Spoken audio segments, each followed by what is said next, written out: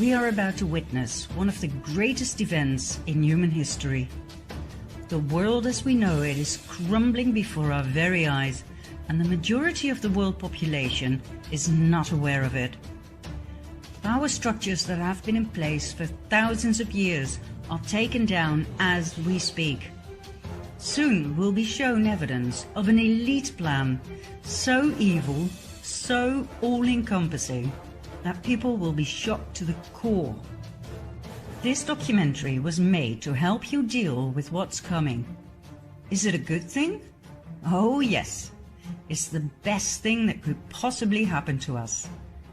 But in order to understand and process the quantum leap that we as humanity are about to take, you must understand the reality, the timeline if you wish, that we as a species were placed in. And believe me, you don't have a clue just yet.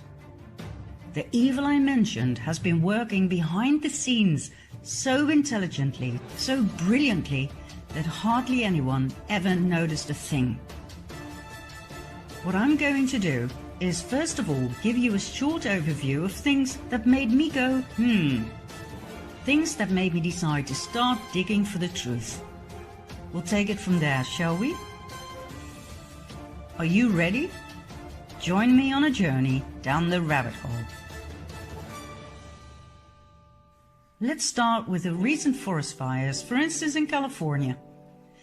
Did you know that these fires forgot to burn trees? That they were capable of cutting through houses? That they burned trees from the inside out?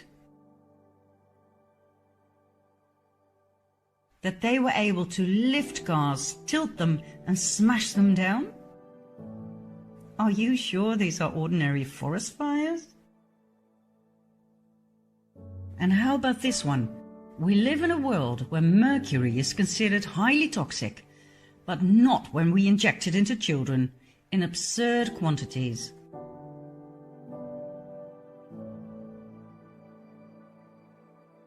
No doubt you've heard about chemtrails. Denied by our governments for a long time, but recently acknowledged and referred to as geoengineering aerosols. They are sprayed into our atmosphere to protect us from global warming. The thing that makes me go however, is the fact that we're sprayed with heavy metals, which are stored in our brains, where they have proven to cause Alzheimer and Parkinson's disease.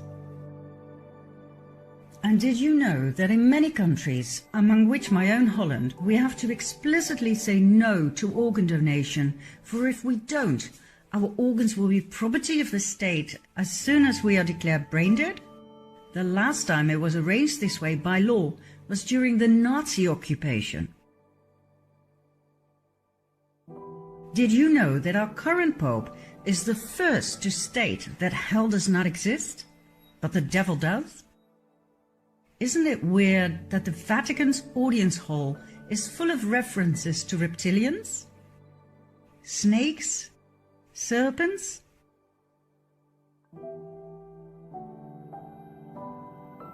Did you know the Vatican's telescope is called Lucifer?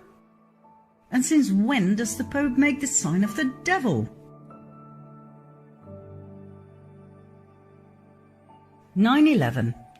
Whereas one bird can cause terrible damage to a plane, on 9/11, 2 planes managed to cut through steel. A third plane mysteriously disappeared in a building, and number 4 plunged into the earth without leaving any debris or bodies. The planes were piloted by terrorists who only had a few flying lessons in a small Cessna.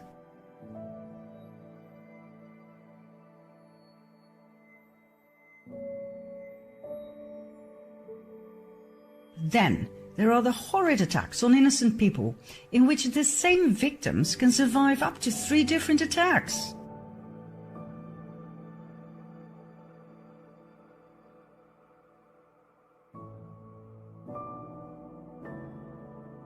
This lucky young man survived being shot in the head.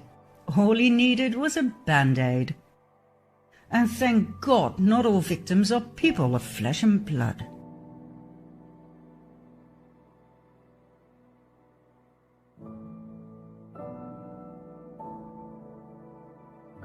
What do you think about this one?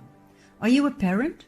Are you aware of the fact that children cartoons contain subliminal messages of sex and violence? Why? Do you know that fully grown fetuses can be legally aborted in many American states? That advocates of full-term abortion state that unborn babies cannot feel pain? Whereas every doctor knows that the nervous system is the first to develop in fetuses? Is abortion of a fully grown baby not the same as murder? Okay, let's have a look at the migrant caravan. Thousands of people fled their South American homes to look for a better future in the US. The trip covered 2,000 miles in 1.5 months in order to be on time for the American midterm elections as a political statement against President Trump. This means they walked an average of 45 miles a day on flip-flops, barefoot, like this and like this. 45 miles a day? Why do Hollywood celebrities promote the use of facial creams containing the foreskin of baby boys? Do you realize that these foreskins are actually sold? That it's a trade? What's next? Drinking baby blood? Now, I'm going to give you 5 more, although I could go on forever. Counting down, number 5. Did you know that diseases such as AIDS, Zika, SARS, and Ebola are actually patented? Do you know when something is patented? When it's man-made. Man-made diseases, are you kidding me? Number 4. Your cell phone, laptop, tablet, and your TV contain spyware that works 24/7, no matter whether your device is switched on or off. This means you are constantly being monitored. Each and every conversation, whether at home or at work, is recorded. Why? And by whom? Number 3. In 2018, Monsanto, known for its genetically modified seeds and crops, plus its poisonous weed killer Roundup, was bought by Bayer, a chemical giant that produces mostly poison. In other words, our food supply is now largely controlled by the producers of carcinogenic poison. Monsanto started off producing Agent Orange, a very powerful and highly toxic chemical used during the Vietnam War to eliminate forest cover and to destroy crops. But it turned out to do just a little bit more than that, causing horrific birth deformities and various types of cancer. According to experts, the fusion of Monsanto and Bayer was the perfect match made in hell. Number 2. In 2018, Hillary Clinton admitted that she deleted 33,000 emails from a private server used as Secretary of State. Not only that, she used a hammer to smash her cell phones, SIM cards and hard drives. Any further evidence that could have been used against her in a court of law was destroyed by fire that conveniently started in the office of a mansion. Did she actually get away with that? And last but not least, number 1. President Obama received the 2009 Nobel Peace Prize only months after his inauguration. Why, for God's sake? He came from nowhere and had achieved nothing at the time. In the following 8 years, he invaded 7 countries and dropped a bomb every 20 minutes. Who on earth was on that Nobel Committee? The world is not what you think. And guess what all of these things have in common? They were completely ignored by the mainstream media. Not one news channel covered or questioned any of it. And just when I thought I'd seen it all, this became President of the US. I always thought there were two political sides in life, left and right. Left was for the common people, right was for the rich. But I soon found out that my ideas did not reflect reality at all. Obama seemed to have enchanted everybody, including myself, with his good looks and charms. But like I said, he invaded 7 countries. He was a Democrat, for God's sake. And Democrat Bill Clinton went from one sex scandal to the next, lying under oath and getting away with it. Maybe left and right were simply two wings of the same bird? In spite of my leftist upbringing and background, and my fierce opposition against Trump, I decided to give him the benefit of the doubt. But how did he get elected in the first place? Just before the elections, WikiLeaks arose. Founded by Julian Assange in 2006, WikiLeaks is a giant online library of the world's most censored documents, obtained by whistleblowers at the highest level. Much information deals with war, spying, and corruption. Now, just before the presidential elections, WikiLeaks published highly incriminating evidence of the corruption within the Clinton Foundation and the Clinton presidential campaign. So, what happened? That happened. On January 20, 2017, Donald J. Trump was inaugurated as President of the United States of America. But how did WikiLeaks obtain the evidence of the Clinton corruption? It was leaked by an employee of the Democratic National Committee, Seth Rich, who was subsequently found dead with 2 bullets in his back. Who killed Seth Rich? We will find out in the next episodes. What do we have for now? Donald Trump as President of the US. And then, out of nowhere, arose the enigma of Q.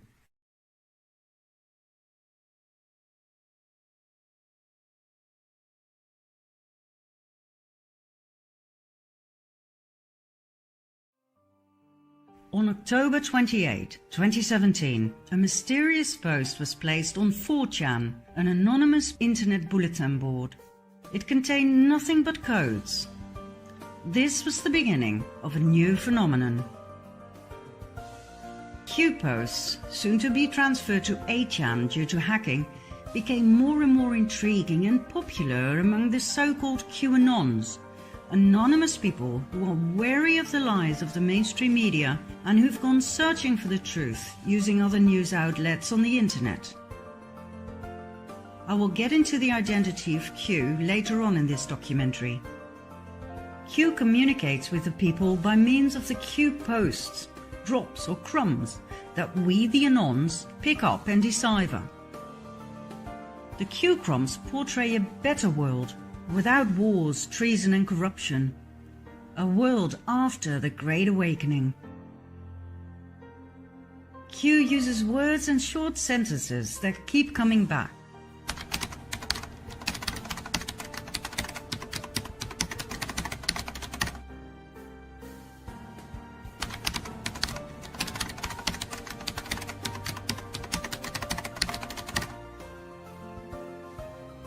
Sometimes the Q drops are short and to the point.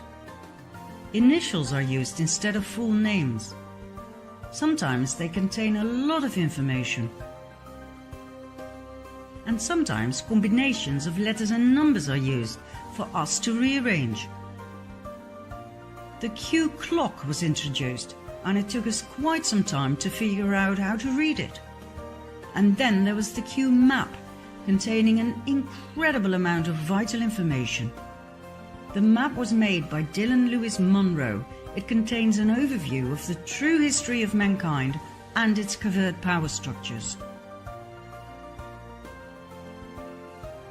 Q is not a cult, as suggested by opponents. After all, it tells us not what to think or what to do. It merely gives us questions, clues and riddles. We need to do the research in order to find the answers, and that is how we discover the truth. Through this research, I've come to find out more about American and global politics than I'd ever dreamed of.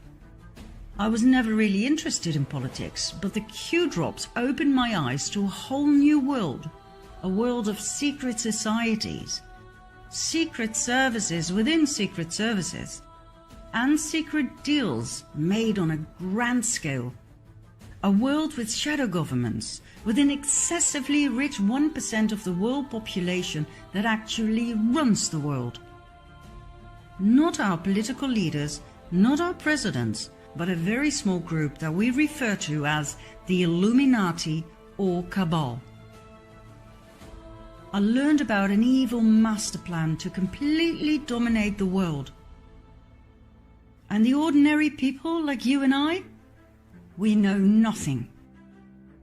We get up in the morning, we go to work, we pay our bills and our taxes, we watch TV and go to bed, not knowing that there's a battle being fought over our heads for world dominance, a battle between good and evil. This is what Q is pointing out to us, but we the Anons have to do the research, and we do. Like nerds, like an army of digital autists, we connect the dots. There is a war going on for world dominance, for the absolute submission of the masses. How is this achieved? By the constant waging of war, by the introduction of the Federal Reserve Bank and central banks, by trafficking drugs, oil, and people. The only two American presidents who tried to break down the power of the elite, beginning with the banks by printing their own interest-free, debt-free money, thus bypassing the Federal Reserve System, were Abraham Lincoln and John F. Kennedy. What else did they have in common? They got murdered.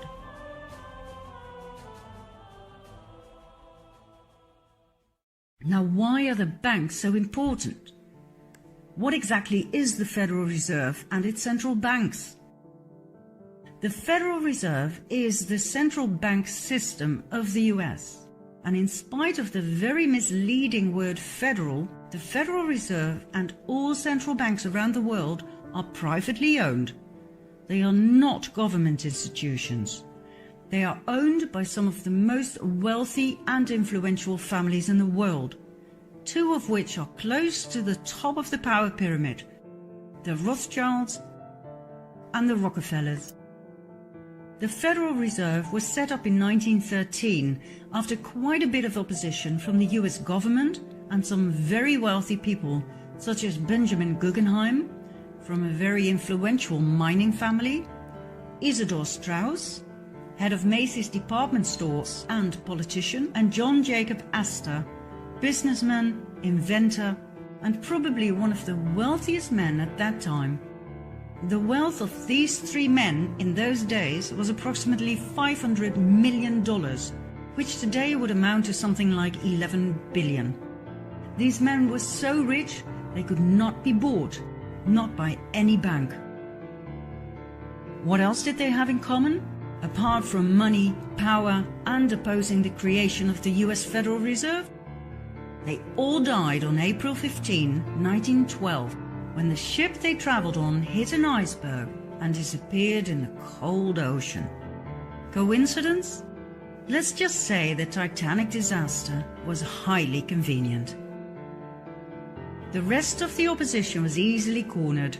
US Congress was bypassed.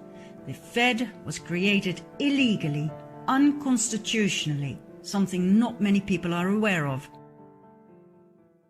Let's have a look at the visible top of the power pyramid. There we have the Rothschild family.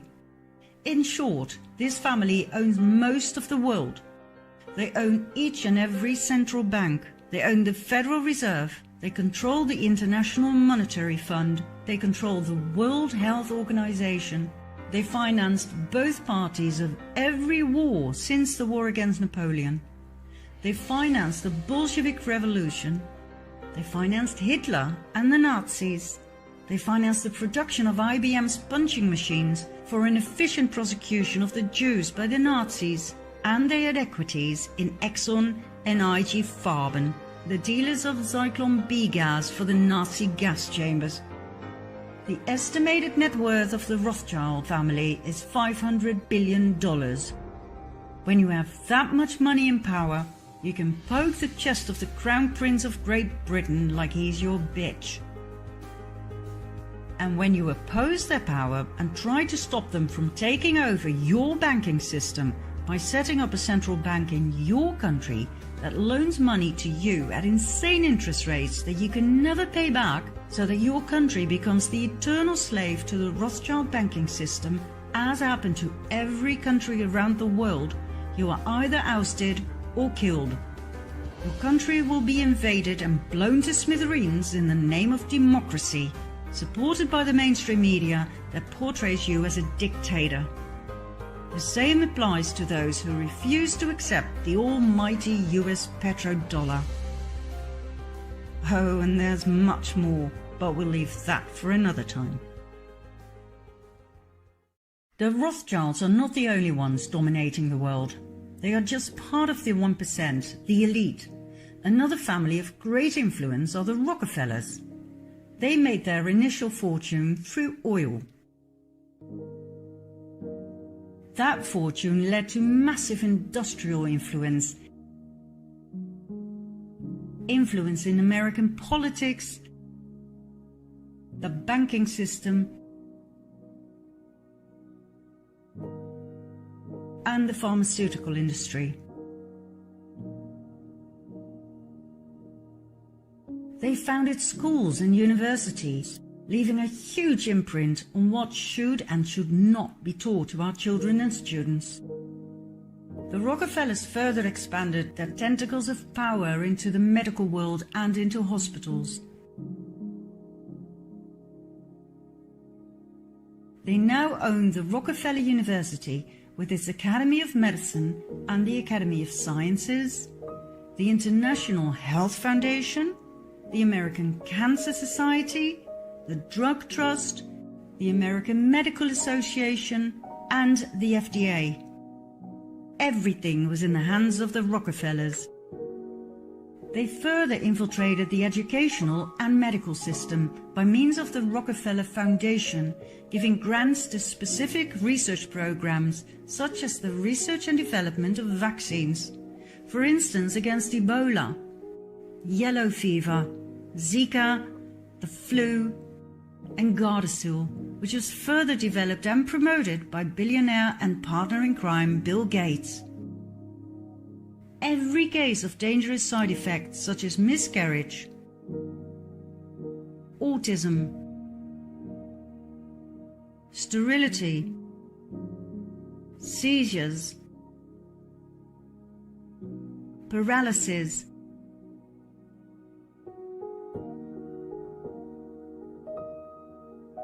and death was brought before the FDA and cleared.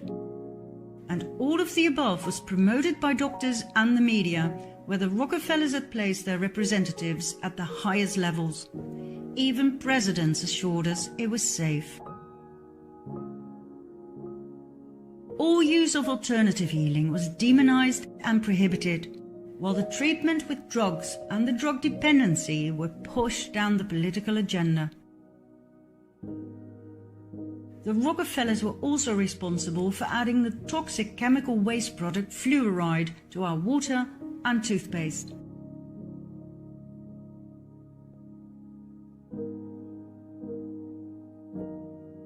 And as usual, the media spread lies about its healing qualities. No doctor or dentist ever tested its efficacy. They simply told their patients what they'd been taught at the Rockefeller institutions. Yet another field of interest was the genetic manipulation of crops. The Rockefellers own millions of shares of Monsanto stock, as does their partner Bill Gates. Their mutual interest in eugenics, which aims at improving the genetic quality of the human population, will come as no surprise. Back in Nazi Germany, the Rockefellers financed the horrific eugenics experiments performed on Jewish people, trying to create a superior master race. So, in short, two very powerful families that rule the world and its population are the Rockefellers and the Rothschilds. And guess what? They are not even the most powerful. There are other families that exceed the Rockefellers and the Rothschilds, both in money and in power. But I will not go any deeper into that at this stage. We'll save that for later, shall we? There's one more man I want to put in the limelight right now. Soros, described by the mainstream media as investor and philanthropist. His net worth? $25 billion. Soros was born in Hungary. After World War II, he moved to England and then on to the US, where he made a fortune with his hedge funds and his merciless ways to manipulate the financial market, using crises to further increase his own wealth and expand his power. He prides himself in taking no responsibility for his actions and the destruction he caused to literally millions of people. I quote, "I'm here to make money. I cannot and do not look at the social consequences of what I do." Soros strikes me for his choice of funding. For example, NAMBLA, the North American Man-Boy Love Association. Their goal and their slogan, "Sex before 8, before it's too late." This is their mascot. Why does this great benefactor support a pedophile club such as NAMBLA? Then there's Antifa, the anti-fascist movement. When we look at their actions, we see nothing but violence. They show great resemblance with fascism, which is rather strange for an anti-fascist movement. Even one of their flags is weird in that sense. Why would anyone finance such a thing? The same goes for Black Lives Matter. Why sponsor a movement that pretends to be left-wing but shows nothing but riots and violence in practice? Do you want to know what we're dealing with here? Then follow me to part 3.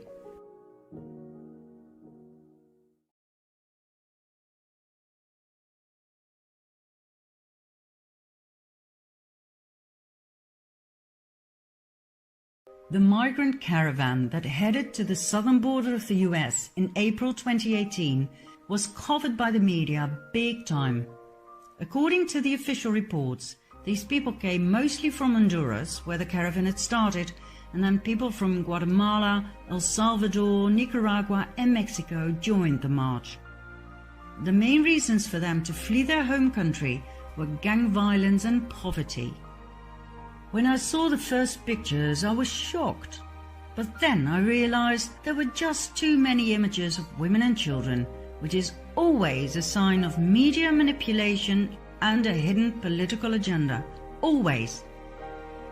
Critical thinkers like the QAnons studied the pictures closely. Too many things did not add up. Like I said in part 1, these people had to walk for 45 miles a day, each and every day for 1.5 months. But these people don't look exhausted. They're not dirty or sweaty. I mean, look at them. Their clothes are clean. Clean babies. Clean pants. They wear labels. They are well fed. These people aren't refugees. They're not poor. I traveled through Mexico, Guatemala and Honduras and I saw poverty. Believe me, these people are not poor. 45 miles a day on flip-flops? Are you kidding me? Or even barefoot? Come on, where are the blisters? And why aren't they carrying what is needed for a journey like that? Blankets, food, water. Where are the spare diapers? Some people do have small backpacks, but they appear to be brand new. So, what did happen? First of all, buses and vans were deployed to transport all of these people from Honduras to the US border.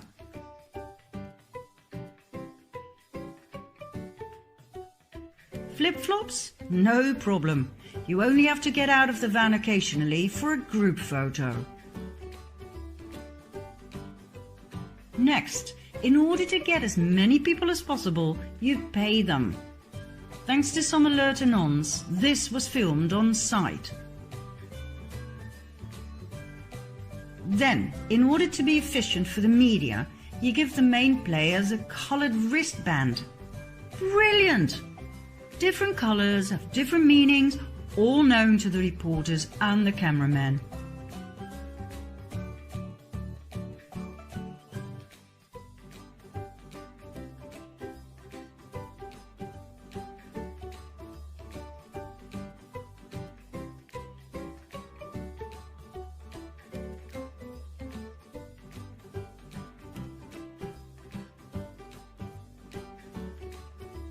Some people overact.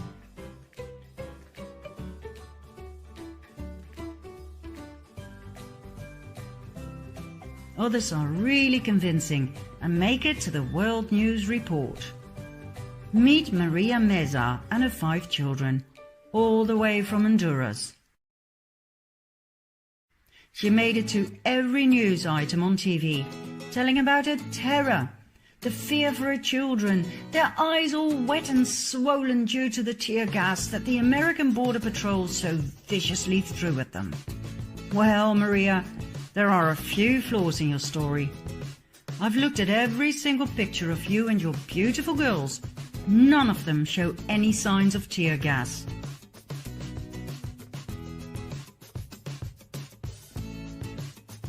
This picture clearly shows that you are the only ones in action. The cameraman shoots away, completely unhindered by the gas, and there is no panic. Let's have a closer look at this picture. Cameramen are standing in a line of smoke, yet have no problem with that. Oh wait, look! Somebody is throwing a gas canister. Is that a fellow refugee? Maria told the press that her son went back the next day to get the canister and show it to the reporters. Shame on you, America! I do hope Maria was paid handsomely, I really do, but her story sucks. The family was photographed on another day, getting out of a van for yet another day's work in front of the camera. And the tear gas canister? You can buy them at any theatre prop retailer, or you can use the police training variety. They produce white smoke, but no harm is done. I guess Trump's statement was correct. No tear gas was used on the children. The entire mainstream media coverage of this event was biased and flawed. My advice to the producers, next time, pay more attention to the details, for the anons are on to you. Refugees who walk for thousands of miles do not walk like this. Or like this. They don't wear flip-flops. They don't have brand new pink buggies. They do not polish their nails. They don't wear iron shirts. Neither do they have perfect haircuts and makeup.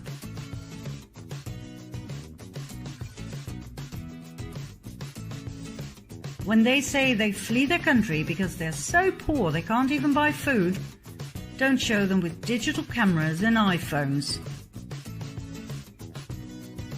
Refugees who walk for thousands of miles are not clean.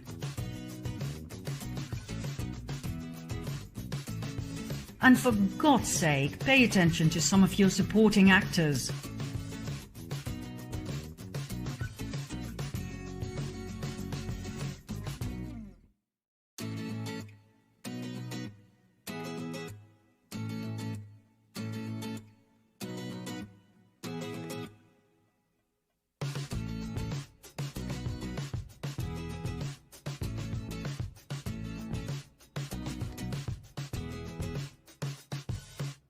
And when you Photoshop someone into a picture, make sure you don't forget his leg.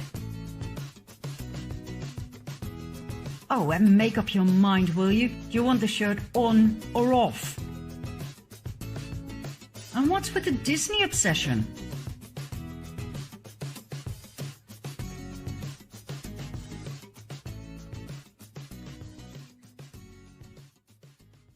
When you really want to know what's going on in the world, you have to do the research, just like Q keeps saying. And when you do, you will see what's real and what's not. The migrant caravan was a staged event with a political motive. Who was behind it?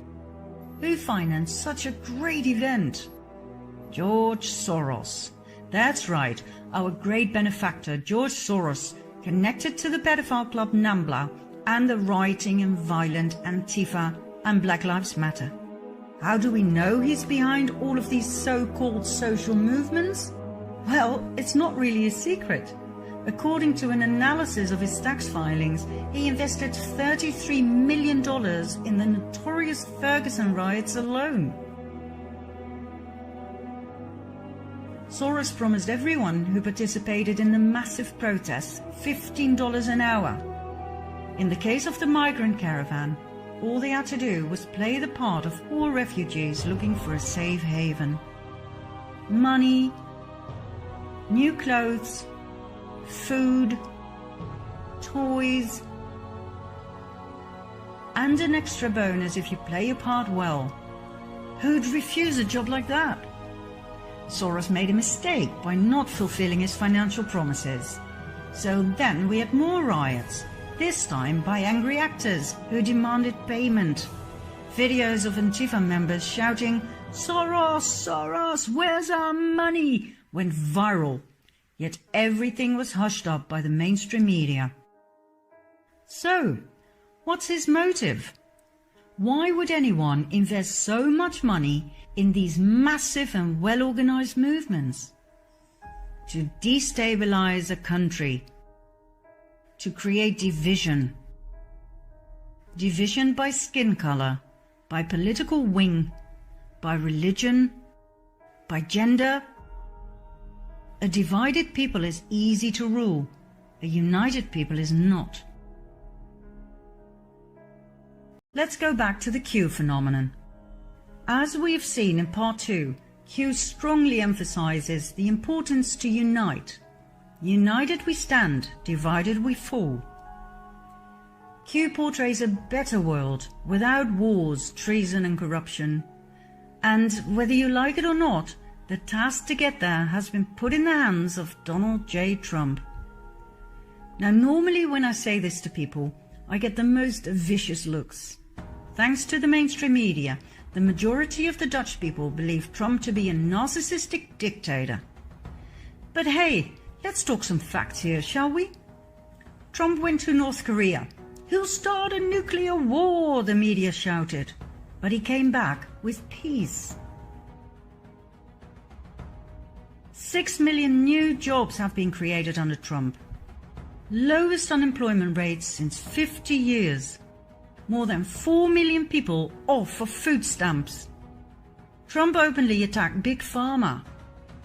He created the biggest tax cuts ever for all social classes.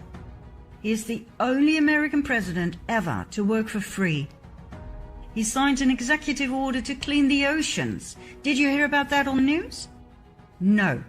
For some reason, the mainstream media have a political agenda of their own. But more about that later. From my point of view, one of the most important priorities of Trump is to protect the children. Right after his inauguration, he stated that his administration would focus on ending the horrific practice of human trafficking, also referred to as modern slavery. On December 21, 2017, he signed an executive order blocking the property of people involved in serious human rights abuse and corruption. More executive orders followed to protect victims of human trafficking. A huge campaign was deployed to educate parents and children about the dangers of human trafficking.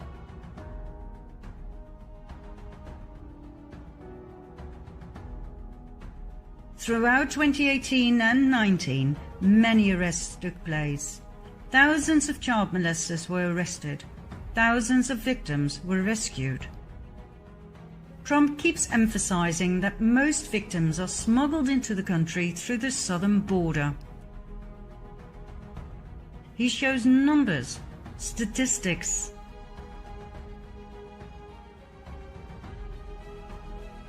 He made January Human Trafficking Awareness Month.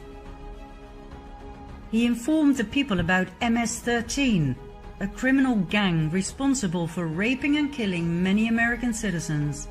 He swore he would take them down to the last member. He keeps emphasizing the drugs problem and the billions of dollars plus the countless lives it costs each year. He keeps pleading for a wall, anything to reduce the drugs and human trafficking numbers as much as possible. But the mainstream media keep twisting his words, making it sound like immigrants aren't welcome. I've watched these interviews time and again, and I can assure you that according to President Trump, immigrants are most welcome, but they have to come in legally. The funny thing is, Bill Clinton wanted a wall. Obama wanted a wall.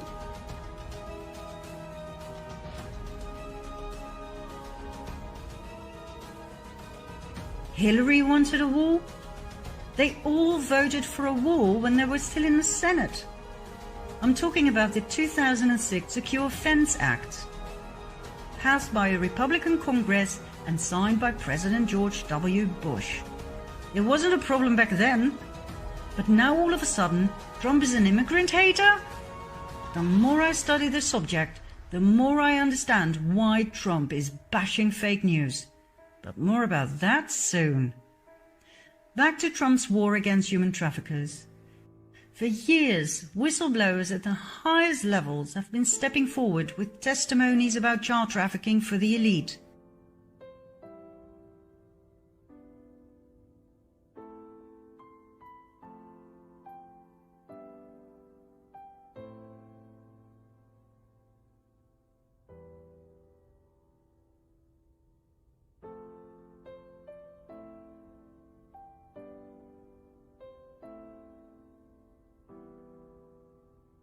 This is nothing new.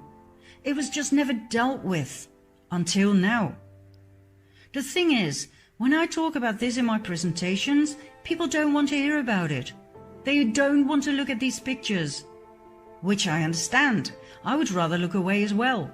But that reminds me of the famous one-liner of the Germans right after World War II, after being confronted with the painful question, how could you let the Nazi atrocities happen? Why didn't you do something? The answer was always, wir haben's nicht gewusst. We didn't know. Of course they knew. It was just too painful and too dangerous to acknowledge it and to do something about it. Well, I will not look away any longer. These kids are not helped by our denial. They are helped by our action. So for God's sake, keep watching. We are the only hope they have left. Child trafficking for the elite. That is bigger than pedophilia.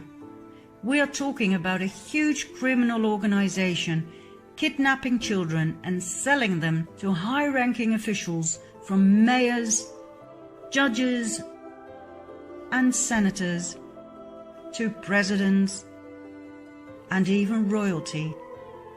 Do you think this is far-fetched? Do you think it's just a conspiracy theory?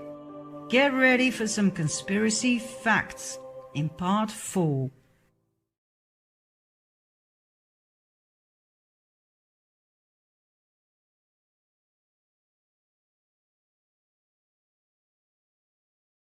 In 2010, right after the devastating earthquake, 33 children were smuggled out of Haiti. The woman who was arrested, Laura Gaylor Silsby, said they were orphans who were about to be adopted in the US. Upon investigation, however, it turned out most of these children were not orphans. They were later reunited with their parents. Furthermore, there were no adoption papers to be found. These kids had simply been abducted, stolen from their parents. Who exactly is this Laura Gaylor Silsby? First of all, she was on the board of directors of Alert Sense, the company that provides the technology for Amber Alert. Amber Alert is the broadcast emergency response to recover abducted children. Isn't that an interesting paradox? A convicted child trafficker? Yes, she was found guilty and convicted, connected to Amber Alert, set up to rescue children? Secondly, this lady is the founder of the Baptist organization New Life Children's Refuge, an orphan rescue mission for Haiti. Sounds to me like she had a way to smuggle children out of the country real easy. Nice cover. Last but not least, she's a close friend of the Clintons, who immediately paid for a lawyer, Jorge Puello, who himself is a convicted pedophile. He was arrested and convicted for leading an international human trafficking ring involving women and children. All of this came out into the open thanks to WikiLeaks that published the secret emails between the Clintons and Laura Gaylor Silsby. Let's continue with Haiti some more before moving on, shall we? Haiti was put in the limelight once again with the Oxfam scandal. Oxfam, known for its shops throughout the world for empowering women and for fighting poverty, was banned from Haiti following the 2010 earthquake. There were orgies with prostitutes, some of which were underage, in other words, with children. Leaked emails further confirm that $3 million were diverted from Haitian relief funds via the Clinton Foundation to pay for Chelsea's extravagant 2010 wedding. When Trump called Haiti a shithole, the whole world went mad. But he was right. What he referred to was what the so-called non-profit organizations had turned the island into after the earthquake. The Red Cross collected $500 million for Haiti, and all it did was build 6 houses. The Clinton Foundation ruthlessly misappropriated the earthquake donations from international donors and got away with it. Klaus Eberwein, a former government official of Haiti, due to testify about the Clinton corruption, was found dead with a bullet in his head only days before the trial on July 12, 2017. Monica Peterson, the young social anthropologist who went to Haiti to investigate human trafficking on the island and who tweeted some critical thoughts about the Clinton Foundation, was found dead by hanging shortly after, in November 2016. Her death was ruled suicide. And when surgeon Dr. Dean Lorek openly vented his disgust about the corruption by the Clinton Foundation that he himself witnessed while trying to save lives on the island, he too ended up dead. In December 2017, he was found on the bathroom floor of his apartment in New York with a knife in his chest. His death too was ruled suicide. But hey, let's not dwell on the many suicides surrounding the Clintons. Let's go back to one of Q's often repeated sentences. Symbolism will be their downfall. In 2007, the FBI released a bulletin with symbols used by pedophiles to identify their sexual preferences and to communicate where to find both each other and their prey. The blue triangles identify boy lovers, the pink hearts are for girl lovers, and the butterflies for child lovers in general. These pedophile logos will indeed be their downfall. They are in plain sight, for they never thought people would wake up and see. And just like we saw with Amber Alert, it's the organizations that claim to protect children that actually use pedophile logos.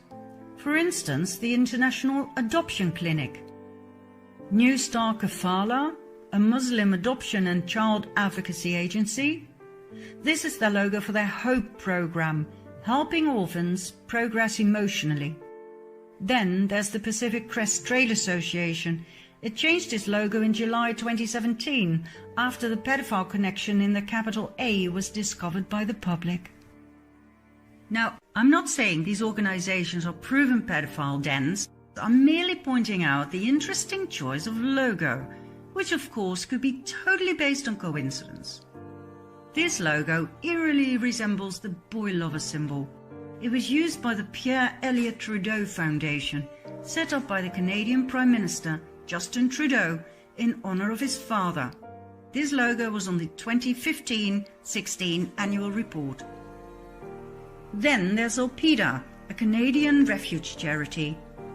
Elpida was founded by the Radcliffe Foundation, set up and owned by Frank Giustra.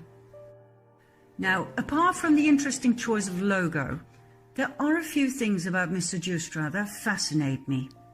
First of all, he's a major sponsor to the Clinton Foundation. We're talking $100 million and more. He loved going to Haiti with the Clintons. And he founded the Boys Club Network for boys between 12 and 18 seeking connection and mentorship. His co-founder is Jim Crescenzo, a teacher from Vancouver who received an Excellence Award from none other than Justin Trudeau. Now, once again, I'm sure this is just coincidence. But what is it that Q keeps saying about coincidence? How many coincidences before mathematically impossible? For someone who claims to be a decent family man, Justin Trudeau sure has some interesting friends. Take Christopher Ingvelson, a Canadian private school teacher, convicted for the possession and distribution of child porn. For many years he was Trudeau's friend and roommate. Then there's his best friend Peter Dalgleish, the world-renowned humanitarian who was caught in the act in Nepal with 2 children aged 12 and 14. He was the founder of Street Kids International and the Trails Youth Initiative program. Now, I'm sure these programs do great things for kids, but why choose pedophile logos? And why are so many set up by registered and convicted pedophiles and sex offenders? I mean, if you're a pedophile, wouldn't it be great to have your own child protection program? To have access to all those lovely children to pick from? Mind you, these children often come from troubled backgrounds. Some have criminal records. Many suffered from neglect and abuse in early childhood. Easy prey, and no concerned, loving parents to protect them. I mean, look at CPS, the Child Protective Services, exposed in 2007 for legally kidnapping and selling children for adoption out of foster care. The lady who exposed them, Congresswoman Nancy Schaefer, was murdered in 2010. Now back to Trudeau's interesting best friends. Here we have Ben Levin, former Deputy Minister of the Ministry of Education, arrested and convicted in 2013 for making and distributing child pornography. Then there's Jan Gomeshi, the Canadian CBC radio host, arrested and charged in 2015 with 7 counts of sexual assault and 1 count of overcoming resistance by choking. Now, I don't know about this, but if I were Trudeau, I'd be more careful selecting my friends. He is surrounded by registered pedophiles and sex offenders. There's another prominent place where the FBI symbols of pedophilia can be found, in Hollywood. We briefly saw in part 1 that children cartoons contain references to sex and violence.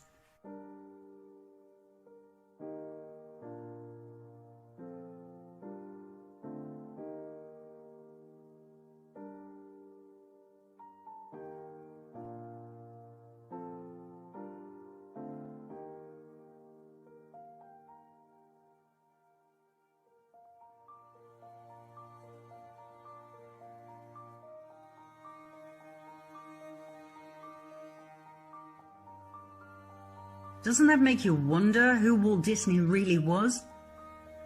Why are children exposed to Illuminati symbols, such as pyramids and the all-seeing eye, time and again?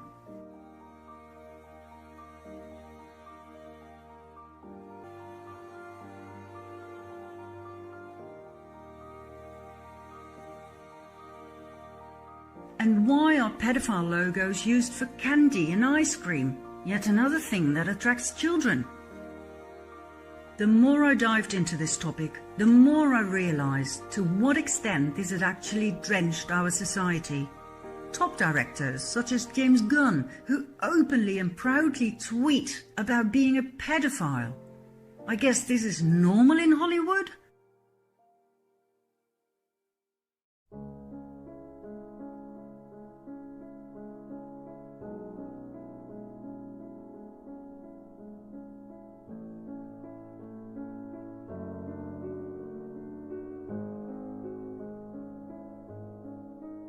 He was fired over these tweets, rightly so one would think, but only a few weeks later he was back at work. Out through the front door, back in through the back door. Nickelodeon's producer Dan Snyder lost his job because he couldn't keep his hands off of young girls. And here we have Brian Peck, a convicted child molester who only spent 16 months in jail, after which he was offered a job right back with Disney, where he continued working with underage girls. Once again, out through the front door, back in through the back door. Jason James Murphy kidnapped and sexually assaulted an 8-year-old boy in 1996. He served 5 years in jail, moved to California, used his shorter name, Jason James, and became a casting agent for child actors. The list of sexual predators in Hollywood is endless. Only recently were some of them called out by their victims and arrested. Most victims never dare to speak up, for their predators are absolute legends in Hollywood. Actor Corey Feldman was one of the first to speak up about child abuse in Hollywood. He and his best friend Corey Haim became actors at a very young age. They were incredibly successful and famous, but the price was high. They were sexually abused by various adults they worked with. It was common knowledge that the two Coreys were passed around at Hollywood parties. They resulted in great trauma that was buried for many years. The two Coreys sought relief in alcohol and drugs, which eventually led to Corey Haim's death at the age of 38. It wasn't until recently that Corey Feldman called out his abusers. Elijah Wood, who became world famous for his part as Frodo in The Lord of the Rings, supported Corey Feldman's statements about Hollywood as a pedophile den. Elijah was protected by his mother, who wouldn't let him visit any of the parties where a lot of the abuse took place. World-renowned actors such as Robert Downey Jr. and Brad Pitt also stepped forward to support all of these statements.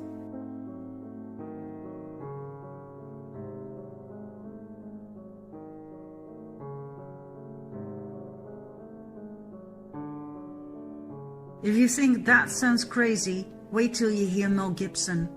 The world-famous megastar, both as actor and producer, was blacklisted by Hollywood for stating that Hollywood is a den of parasites who feast on the blood of kids. He took it a whole lot further. Read for yourself.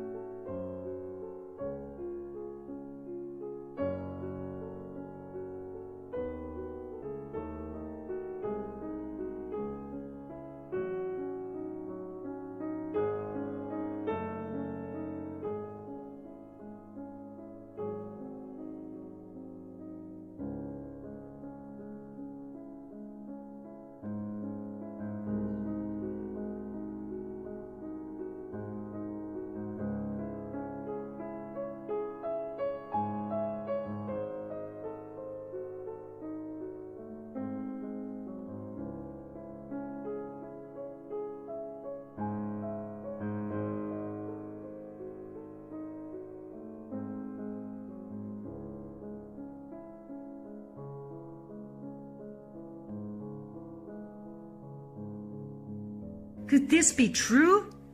Eating babies? Drinking their blood? Will this have a happy ending? Oh yes. Let's move on to part 5.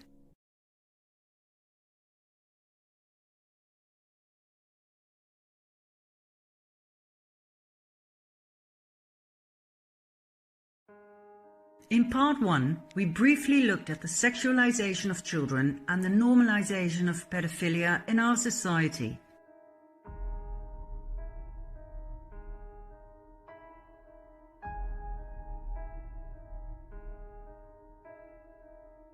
Innocence is sexier than you think? And what about this clothing store called Sweet and Sexy Kids? What the hell is sexy about kids? At an academic presentation at Cambridge University in June 2018, it was actually stated that the majority of men are probably pedophiles and that pedophilic interest is normal and healthy. The New York Times declared pedophilia not a crime but a disorder. And during 2 TEDx talks, pedophilia was presented not as a disorder but as a sexual orientation. Posters were spread. And Cosmopolitan magazine published an article by the hand of a young woman who became her father's lover.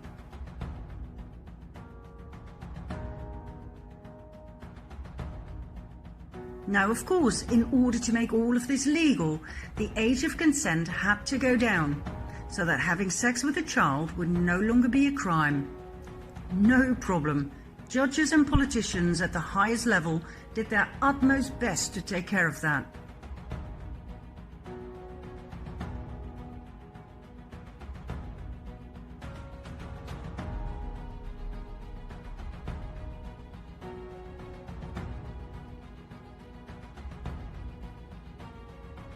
Not many people know that Patricia Hewitt was General Secretary of the NCCL, later known as Liberty, which was affiliated to PI, the Pedophile Information Exchange. Then there's former British Prime Minister Theresa May, who thinks pedophiles should be allowed to adopt children too. When you study the patterns of this topic, it seems there is a larger plan behind it all. Why is it so important to legalize pedophilia? Why is having sex with children so important? Any psychologist can tell you how harmful it is for children to have sex at a young age, and that consent is a very dangerous concept, as pedophiles often tell their children they are simply demonstrating just how much they love them. Sex is then confused with love. The child cannot comprehend the subsequent feelings of pain, shame, anger and fear. The secrecy put upon them is hard to deal with. All of this results in great trauma. Why then would a society push pedophilia down our throats? Bit by bit, step by step, normalizing it so that we grow to the idea instead of reject it. Why create a society of traumatized people? Why are pedophile logos used in children cartoons, Disney movies, candy and ice cream, child protection centers, adoption agencies, in business and in politics? Meet Sheila Jackson Lee, member of the House of Representatives, proudly wearing her young boy lover ring. What is going on here? Let's follow a lead. Check this out. This still image appears in a video clip of a band called Sex Stains, and this is where it gets interesting. They played at Comet Ping Pong, a restaurant in Washington, D.C.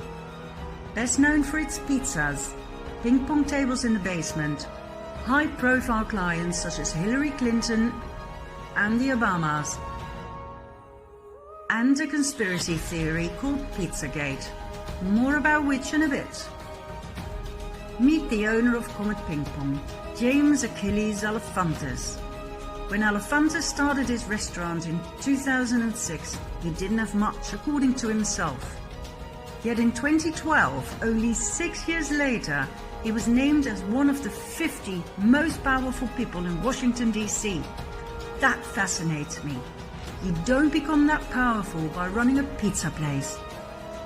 So, who exactly is James Alefantis?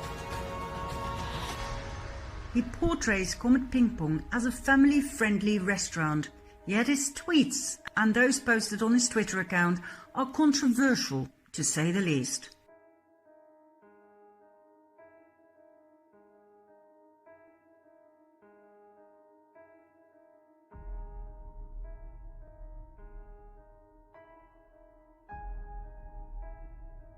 it's clear that Alefantis loves art. Comet Ping Pong often displays the work of artists with a very specific taste. This is the work of Arrington de Dioniso.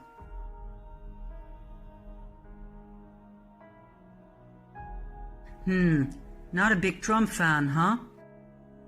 Why is this on the walls of a child-friendly pizza place? Alefantis loves a good party. Now here's a picture he wishes he never posted. Meet his party friend, Miss Summercamp. What else?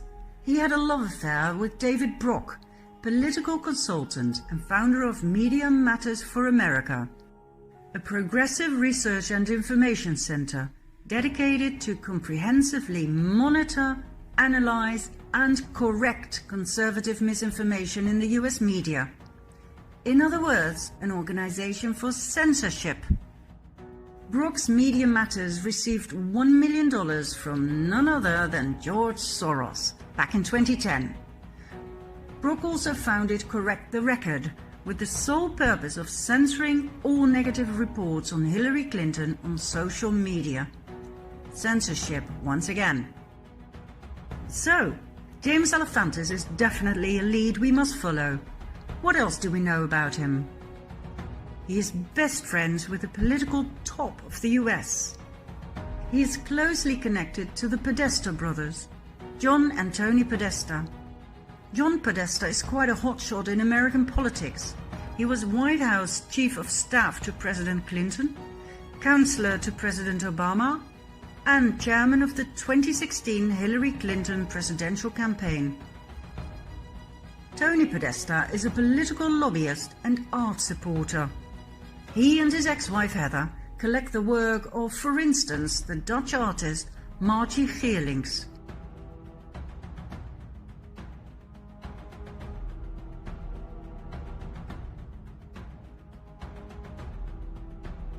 Fascinating, to say the least. They are also great admirers and buyers of the work of Patricia Piccinini.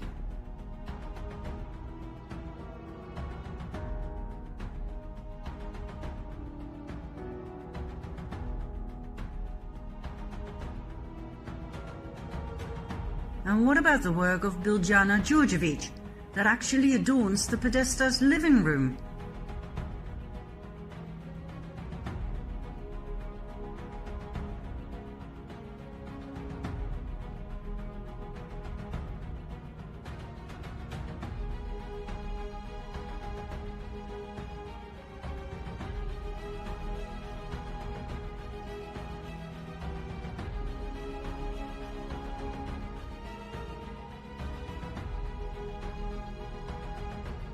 This is Louise Bourgeois.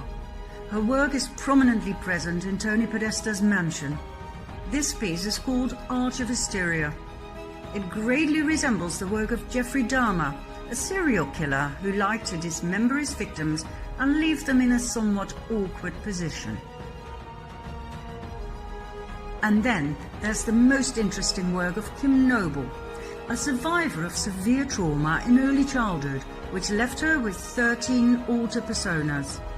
Her artwork shows the horrific things she experienced as a young child, like torture and rape.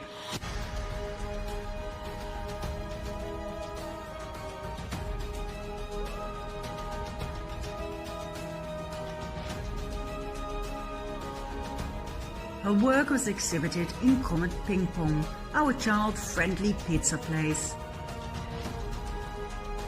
Now, I don't know about you, but this makes me sick as a dog. The more I study Pizzagate, the more I realize this was quite likely conspiracy fact, not theory. What kind of a pizza place exhibits naked, abused, tortured, raped, and even dead children on its walls? What kind of man becomes one of the most powerful people in Washington, D.C., serving pizza?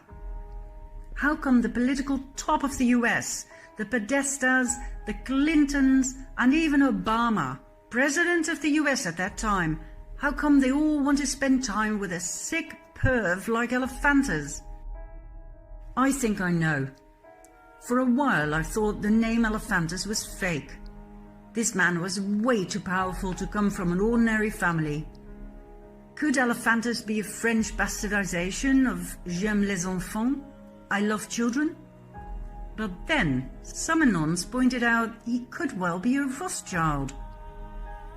After some digging, I came across an interesting twist in the Rothschild family tree, starting with Evelyn Achille the Rothschild.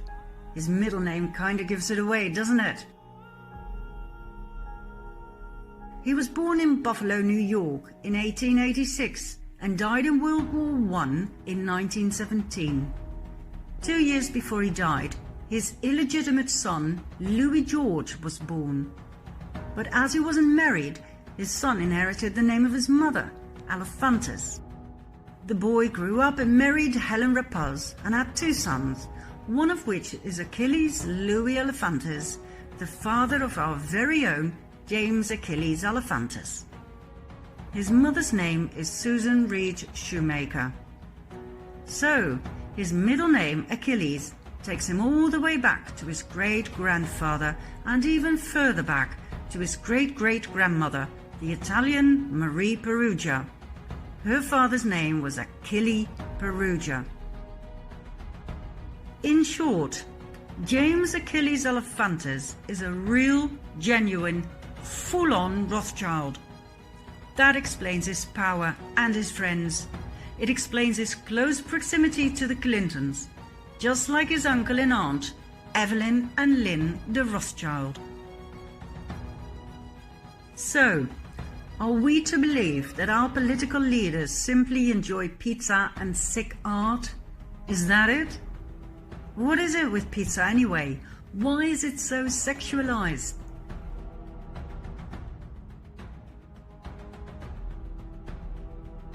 What's with the Besta Pizza pedophile logo, which by the way was quickly changed the moment Pizzagate became an item? Is it all just a coincidence that the Podesta emails, revealed to the public by WikiLeaks in 2016, contain countless pizza-related words such as cheese, hot dogs, pasta, walnut sauce?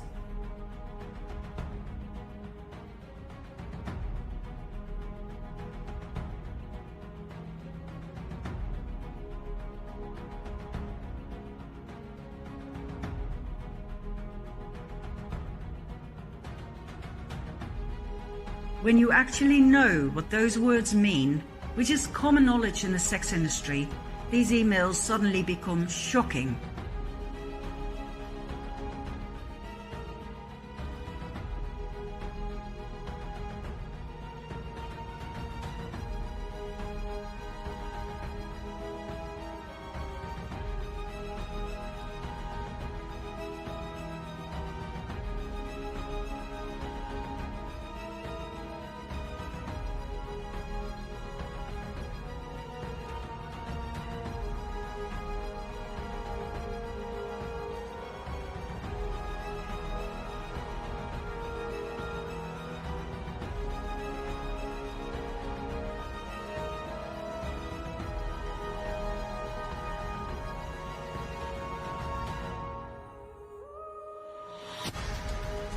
Is this why Hillary deleted 33,000 emails for which she is currently scrutinized?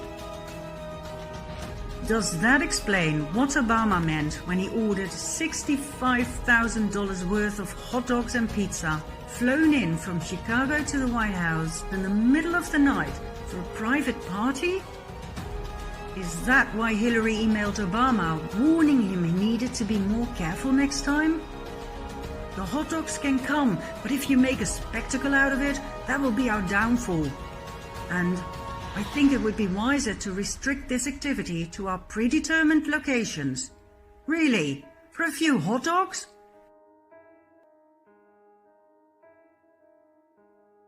Isn't it weird that these security camera pictures of children lying on ping pong tables in the basement of Comet Ping Pong are shown on the walls upstairs? Who the hell was watching them? And why does their website have a super secured backdoor to a secret division where you can order pizza pictures for absurd prices? This screenshot was made public by a hacker. It's in low resolution, so I will read out loud what it says at the bottom. This month we have 5 fresh pizzas for your enjoyment. We also have 4 surviving pizzas from last month's session. All are on sale at an extremely low price, as they are in poor health and not expected to survive. So a requirement is that you finish eating your pizza after your session. This month's special includes a 30% discount on severe torture. Each image below is available for $1,000 in fine print. Why are they talking about kill rooms, murder, and rinsing it off when you're done? What the hell is going on here? To tell you the truth, at this point in my research, I experienced what we call cognitive dissonance.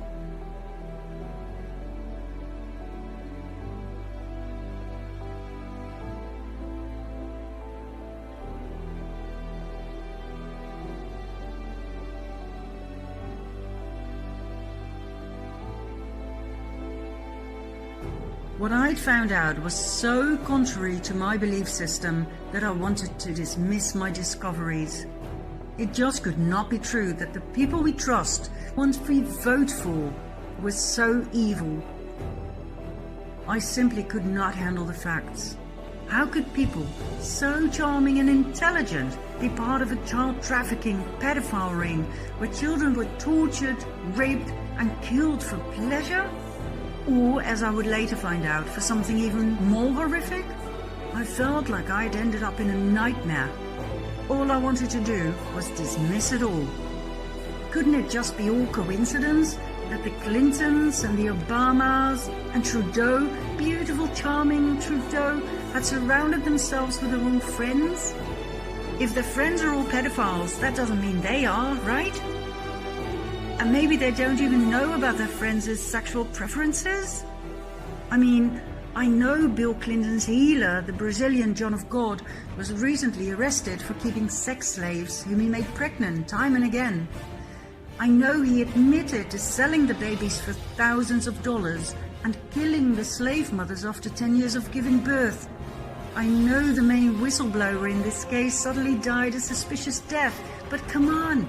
How could Bill Clinton have known? And I know he went to the private island of convicted pedophile Jeffrey Epstein. I know he was on the passenger list 26 times, together with other sex offenders like Kevin Spacey, who was recently arrested for multiple rape accounts, among others with young boys. But that doesn't make Clinton a sex-raging animal.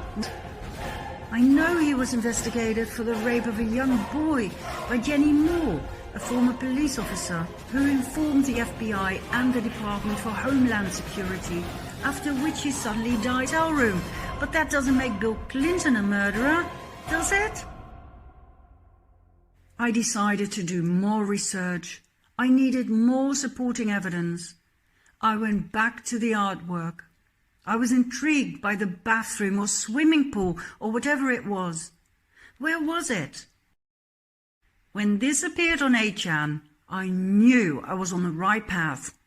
Not just me, but thousands of anons searched for it and found it. It actually existed.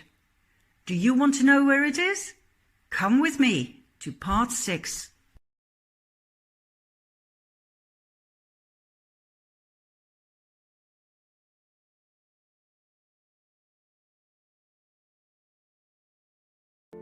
The swimming pool in the artwork bought by the Podestas actually exists.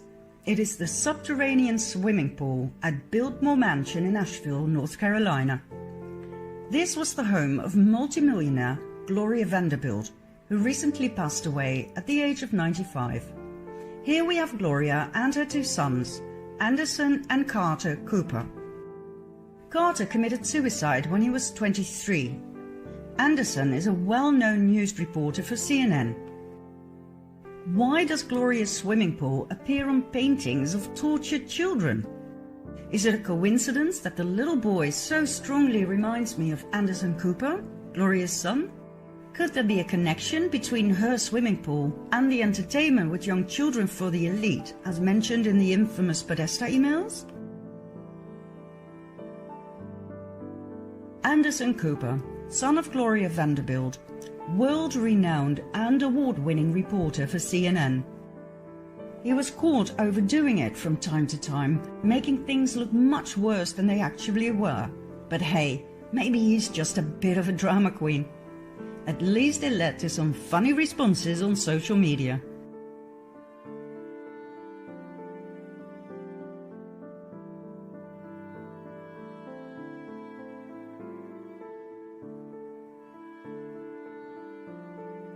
The question remains, is it okay for a media outlet to deliberately broadcast such exaggerations? Is that honest broadcasting? Is it okay to influence the public with headlines such as these?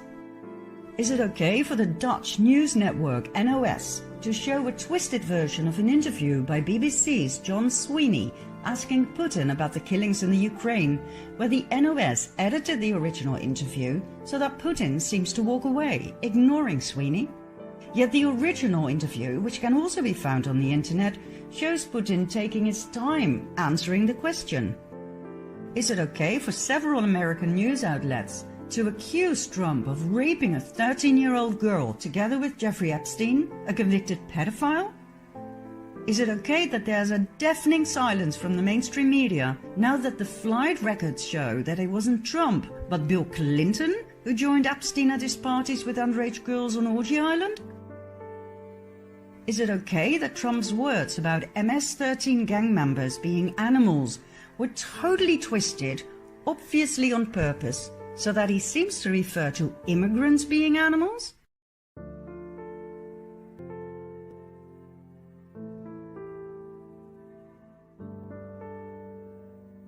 Do you remember the little boy from Syria, sleeping between the graves of his parents? That too was staged and broadcast on purpose as to manipulate the people into yet another war. The boy was paid to lie there. I don't know about you guys, but this is not okay. It's not okay to fake white helmets saving a wounded man right after a bombing, only to have a selfie taken. That's deceit. It's not okay to lie to the public about Syria and the alleged chemical attacks, so that yet another war can be justified. For months we were lied to by the mainstream media. Remember this poor little girl? You probably will, for she was used 3 times for 3 different rescue missions in 3 different months in 2016. I find that shocking. It is not okay to fake attacks on women and children to trigger an emotional response that justifies the invasion of yet another foreign country.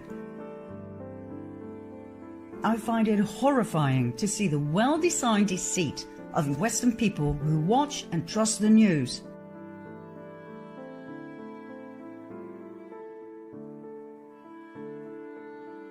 Do you remember this one?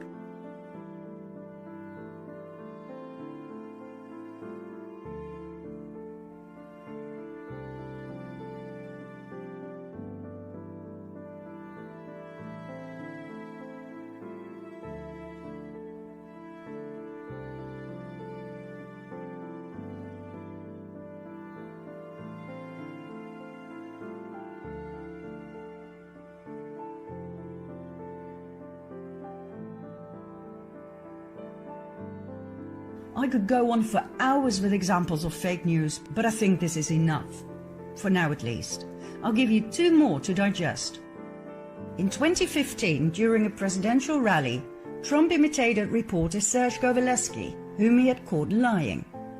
It concerned an article from 2001, in which Kovaleski wrote about people cheering the fall of the Twin Towers. When Trump quoted the article in 2015, Kovaleski backed out, saying he didn't remember writing the article. Well, the article could easily be found on the internet, and Trump called out Kovaleski for his lie. But the mainstream media seized the opportunity and used these headlines: Trump mocks the disabled. Kowalewski suffers from arthrogryposis, but that does not cause the weird movements Trump made.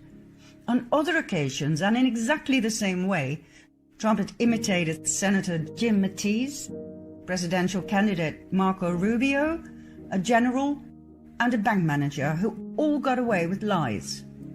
However, as Mattis, Rubio, the general, and the bank manager were not handicapped, they were of no use to the mainstream media. Kowalewski's handicap, however, went around the world, convincing everybody that Trump looked down on the disabled. And I must confess, I too fell for it.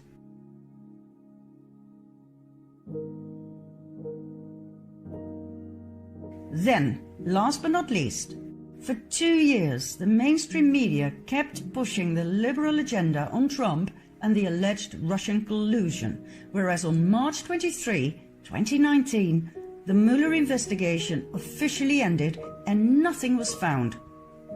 After 2 years of doing everything they could to take Trump down, they found absolutely nothing. Trump was cleared, yet the mainstream media kept repeating, something has to be wrong with this president. Trump's official innocence is completely hushed up, just like they didn't say a word about the countless pedophiles that were arrested under Trump. Total radio silence.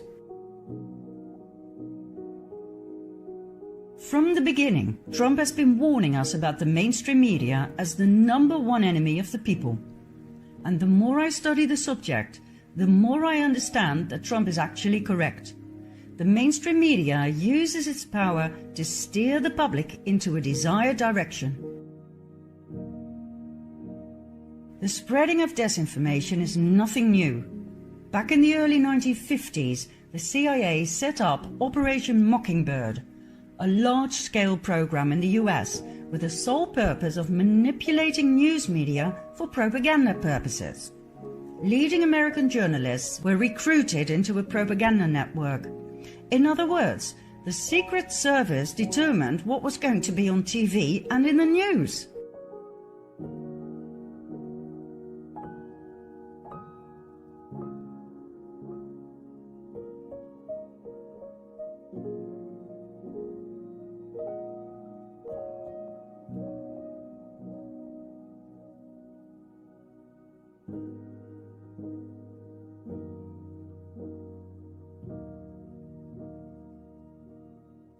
Has anything changed? No, apparently not.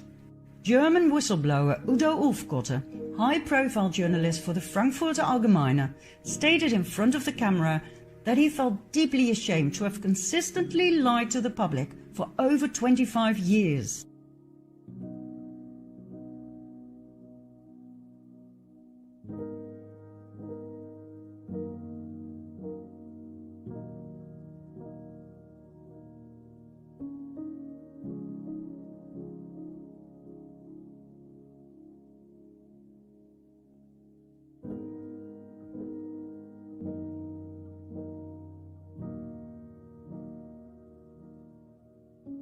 Ulfkotter died of a heart attack shortly after, in January 2017.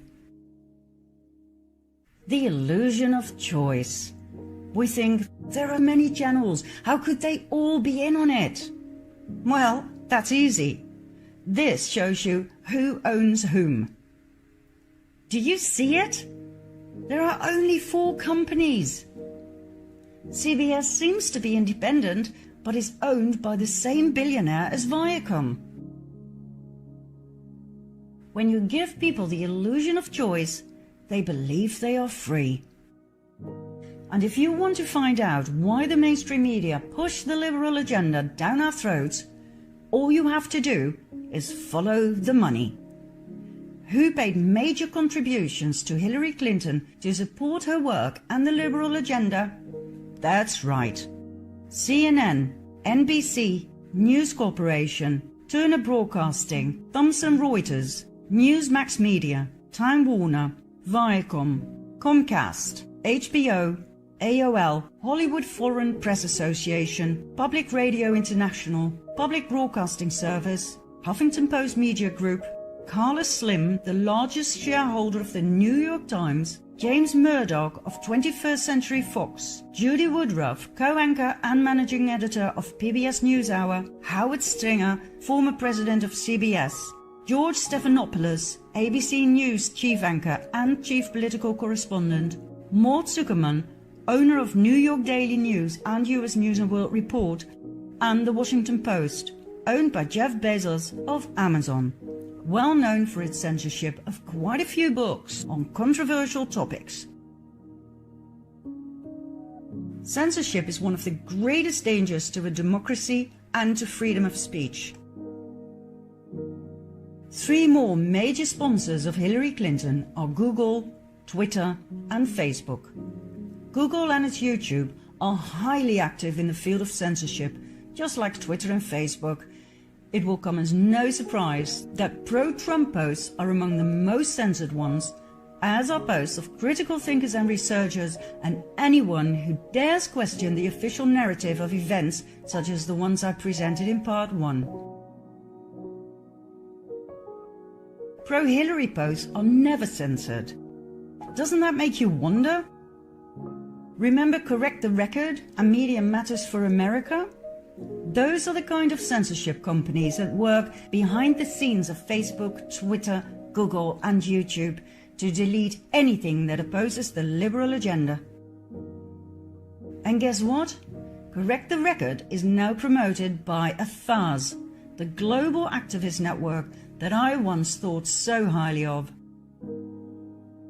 AFAS was co-founded by Res Publica and Move On. Res Publica received $250,000 from George Soros. Move On got $1.6 million from Soros. AFAS's founding president and executive director Riken Patel has consulted for the Rockefeller Foundation, the UN, the Gates Foundation, and the International Crisis Group, with Soros as chairman and Frank Giustra as CEO. Remember our friend with the pedophile logo from part 4? AFAS's co-founder is Tom Perriello, former Virginia congressman, best buddies with Obama, and executive director of the Open Society Foundations of George Soros, one of the main parties behind the notorious and destabilizing migrant caravan invasion. It will come as no great surprise that AFAS strongly opposes President Trump. This is what we call controlled opposition.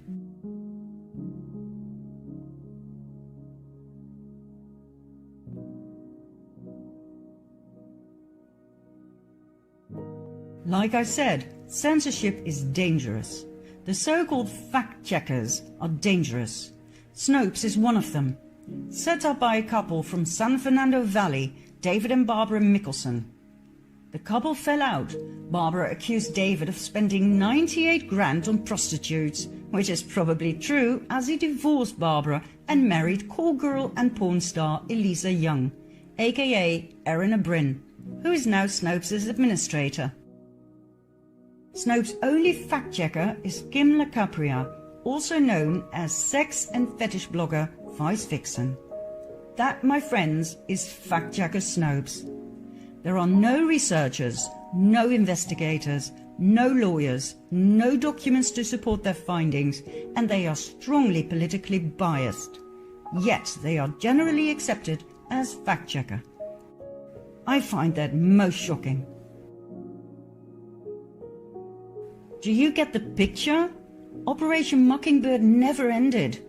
John Podesta, one of the key suspects in the Pizzagate scandal, got his own column in the Washington Post, writing about politics and policies.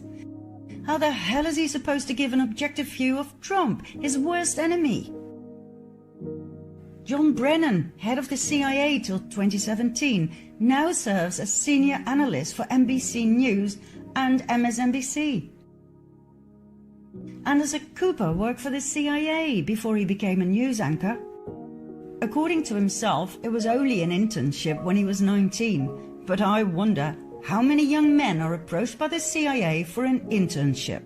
Anderson did not even have the proper education to be offered a job, yet in no time he became the face of CNN.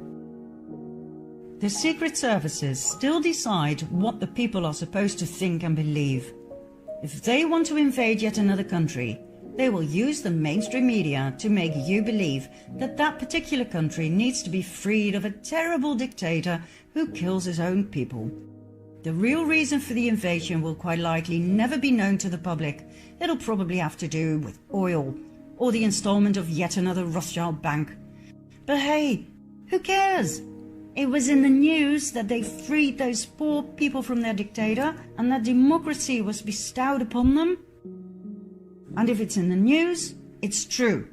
End of story. Well, no, it's not. If the media coverage is controlled by secret services, it seems only logical to me to focus on the things they refuse to cover or ridicule. Number one topic that comes to mind? Pizzagate.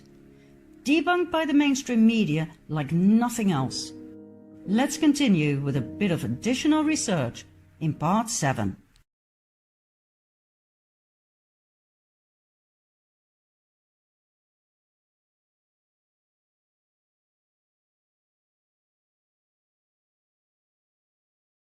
This is Marina Abramovic, a Serbian performance artist who likes to display the limits of the body and the possibilities of the mind. She pioneered a new notion of identity by focusing on confronting pain, blood, and physical limits of the body. Let's have a look at her work.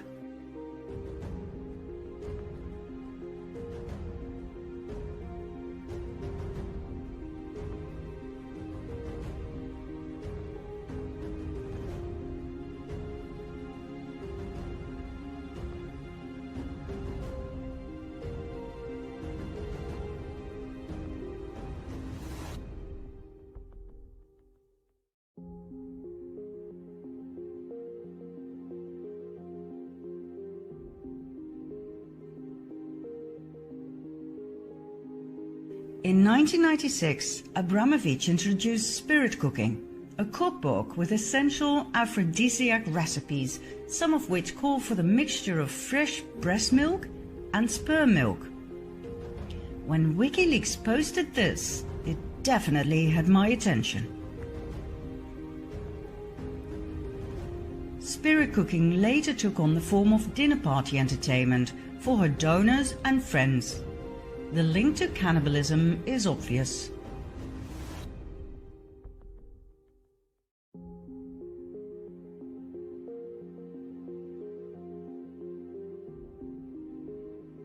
Abramovic furthermore made her appearance in the leaked Podesta emails.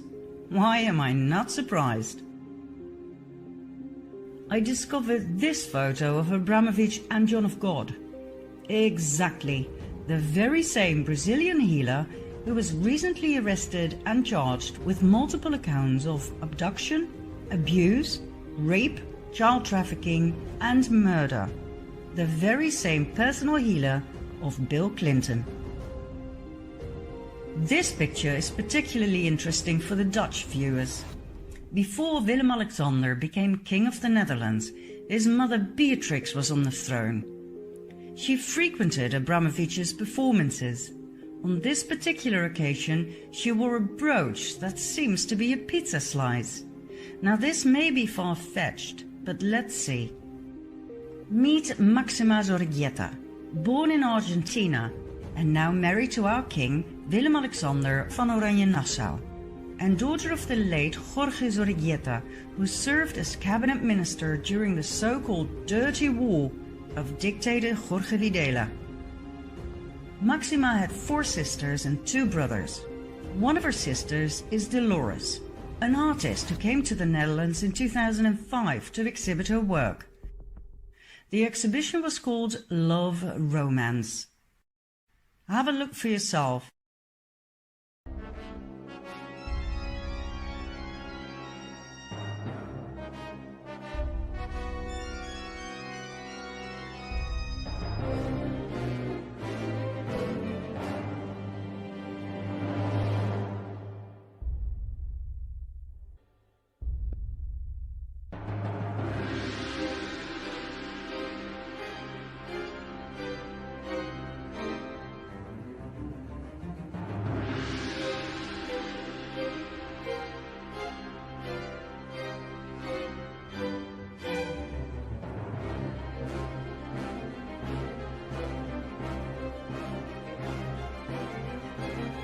Is it just me, or is this insane?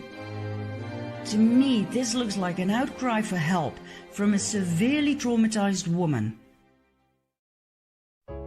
In June 2018, Maxima's younger sister, Inez, was found dead in her apartment, hung with a scarf from a doorknob. Doorknobs have proven to be lethal for quite a few people lately.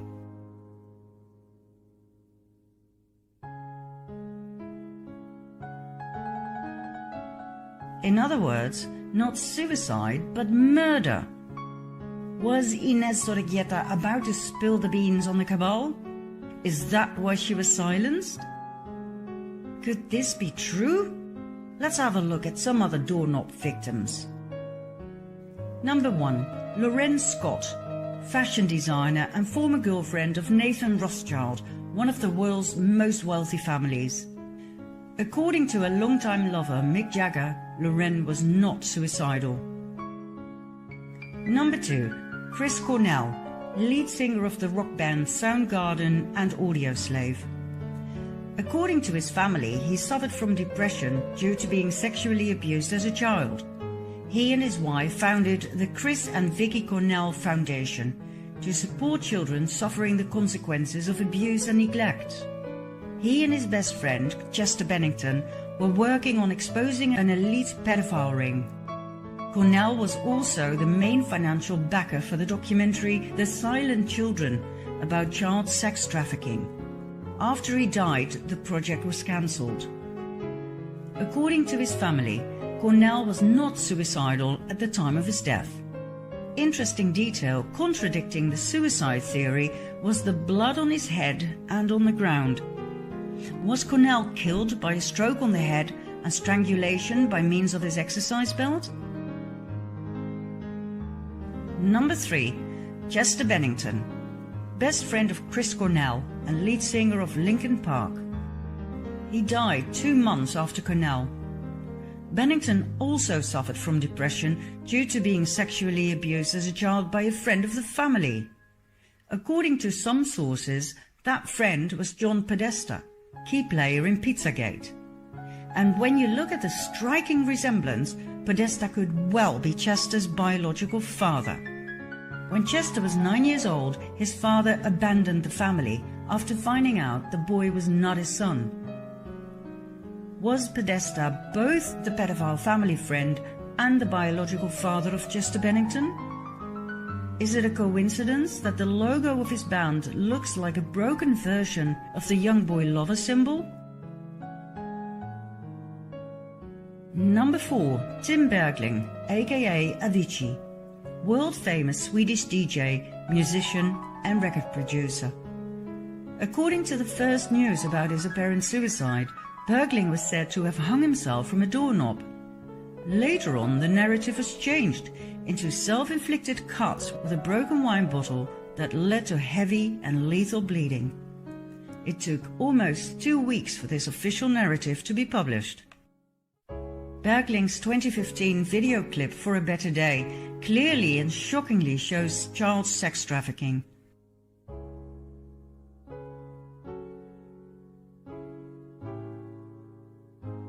At the end of the video clip, Bergling turns out to play the part of the abused boy, now grown up and ready to take revenge on his abusers. Did he actually experience these horrors in his childhood? Was he murdered for bringing this out into the open? Bergling's family believes he did commit suicide, yet his girlfriend expressed her disbelief. Number 5. Annabelle Nielsen, ex-wife of Nathan Rothschild, who also lost Lorraine Scott through hanging, remember? According to her family, she died of a stroke, but according to friends, she was found hanging by a scarf from a doorknob. Number 6. Aaron Swartz, computer programmer and activist for internet freedom, for which he founded Demand Progress and Reddit. He died after hacking into MIT and JSTOR. Swartz was arrested and charged with computer fraud. However, 1 week after his alleged suicide, it became apparent that Swartz had leaked the hacked documents to WikiLeaks. One can only speculate as to the contents. Number 7. Kate Spade, American fashion designer. Spade led delegations to Haiti for the No Ceilings initiative of the Clinton Foundation, aimed at the global support of women and girls. Haiti is one of the main places on earth for child trafficking, and we've already seen the involvement of the Clintons in part 4. What did Kate Spade know that led to her death? Why did her husband Andy appear in public 2 days after her death wearing a rat mask? Was Kate about to rat to betray the Clintons? Was Andy Spade forced to wear the mask as a warning to others who just might rat? Number 8. Anthony Bourdain, celebrity chef, TV presenter and author. Bourdain openly criticized Hillary Clinton on multiple occasions. He spoke out strongly against globalization and deeply hoped Henry Kissinger would be called out for the war crimes he committed. Bourdain had been to Pedophile Island, Haiti, to shoot an episode for his TV program, No Reservations. A month before his death, he posted a tweet about the wrath of Hillary Clinton he had experienced.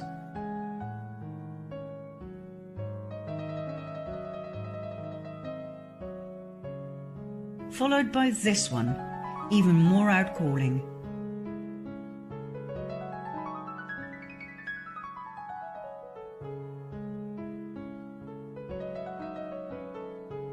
And then Bourdain died a sudden and unexpected death. So, what are we dealing with here? The world has obviously gone mad. We've already seen the normalization of pedophilia. Now the elite takes it a level higher, worshipping the devil and normalizing cannibalism. You don't believe me? Watch this.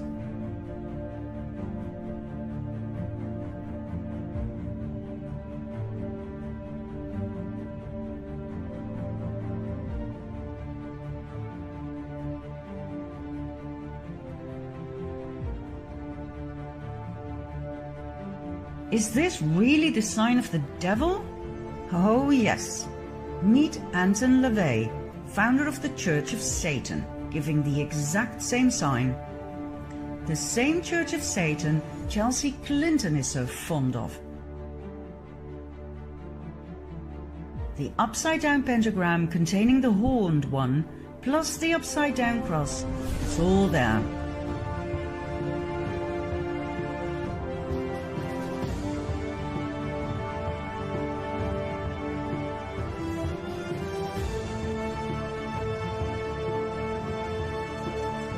So, we have Satan,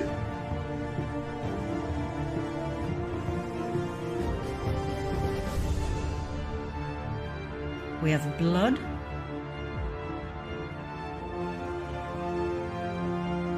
we have body parts,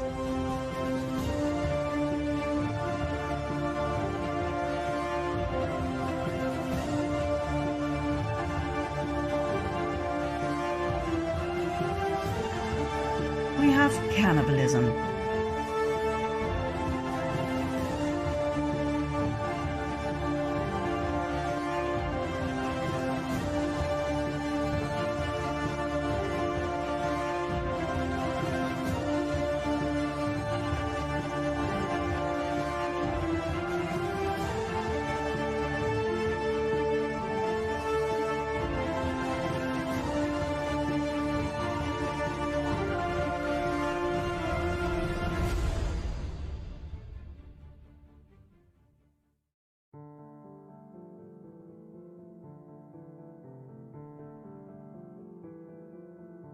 Statues of Moloch, an expression of the devil, are now watching over several American cities.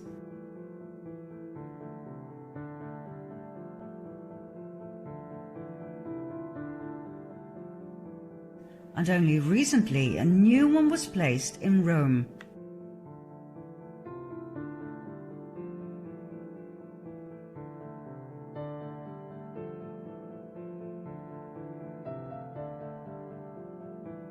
Let's go back to the Dutch royal family and see how far this insanity goes.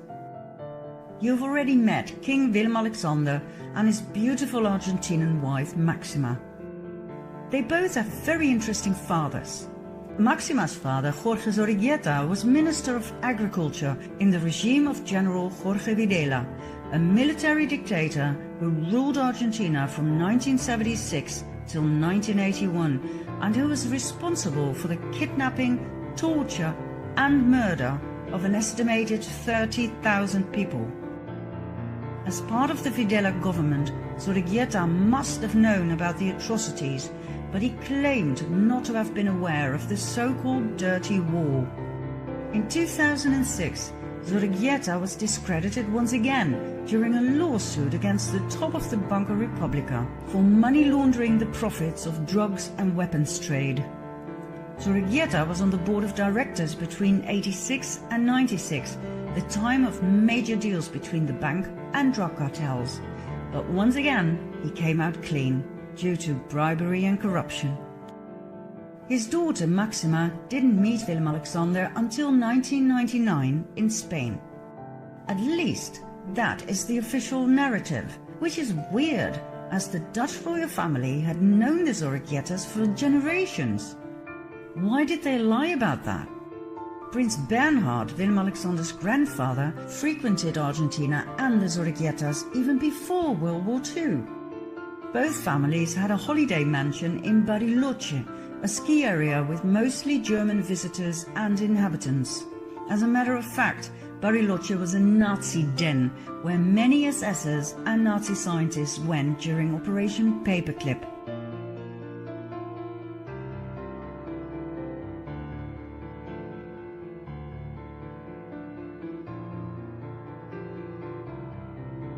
I was taught in school that the Nazi leaders were all convicted in the Nuremberg trials, that justice was served. But did you know that only 10 Nazis were hanged and only 7 went to jail? That's it. The big Nuremberg trials, only 17 of them? Did you actually think, like I did, they all got what they deserved? Well, think again. They had way too much knowledge. Most of them were welcomed with open arms. NATO, NASA, they all loved them.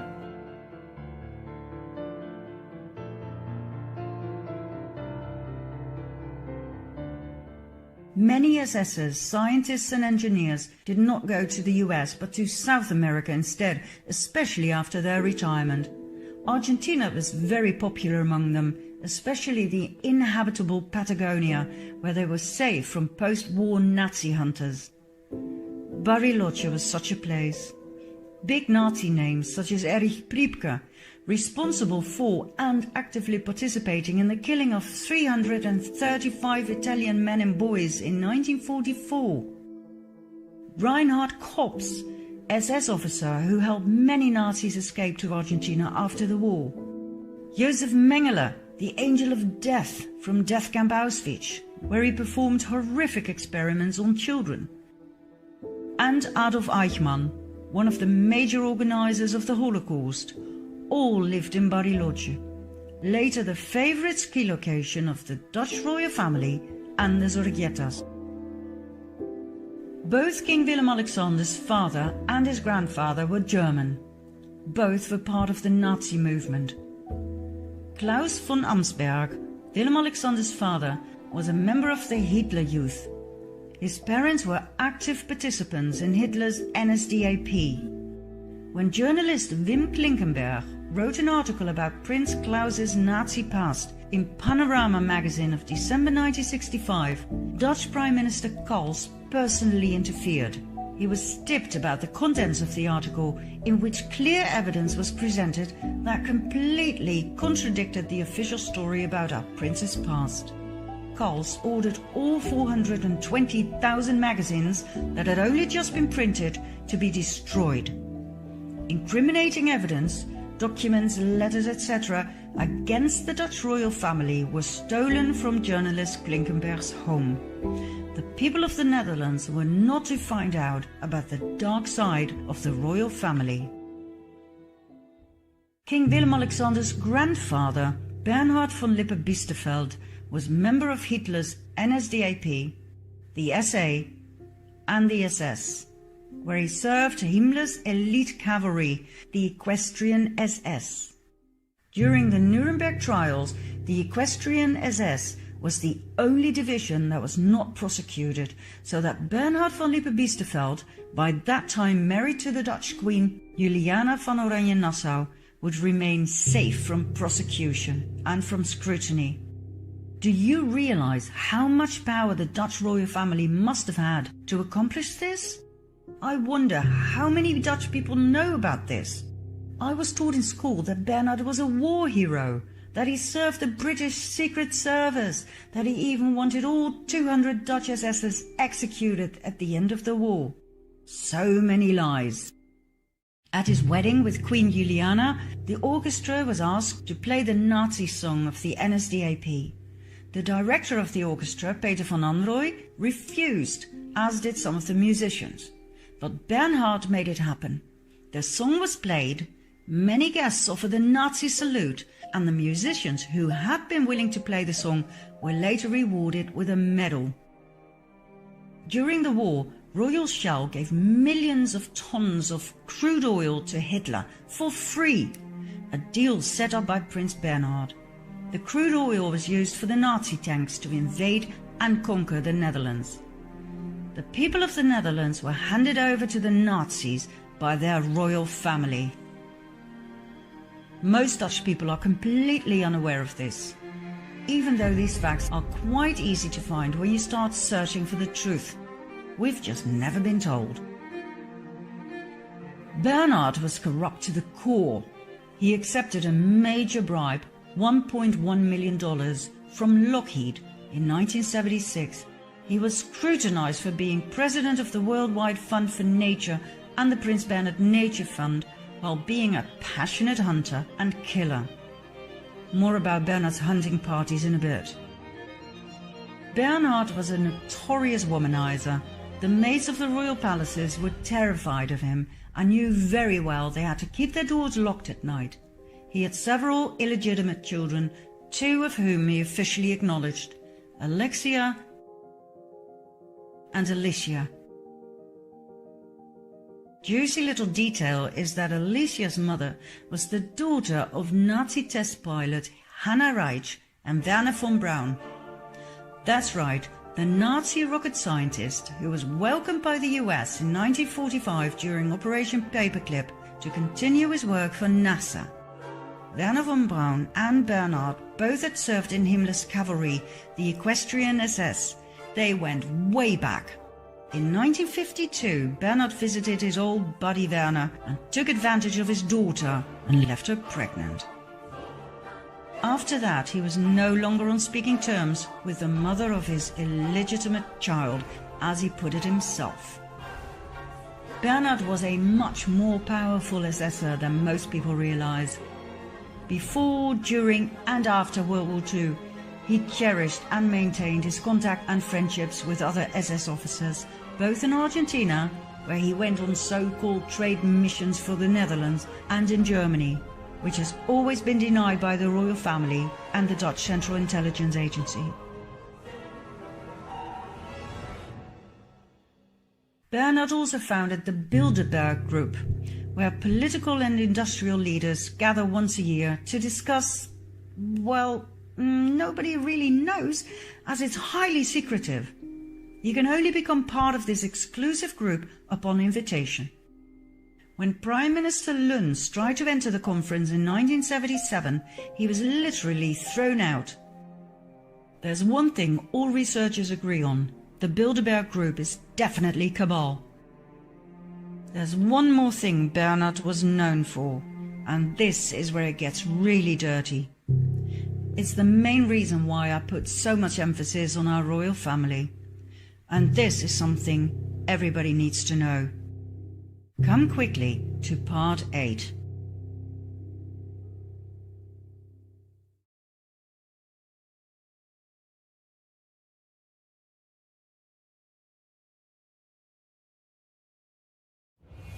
The more I studied the hidden side of the European royal families, the further I fell down the rabbit hole, until I stumbled upon something extremely dark.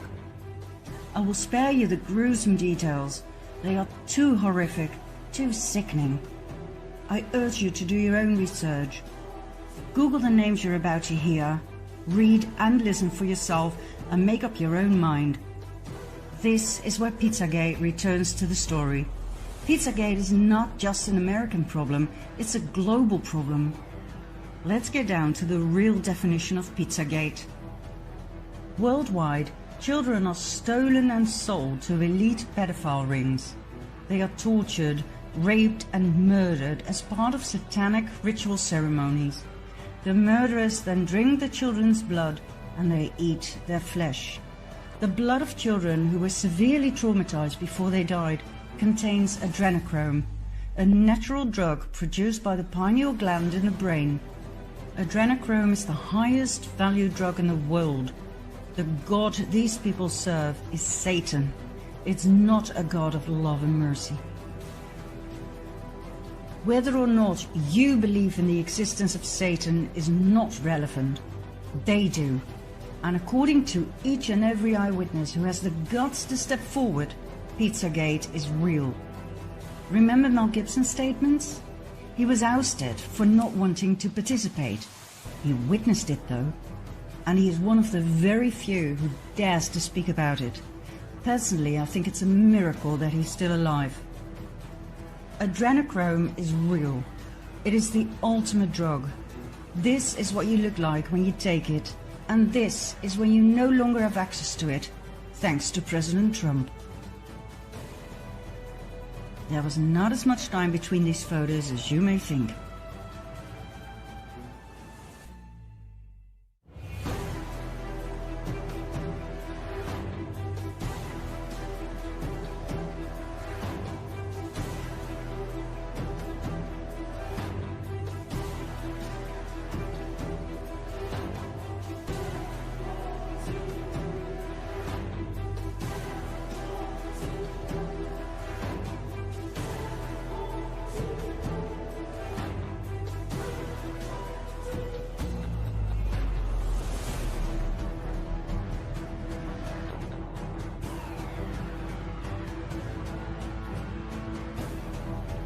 Not many children survive the satanic ritual ceremonies.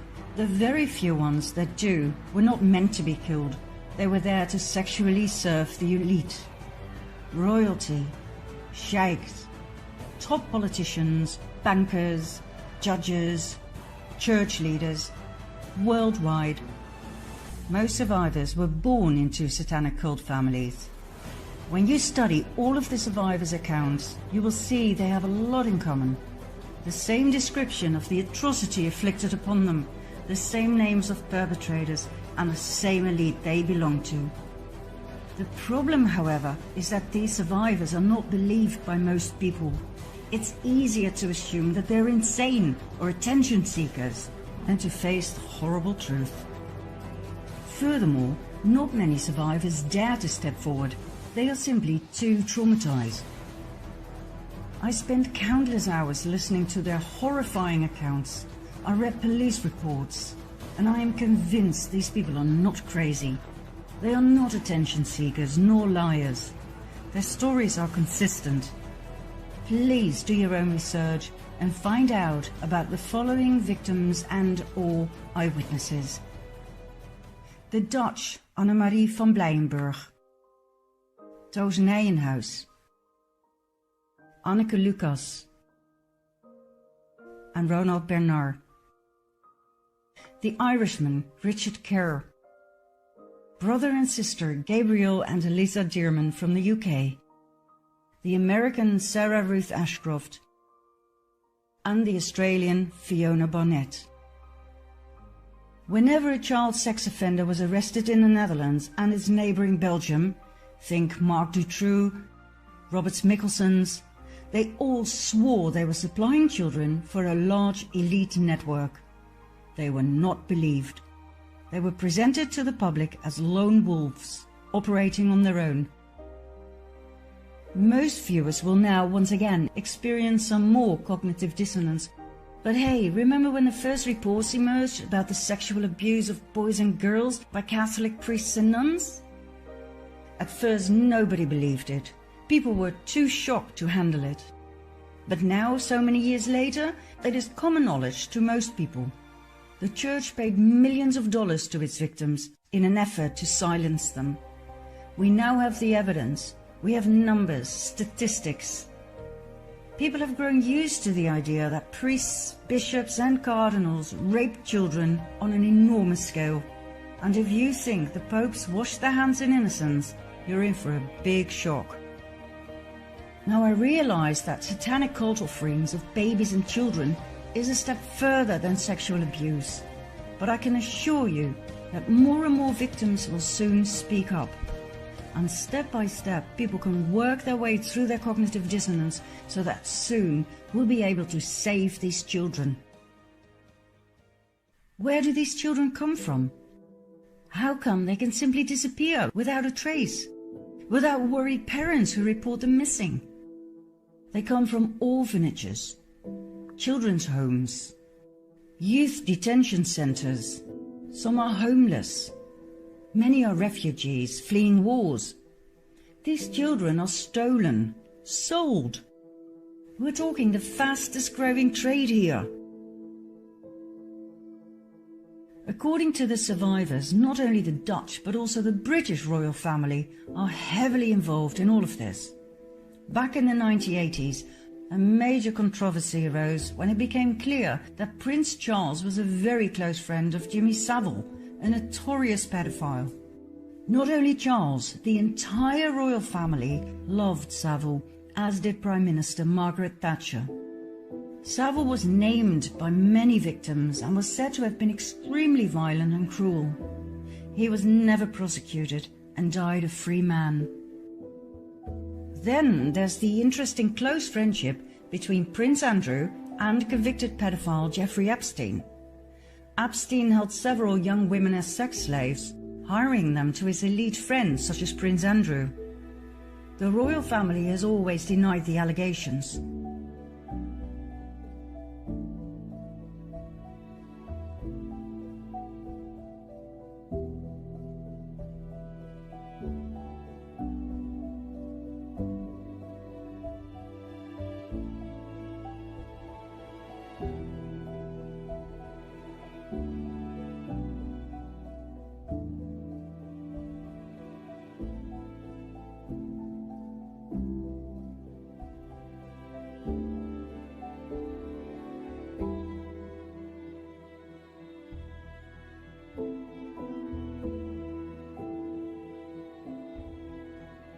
And there's more. In 2015, a video emerged, shot by a Swedish tourist at Buckingham Palace. It shows a naked boy climbing out of a window of the palace using a bedsheet.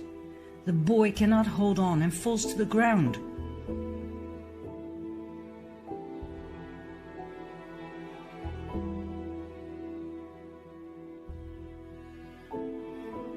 The mainstream media tried their utmost best to debunk the video. Buckingham Palace declined to comment on the video, and the Metropolitan Police said they had no reports of the incident. Now, I don't know what it is with the royal family, but something's definitely weird. Have a look at Prince William's wife Kate, right after giving birth in 2018. Why on earth would she pick a dress that is identical to the one in the horror movie Rosemary's Baby, where Rosemary gives birth to Satan's child? What kind of an insane coincidence is that?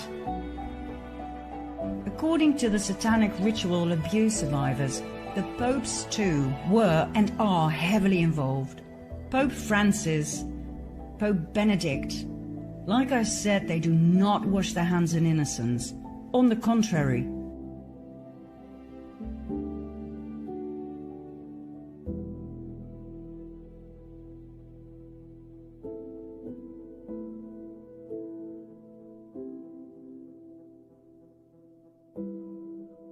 Both Pope Francis and the Dutch Prince Bernhard loved hunting parties, according to the survivors. Once again, I will do you the great favor of sparing you the disgusting details, but it boils down to this. The hunting parties took place in secret in forests most of which belonged to royal estates in several European countries. The participants, all part of the before-mentioned elite satanic pedophile cult, would hunt down children, rape them, murder them, and cut off their genitals as a trophy. In February 2013, former Pope Benedict Joseph Ratzinger was prosecuted and sentenced by default for crimes against humanity by the International Tribunal into Crimes of Church and State. Ratzinger's crimes included child trafficking and protecting priests who had raped children. Is this why he stepped down, even though being a pope is a nomination for life? Interesting little detail is that lightning struck St. Peter's twice, only moments after his resignation. The same verdict followed for Pope Francis. One accusation was added: complicity in murder in Argentina. Others who were also prosecuted and sentenced for crimes against humanity were the British Queen Elizabeth Windsor and her husband Prince Philip, former Canadian Prime Minister Harper, and 27 other dignitaries. Whether or not this will lead to arrests? Time will tell. For now, both the Pope and the royal family enjoy immunity. The International Tribunal into Crimes of Church and State extensively investigated the case of the rape, torture and murder of 50,000 native children in Canada. The United Church of Canada, the Anglican Church and the British royal family played a major role in this case, as did the Dutch royal family, who fled to Canada to be safe from World War II. As far back as 1942, an investigative journalist of the Canada Gazette thoroughly studied the case and came to the shocking conclusion that 50,000 native children had disappeared from 80 Canadian Indian residential schools, and that 31 mass grave sites have been found inside the school grounds containing the remains of children.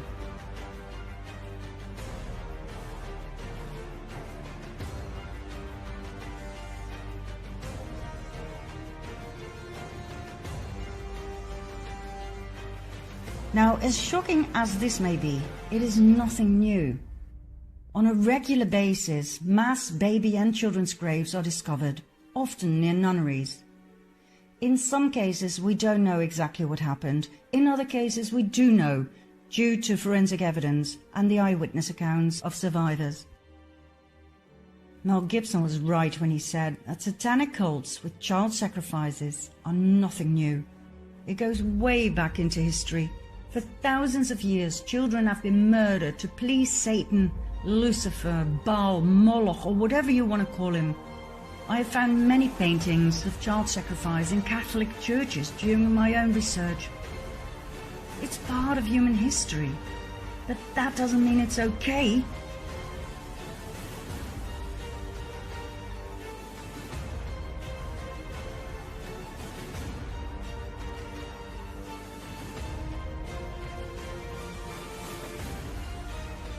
We all know about the Aztecs and the human sacrifices, and we can deal with that, for it's old.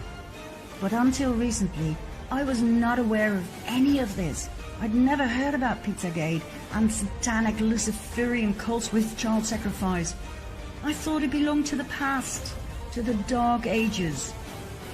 Well, I guess we're still living in the Dark Ages.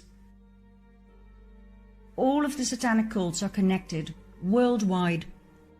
People at the highest level are only at the highest level because they participate. And once you're in for life, through blackmail with pictures and video footage taken in secret. And some don't even need blackmail, they simply thrive on the pain and suffering of others. Some names have been named, others will follow soon. The people will be shocked to the core when this comes out. Let me give you one piece of advice. When the video of Hillary Clinton and her right hand, Huma Abedin, raping, torturing, mutilating and killing a little girl comes out in the open, do not watch it. You will not sleep again.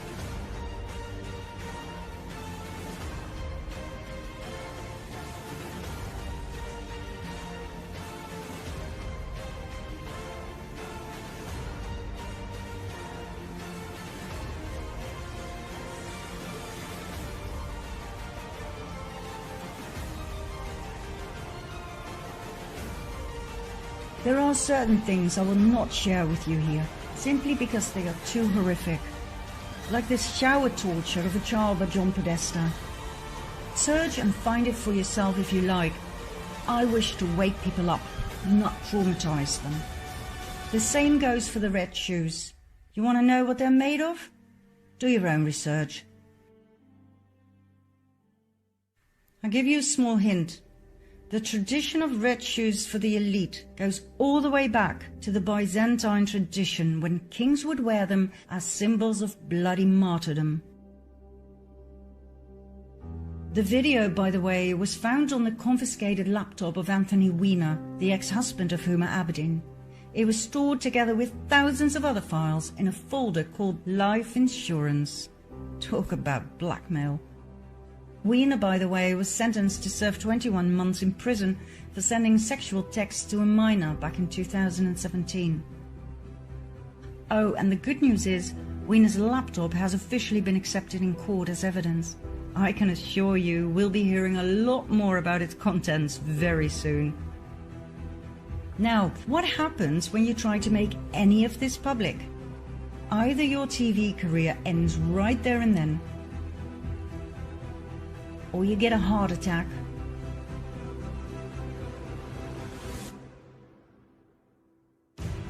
or your plane crashes,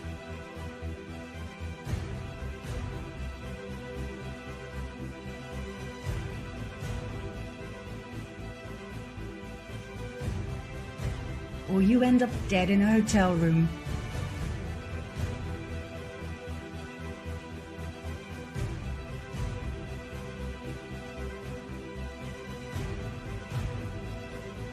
Or you are found with a bullet in your back, or you commit suicide.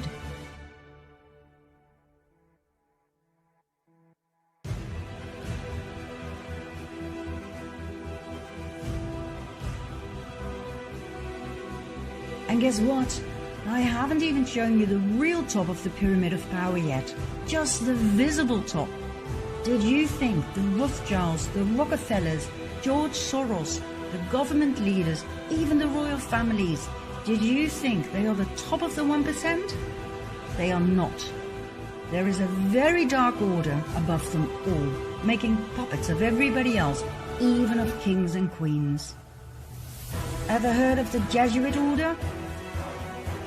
Did you know that there are 3 popes instead of 1? Ever heard of Agenda 21? Of its sequel? The depopulation program? This is so big, it does not fit in this first documentary. It will form a film of its own, which I promise to present in a very near future. What I wish to give you now is hope. After all of this misery, it's time for some light. And the good news is, there is plenty of that. Come with me, finally, to the good news in part 9 and 10.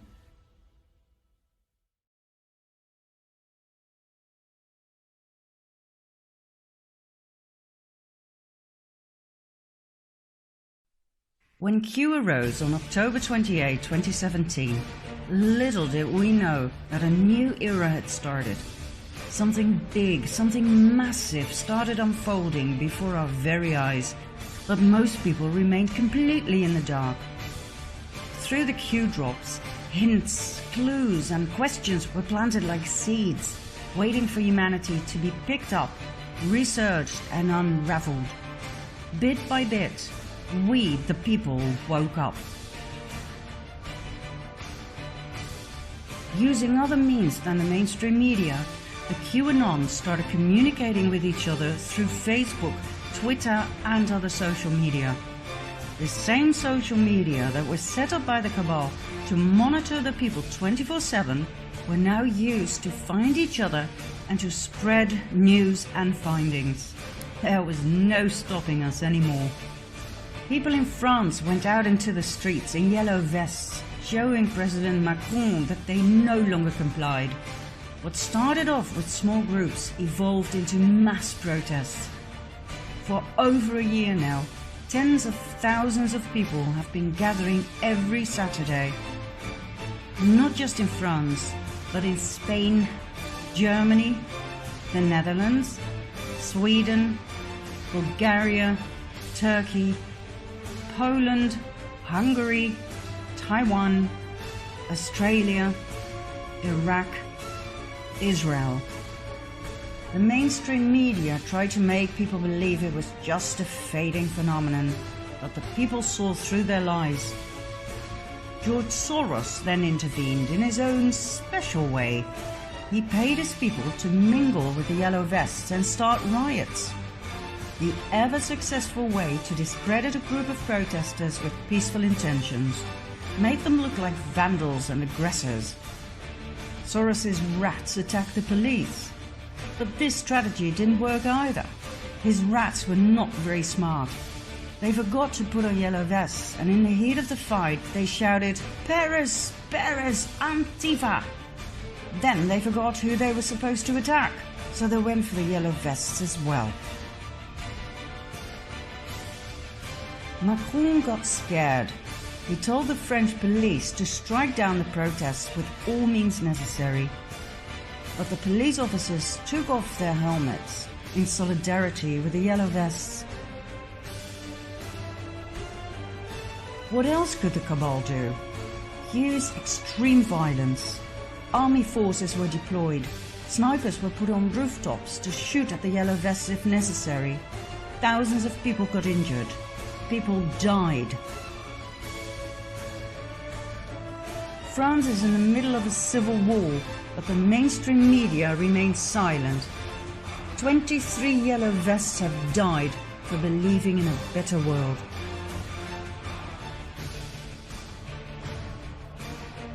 South America too shows massive protests, where people demand their corrupt governments to step down. The world is experiencing the biggest revolution ever. The worst nightmare of the cabal has come true. The people have woken up. And contrary to other revolutions that humanity went through in the past, this revolution is one of knowledge, understanding of how things are run by the elite, and the willingness to work together to create a better world. A revolution of the people can only work when there is help at the top. That help was never there in the past, but now there is.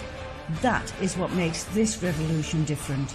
We have an ally at the top, an ally that we refer to as Q. Q is a group of people, not an individual. The intel Q provides is top level. I believe Q comprises of Donald J. Trump and some of his most loyal army generals. Without the help of the army top, the plan that is unfolding would never stand a chance. But there's more to Q than meets the eye. I am convinced there are some secret components that will be revealed soon.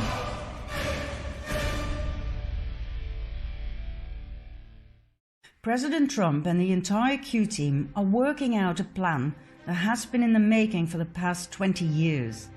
A plan so all-encompassing, it took this long to calculate every step, every move to perfection. Every possible outcome of each and every step was thoroughly mapped out, leading to the next optimal move. We're talking probability calculation at the highest level. How do we know? Because Q made predictions of events that we, the people, could never have foreseen. President Trump gave clues in his speeches that pointed to events that were about to unfold, but most people didn't even notice them. The mainstream media made fun of them, but the QAnons recognized them and realized just how brilliant Q really was. Let me give you a few examples. In the middle of a press conference in November 2017, Trump stopped a few times to take a sip of water from a small plastic bottle. It seemed weird, completely overdone. He repeated this a month later in the middle of a talk about national security. He held the glass with two hands like a child. The mainstream media went hysterical, claiming the president was either retarded or suffering from some degenerative disease. The Anons, however, knew immediately that he was pointing out something. The water bottle contained Fiji water. Fiji water is bottled on the Isle of Wakanda. In 1973, Wakanda was bought by a Canadian businessman, David Gilmour. In 1996, he founded Fiji Waters. In 2016, Claire Bronfman, heiress to the multi-billion-dollar Cramv liquor fortune, bought 80% of Wakanda from Gilmour and financed the setup of NXIVM on the island. Exactly, the sex cult run by Keith Raniere, who branded his initial into the women that he kept on the island as sex slaves, who were lured in by sweet-faced Alison Mack, the Smallville actress. The ball started rolling, arrests were made, and in April 2019, Raniere was found guilty on all charges, including racketeering and sex trafficking. Some of his victims were minors. Claire Bronfman and her sister Sarah pleaded guilty on all charges, as did Alison Mack. More incriminating things will come to the surface soon. NXIVM donated a large amount of money to the Clinton Foundation. Claire Bronfman was CEO of a company called Bronfman Rothschild, as was Evelyn Rothschild and his wife Lynn. Remember them from the previous episodes? Isn't it fascinating how the same key players keep popping up? There's one more disturbing thing about this case, which involves the Dalai Lama. In May 2009, the Bronfman sisters organized an event with the Dalai Lama in Albany. There was a lot of criticism towards the Dalai Lama. How could he connect his good name with a sex cult? But he decided to go anyway. 10 days after the event, the Dalai Lama Trust was founded. According to its tax filings, the trust received $2.2 million in donations in its first year. Was the Dalai Lama bought to connect himself to NXIVM? According to an inside NXIVM member, this was indeed the case. The Dalai Lama's office and the Bronfman sisters denied the allegation. Now that this has come out into the open, it would be nice if the Dalai Lama would at least explain why he went along with the sex cult or apologize. But instead, he blames Trump on unethical behavior. Now, why was the Fiji case so important? NXIVM will soon turn out to be just a small fish compared to what's coming. Think crimes against children, sex trafficking, and satanic child sacrifice. Think big names like the Clintons, the Obamas, and the Podestas. What Trump did was he started off with a case important enough to be presented to the people, but small enough not to completely shock them. He chose NXIVM to let the public get used to the major offences that are about to be revealed. This is what we call red-pilling the people, a term coined in the movie The Matrix. Do you want the blue pill or the red pill? If you choose the red pill, you will be shown the truth, and there's no way back. Here's another example of Trump's brilliant strategy. In June 2017, Melania boarded the presidential plane on her way to visit a youth detention center with Mexican migrant children who had been separated from their parents. She wore a coat with the text, "I really don't care, do you?" It was a strange choice, for the coat wasn't fashionable at all, and the text was quite provocative, to say the least. Once again, the mainstream media went into a frenzy, but the QAnons knew the Trumps were giving yet another clue. The coat turned out to be a Zara product. An investigation made clear that Zara made use of slave labor. As a result, Armancio Ortega, founder and CEO of Zara, resigned 6 months after Melania's action.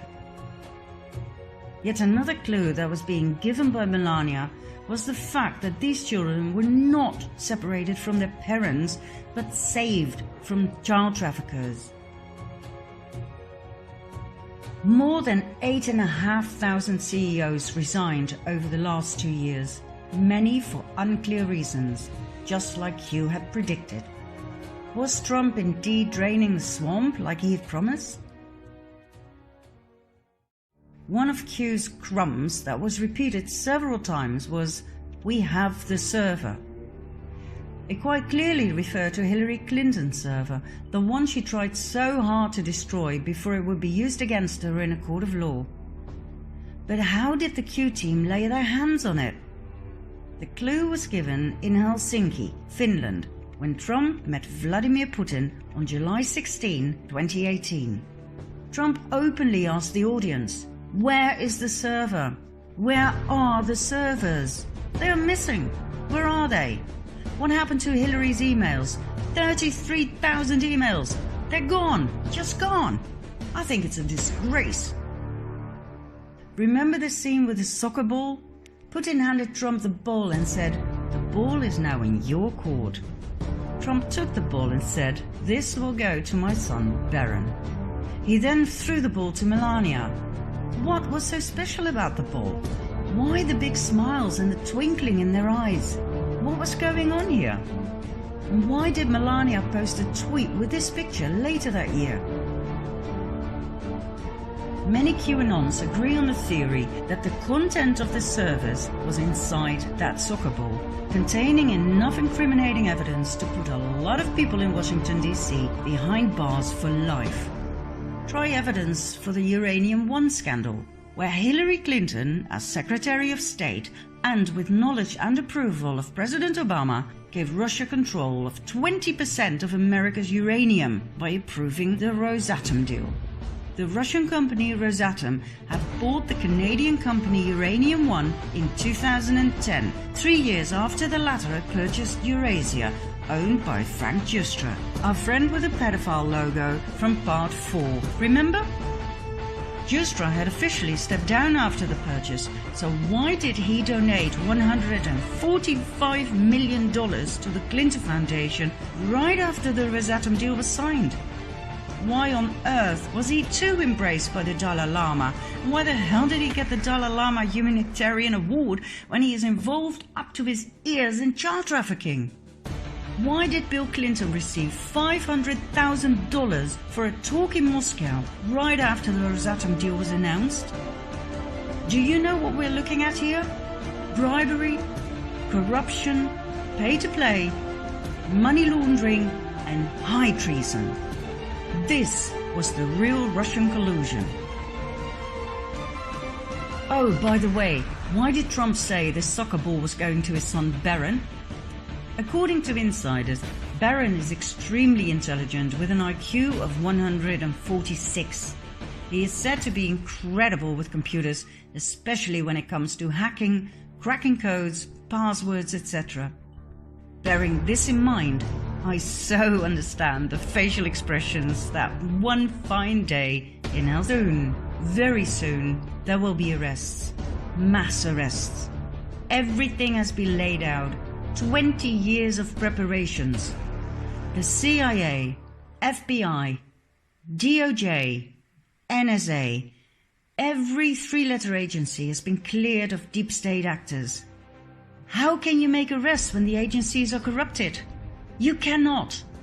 That's why Comey, McCabe, Brennan, and other key players had to go. That's why some of them suddenly stepped down while others were fired. The stage has been set. The world will be in for a major shock.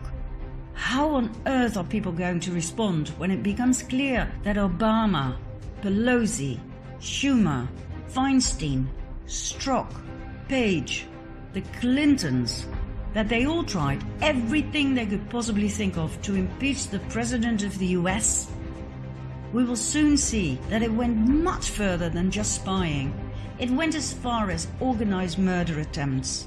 The cabal, the deep state, tried to assassinate the President of the United States on multiple occasions. They tried to force Trump to go to war with North Korea, but after annihilating the cabal strongholds there, he brought peace. They now try to force him to go to war with Iran, but I can assure you he will do the exact same thing. Annihilate the cabal strongholds first, and then bring peace. Q said it would happen this way. First Korea, then Iran, Israel last.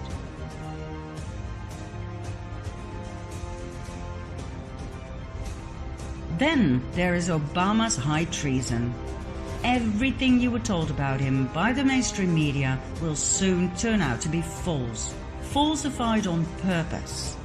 Soon we will be presented with hard evidence concerning his birth certificate, his ties to the Muslim Brotherhood, the extremist party behind ISIS. Pictures such as these will start to surface.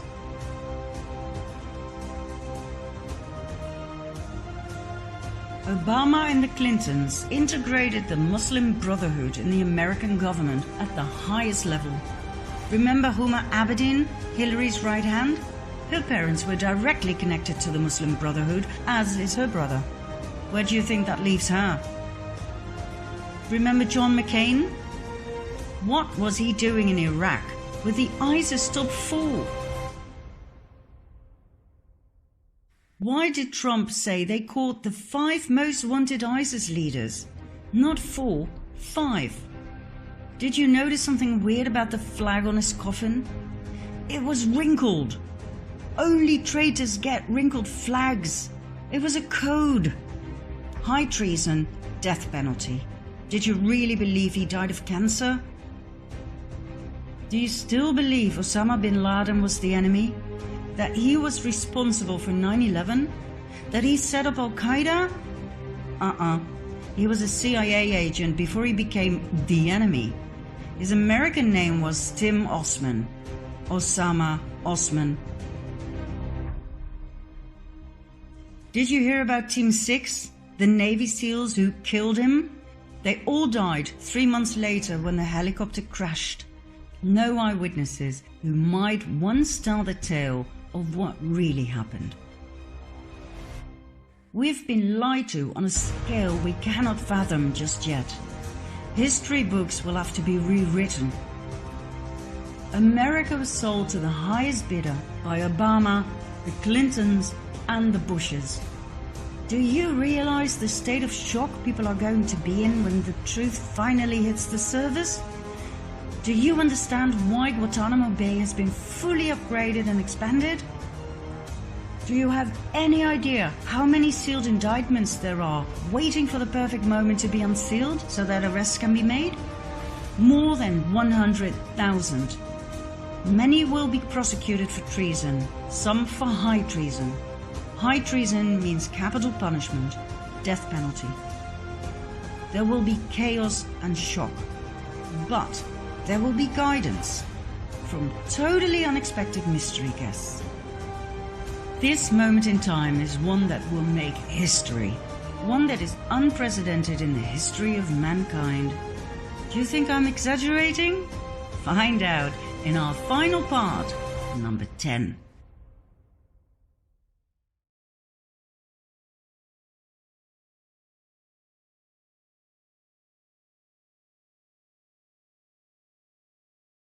When everything we've seen in the previous episodes is presented to the public with undeniable evidence, people will be in shock.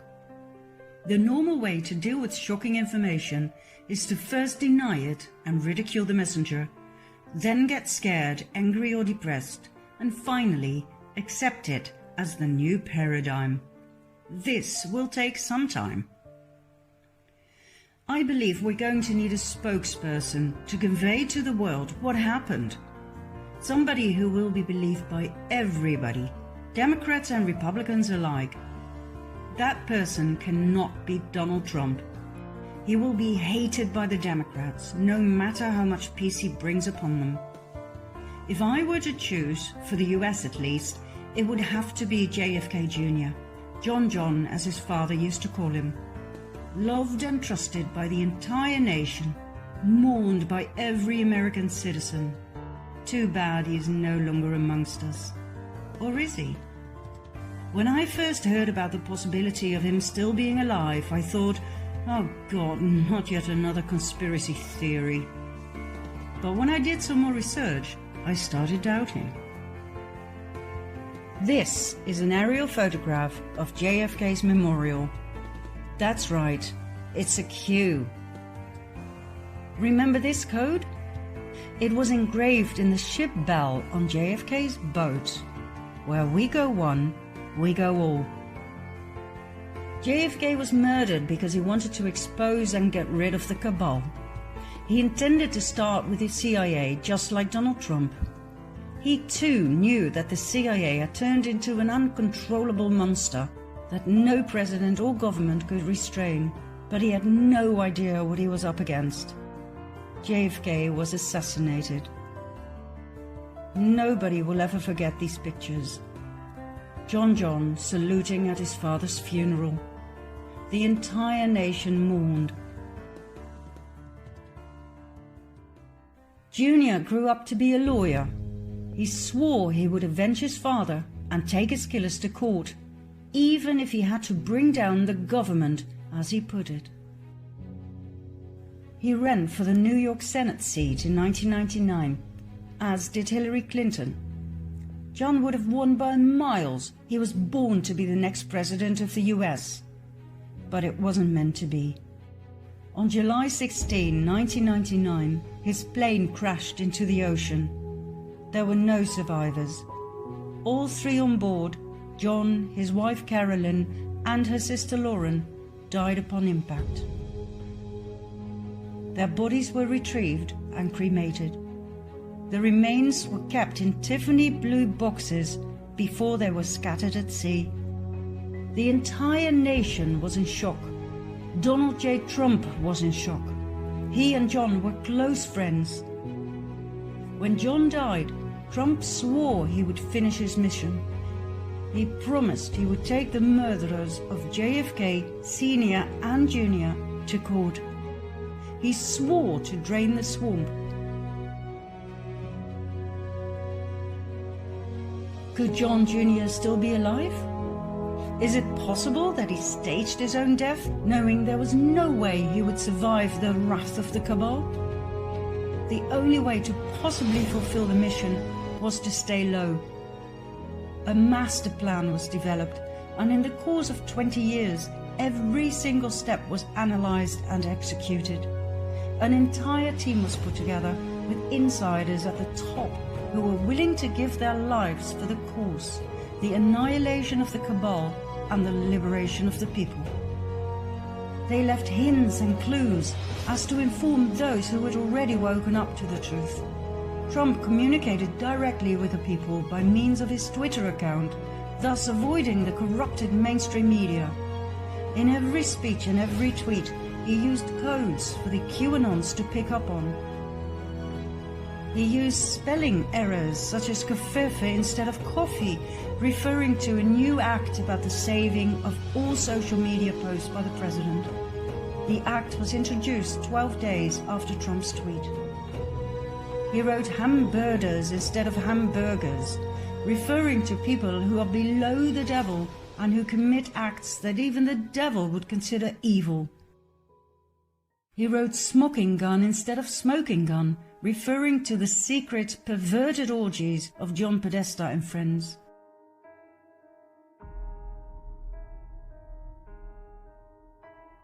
Trump's clumsy behavior showed his victory over cabal key players. Every move, every so-called error, every little detail was important. Everything was a communication with the people. Remember when Donald and Melania Trump were welcomed by the Obamas at the White House on day one of Trump's presidency? Remember the gift Melania gave to Michelle? The Tiffany blue box? What does that remind you of? Remember the Tiffany blue coat Melania was wearing? So many references to JFK, Sr. and Jr.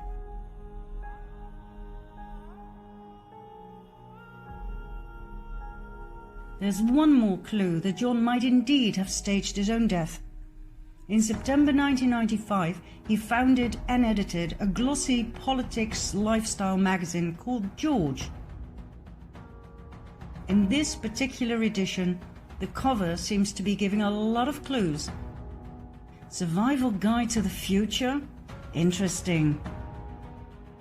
Bill Gates on world domination? Okay. Hillary Clinton, Indictment Day. Will Hillary get busted? Wow. The lady reappears in the editing room. In the background, there she is. Platform 2020. That's the year of the next presidential election. And then it reads, buckle your chin strap and hold on as George enters the time warp and re-emerges in the year 2020. Time warp? Is this John communicating that he will reappear in 2020? If John is alive, would he show himself to the public from time to time? Disguised, of course, yet clear enough for the anons to see? Meet Vincent Fusca. Presented to the public as a Trump enthusiast and volunteer at the Trump rallies. Now I know he's not the spitting image of John Jr. Different nose, different mouth, not quite as handsome. But hey, if they can make Eddie Murphy look like this, everything is possible, right? Bear that in mind. Vincent Fusca does not seem to have a past. No old pictures, no family tree, nothing. He suddenly appeared. His name means Conqueror of the Dark. He often wears a fedora hat, very similar to JFK Sr. And this I find interesting. His nose changes. Sometimes it's bigger than John's, sometimes it's not.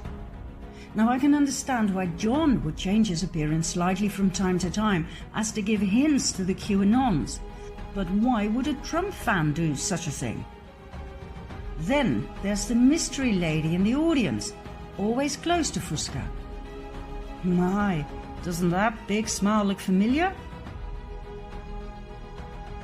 What about Lauren, Carolyn's sister? The two were very close. Maybe Carolyn didn't want to disappear without her? Maybe she was informed on the plan? And maybe she decided to join them and stay low as well? Could this be Carolyn, presented as Fusca's colleague at the rallies? When Q was asked, is JFK Jr. alive? The answer was no. But when Senior dies, Junior no longer is Junior. The question should have been, is JFK alive? Where does all of this leave us?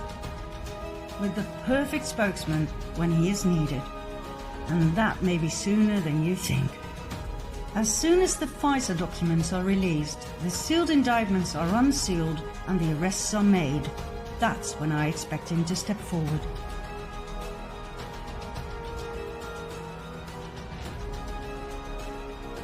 The world is in the middle of the greatest transition ever. An entire era of suppression of the masses is about to end. I doubt if we can fathom the vastness of what is about to be revealed, nor the impact it will have on the world. Think about it. World peace to start off with. That's literally what Trump said to a reporter who asked if he'd be nominated for the Nobel Peace Prize. The prize will be world peace. Can you imagine a world without war? I don't think we can. We've been led to believe that war is normal, that it's part of being human. Well, it's not. Suppression isn't normal. Poverty isn't normal. There's enough food to feed the entire world. The problem is uneven distribution of means, money, and food. Taxes aren't normal. They're not even legal. Trump has already stated he will get rid of the Fed and several taxes, including income tax. As we've seen in Part 2, they are illegal, unconstitutional. Can you imagine how much money can be saved that way? Can you even begin to imagine what even distribution will look like? Then there's the impact all of this is going to have on our use of energy resources. I'm sure you've heard of Nikola Tesla, the famous inventor of many beautiful things in the area of electricity, magnetism, and physics in general. An absolute brilliant mind who wanted to share his invention of free energy with the world. This was a thorn in the side of the cabal, who made billions of profit with oil, coal, and other fossil fuels. Tesla was arrested, his work was stolen.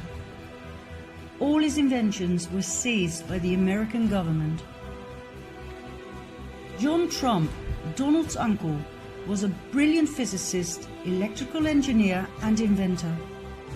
During World War II, he joined the National Defense Research Committee.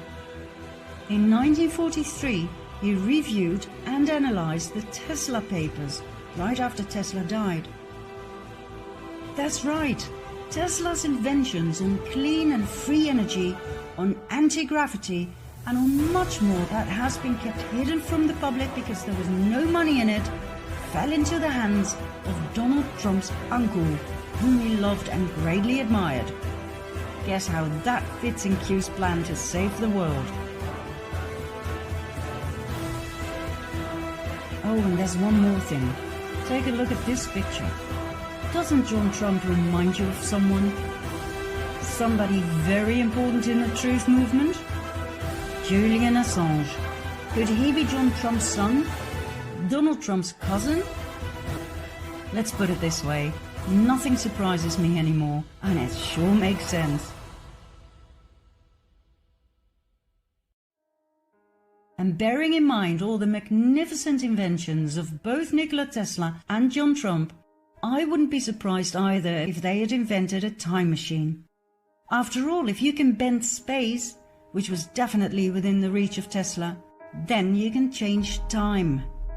If quantum physics is correct, if you can really jump from one timeline to another parallel one, you can time travel, change certain things and go back without people noticing a thing.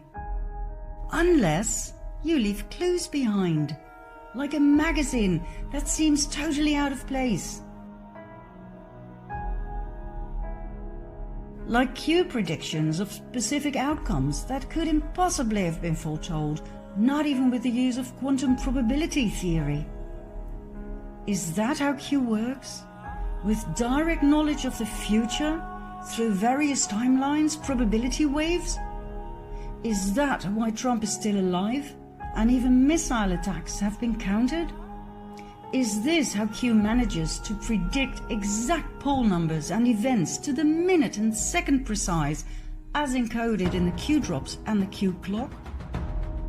Is this how the mysterious author Ingersoll Lockwood was able to write a book in 1889 and another one 4 years later about young Baron Trump and his adventures through a space-time portal guided by a man called Don, the master of all masters? All current topics are in the books. Dirty politics, an unexpected candidate, a man called Pence, Russia, even the exact location of the Trump Tower. 1889? The mysterious author also wrote a book about the last president. Furthermore, his name appears on a watch, the Ingersoll Trump Pocket Watch. The same sort of watch used by the White Rabbit in Alice of Wonderland, a tale often referred to by Q. Time travel?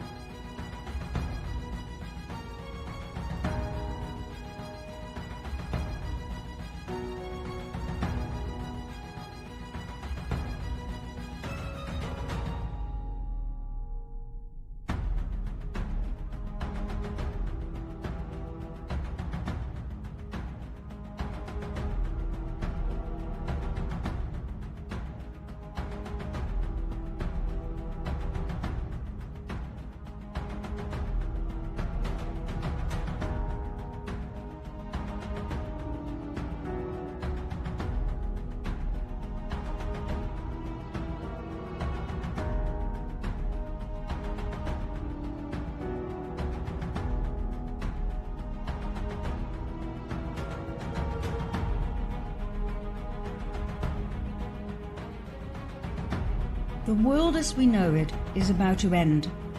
What is awaiting us is a new era of peace, liberty, equality, and harmony. The dawn of the golden age as described in each and every source text.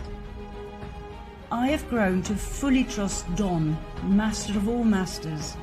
He may seem rude, clumsy and silly from time to time, but he has earned my trust in the past 2.5 years when I suspiciously followed his every move. He is a genius, a 5D chess player, a man with a huge heart. There will be a relatively short bridge period between the two in which people can adjust to the new paradigm and its energies.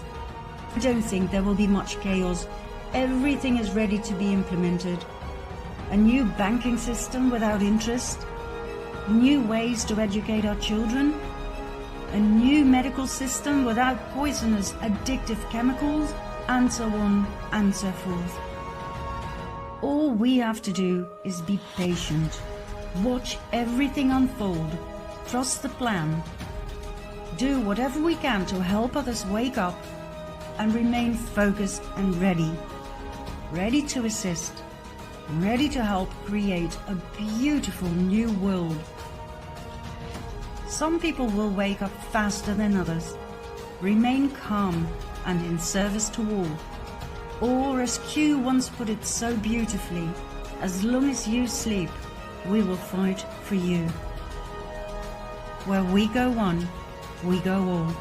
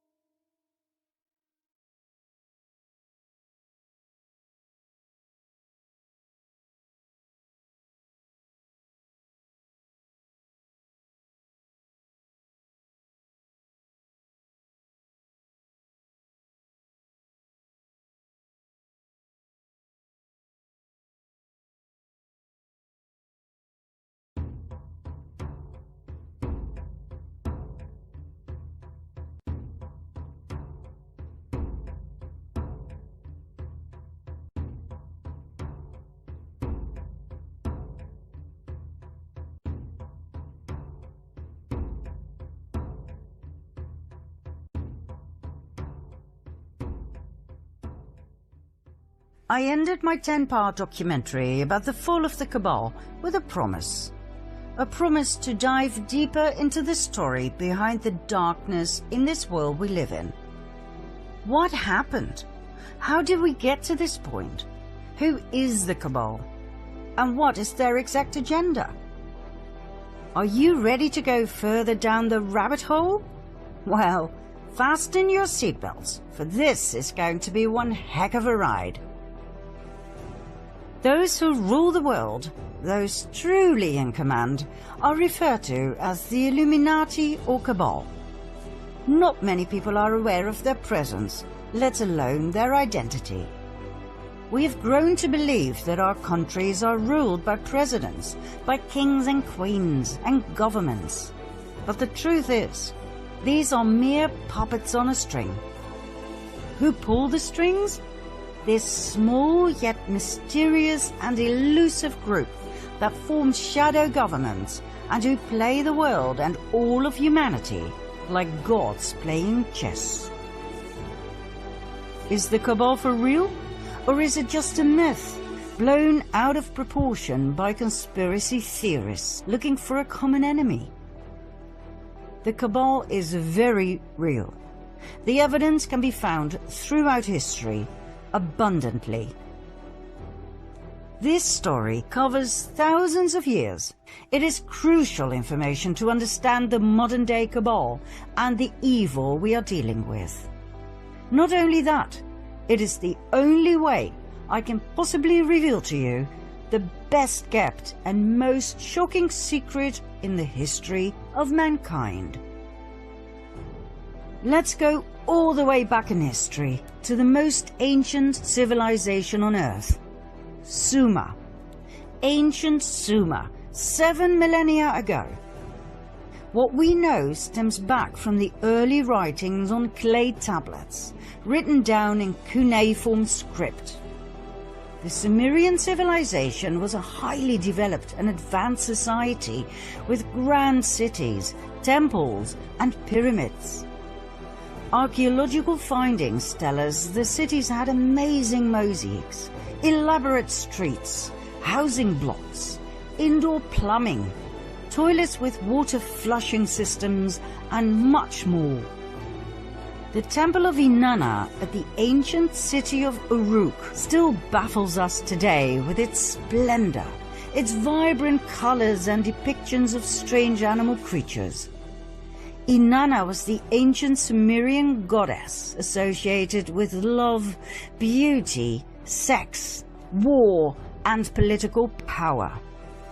She was later worshipped by the Akkadians, Babylonians, and Assyrians under the name of Ishtar or Asherah. Many researchers now believe she was Isis of the Egyptians, Diana of the Greeks, and Venus of the Romans. She was the consort of Baal, the deity who demanded child sacrifice. We shall later see whether this is true or not. The ancient culture of Sumer and its polytheistic religion expanded towards the northwest into Babylonia, then even further west. It went to what we now know as Canaan and Phoenicia. More about this group later. There was a second group. They went further north, all the way to the region we now call Ukraine and southern Russia, between the Black Sea and the Caspian Sea. There they took on the name Khazars and called their new homeland the Kingdom of Khazaria after their ancestors. Joseph Chagam, king of the Khazars, explained in a letter to the foreign secretary of the Caliph of Cordoba, Hasdai ibn Chaprut, that his people were direct descendants from Japheth, son of Noah. Khazaria was right at the center of the northwestern Silk Road. Merchants who traveled through Khazaria had to pay toll, a lucrative way to swell the coffers of the kingdom. The Khazars were different than the peoples from the surrounding countries. They were described as thieves and spies. They were said to be lawless people who lived a life of sin, of sexual extremities, and of cruelty. They would murder travelers from other countries and adopt their identity. They were masters of deceit. And, last but not least, they were said to worship Baal, also referred to as Moloch, a representation of Lucifer that demanded child sacrifice. In return, Baal was said to reward them with riches, with fame and fortune. The neighboring countries despised them. They hated their sacrificial rituals in which they threw babies into the flames or cut them open to drink their blood and eat their flesh, claiming it gave them incredible power and energy and eternal youth. Urged by these surrounding peoples, the Russian ruler knew he had to do something. In the year 600, he warned their king, Bulan, that their Luciferian practices had to end.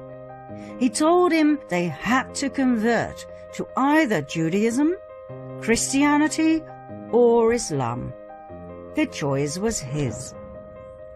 Bulan chose Judaism.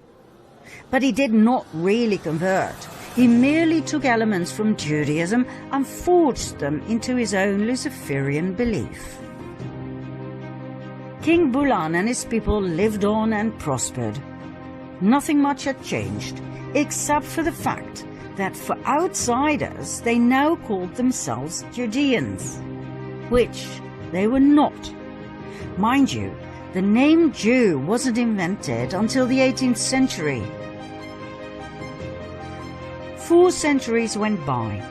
In 965 AD, the Russian ruler, Grand Prince of Kiev, Sviatoslav I, felt they had gone too far with their continued devil-worshipping and child sacrifice. He decided to wipe them out.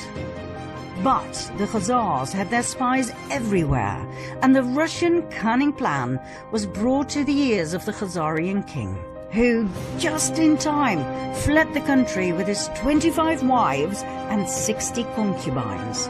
All of the nobility, plus an enormous amount of gold and silver. The entire exodus of royalty and nobility went via Hungary to Poland, then from Germany southward to France and Spain. Everywhere they went, some were left behind. In order to reveal their true identity, they called themselves Ashkenazi Judeans, knowing very well that their new home countries would not exactly be eagerly awaiting Luciferian Khazars.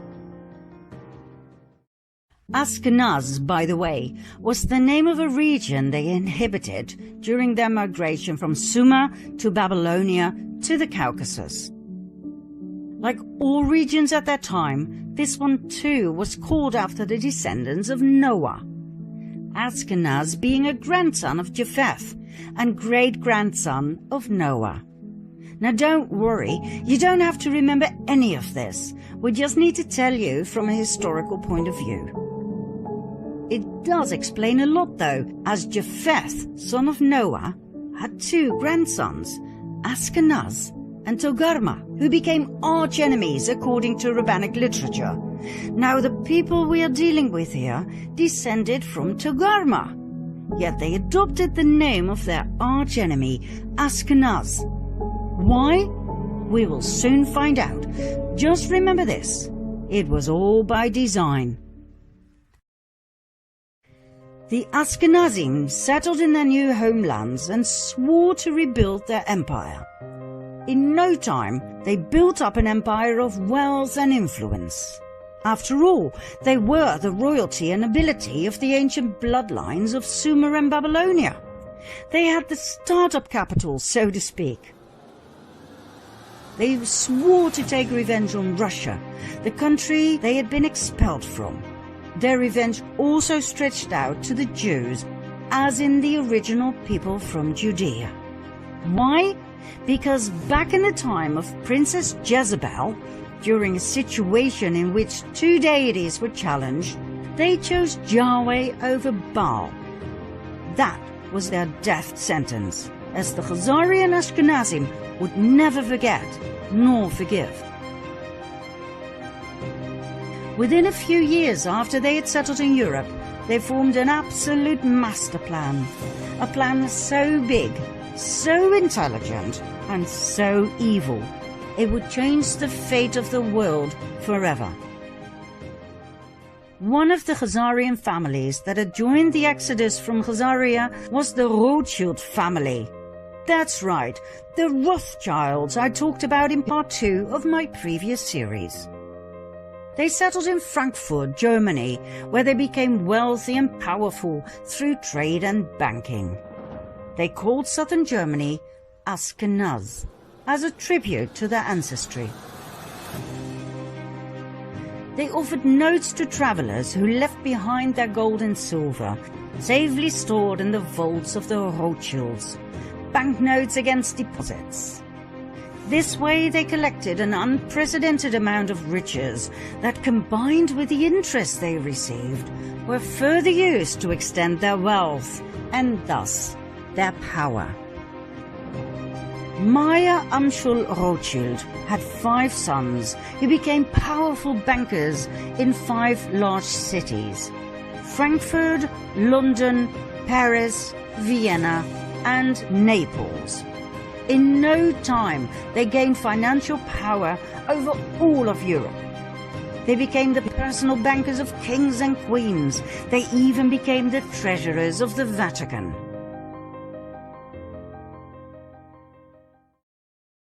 Before we continue with an event in the 18th century that has been deliberately erased from our history books, we have to pause this storyline and go back to the early Middle Ages for a second storyline. The two will meet during this 18th century event.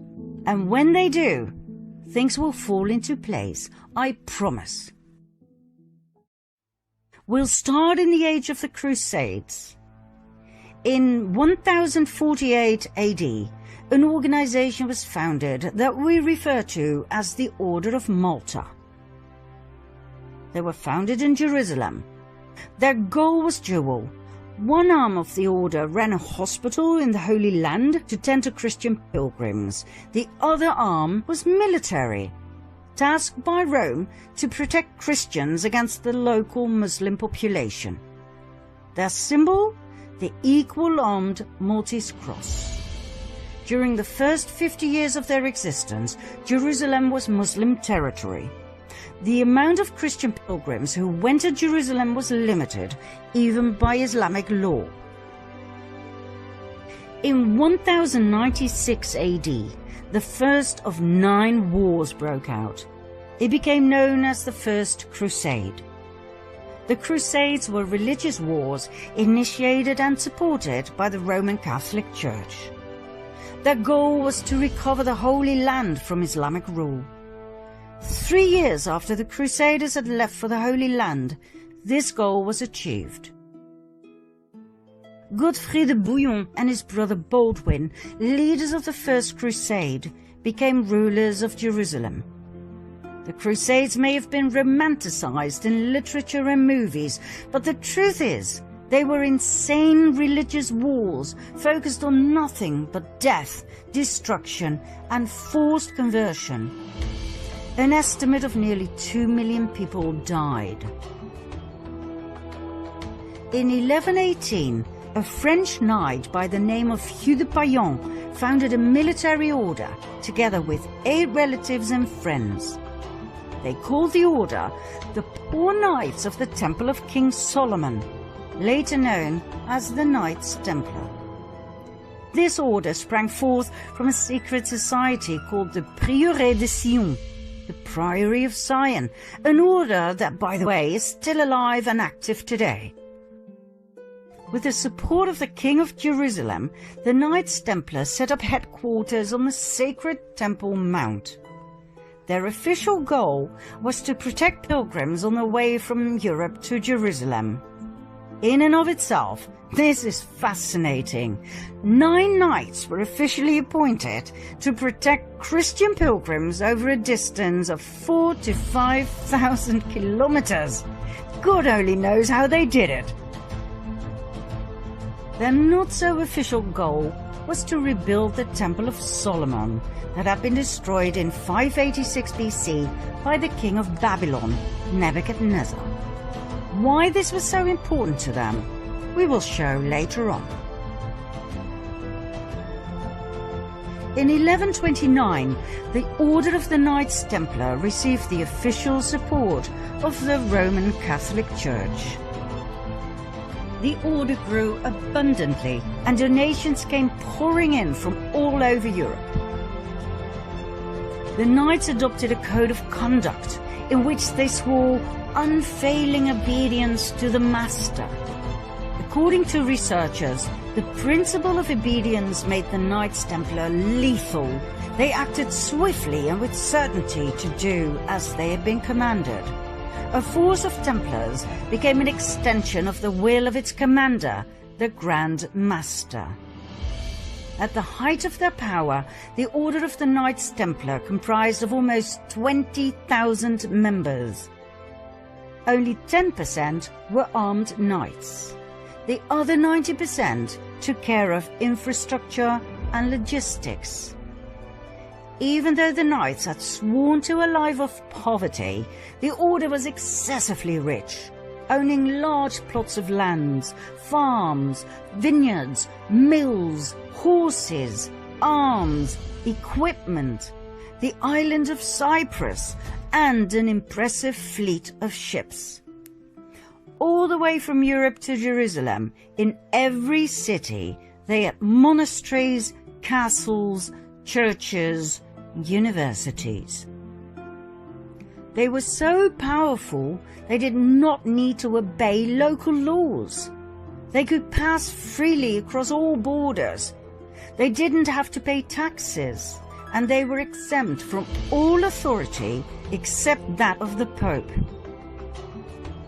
Furthermore, everything they took from the Muslim population that they subjugated and murdered on their way was given to the order.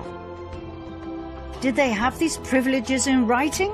Oh yes, Pope Innocent II took care of everything by signing the papal bull Omne Datum Optimum in 1139. All the order had to do was swear obedience and allegiance to the Pope. There was one area, though, in which the Templars truly excelled: banking.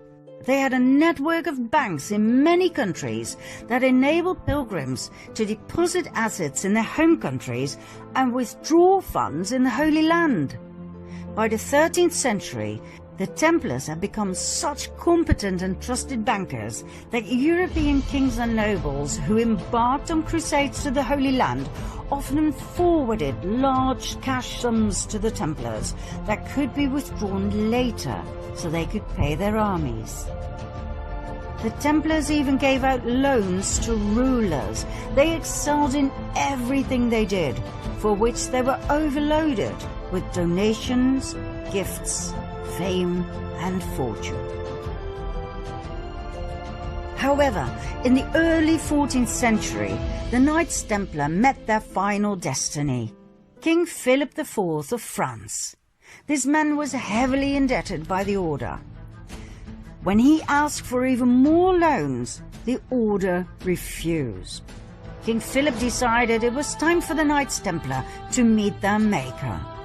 On Friday the 13th of October 1307, a multitude of knights were arrested, including their Grand Master, Jacques de Molay. After years of imprisonment, he and many others were burned at the stake. Medieval documents state that Molay called out a curse over the king and the Pope, Clement V, who had failed to protect them against the wrath of the king, and who had even dissolved the order through his papal bull, Vox in Excelso. Although the Pope dissolved the order, he did not formally condemn it, which would have been normal in those days. 1 month later, Pope Clement died. 8 months later, King Philip died. Ironically, the Pope's body was burned to ashes by a fire that was caused by lightning that struck the church where he was lying in state. The king died of a stroke he suffered during a hunt. But, contrary to what our history teachers have told us, the Order of the Knights Templar did not end here. New orders were founded with new names that were basically the continuation of the Knights Templar. Think Military Order of Christ in Portugal, Supreme Order of Christ in Italy, and so on and so forth. In every European country, the Knights Templar simply lived on the way they had, as if nothing much had changed. Only the order names had. The Order of the Rosicrucians appeared, founded by Christian Rosenkreuz, a German aristocrat. Was it connected to the Knights Templar? Absolutely. The sign of the equal-armed cross of the Knights Templar was combined with a rose. It can be found in medieval churches across France, Spain and Portugal. Yet another secret order was founded in 1534. 2 centuries, 2 decades and 2 years after the official dissolution of the Order of the Knights Templar, the Jesuit Order. The Jesuit Order was a Catholic religious order founded in Paris. Make no mistake though, the Jesuit Order was not an order of pious monks worshipping Jesus from within the walls of their safe monasteries. It was a military order of extremists who had sworn an oath of absolute submission and obedience to the Pope and to their superior general. Let's have a look at their initiation oath. I declare that I have no opinion or will of myself, but without hesitation I will obey every command I receive from my superiors in the Pope's and Jesus Christ's militia. I promise further and declare that when the opportunity arises, I will conduct a ruthless war, secretly or publicly, against all heretics, Protestants and liberals, as I am instructed to do, to exterminate and destroy them of the whole earth, and that I will not spare age, sex, or class, and that I will hang up, burn, boil, cook, peel, strangle, and bury these shameful heretics, rip the stomachs and wombs of their wives, and crush the heads of their children against the wall, for the purpose to destroy their horrible race forever. If this cannot be done openly, I will secretly administer the cup with poison, the strangling rope, the steel of the dagger, or the leaden bullet, regardless of the honor, rank, dignity, or authority of the person or persons, as I will at any time be instructed by an agent of the Pope or superior of the Brotherhood of the Holy Faith of the Order of Jesuits. In confirmation of which I hereby dedicate my life, my soul, and all of my corporal powers, and with this dagger which I now receive, I will subscribe my name written in my own blood, in testimony thereof.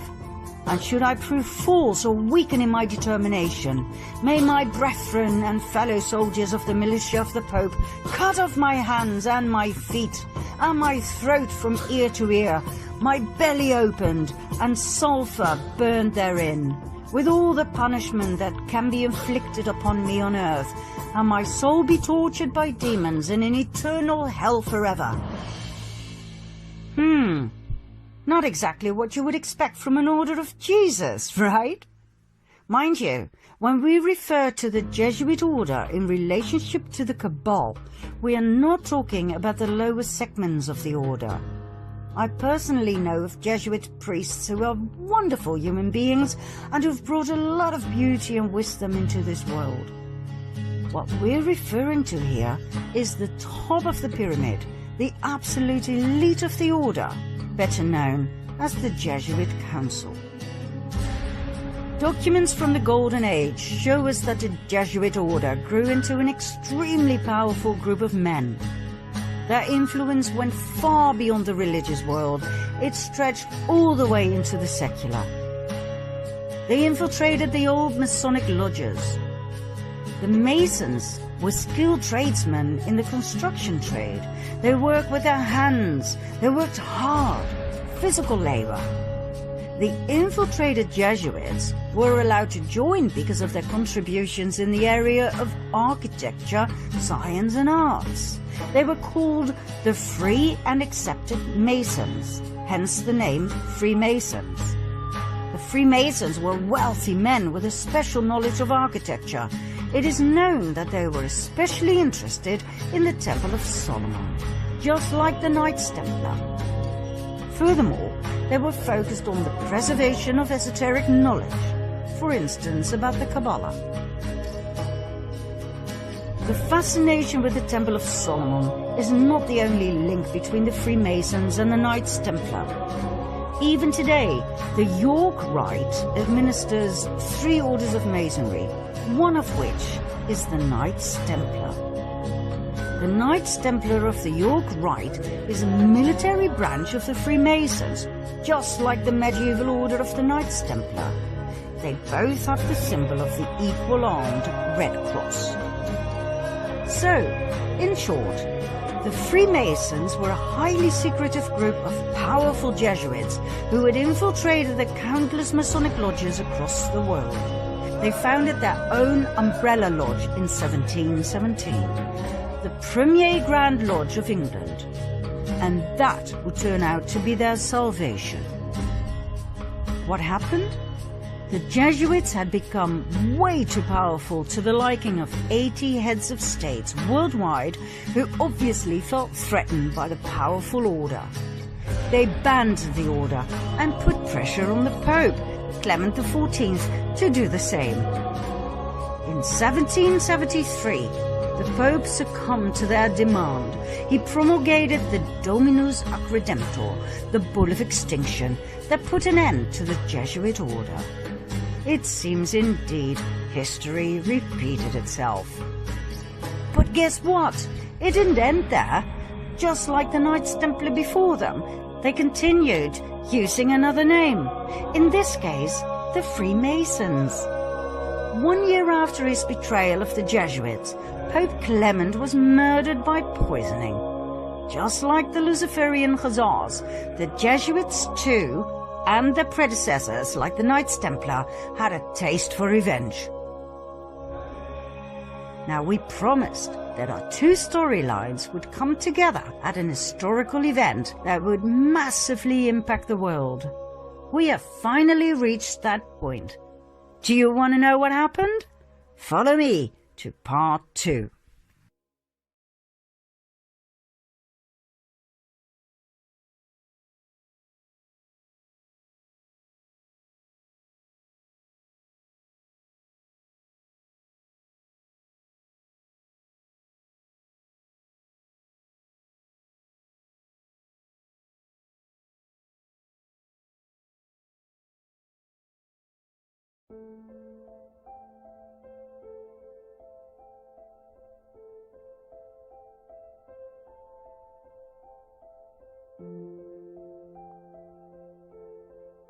You might ask yourself why the orders we showed in part 1 are so important for our fall of the Cabal.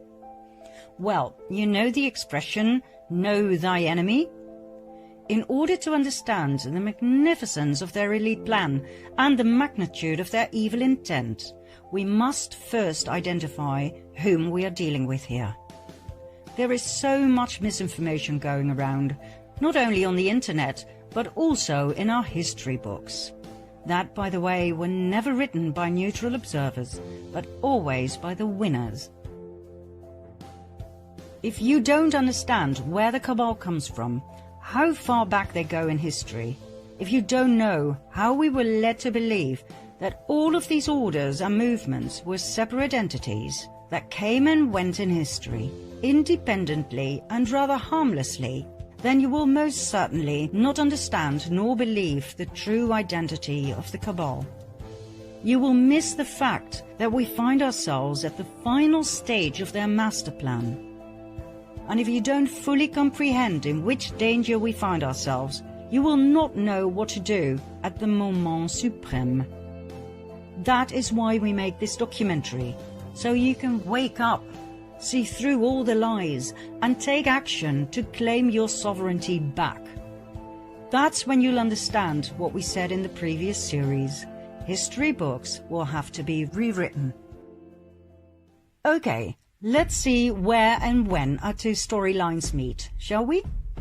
It was in 1748 in southern Germany, Bavaria, in a small town called Ingolstadt. A boy was born.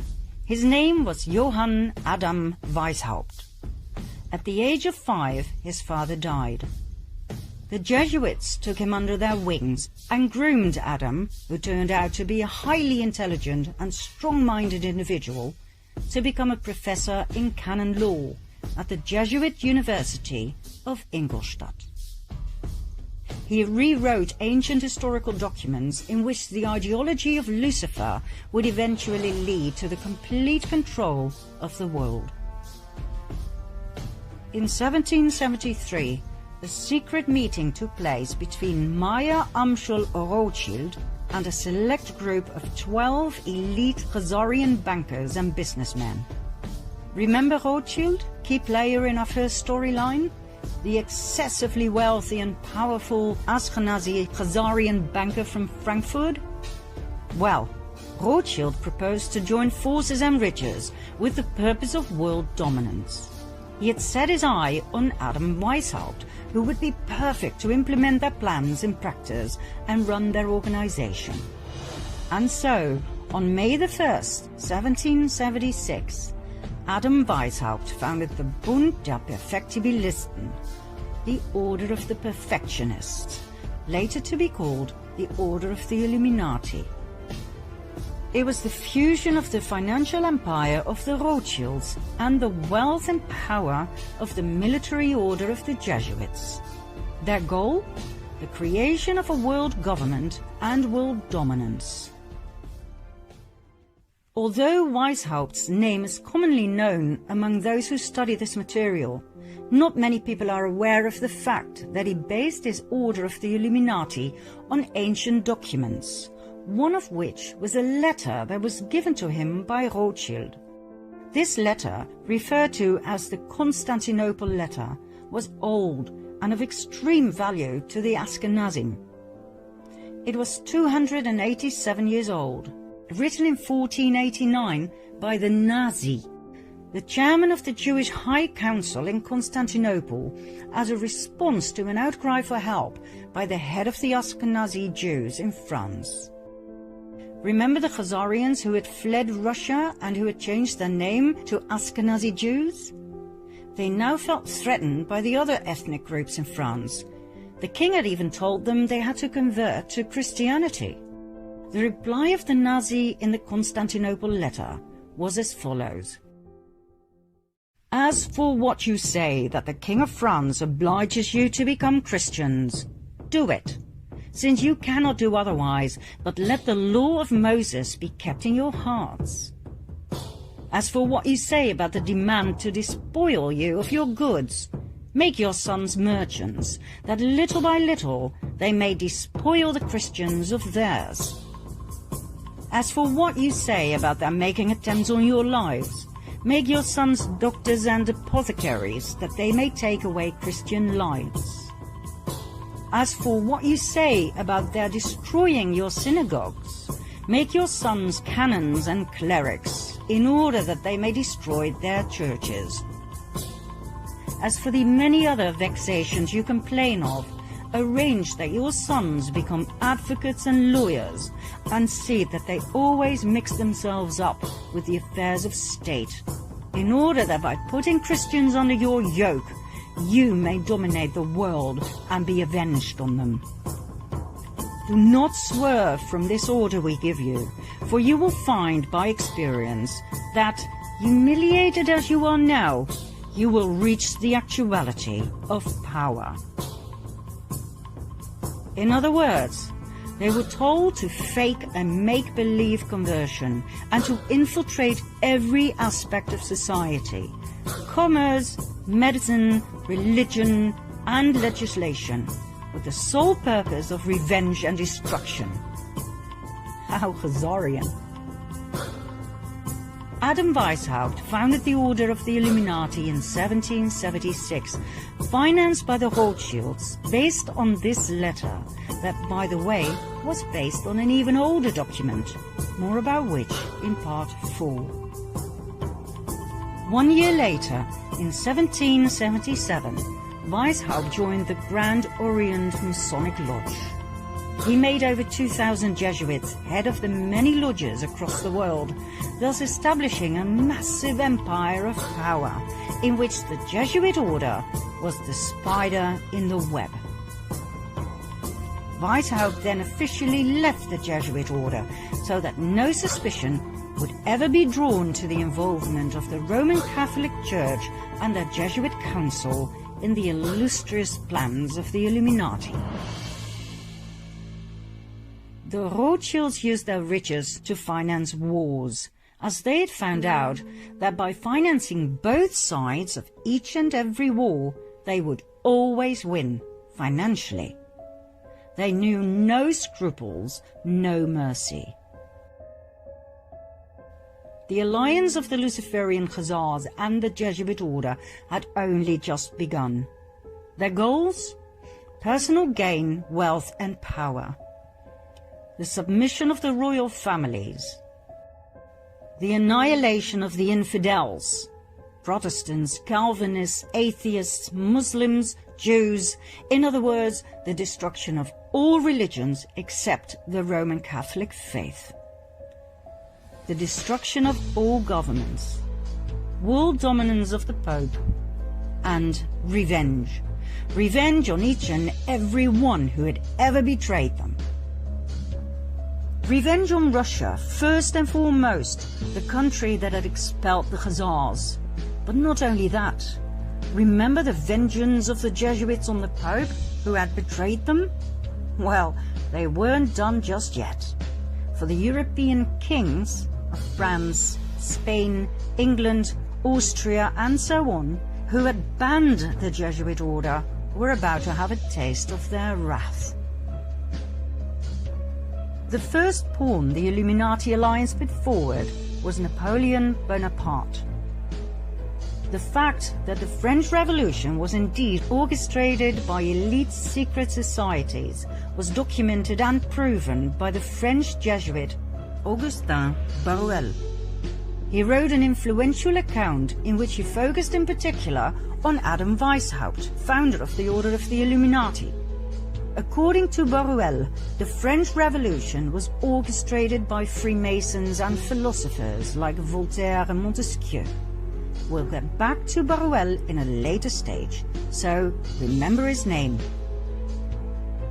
Napoleon's advisor was a Jesuit, Emmanuel Sillet.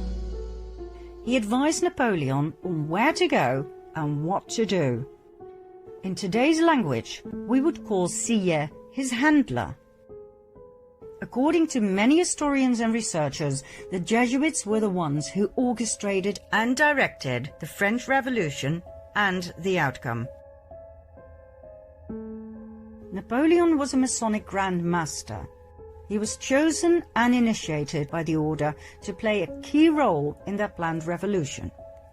Napoleon's brother, Louis Bonaparte, was made Grand Master of the Grand Orient of France. His wife Josephine was a member of the Mason Rite of Adoption. Under Napoleon's rule, the number of lodges in France grew from 300 to 1,220. Napoleon was a puppet of the cabal. We were led to believe he was the front man, but he was not.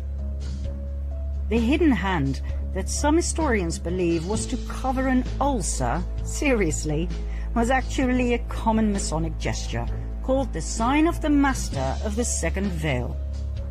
Many world leaders have shown this sign throughout the ages.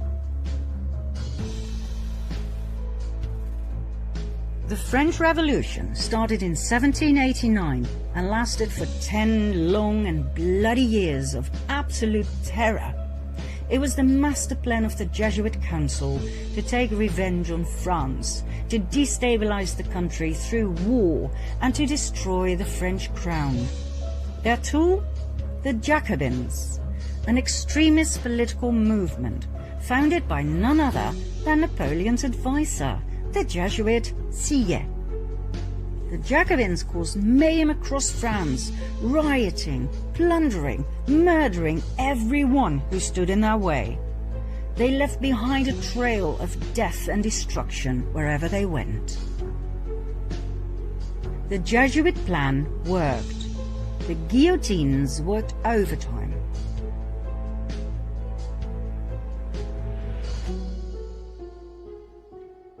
The Jesuit order is the most dangerous of all orders. It has caused more harm than all other orders. The doctrine of the Jesuits entails that their supreme general is the sovereign of sovereigns and master of the world. After the French Revolution had ended, the Napoleonic Wars started. They caused even more instability and destruction, not only to France, but to the many countries Napoleon invaded: Austria, Russia, England, Prussia, Portugal, and Spain, where the royal family was kicked out and Napoleon's older brother was put on the throne. Each and every country that had once banned the Jesuit order and the Khazarian Ashkenazi Jews was now in ruins. This was one of the order's most dominant passions: revenge. During the Napoleonic Wars, the Illuminati alliance deployed their most successful strategy. They financed both the French and the English army. It simply didn't matter who won. War was an absolute revenue model. It was the Duke of Wellington who fought Napoleon and who defeated him at the Battle of Waterloo in 1815. Nathan Rothschild, a brilliant and ruthless businessman, had his spies at Waterloo, and he had a private courier system, as he knew that fast communication was vital in business. When it was clear that Napoleon had been defeated, the message was immediately sent to Rothschild, who received the news 2 days prior to anyone else. He then made a brilliant move at the London Stock Exchange.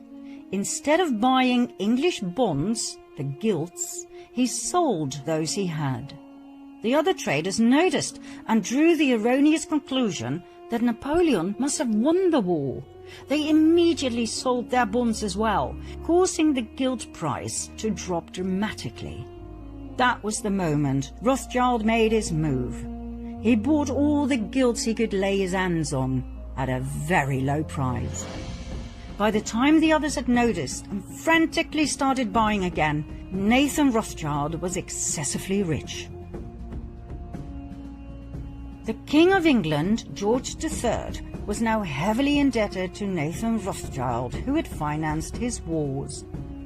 Not only had the king to pay back his debts, he had to pay interest on top of it. He was now in the pocket of the Rothschilds. I care not what puppet is placed on the throne of England to rule the empire. The man who controls Britain's money supply controls the British Empire, and I control the money supply. Next, 1914. The Illuminati alliance, that we shall refer to as the Cabal from now on, simply because it's short and to the point, caused World War I, a war initially solely between Austro-Hungary, a dual empire of Austria and Hungary on the one side, and Serbia on the other. What happened? The ruler of Austro-Hungary, Emperor Franz Joseph I, had no successor to the throne, as his only son had committed suicide. His nephew, Franz Ferdinand, became heir to the throne. But his ideas about politics were very different from his uncle's. Franz Ferdinand wanted to decentralize. He wanted autonomy for the various ethnic groups. He wanted to incorporate Serbia into the dual empire as a political entity equal to Hungary and Austria. He was a thorn in the eye of his uncle, the emperor. Although raised in the Jesuit image of his father and uncle, he had a mind of his own. He refused to adopt his uncle's political vision, and he married the woman he loved, which was so not done within the elite. At the time of extreme internal unrest, the emperor sent his nephew to the border with Serbia, where he and his wife Sophie were murdered. According to the official narrative, it was the Serbian Gavrilo Princip who pulled the trigger. And so, Austro-Hungary declared war on Serbia. Germany joined forces with Austro-Hungary. England, France, Russia, and later Italy, Romania, Bulgaria, and former Turkey, the Ottoman Empire, came to the aid of Serbia. We all know the results. 4 horror years in trenches, 9 million killed. Germany was in ruins, and that was precisely what the Jesuits had aimed for, as Germany was mostly Protestant. You may remember what it said in the Jesuit oath about Protestants. They would do absolutely anything to destroy their horrible race forever. Some historians may question or even deny the Jesuit background of the rulers of Austro-Hungary, which is odd, as they were prominent members of several Jesuit suborders, such as the Supreme Order of Christ. Emperor Franz Joseph was so high up in the Jesuit council that he was authorized to grant titles such as Prince and Grand Master. In 1880, for instance, he granted this title of Prince of the Holy Roman Empire to the Grand Masters of the Order of Malta. He even founded his own order, the Imperial Austrian Order of Franz Joseph. I promise to go deeper into these orders, plus the evidence of their Jesuit connection, in a later episode. For now, we'll leave it here, as we don't want to get lost in history. After all, we still have to cover the Russian Revolution and World War II in a way it wasn't brought to you in school, I promise.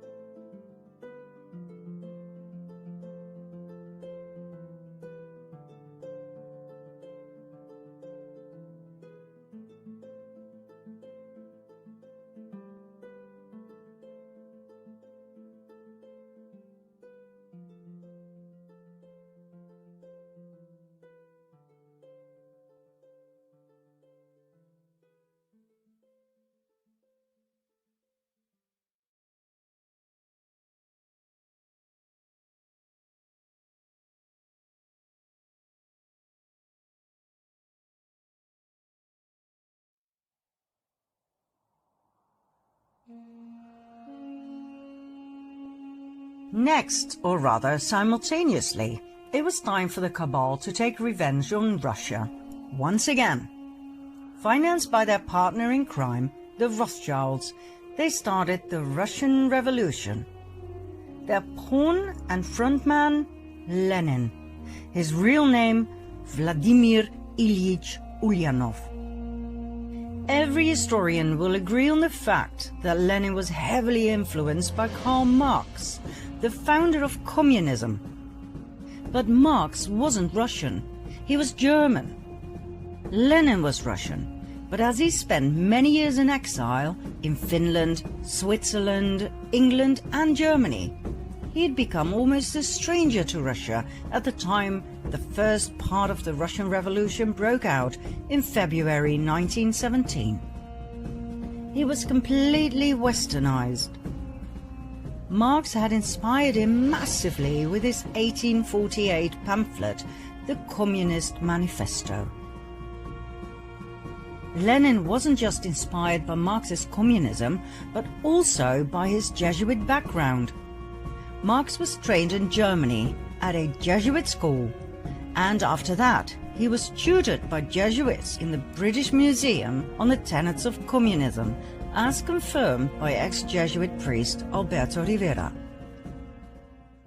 Another source of Marx being a Jesuit coadjutor, an assistant bishop, is Otto von Bismarck, who wrote in the North German Gazette that Marx was under control of the Jesuit priest Peter Becks, then Superior General of the Society of Jesus. And there was more Jesuit influence on Lenin.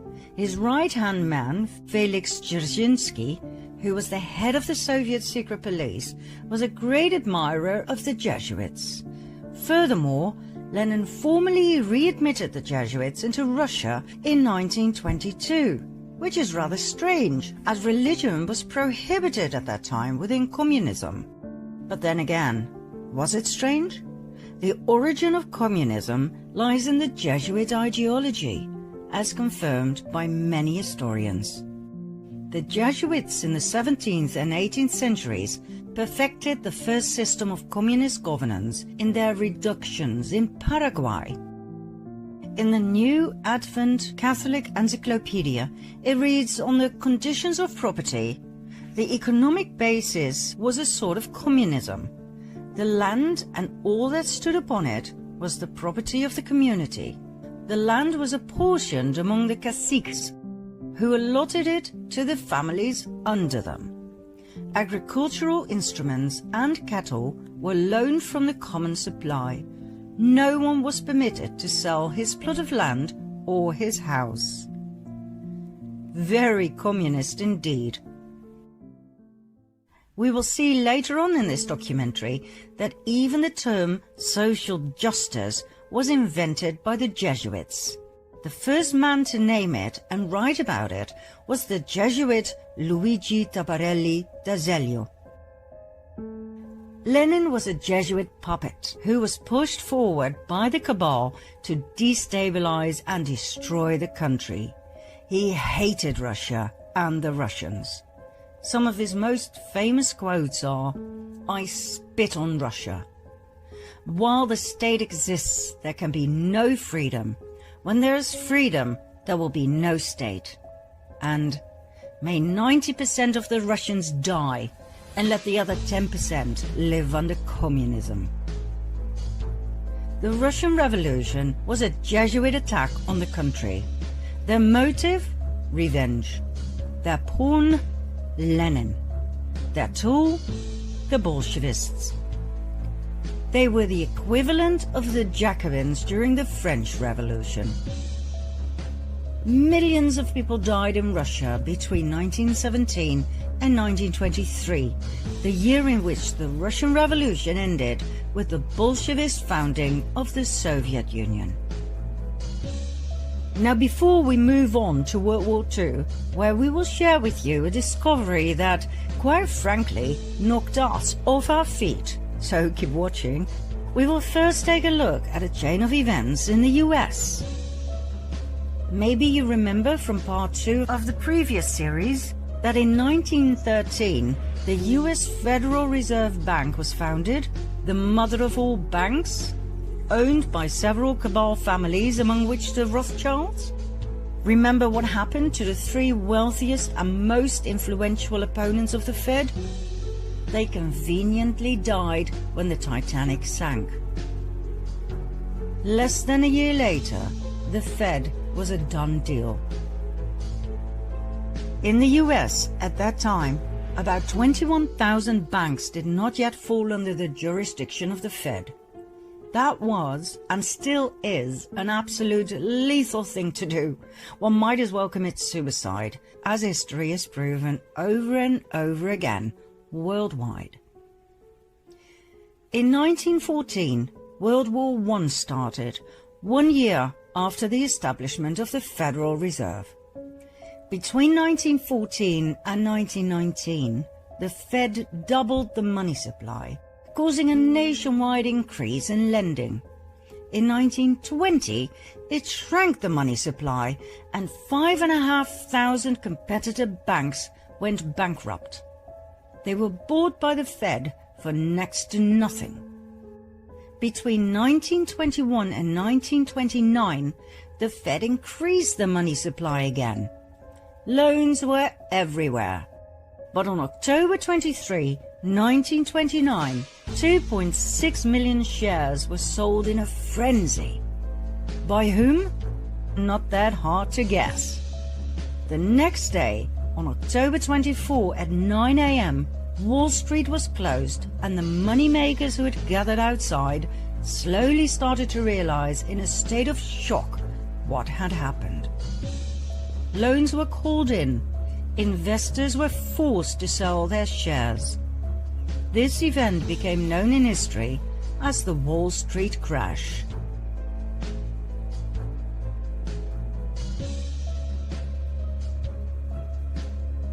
The Wall Street crash brought the rest of the world on its knees too. 16,000 competitive non-Fed banks went bankrupt. They too were bought for next to nothing. It was called the greatest robbery in history. But it wasn't enough. The Fed reduced the money supply even further by 30%, causing starvation throughout the US.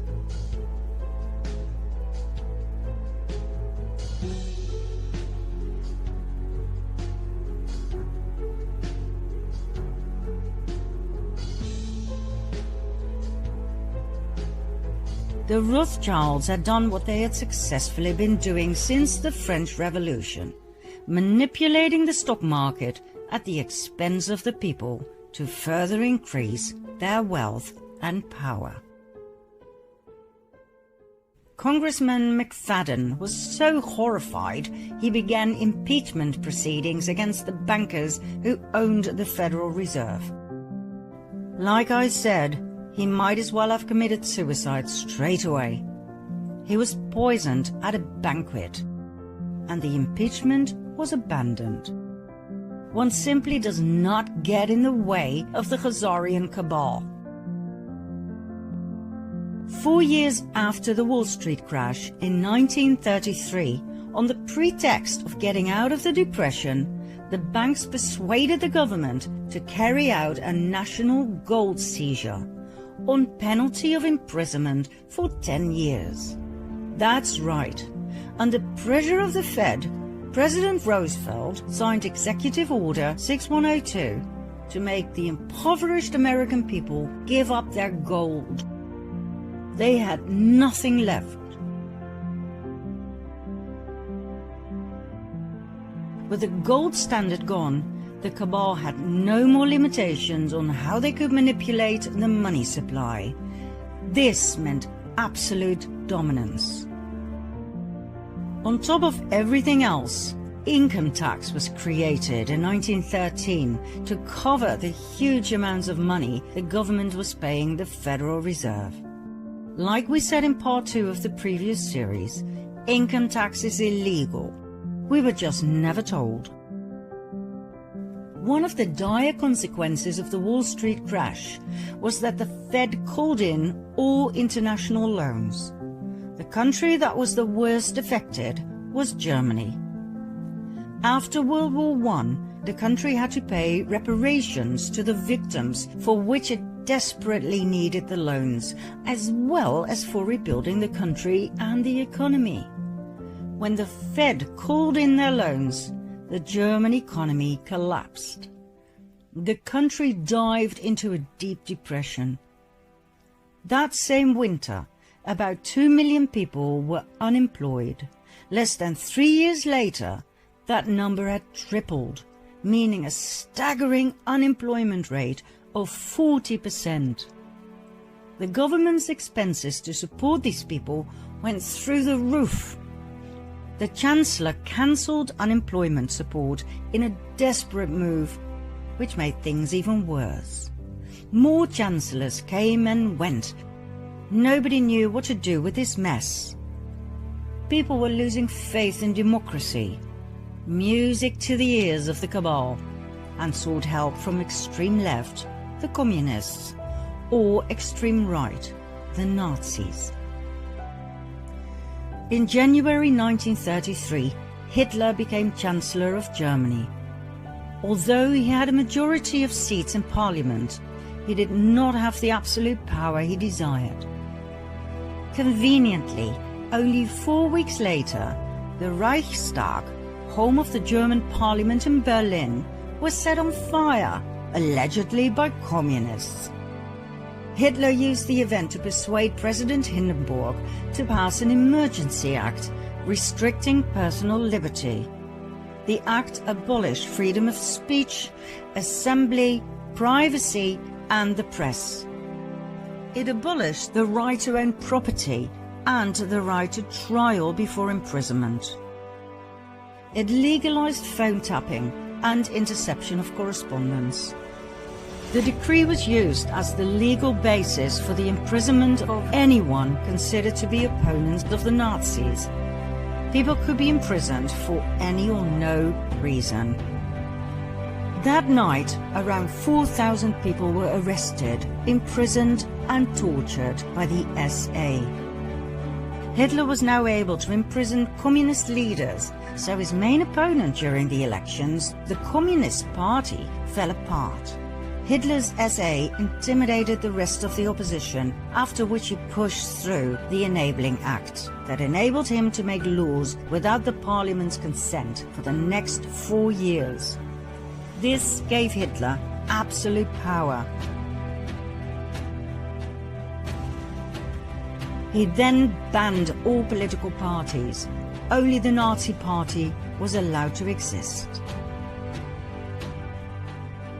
The final obstruction to absolute dictatorship was dealt with on June 30, 1934, called the Night of the Long Knives, when 400 SA members who were making demands were slaughtered by Hitler's SS. 1.5 months later, Hitler was in absolute control of Germany. He had become the Führer, meaning he was president, chancellor, and head of the army. Members of the armed forces had to swear a personal oath of allegiance, not to Germany, but to Hitler, which is so Jesuit.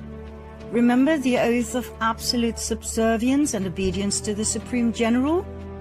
Who was Hitler, really? Hitler came from an interesting family.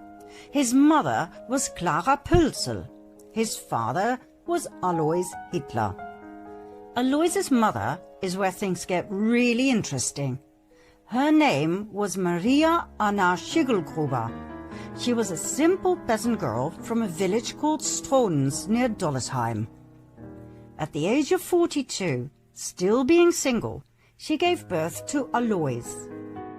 At the time she conceived, September 1846, Maria lived in Vienna, where she worked as a servant for none other than Anselm Salomon von Rothschild.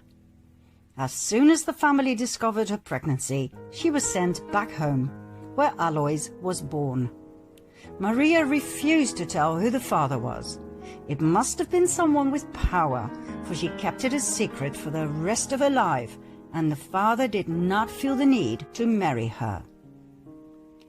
When Alois was 5 years of age, Maria married Johann Georg Hitler. Even though many researchers believe he must have been Alois's biological father, he never acknowledged the boy as his own. It wasn't until Alois was 40 years old when he suddenly changed his surname from Schiggelgruber to Hitler. Why wait so long if he was truly Hitler's son? That doesn't make sense at all. Alois married Clara Pölzl. It was his third marriage. They had 6 children, 4 of which died at a very young age. The only 2 surviving children were Adolf and his sister Paula. Nobody knows for sure who the biological father of Alois Hitler was. Several names have come forward: Leopold Frankenberger, Johann Nepomuk Hitler, Johann Georg Hitler's brother. But we found no real evidence for any of the above. They all seem to have been used as a decoy to take our attention away from Anselm Salomon von Rothschild. So, why do we believe it was Rothschild who impregnated Maria? Because of several indicators. First of all, 9 months before Alois's birth takes us to September 1836. According to the Rothschild archives in London, Maria worked as a maid for Anselm Salomon von Rothschild. Now there are 2 possible suspects of the rape of Maria. 1, Anselm, who was 33 years old at the time. 2, his father, Salomon Meyer von Rothschild, who was 72 at that time. Now the Rothschild archives contain handwritten correspondence between the son, Anselm, and the London Rothschild Bank, which proves he was in Vienna at the time of the conceived pregnancy. His father, on the other hand, was in Paris. That narrows it down, don't you think?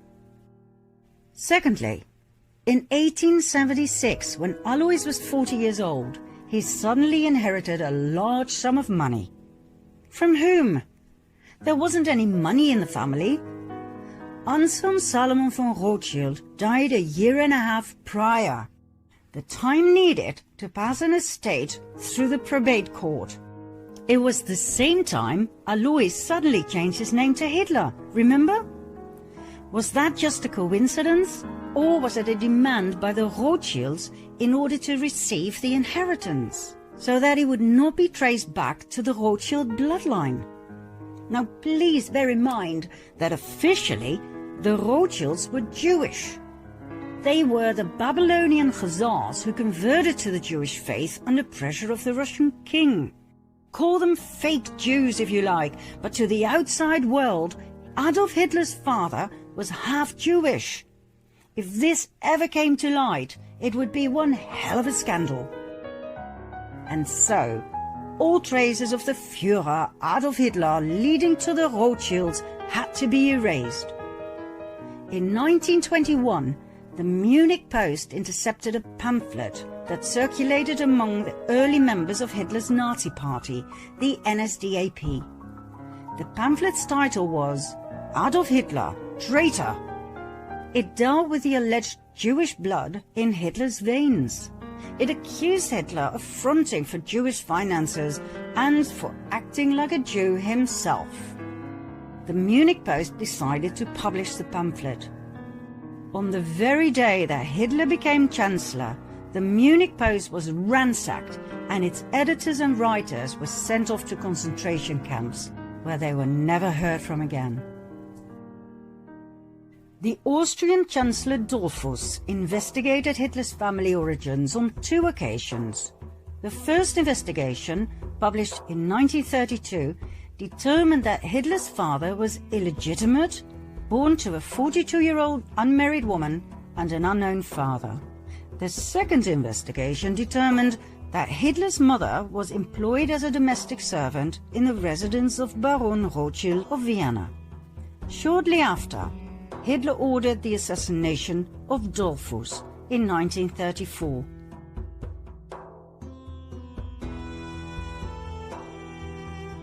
Adolf Hitler once told his nephew, William Patrick Hitler, "These people must not know who I am. You must not know where I come from and which family I'm from." In an effort to erase any evidence that would lead Hitler back to the Rothschilds, not only were people murdered, but the entire village of Dollersheim, where Hitler's grandmother had come from, was completely destroyed on Hitler's orders. Adolf Hitler, the Führer, did not come out of nowhere. We believe he was a Rothschild, maybe an illegitimate one, but still. We saw in the previous series, in part 5, how the illegitimate James Alefantis Rothschild was pushed forward by the family to play a very important part in the US elite under Pizzagate. Well, Adolf Hitler too was pushed forward the same way to influence the outcome of yet another cabal war. Hitler was a great admirer of the founder of the Jesuits, Ignatius of Loyola. He said, "I learned much from the order of the Jesuits. Until now, there has never been anything more grandiose on the earth than the hierarchical organization of the Catholic Church. I transferred much of this organization into my own party." Hitler called Heinrich Himmler, the inventor and organizer of the Holocaust, the Reichsführer of the SS, and compared him to Ignatius of Loyola.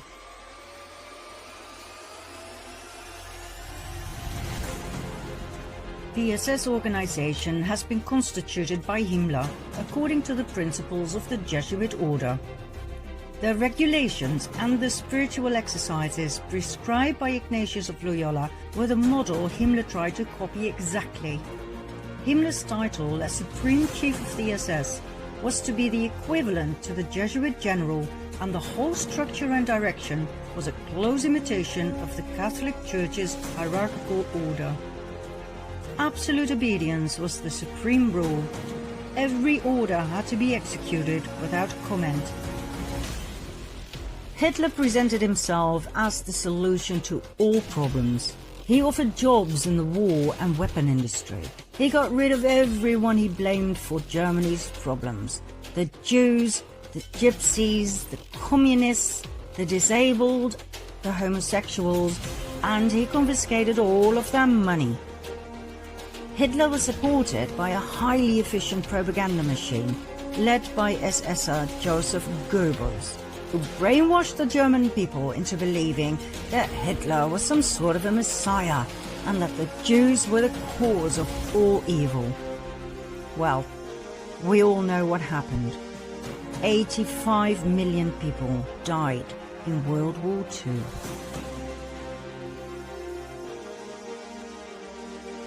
But the cabal wasn't done just yet. As you might know, in the aftermath of World War II, hundreds of thousands of Jews emigrated to the promised land of Israel. But did you know that this migration had already been planned by the cabal in 1917? 22 years before World War II even started, Palestine was given away, literally, by Arthur James Balfour, Foreign Secretary of the United Kingdom, on behalf of the British government. As if nothing more but a chess piece, a country with inhabitants was given away to, guess who? Lord Lionel Walter Rothschild. But wait a minute, 1917? The First World War hadn't even ended yet. So how on earth could they be talking about a home for the Jews? The Jewish genocide hadn't even started yet. We're talking about the Balfour Declaration, signed by Balfour himself on the 2nd of November 1917. Dear Lord Rothschild, I have much pleasure in conveying to you, on behalf of His Majesty's government, the following declaration of sympathy with Jewish Zionist aspirations, which has been submitted to and approved by the Cabinet. His Majesty's government view with favour the establishment in Palestine of a national home for the Jewish people and will use their best endeavours to facilitate the achievement of this object, it being clearly understood that nothing shall be done which may prejudice the civil and religious rights of existing non-Jewish communities in Palestine, or the rights and political status enjoyed by Jews in any other country. I should be grateful if you would bring this declaration to the knowledge of the Zionist Federation. Arthur James Balfour. Neither the Jews nor the Palestinians knew about this. It was yet another brilliant move of nothing but chess pieces by the cabal. What was presented as a benign action in favor of the Jews was, once again, a divide and conquer strategy. It could only end in yet another war, this time between Jews and Palestinians.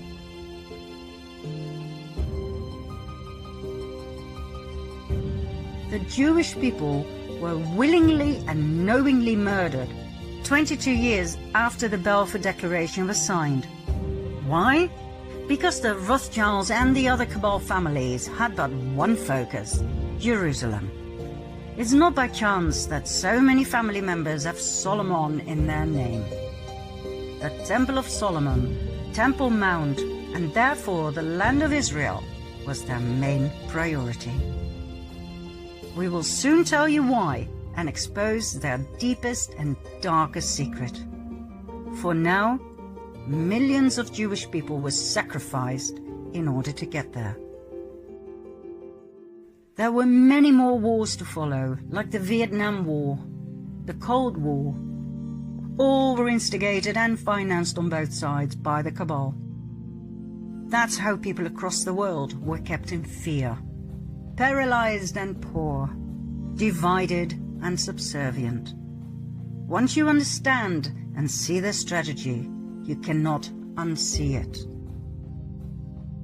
But the worst was yet to come, for times were changing and the cabal adapted their strategy as time went along. Key words in their everlasting plan to conquer the world: hatred, revenge, disdain. These three words were perfectly combined in one document, the Protocols of the Learned Elders of Zion.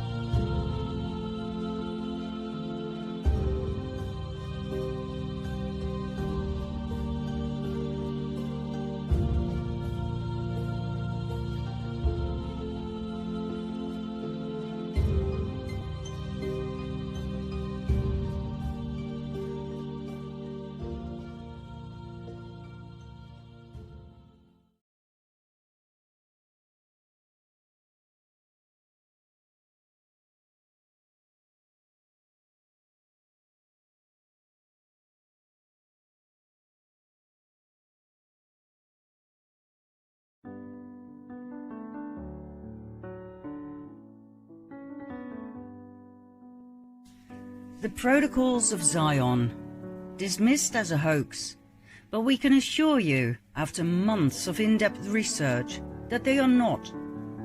They were slightly altered, yes, but they are not a hoax. In 24 protocols, the elders of Zion described their vision of the world, its population, and their ultimate goal: absolute world dominance and a one-world government. A new world order in which their king, the King of Kings, will be crowned on the throne of Zion to rule the world forevermore. Some people believe the protocols were copied from a 19th century book, The Dialogue in Hell between Machiavelli and Montesquieu by Maurice Joly, in which Napoleon was altered to Jew and France was altered to the world. Others believe the Protocols of Zion were copied from Machiavelli, Montesquieu and Rousseau, written by Jacob Venedey. Then there was the theory of our friend Baruel. Remember him? He believed that the original culprits were not the Jews, nor Napoleon, but the Masons.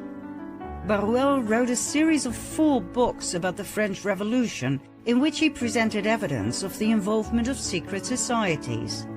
So that's yet another theory. And then there was a court case in which the judge ruled the Protocols of Zion a forgery. Like we said, we studied the Protocols of Zion for months.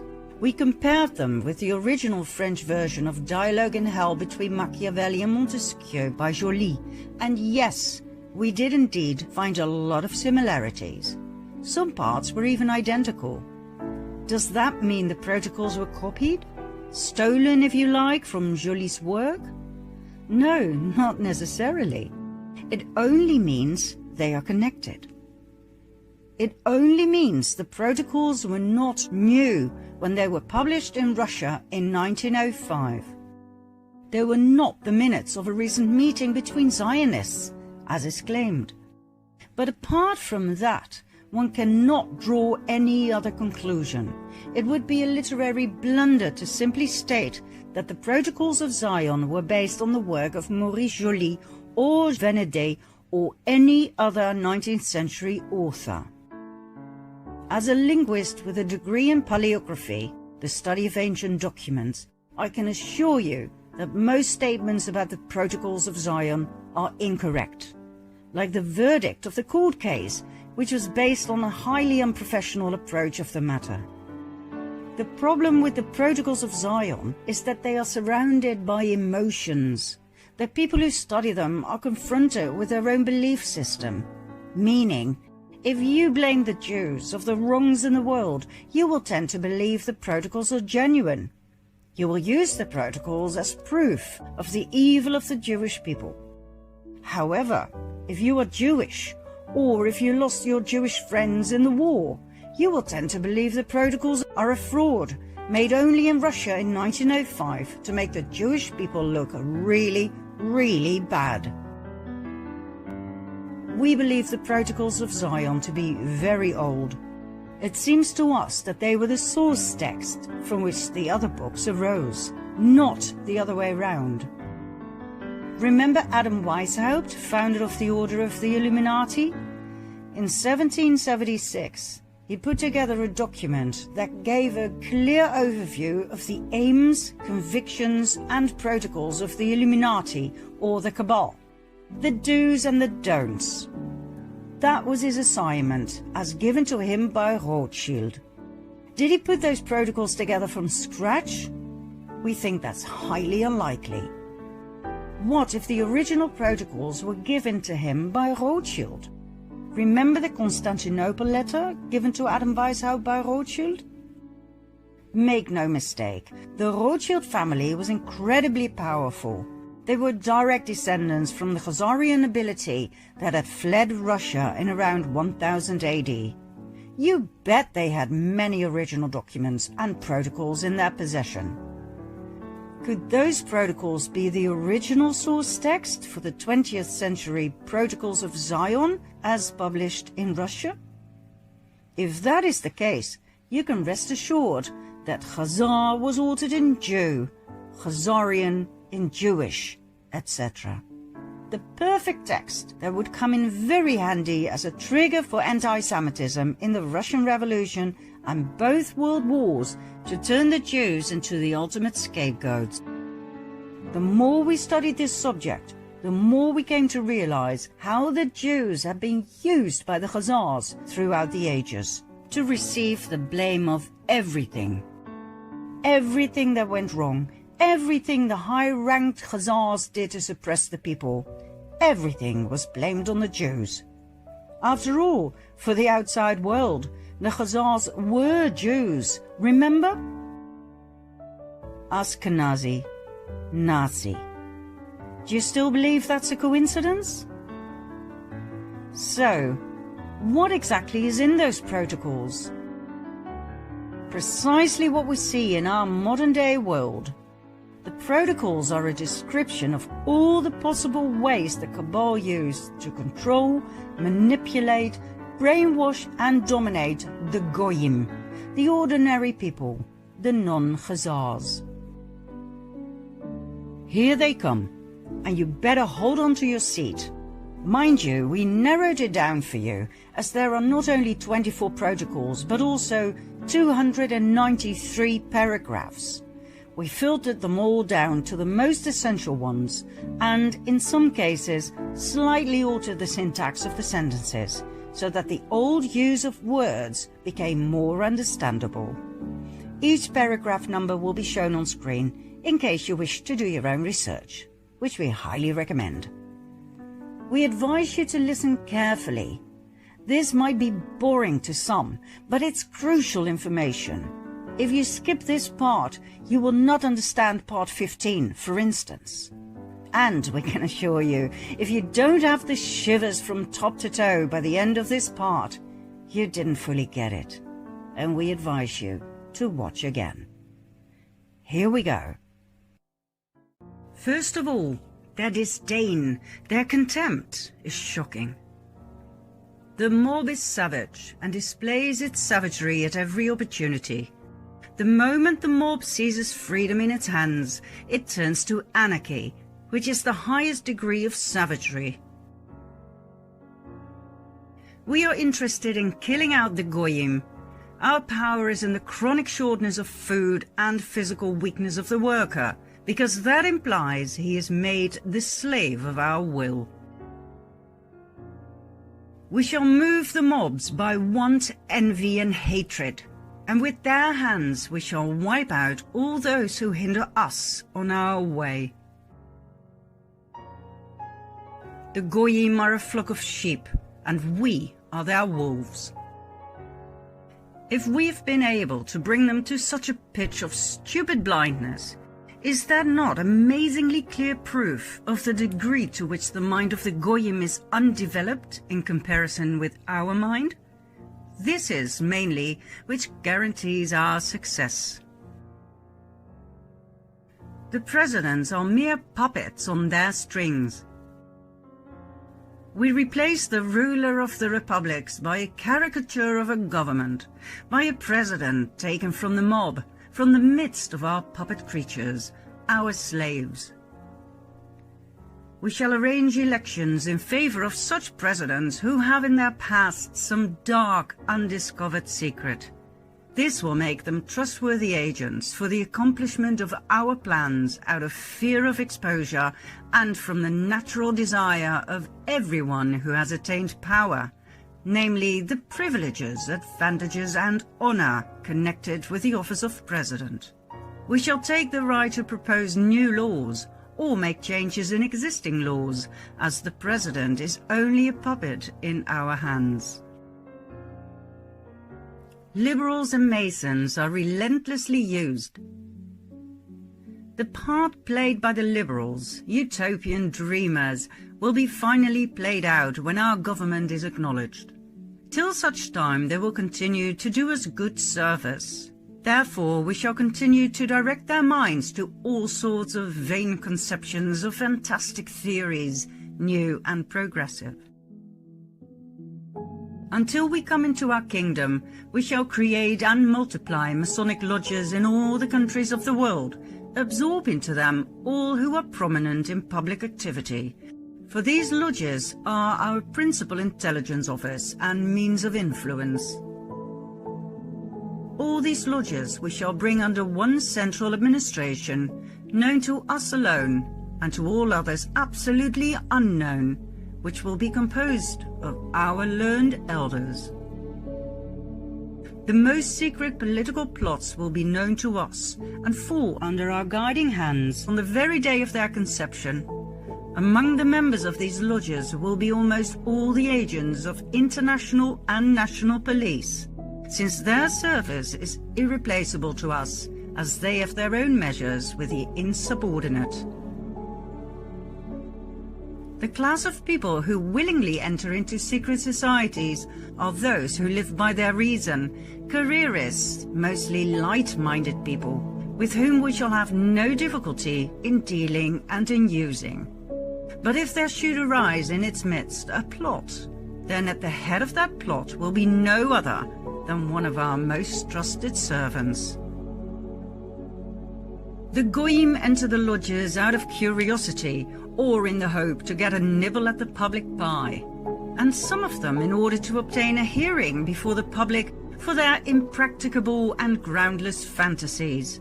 They thirst for success and applause, of which we are remarkably generous. You cannot imagine to what extent the wisest of the goyim can be brought to a state of unconscious naivete in their arrogance, and how easy it is to take the heart out of them by the slightest ill success, though it be nothing more than the stoppage of the applause they had, and to reduce them to a slavish submission for the sake of winning a renewal of success. These tigers in appearance have the souls of sheep, and the wind blows freely through their heads.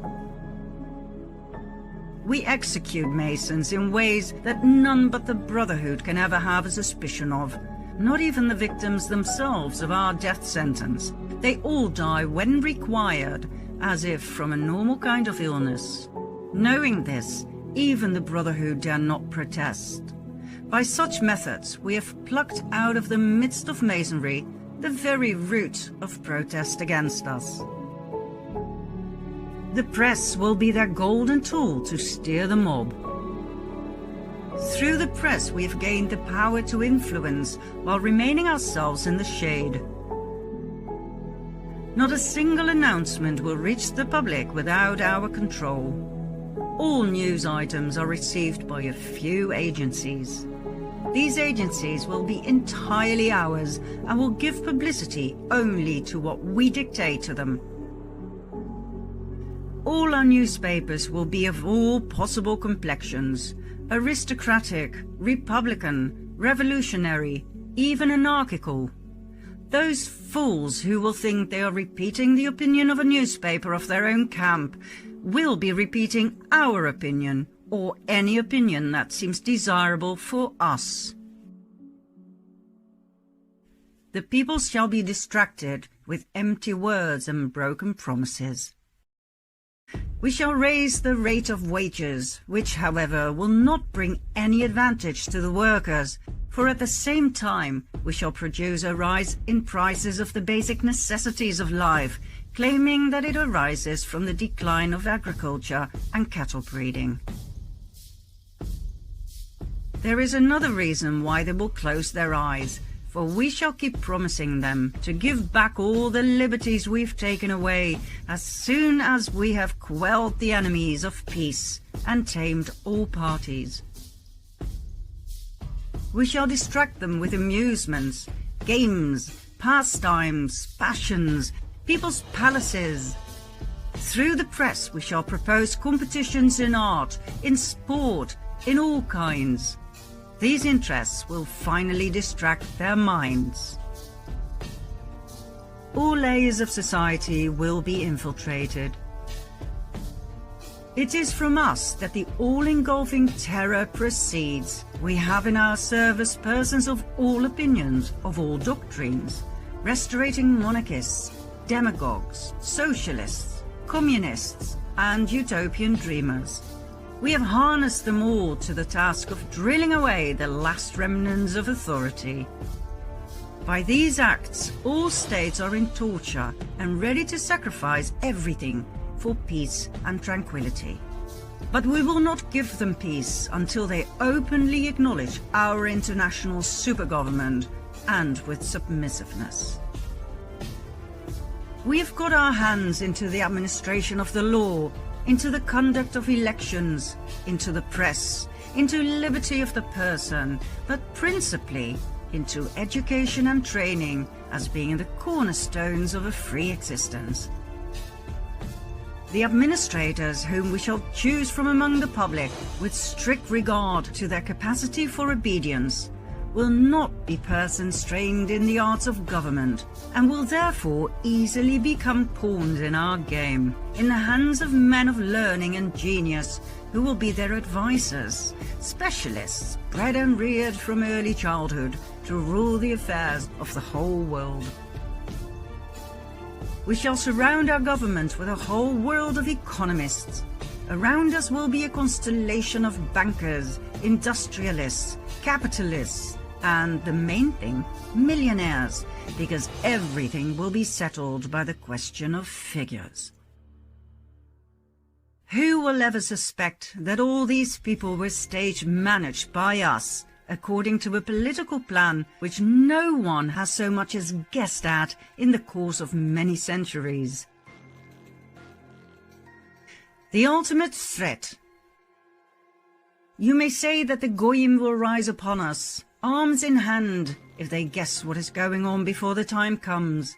But in the West we have against this a maneuver of such appalling terror that the very stoutest hearts quail.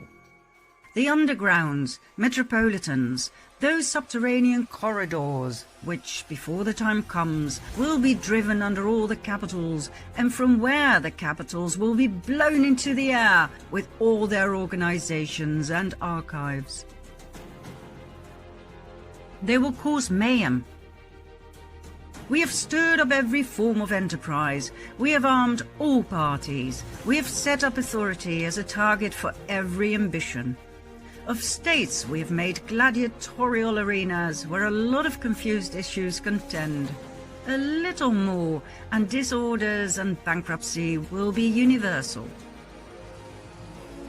This hatred will be further magnified by the effects of economic crises, which will stop dealing on the exchanges and bring industry to a standstill. Universal economic crises whereby we shall throw upon the streets whole mobs of workers simultaneously in all the countries of Europe. These mobs will rush to shed the blood of those whom they have envied from their cradles in the simplicity of their ignorance, and whose property they will then be able to loot. Remember the French Revolution? The secrets of its preparations are well known to us, for it was wholly the work of our hands. There will be a transition period. In order to put public opinion into our hands, we must bring it into a state of bewilderment by giving so many contradictory opinions that the Goyim will lose their heads in the labyrinth and come to see that the best thing is to have no opinion of any kind in political matters. In order for the people to become accustomed to obedience, it is necessary to give lessons of humility and therefore to reduce the production of articles of luxury. We shall re-establish small master production, which will mean laying a mine under the private capital of manufacturers. In the resulting chaos, people will fail to understand one another. It will discourage any kind of personal initiative, which might hinder our affair in any degree. There is nothing more dangerous than personal initiative.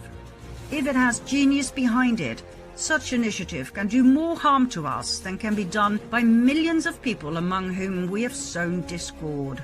We must so direct the education of the Goyim communities that whenever they come upon a matter requiring initiative, they may drop their hands in despairing impotence.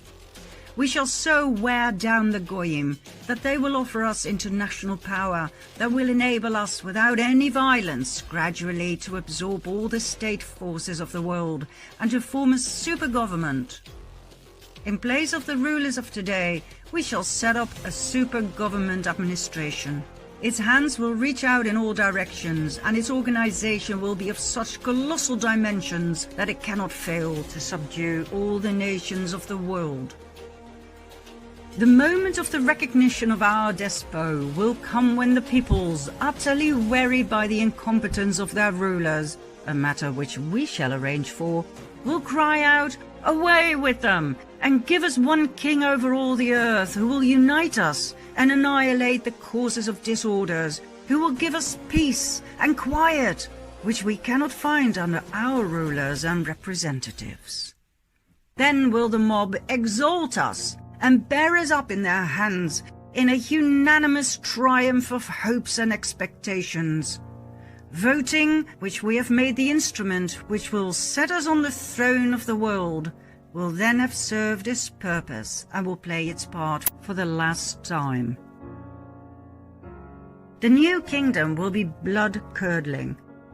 We shall create an intensified centralization of government in order to grip in our hands all the forces of the community.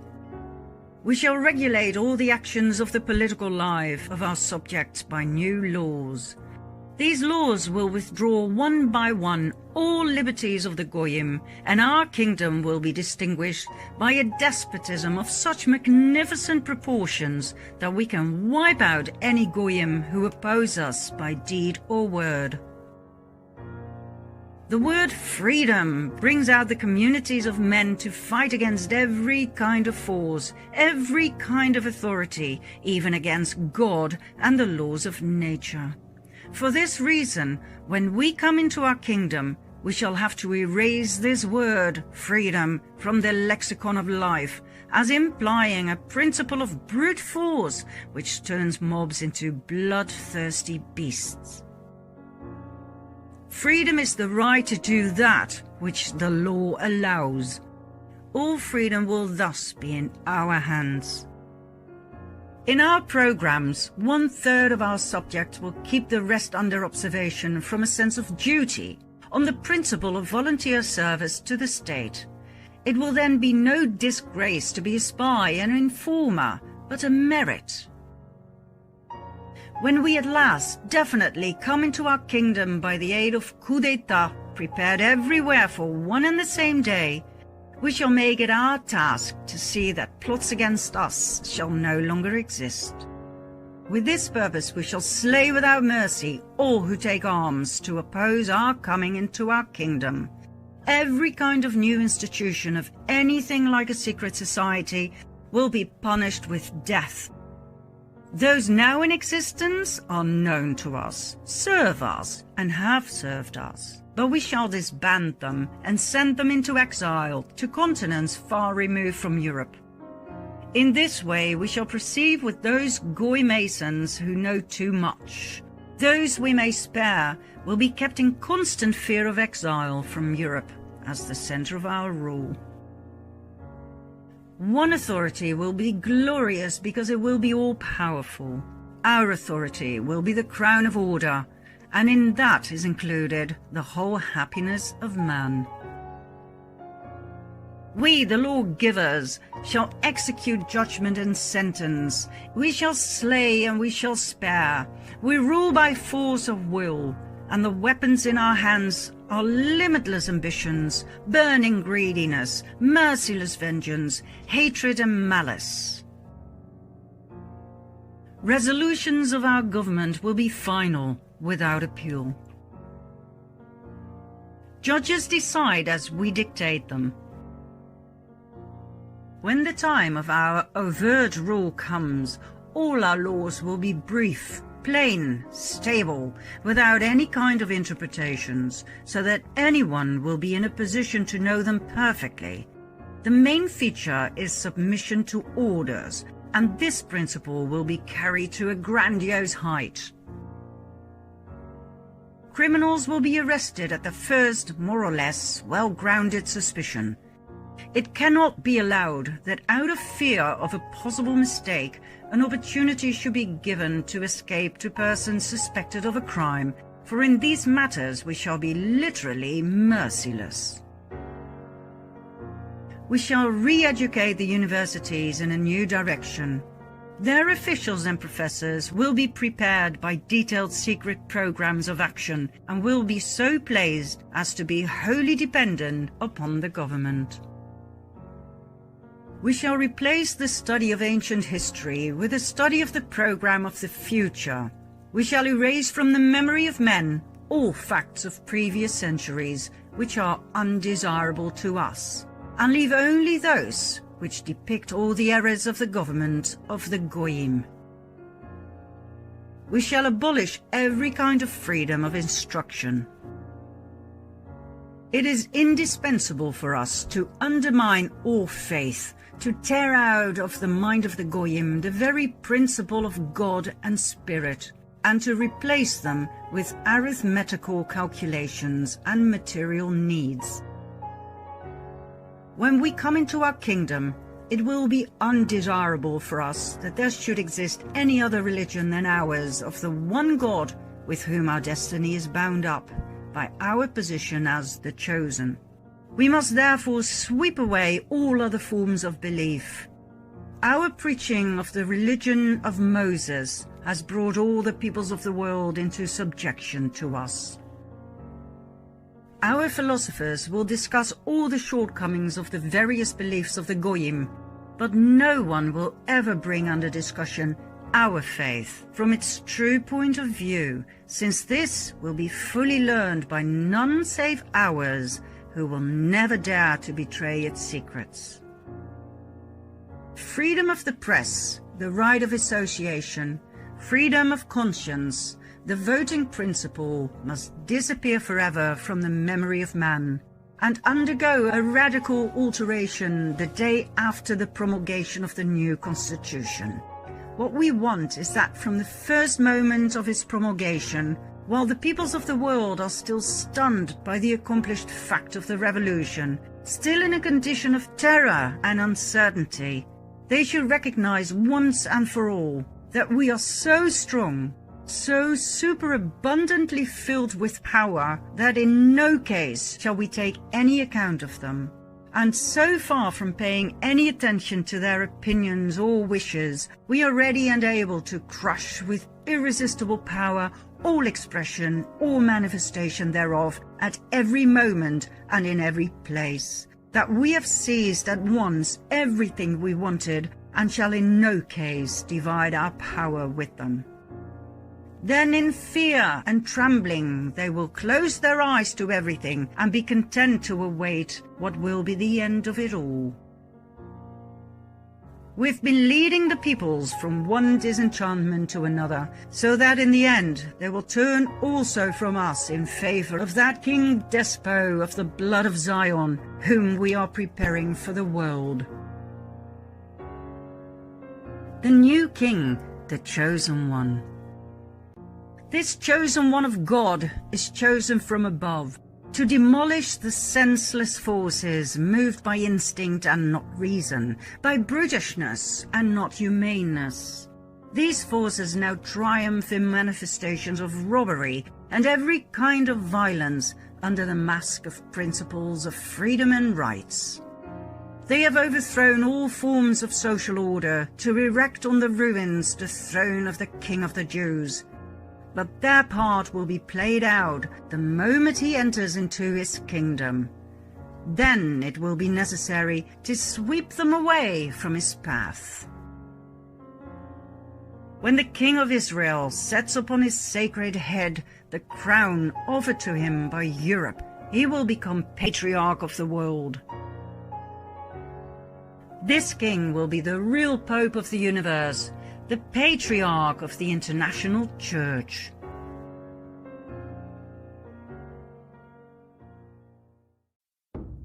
The protocols of Zion portray the world as it is today. Well, almost. The Khazarian King of Kings is not on the throne in Jerusalem just yet. The world population has not begged the cabal to bring order out of chaos just yet. But are we far away from their end goal? Follow me to part 5.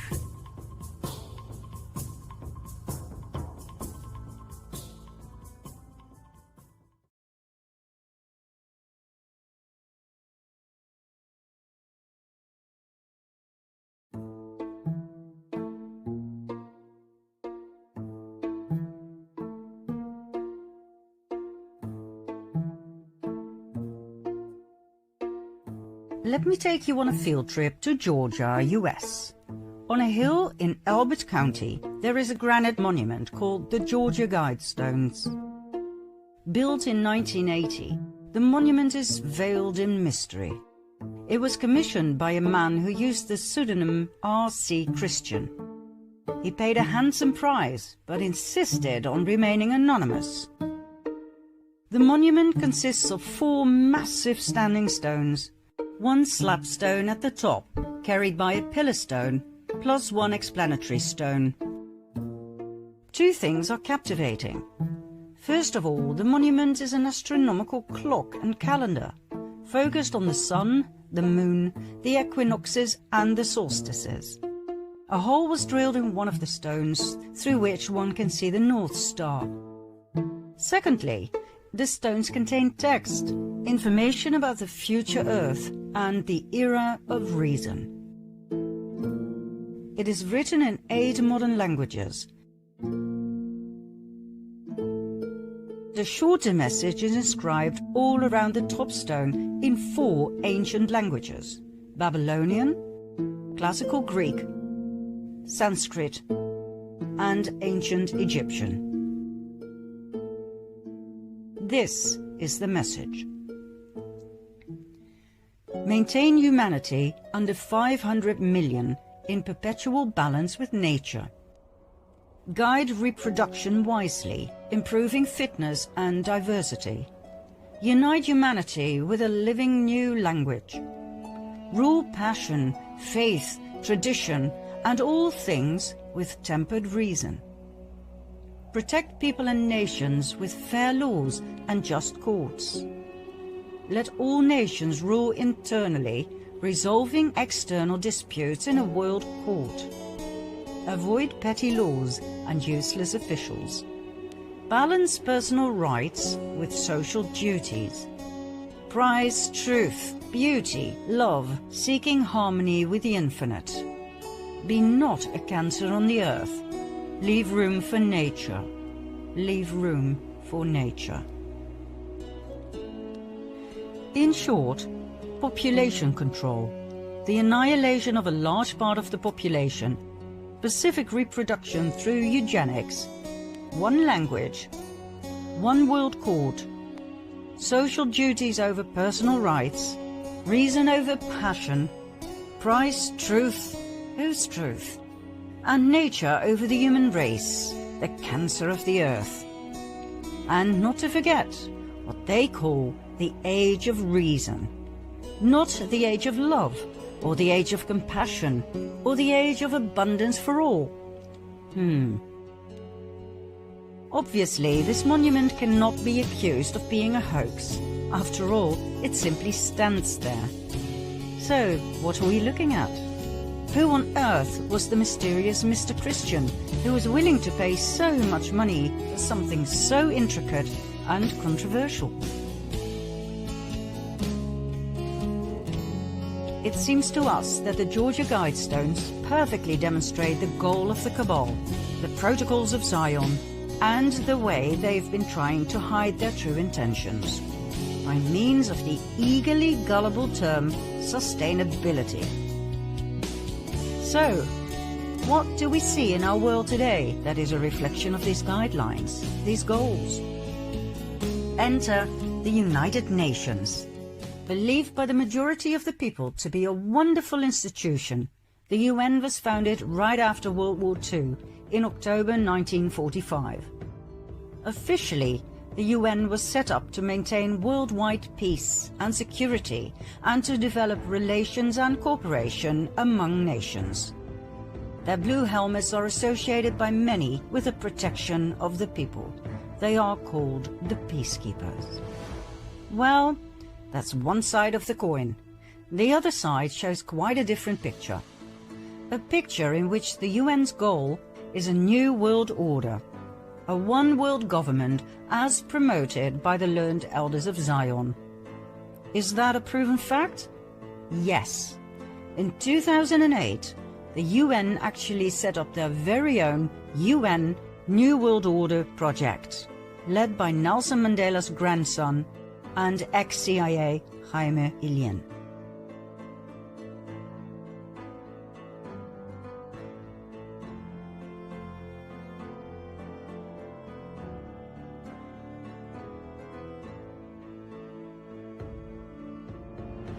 According to highly influential people like the presidents Bush Sr. and Bush Jr. and Gorbachev, the New World Order must be founded on the principle of collective security.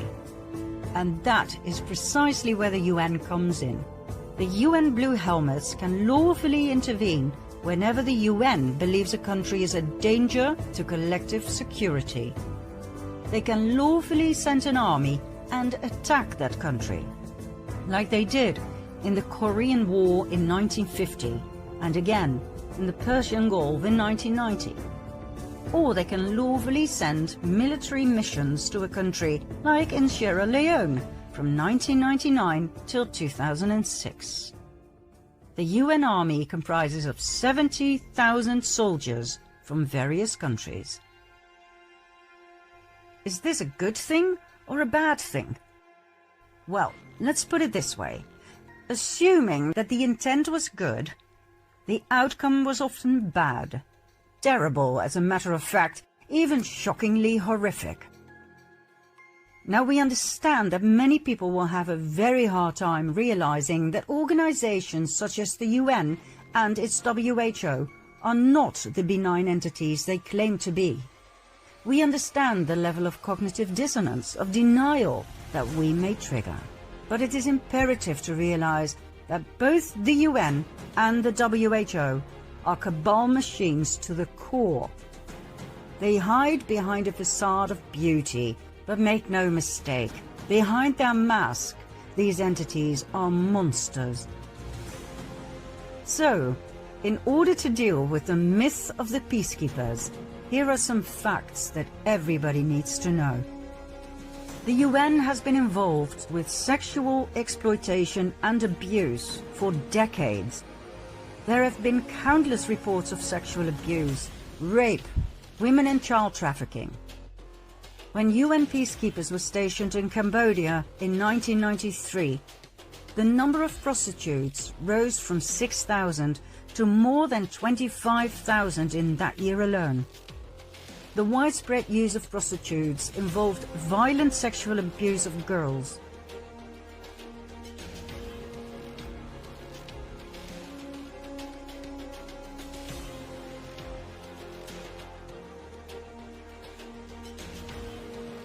The UN response was threefold. The head of mission declared it wasn't important enough to follow up on, and that boys will be boys. Mission leadership advised peacekeepers not to wear uniforms when visiting prostitutes or park UN vehicles directly outside.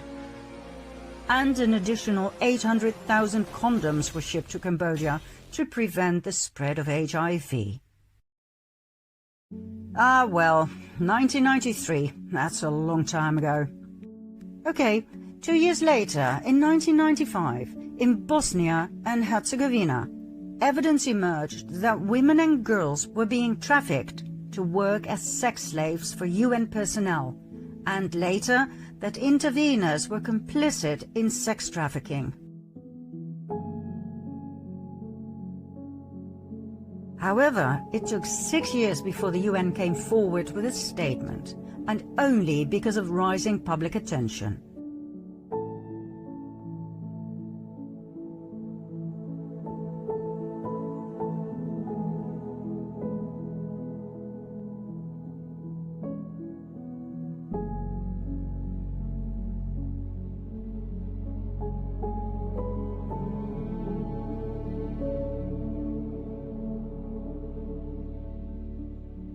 The official investigation into this matter reported an obvious reluctance by the UN to recognize the involvement of peacekeepers in trafficking. The result? Did the UN prosecute any of the abusers or traffickers? No, it did not. It rewrote the definition of trafficking, making it less severe a crime under international law, and failed to provide adequate victim protection.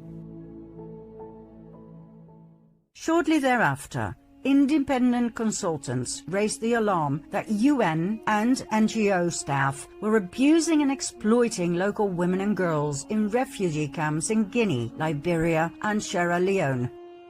According to an Oyos investigation in 2001, sexual exploitation and abuse was most common. Examples? The sexual relationship between a UN civilian staff member and a 17-year-old refugee in exchange for school fees. The violent rape of girls by NGO staff. The rape of boys by Blue Helmets in Sierra Leone. The exchange of sex for food provided by NGO staff. And the refusal of international staff to take responsibility for children fathered with local women. From opportunistic sexual abuse, transactional sex, and networked sexual exploitation to planned sadistic attacks. 2015, Central African Republic. 2 girls aged 14 and 18 were gang raped by armed MINUSCA peacekeepers near their base. The 18-year-old had asked for some food. The 14-year-old had simply walked by. Same year, same country. Homeless and starving boys aged 8 to 15 were repeatedly raped by 26 UN peacekeepers.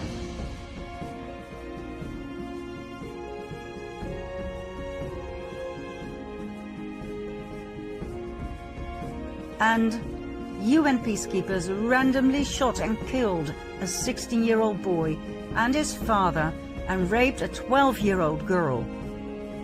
2016, more than 108 additional cases were investigated, including the sexual abuse of 98 girls by international peacekeepers.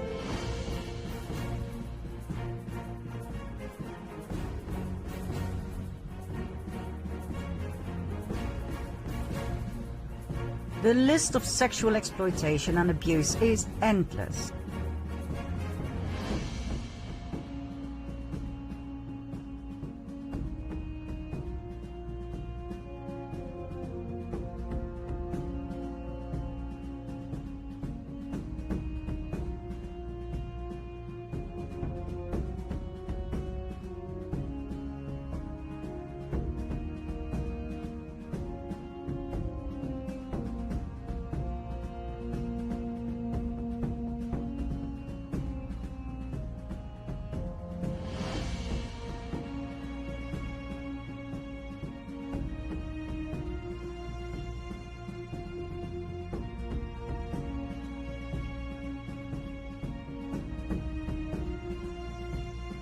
In every single country, from Haiti to Somalia, to Rwanda and Liberia, where 58,000 women and girls were raped in the first 9 years of UN MIL, more of 75% by UN personnel.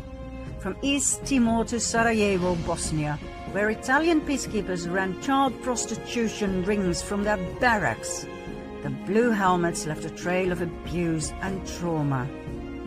As one of the official reports so strikingly put it, many parts of the world where the UN was present were descending into chaos, if not hell, and arguably with the assistance of the UN. There were plenty of investigations, but hardly any of the perpetrators who admitted to their crimes were prosecuted. Let that sink in. Even recently, the UN was once again connected with child trafficking and child abuse, when Canadian UN mogul Peter Dalglish was caught in the act abusing 2 young boys in Nepal.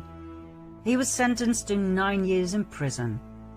Up until his arrest in 2019, Dalglish had been presented as a saint, a protector of children. He was country representative for UN Habitat in Afghanistan. He truly was into children. He even set up Street Kids International to help homeless children. What a saint. What a great loss to our children. Oh, and the UN have more on their slate. Remember the war in former Yugoslavia from 1992 till 95? In July 95, the UN failed to protect the so-called safe area in the enclave of Srebrenica. Instead of protecting the Bosnian people who had fled there, the UN Dutch bat turned away. There was nothing they could do.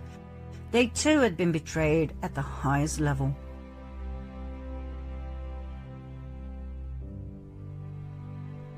"8,372 Bosnian men and boys were separated from their families one night and were slaughtered by Serbian armed forces.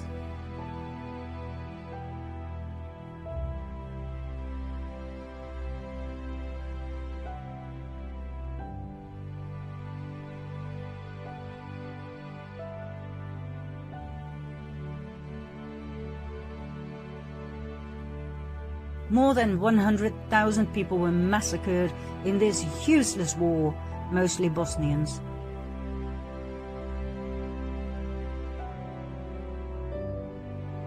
Between 30 and 50,000 Bosnian women, children and elderly were raped and deported. The official status of genocide wasn't acknowledged under international law until 2004.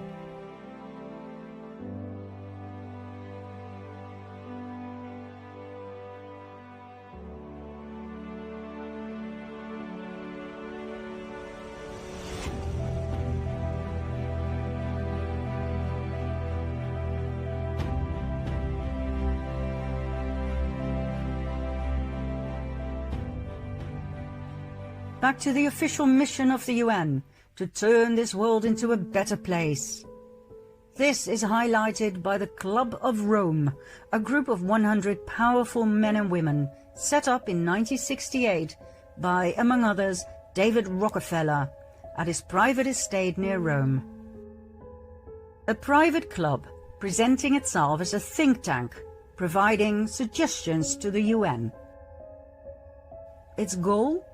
To discuss its concern about the future of planet Earth, to come up with solutions, and to urge governments worldwide to act upon those solutions. In 1972, The Limits to Growth was published, the Club of Rome's first paper on the problems of humanity, followed by the First Global Revolution in 1991, in which humanity was outed as the root problem of all the misery in the world. In need of a common enemy against whom we can unite, we have decided that pollution, global warming, water shortages, famine, etc. are perfect. These are threats we need to confront together. But we should not fall into the trap of mistaking symptoms for causes.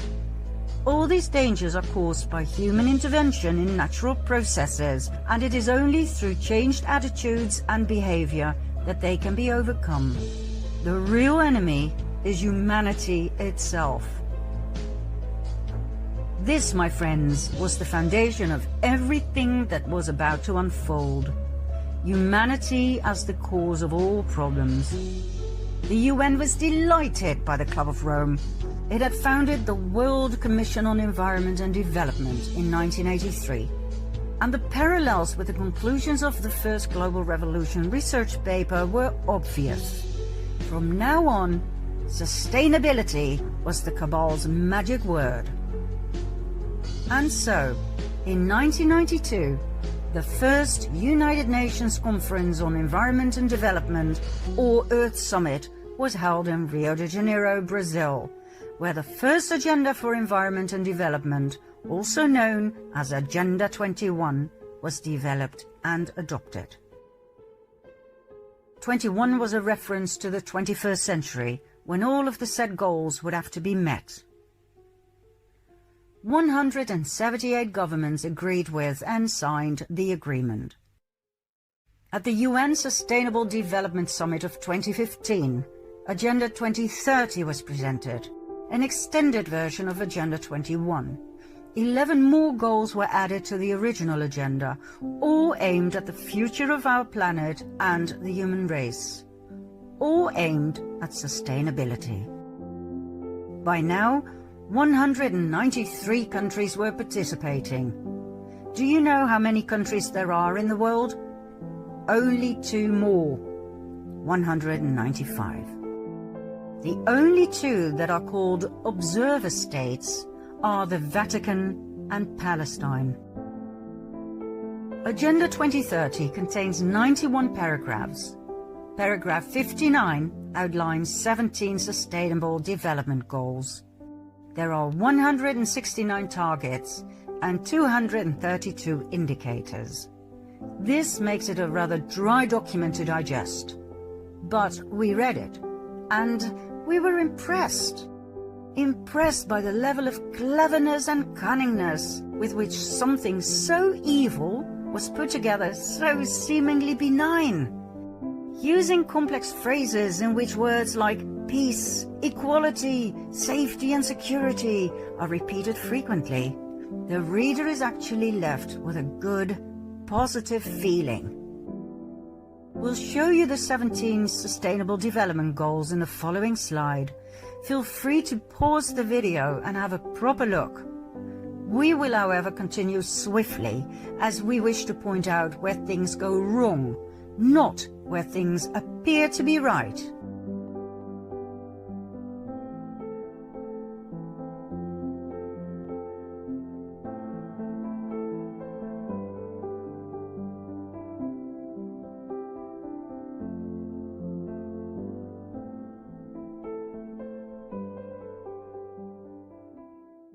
Let's face it, these goals are not feasible. The Club of Rome and the UN can use as many beautiful words as they can come up with, but how on earth are they going to accomplish these 17 goals? By asking you and me to pay more tax? Think about it. Number 1, end poverty in all its forms everywhere. Really? How? The word sustainable is used 10 times. Why? To throw fairy dust into our eyes so that we don't see? So that we will willingly pay more tax? And more tax? And more? So that the world will be saved from us, the cancer of the earth? There is nothing sound about these 17 goals. There is no logic. Take goal number 7.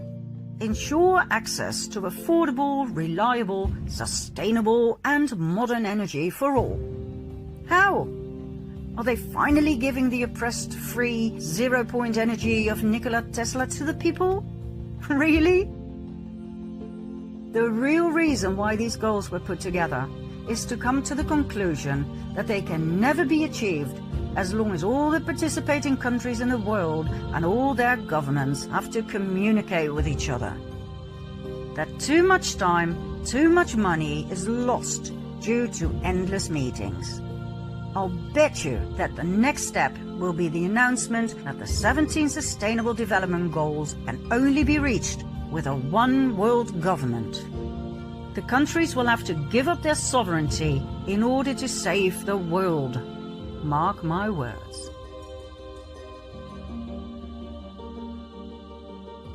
The essence of the entire Agenda 2030 is socialist communistic. It describes equal distribution of goods and money, which sounds great, but which in fact means that the rich countries are to share their wealth with the poor countries. These poor countries are generally run by highly corrupted usurpers, dictators, such as Kenyatta of Kenya and Obiang of Papua New Guinea, or Xi Jinping of China. Are they going to share their wealth, their blood money, with their people? That sounds like a wonderful idea to get rid of poverty once and for all. Everybody would be rich in a split second. let's take all the money from these corrupted governments, add to it the immense wealth of the Rothschilds, the Rockefellers, both the British and the Dutch royal families, and of course the Vatican. Let's redistribute that wealth among the world population. My, what a marvelous idea to end poverty once and for all. Well, no. The people will share with the people. So, in my case, the Dutch taxpayer will have to pay and share with the poor people of, in this example, New Guinea. Now, don't get me wrong, I am for sharing, absolutely, but not according to the plans of the UN, where corrupt, malign governments remain unaffected. Read the paragraphs, the targets and indicators of Agenda 2030. Read them well, and you will see that the people will bleed, not the governments. Whenever governments talk about equality, you can rest assured that communism is involved, and they don't even hide it. Top globalists such as former NATO chief Javier Solana, a socialist, openly celebrate the plan as the next great leap forward. That's right, the old campaign slogan of the Chinese Communist Party.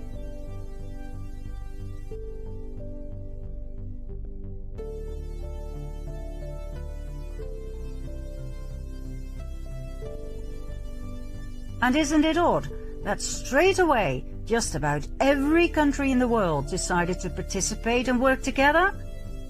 Every dictator of every corrupt government who still had the blood on their hands of innocent civilian victims signed Agenda 21 and later Agenda 2030.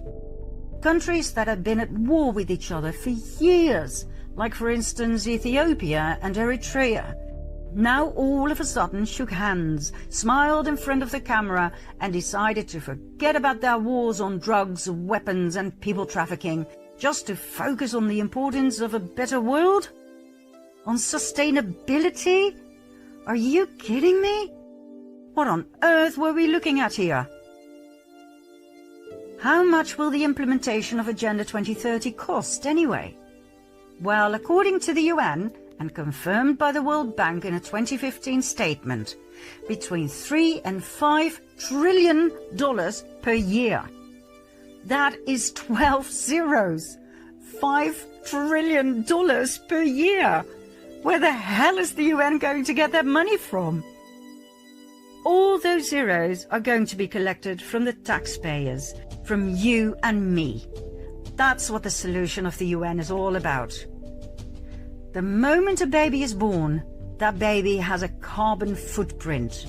And from the moment he or she was born, that baby will have to pay. Isn't that brilliant? The shame and blame that is put on you and me, my goodness me. Agenda 21, 2030, the Club of Rome, the UN, they all claim that we, the people, are to blame for the misery in the world, from poverty to inequality, from famine to the exhaustion of the planet's resources. Fine, let's talk about the planet's resources, shall we? Ever heard of Henry Kissinger? Oh, you will. Let's continue to part 6.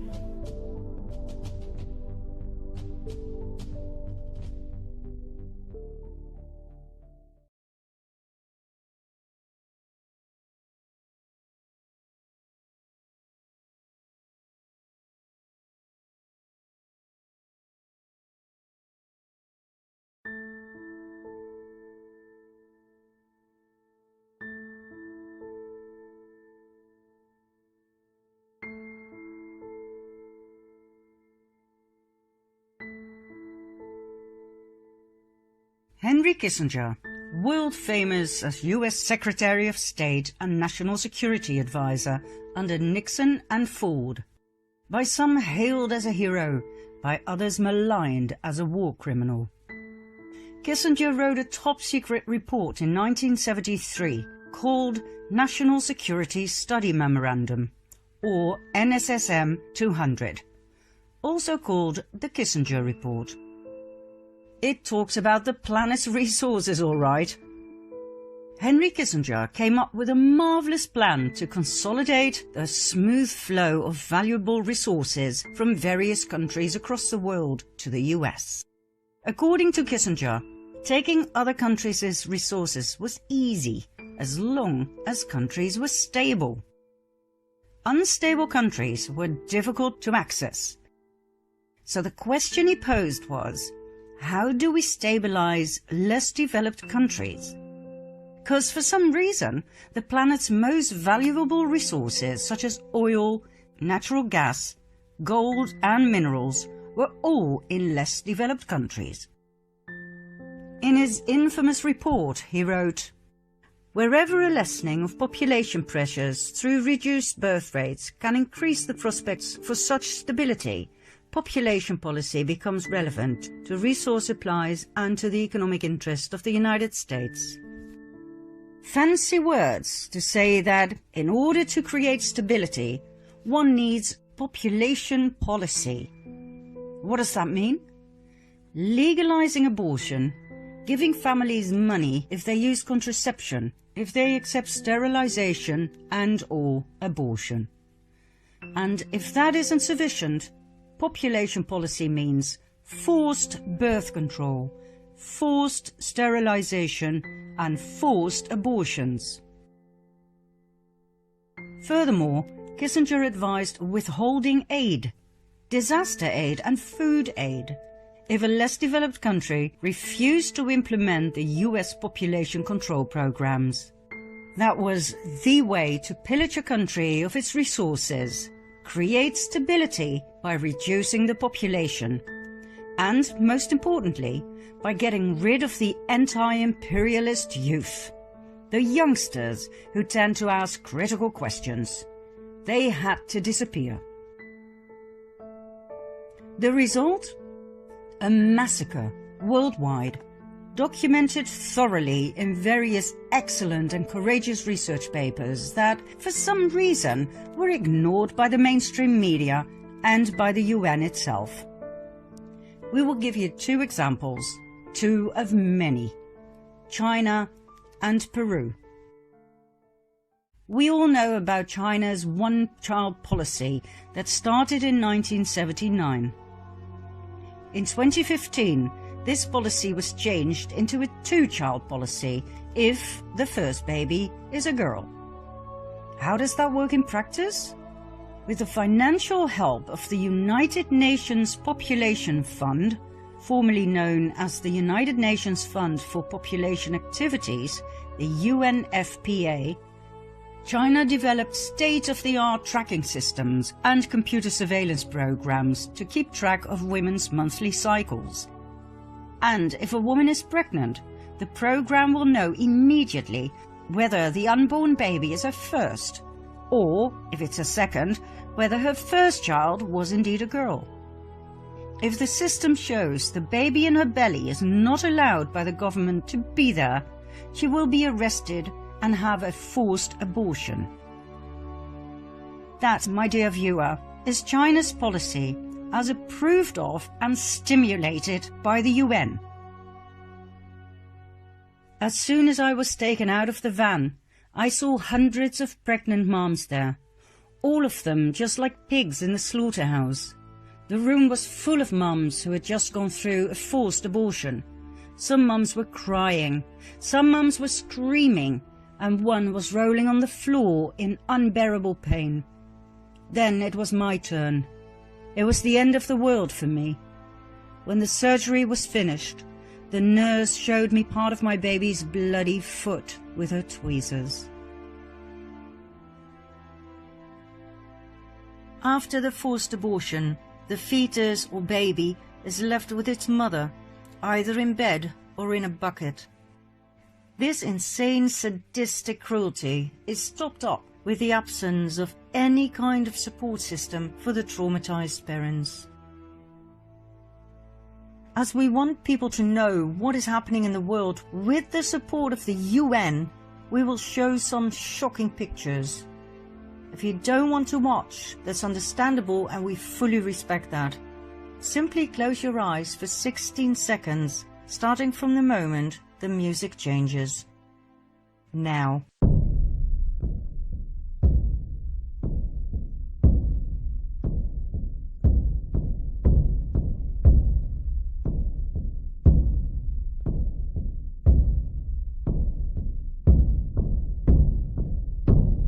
Of course, the United Nations Population Fund denies being involved in forced abortions, but according to its own documents, it donated more than $100 million to China's population control program. It financed a $12 million computer complex, specifically to monitor the population program. It provided the technical expertise and personnel that trained thousands of Chinese population control officials. In China, abortions have been used as a weapon of mass destruction. Hundreds of millions of lives have been exterminated. The UN Population Fund was complicit in China's population control policies from the beginning. They did not only turn a blind eye to abuses, but helped facilitate and fund them. The UN Population Fund funded birth restrictions, it funded forced abortions, it funded China's coercive family planning bureaucracy. They also defended China's actions. Congressman Christopher Smith, co-chairman of the Congressional Executive Commission on China, 2017.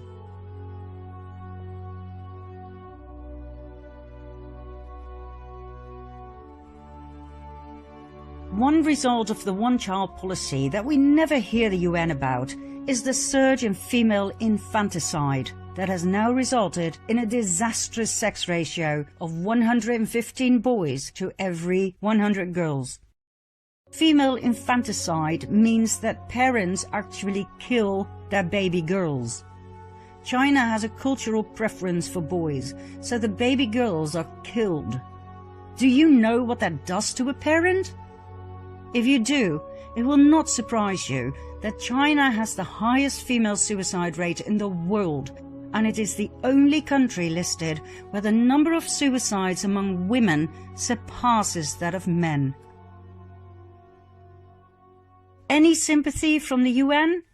No. On the contrary, the United Nations Population Fund presented China with a UN award for the most outstanding population control program.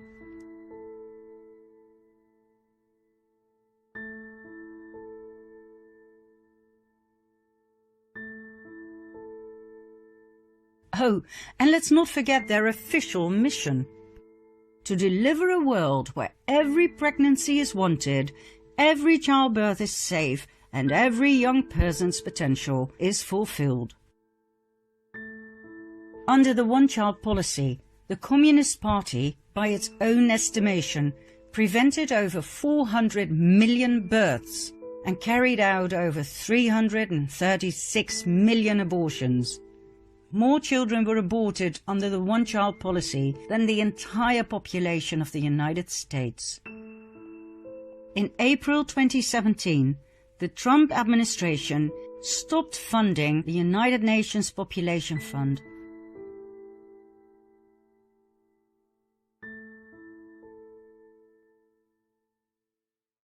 Peru. Between 1995 and 1907, over 250,000 Peruvian women were sterilized as part of a program to fulfill President Fujimori's family planning goals, financed by the US.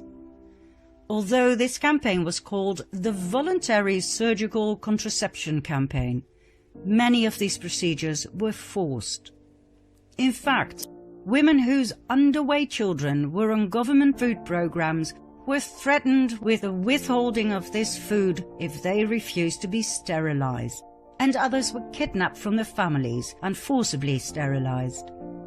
In a little over 2 years, 250,000 women were deeply traumatized. Most of them were poor and indigenous.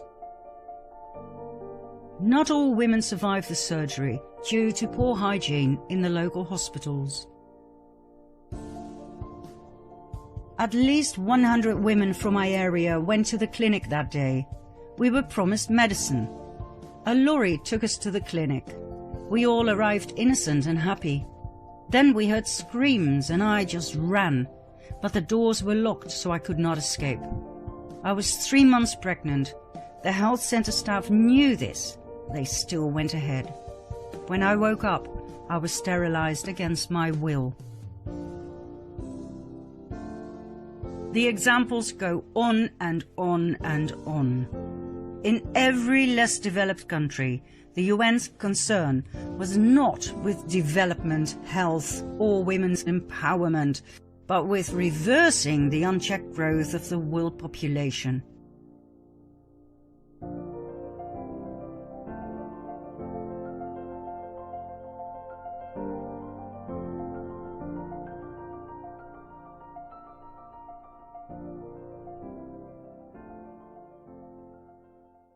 From the very beginning, the concept of a population explosion was a false alarm specifically designed to allow rich nations to pillage the resources of the poorer nations. And Kissinger? He simply laid out the protocols of Zion for modern times. Who is Kissinger, really? He was born in 1923 in southern Germany, right at the cabal center of Bavaria. His full name? Heinz Alfred Kissinger. He claims to be Jewish, but his credentials show all the signs of Khazarian roots. His family name wasn't Kissinger, it was Loeb. The name Kissinger was adopted in 1817 by his great-great-grandfather, Meyer Loeb, after the Bavarian town of Bad Kissingen. The name Meyer Loeb struck a chord. Hadn't we seen that name before? Meyer Amschel Rothschild's great-grandfather's name was Loeb Rothschild. Meyer Rothschild, Loeb Rothschild, Meyer Loeb Kissinger. We wouldn't be surprised if one day the truth will be presented about Henry Kissinger being a Rothschild. In order to understand the UN for what it really is, the ultimate cabal monster, one must know about the countless NGOs that are connected, directly or indirectly, to the UN. NGO means non-governmental organization.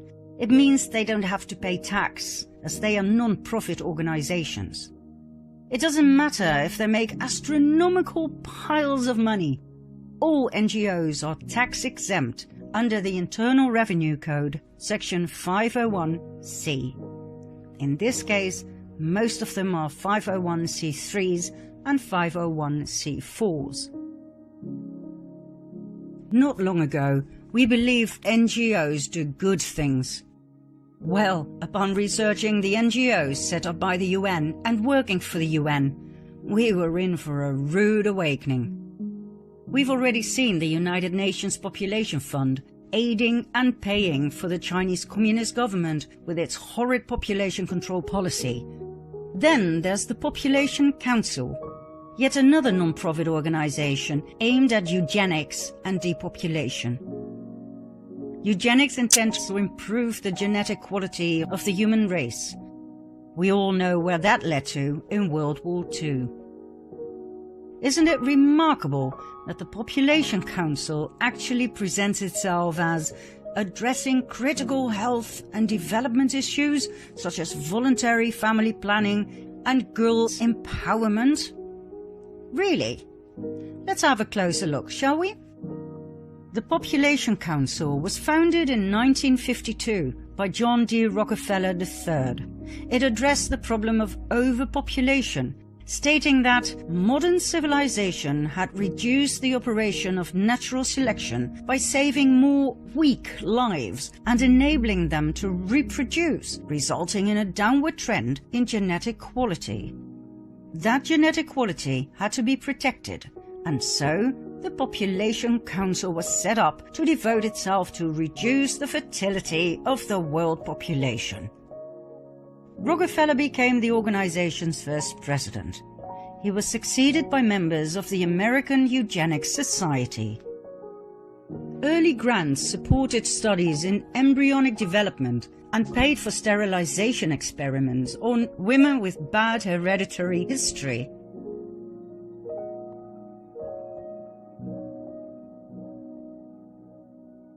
It was clear from the start that the Population Council had nothing to do with protecting women's health and safety. It had everything to do with the cabal's depopulation program. The intrauterine device they forced on millions of women in India, Pakistan, South Korea and Taiwan caused major side effects, such as severe pains, protracted bleeding, pelvic inflammatory disease, and perforated uteruses. Nonetheless, with the help of the national governments of those countries that were paid millions of dollars in blood money, the birth control measures continued without any care or compensation for the women in question.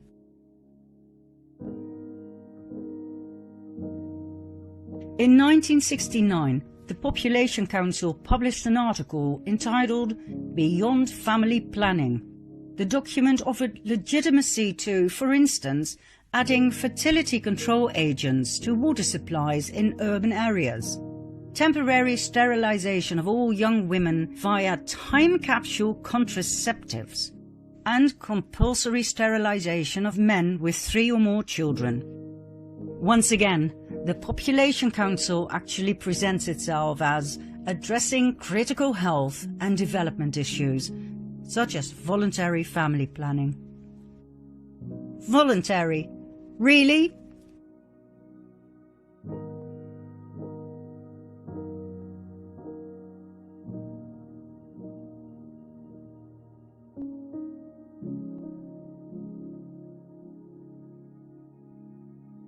These are the kind of population control NGOs we are dealing with. There are 37 NGOs right now that deal with the overpopulation program. 37 NGOs worldwide advocating negative population growth, repeating over and over again the words sustainability, devastating effects, overpopulation, environment. Call it group hypnosis, call it brainwashing. You don't believe me? Here are just a few. Negative Population Growth, a non-profit membership organization that aims to educate the American public and political leaders about the devastating effects of overpopulation on the environment, natural resources, and the overall standard of living. They advocate for a significant reduction in current population numbers in the US. A significant reduction? How, for God's sake? The 10 Million Club Foundation. This Dutch foundation aims to bring about public awareness of the need to reduce the Netherlands' population significantly so as to create a truly sustainable society. Reduce the population of my country significantly? Excuse me? Rientro Dolce, an Italian association that concerns itself with overpopulation, environment and energy. Its name comes from Marco Panella's idea of a mild return to a world with 2 billion human beings. What? A mild return? What does that mean? Killing the other 5.5 billion softly with a smile? Hugging them to death? Oh, and then there's Planned Parenthood. Yet another NGO that has our best interests at heart. The International Planned Parenthood Federation was founded in Brooklyn, New York in 1917 by Margaret Sanger as a birth control clinic. In 1942, the name Planned Parenthood was chosen. Planned Parenthood grew into a huge enterprise with more than 600 abortion clinics in the US alone. Every year, it is responsible for the abortion of approximately 350,000 babies. In several American states, abortion is allowed up to and including the moment of birth. Full-term abortion is the term coined for this event. The doctors at Planned Parenthood have no problems with this. On the contrary, On several occasions, medical staff were caught on hidden cameras selling body parts of aborted babies to third parties. Nurses admitted to knowing exactly how to turn the baby in its mother's womb so that the internal organs would not be harmed during the abortion, in order to harvest them after the procedure. They admitted the aborted babies were alive when their bodies were cut open to retrieve the organs, commissioned by well-paying third parties.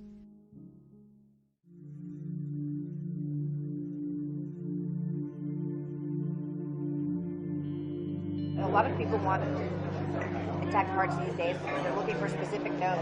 Yesterday was the first time she said people wanted lungs. And then, like I said, always as many intact livers as possible. People just want livers. Some people want lower extremities too, which that's simple. I mean, that's easy. I don't know what they're doing with it. I guess they want muscle. Yeah, a dime a dozen.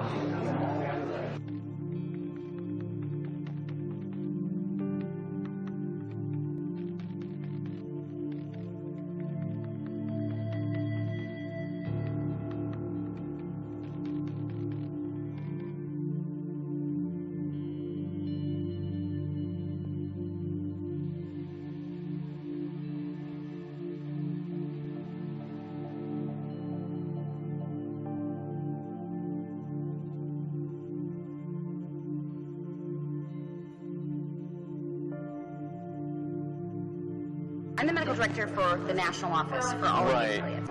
You know, I'm going to throw a number out. I would say it's probably anywhere from $30 to $100, depending on the facility and what's involved. The $30 to $100 price, that's per specimen that we're talking about, right? Yeah. Yes. How much of a difference can that actually make if you know what's expected or what we need versus? It makes a huge difference. I'd say a lot of people want liver, and for that reason, most providers will do this piece under ultrasound guidance, so they'll know where they're putting their forceps. Kind of rate-limiting step of the procedure is calvarium. Calvarium, the head is basically the biggest part. Most of the other stuff can come out intact. Right. It's very rare to have a patient that doesn't have enough dilation to evacuate all the other to bring the body cavity out intact and all that. So then you're just kind of cognizant of where you put your graspers. You try to intentionally go above and below the thorax so that, we've been very good at getting hard, long liver, because we know that, so I'm not going to crush that part. I'm going to basically crush below, I'm going to crush above, and I'm going to see if I get it intact. And with the calvarium, in general, some people will actually try to change the presentation so that's not vertex. So it's a vertex presentation. You never have enough dilation at the beginning of the case unless you have real huge amount of dilation to deliver an intact calvarium. So if you do it starting from the breech presentation, there's dilation that happens as the case goes on, and often the last you can evacuate an intact calvarium. So I mean, there are certainly steps that can be taken. So they can convert to breech, for example, at the start of the. Exactly. Under ultrasound guidance, they can just change the presentation.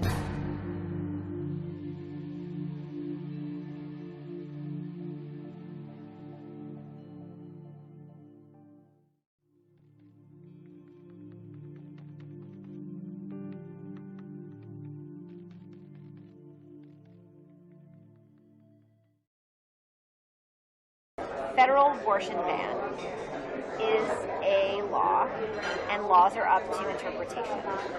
So if I say on day one I do not intend to do this, what ultimately happens doesn't matter.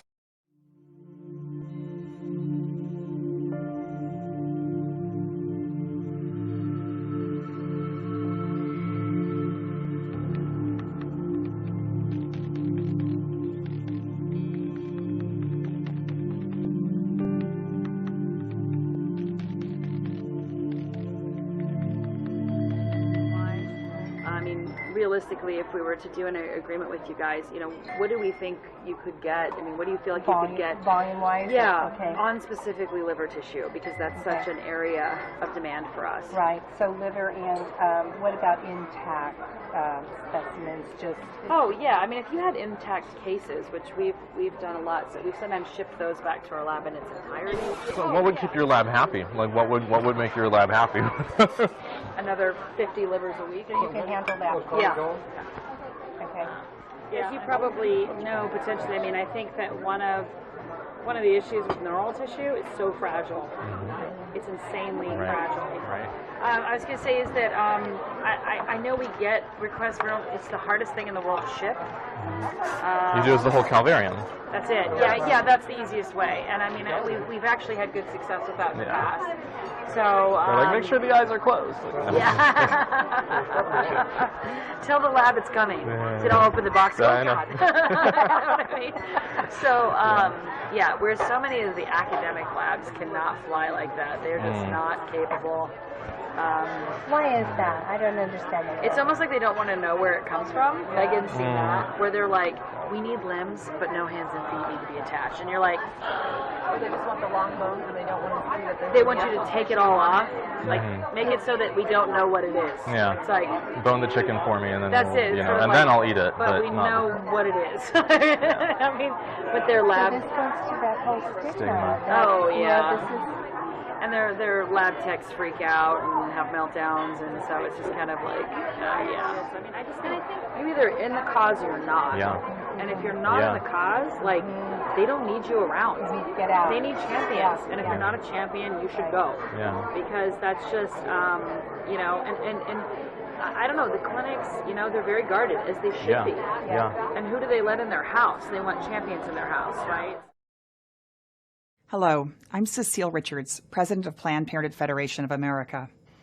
I want to be really clear. The allegation that Planned Parenthood profits in any way from tissue donation is not true.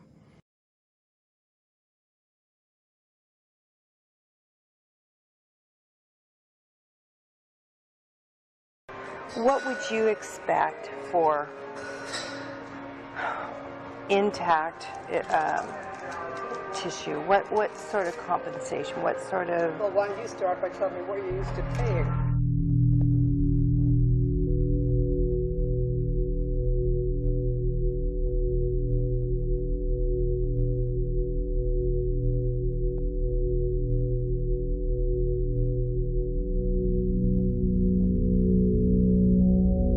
Don't lowball it. Tell me what you really... $75 a specimen. Oh, that's way too low. And that's that's way too low. I want to keep you happy. I've been at places that did 50 too. But see, we're not in it for the money. Now this is for tissue that you actually take, not just the tissue that the person volunteers. You can't find anything. Exactly. And here's another thought: is we can talk about specimen as per specimen per case, or per procured tissue sample, which would be so that if we're able to get a liver thymus pair. You know, maybe that is $75 per specimen, and so that's for for liver thymus pair, and that's $150. Versus if we can get liver thymus, brain hemisphere, and all that, then and then so that protects us, so that we're not paying for what we can't use. I mean, it also. I want a Lamborghini. That's how I want a Lamborghini. Don't we all, right? Yeah, exactly. Planned Parenthood has been receiving millions from, for instance, the American government, the Bill and Melinda Gates Foundation, the Buffett Foundation, the Ford Foundation, the Turner Foundation, and many others. The Bill and Melinda Gates Foundation gave no less than $89.5 million to Planned Parenthood. Why? To kill unborn babies? Why the heck do they call this charity?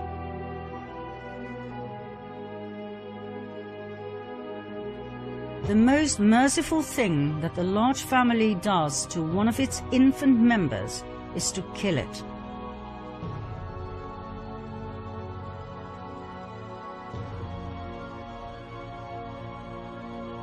The most urgent problem today is how to limit and discourage the over-fertility of the mentally and physically defective.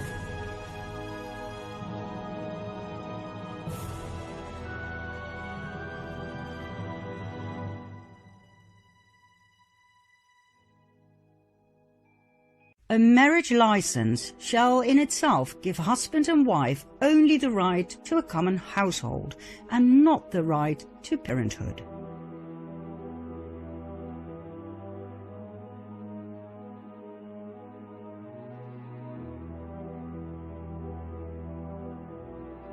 No woman shall have the legal right to bear a child, and no man shall have the right to become a father without a permit for parenthood.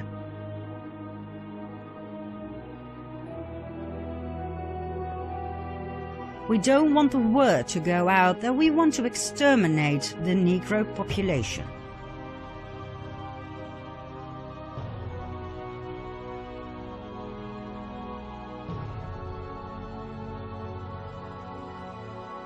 But from my view, I believe that there should be no more babies. I admire Margaret Sanger enormously. Her courage, her tenacity, her vision.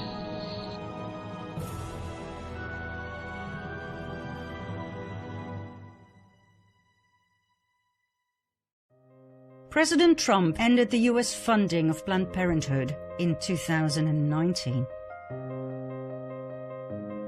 Oh, and just as we started editing this part 6, we received news that Henry Kissinger is one of 11 high-ranked officials who have just been removed from the Pentagon Defense Policy Board, effective immediately. Thank you, President Trump. We could talk about the UN forever, its brilliant business constructs, its evil deeds, and its hypnotic words to put up a smokescreen to divert the public from seeing the truth of its real threefold purpose: pillaging the resources of less developed countries, money laundering, and population control, better known as the depopulation program. The money laundering will be clarified next. We promise you, when we're done with the UN and its NGOs, you will never donate another dollar ever again to any one of them. Let's continue with more crime, fraud, and the front man of this entire scheme in part 7.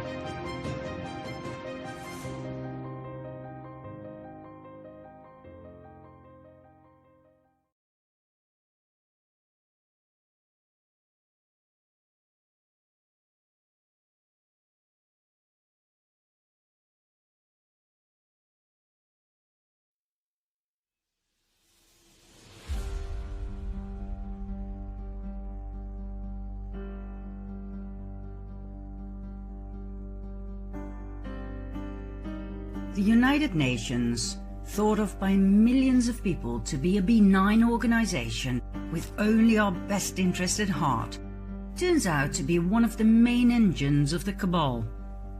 It is where deals are made, where money is laundered, and where dictators are kept steadily in their seats. The UN works with a multitude of NGOs, some officially under the umbrella of the UN, others more covertly. The term NGO, non-governmental organization, was actually invented by the UN back in 1945. You will soon understand why. It encompasses charities and non-profits, but also lobby groups for big corporations such as the World Economic Forum. At this moment, 5,500 NGOs have consultative status with the United Nations Economic and Social Council. This means they have a formal relationship with the UN and are allowed to participate in the work of the UN.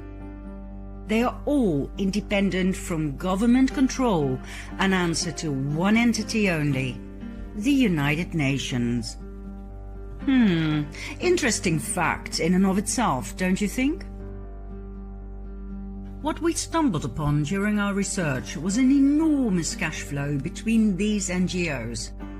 It seems like they all support each other's work, like one big happy family.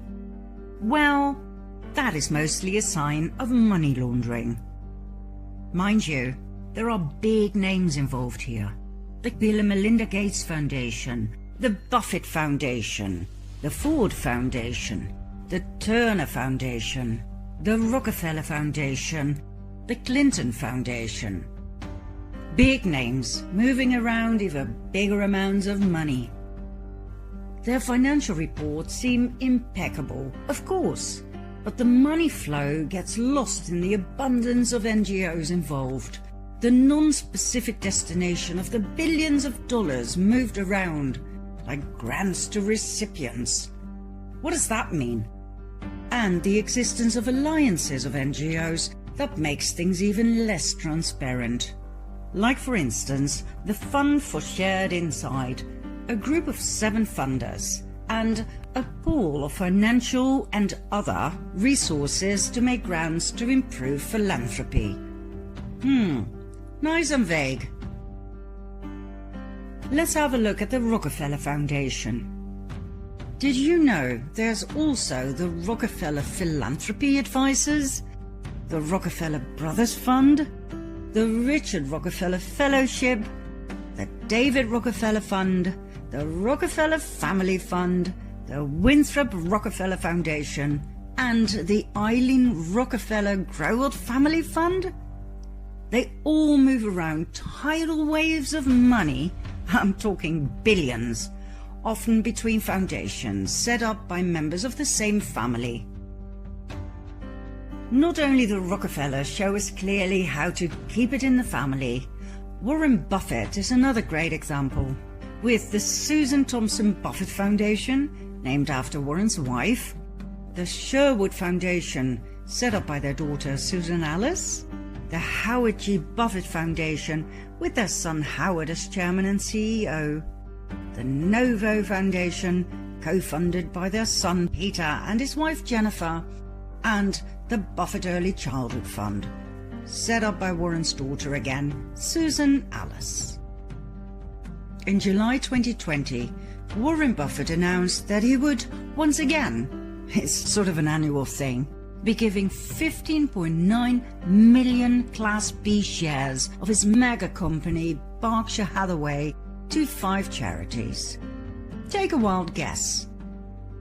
All of these shares, worth $2.9 billion, went to the very same Susan Thompson Buffett Foundation, the Sherwood Foundation, the Howard G. Buffett Foundation, the Novo Foundation, and the Bill and Melinda Gates Foundation.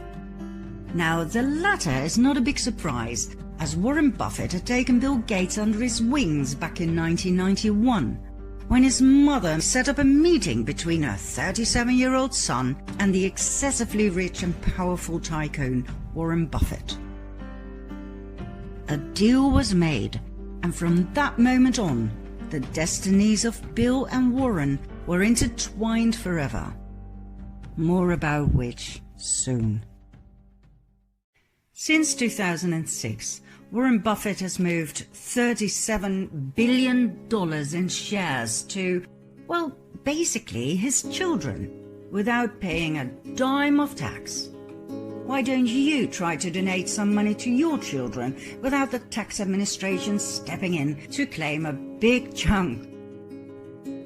By the way, the Buffett Foundation is known for its secrecy, often appearing under grand acknowledgements as an anonymous donor, which is rather strange when it concerns donations of many millions or even billions of dollars, simply unaccounted for.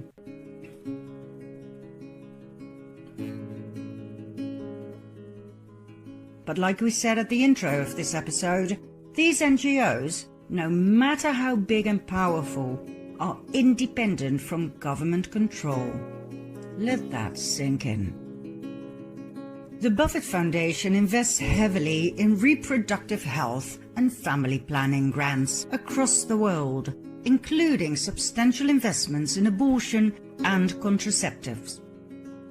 In the 1990s, the Buffett Foundation helped finance the development of the abortion drug RU486. Between 2001 and 2014, the foundation contributed over $1.5 billion to abortion-related causes, including at least $427 million to Planned Parenthood and $168 million to the National Abortion Federation. Remember from part 6 that the Bill and Melinda Gates Foundation gave $89.5 million to Planned Parenthood? Were you shocked when you heard this number? Well, the Buffett Foundation makes the Gates Foundation pale in comparison. It gave Planned Parenthood $427 million.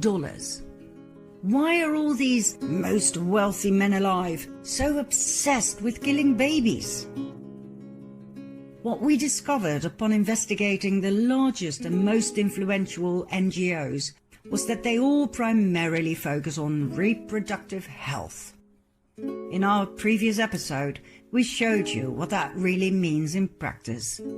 Eugenics, depopulation, pillaging less developed countries for their precious minerals, and money laundering.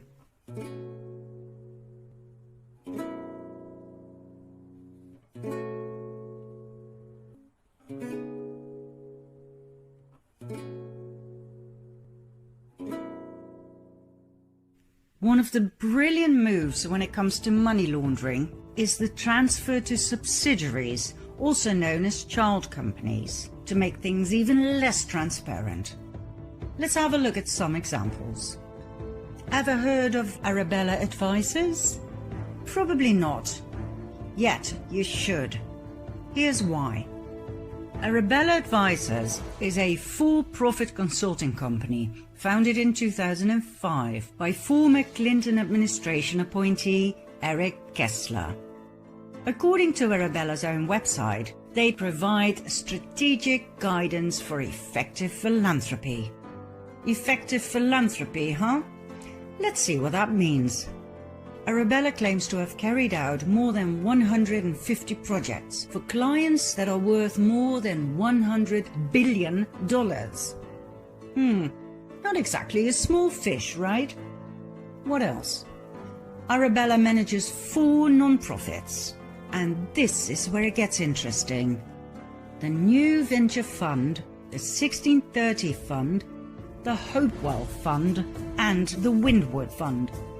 These 4 non-profits serve as accelerators for yet another range of non-profits that, according to several investigative sources, are fake organizations that are little more than a website and a suite address. Now, we dove into Arabella and its 4 minions because we saw them appear time and again in the midst of the giants, such as the Gates Foundation, the Rockefeller Foundation, etc. As we'd never heard of them before, we decided to look into them. It took us many 24/7 weeks. Never before were financial reports so confusing, so non-transparent. Arabella Advisors and its 4 non-profits use tax regulations to the max, moving money from C3s to C4s, which is more profitable when it comes to tax deductions. Thanks to the pass-through arrangements, funding is passed from one organization to another, making it difficult to trace where a donor's money ends up. As we searched for weeks, our astonishment grew. Then we ran into the work of Capital Research Center. Our findings collaborated with those of their researchers like Hayden Ludwig, who described Arabella as a dark money monster and the left's best-kept secret. Arabella is the left's best-kept secret that proves something money and politics reporters have failed to notice. Non-profits, not the parties, drive our politics. Since Arabella's inception, it's sponsored roughly 340 groups. These fake groups rarely disclose their relationship to Arabella Advisors or any of its 4 in-house non-profits. Nevertheless, many of them accept donations from the public, funds which go to Arabella's non-profits. This system also allows these groups to hide their funders, since it's virtually impossible to trace individual grants to Arabella's 4 non-profits to any particular fake group. These 340 Pop-up groups are slick websites posing as grassroots activist groups that can appear and vanish in an instant. Since 2006, this network has pumped a stunning $2.4 billion into politics.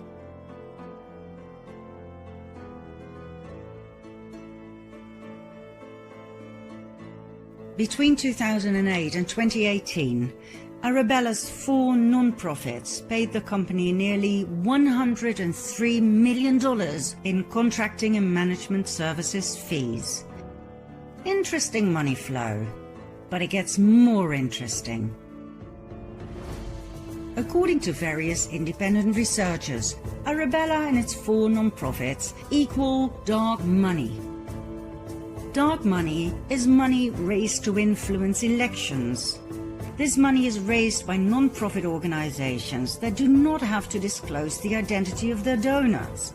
In other words, a complete lack of transparency where it concerns millions and millions of dollars, all aimed at one goal and one goal alone: influencing the outcome of elections, or more concrete, making sure the Democrats win at all cost.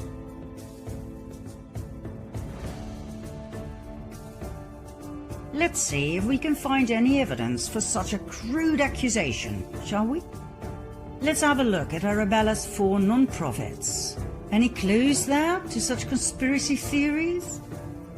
First, there is the 1630 Fund. In 2018, it received massive anonymous donations. It later turned out that $26.7 million had come from the New Venture Fund, one of its sister funds. The 1630 Fund, the 501c4 advocacy wing of Arabella's non-profit network, is a massive dark money group that boosted Democrats in the 2018 midterm elections with $140 million. The 1630 Fund's biggest single donation, made anonymously, was for $51.7 million, more than the group had ever raised before in an entire year before President Donald Trump was elected. One of 1613 Fund's projects, or pop-up groups, is Demand Justice, an anti-Trump organization.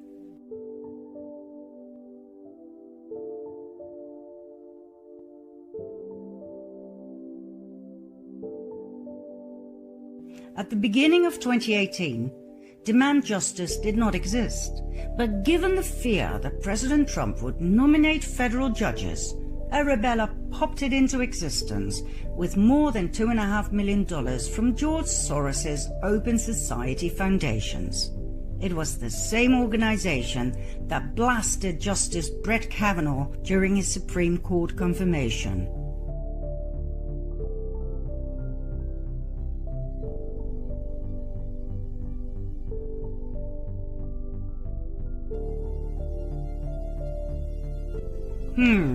Interesting. What about number 2, the Hopewell Fund? The Hopewell Fund is a 501c3 non-profit created in 2015. It primarily manages pro-abortion projects, including Equity Forward, which attacks the Trump administration for opposing the left-wing abortion agenda. Okay. What about number 3? The New Venture Fund. The New Venture Fund, located at the same address, the same suite, number 300, a platform for philanthropists. Between 2014 and 18, New Venture Fund received $1.6 billion in donations. In 2018 alone, this was $395 million, for which they hired consultants for a total sum of $28.3 million, of which $90 million went straight back to Arabella Advisors, his mother company. To give you a nice little example, New Venture Fund sponsors its own project, Media Democracy Fund, located at the same address in DC and the exact same suite, number 300.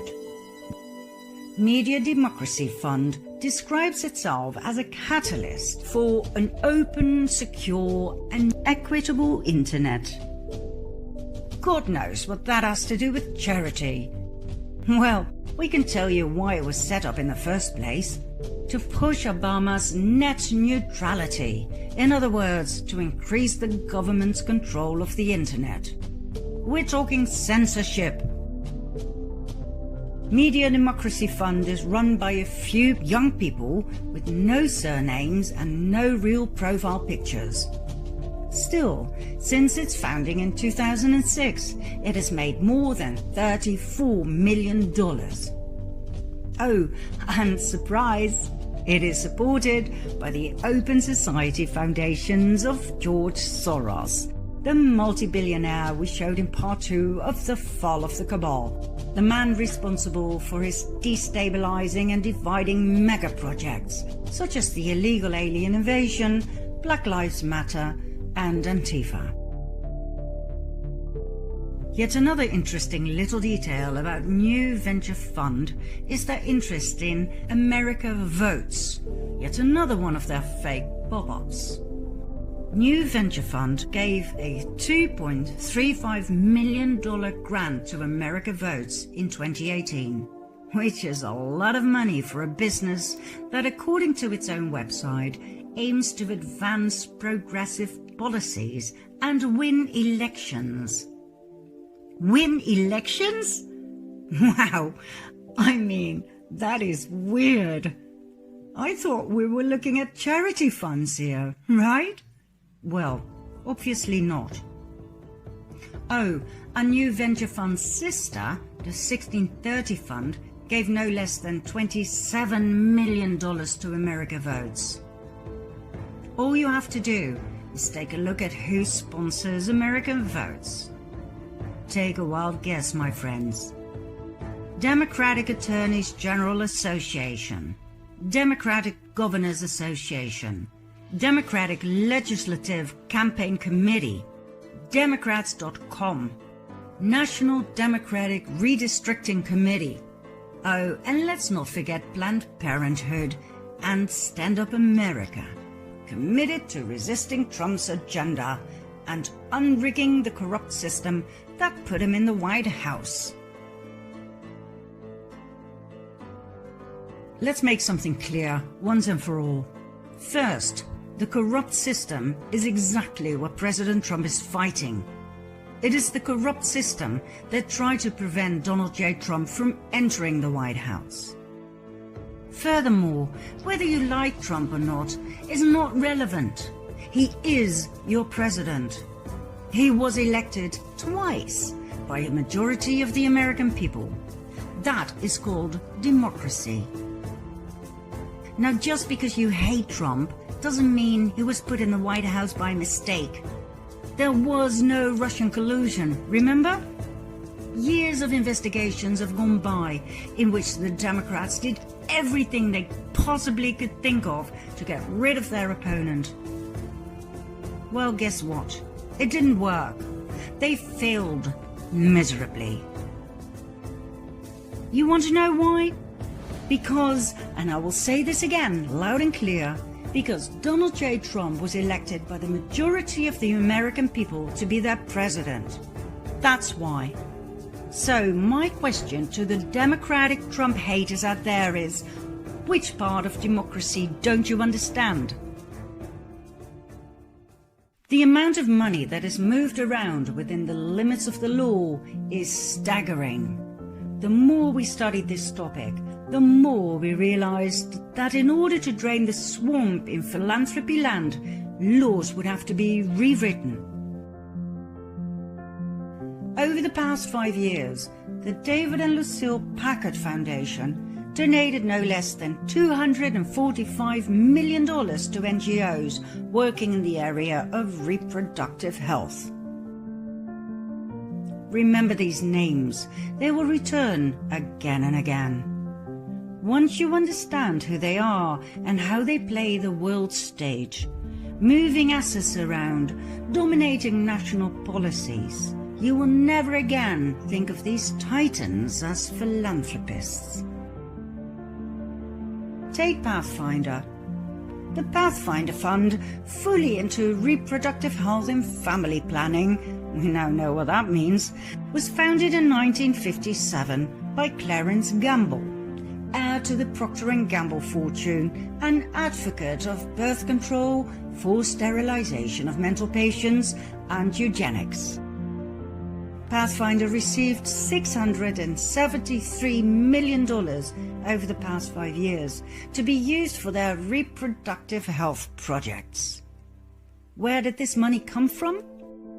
Well, their main donors and grantors are the Gates Foundation, the Buffett Foundation, the MacArthur Foundation, the Hewlett Foundation, the Packard Foundation, the Ford Foundation, Vanguard, Fidelity, Schwab, Tides, Global Health Initiatives, part of the WHO, and USAID, that awarded $970 million to Pathfinder in the form of grants and contracts between 2005 and 2021.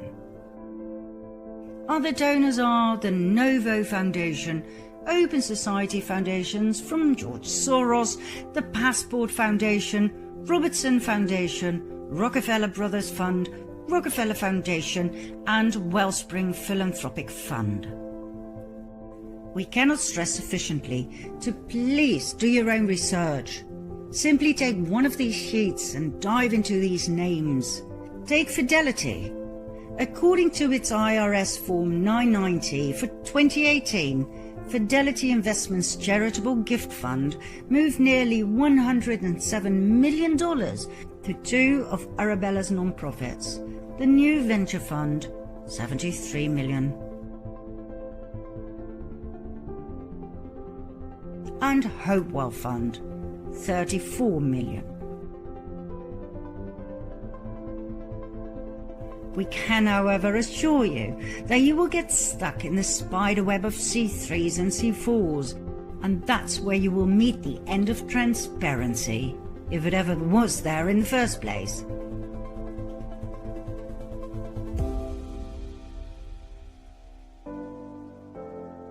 You see, even though you get some information through the IRS Form 990, the umbrella company Arabella is a for-profit organization, which means they do not have to fill in a 990 form.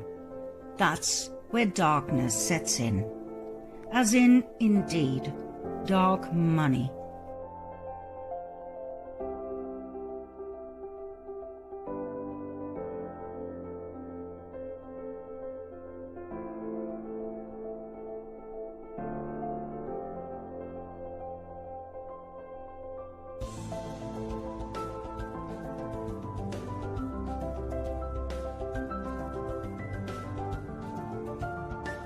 Okay, let's have a look at the Rockefeller Foundation.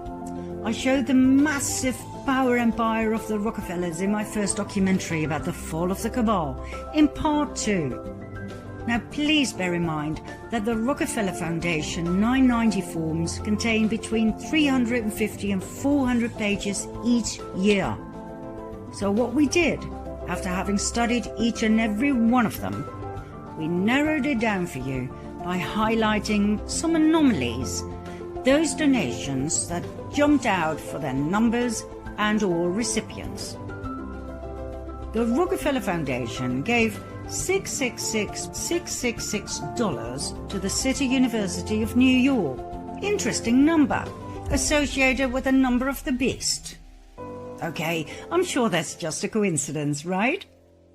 The Rockefeller Foundation gave $4 million to DataKind, an NGO for data science. Funded by the Bill and Melinda Gates Foundation, Open Society Foundations, Microsoft, Rockefeller Foundation, Hewlett Foundation, MasterCard, Google, and others. A data science company? Then it gave $25.7 million, to the Alliance for a Green Revolution in Africa. More about this scandalous fraud in Part 9. In 2018 alone, the Rockefeller Foundation invested no less than $4.1 billion. Most of the money went to investment companies such as BlackRock, with $4.4 billion in securities apart from charitable purposes.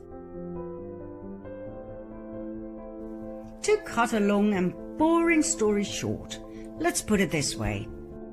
After God knows how many hours of research into the financial reports of these NGOs, we came to the following conclusions. All charity NGOs in which millions of dollars are moved around have nothing to do with charity whatsoever. They are simply the perfect business model for money laundering. In spite of the millions or even billions of dollars involved, no tax is paid.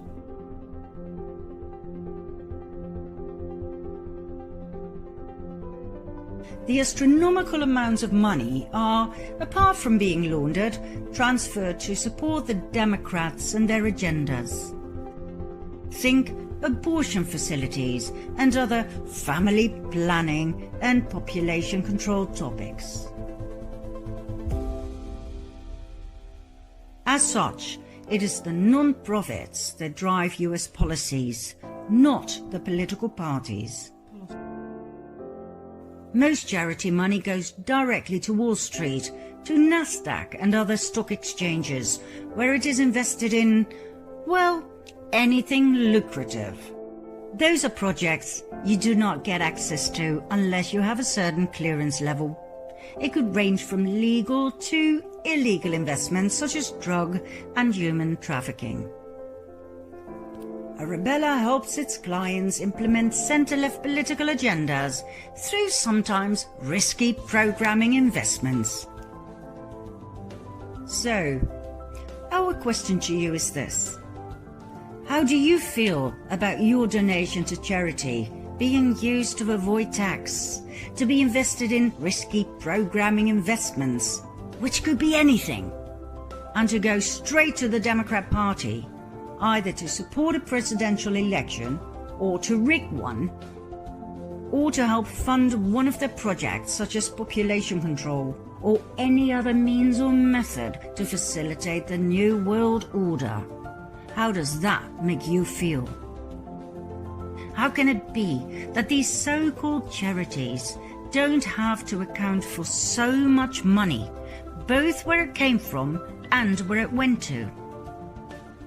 How can it be that these NGOs that move billions around work from a simple suite? There are countless consultancies involved in charity that are granted millions of dollars to do their work. Why, for heaven's sake? I mean, suppose you advise individuals and companies on how to invest money into charity. Don't you simply get paid for your services by your clients? Why does an Office for Data Science receive millions and millions of dollars? To do what? And why is it a non-profit organization? Why does it have major sponsors such as the Bill and Melinda Gates Foundation, the Open Society Foundation, Microsoft, Rockefeller Foundation, Hewlett Foundation, MasterCard, Google?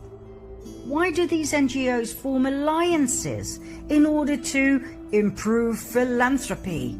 How hard is it to pick a fund and donate? The more we dove into the subject, the more we realized just how insane this all was. Within the limits of the law, oh yes, but insane and wrong nevertheless. The UN, with all of its NGOs and charity funds, connected either directly or indirectly, moving billions around, hence and forth, laundering money to their heart's content, investing enormous amounts on the stock market, making more money and even more, without ever having to pay a dime of tax. And like I said, they are all independent from government control, and answer to one entity alone, the United Nations. Does this mean all NGOs are bad news? Probably not. I'm sure the smaller ones and the local ones have not been dragged into the dark swamp. I'm sure they do great work, real charity. But the big ones, the ones with the multi-million-dollar sign on them, like Oxfam, that held sex orgies with minors in Haiti? Minors as in children?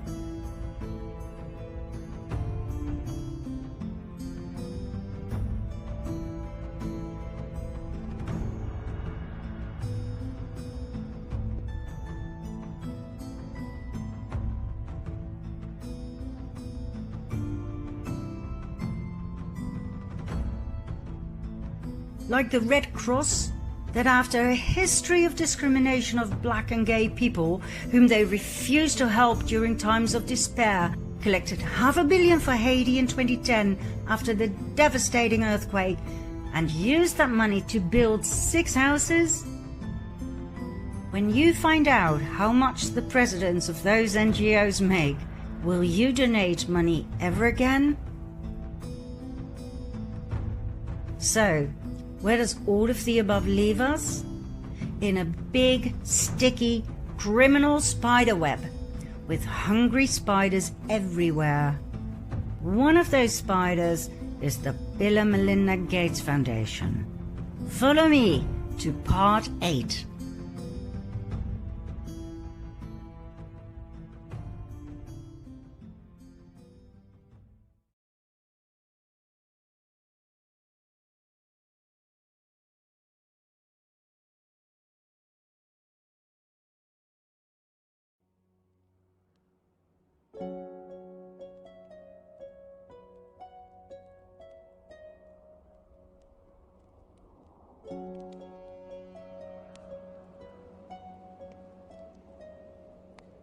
The Bill and Melinda Gates Foundation does not need much introduction.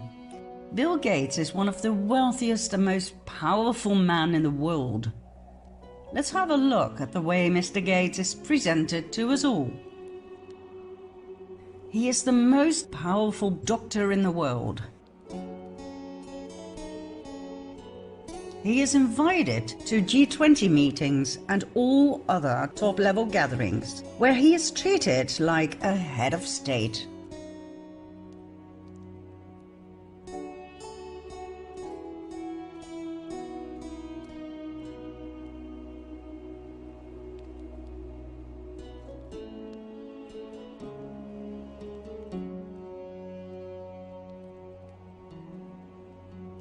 He is the savior of humanity and the earth.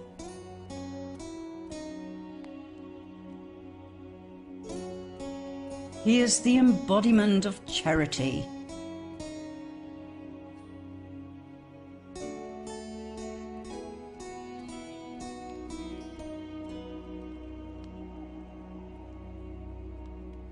He is a great example of the American dream.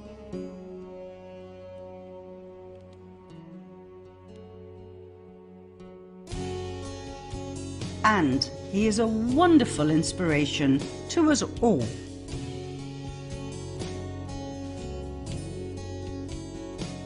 Where did this prodigy come from? Bill was born in a wealthy family, a family of influence. His mother, Mary Maxwell Gates, came from a powerful banking family. His father, William Henry Gates Sr., was an attorney.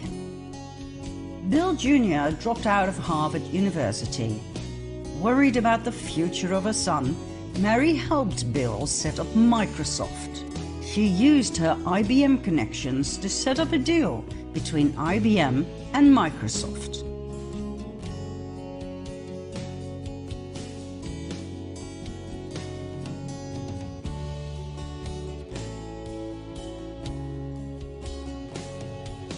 In 1991, she arranged a meeting between her son and Warren Buffett, the multi-billionaire who took Bill under his wings. Both of Bill's parents were heavily involved in family planning and eugenics. His father served on the board of Planned Parenthood. My dad was head of Planned Parenthood, and it was very controversial to be involved with that. Bill openly and proudly talks about these things and how they were discussed over dinner. From an early age, he was spoon-fed with the ideology of eugenics. In his 30s, Warren Buffett added to this with his enthusiasm on the subject. Buffett's foundation, the Susan Thompson Buffett Foundation, is a massive financial supporter of pro-abortion activities and population control policies.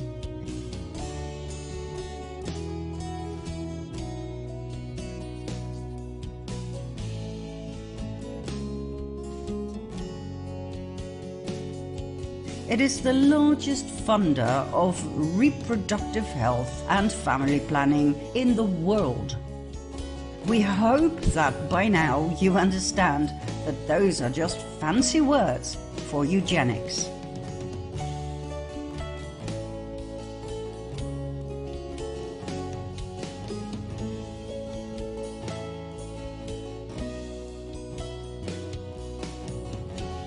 So, Bill Gates, a Rockefeller descendant, as we have shown in our COVID-19 documentary, was pushed forward with one goal in life and one goal alone, and that was not computer programming.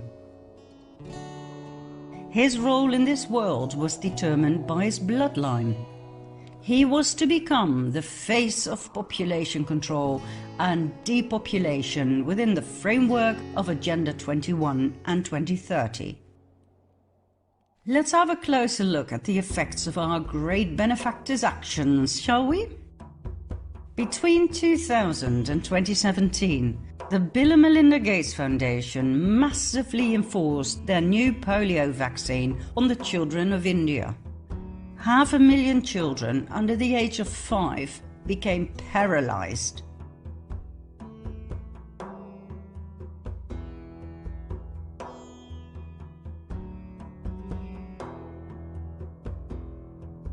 The Indian people were furious, and as a result, the Bill and Melinda Gates Foundation was thrown out of the country in 2017.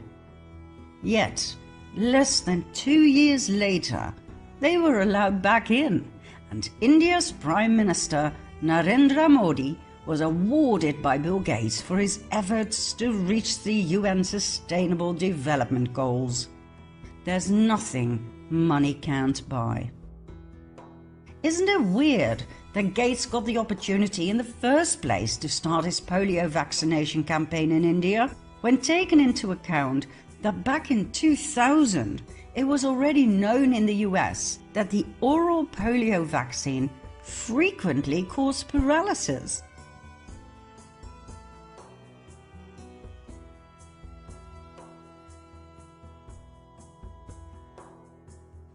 In the UK, the polio vaccination program was stopped 4 years later, in 2004, because of this proven link between the polio vaccine and paralysis.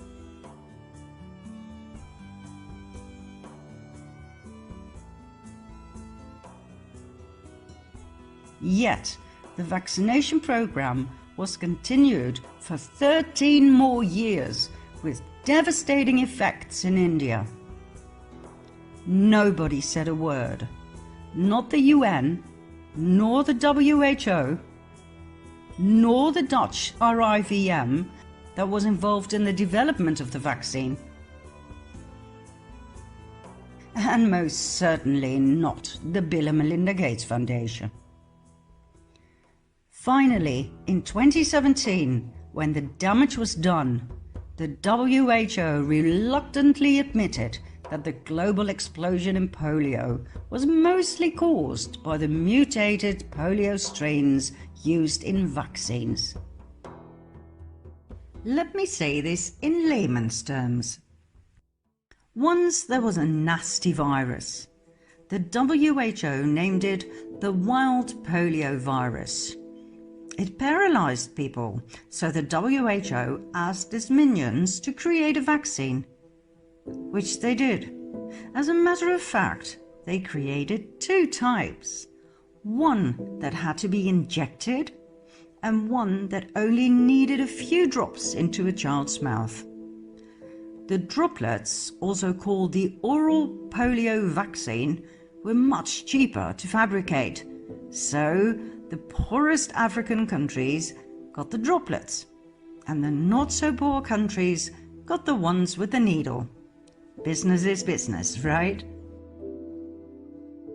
All seemed well at first, and after many years, in 2020, the WHO and the CDC proudly presented to the world that the wild polio virus had officially been eradicated, killed, murdered, destroyed.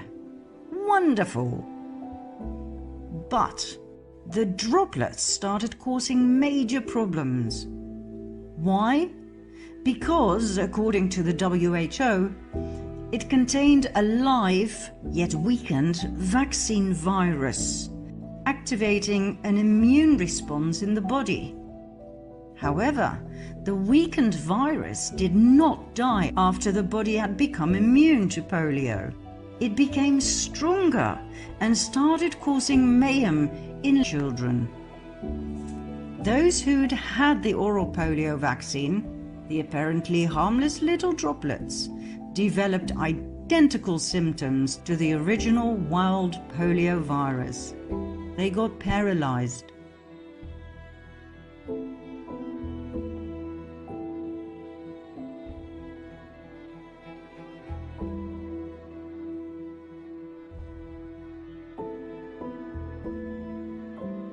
At first, the WHO denied the allegations.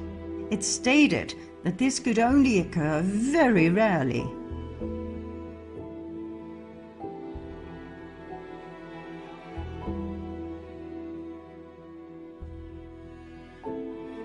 But then, as the numbers of paralyzed children grew and grew and grew, they admitted it was due to what they called mutated polio strains inside the vaccine. They even gave it a beautiful new name, VDPV, Vaccine-Derived Polio Virus. Wow, I'm sure those paralyzed kids are very proud to carry a disease with such a pretty name.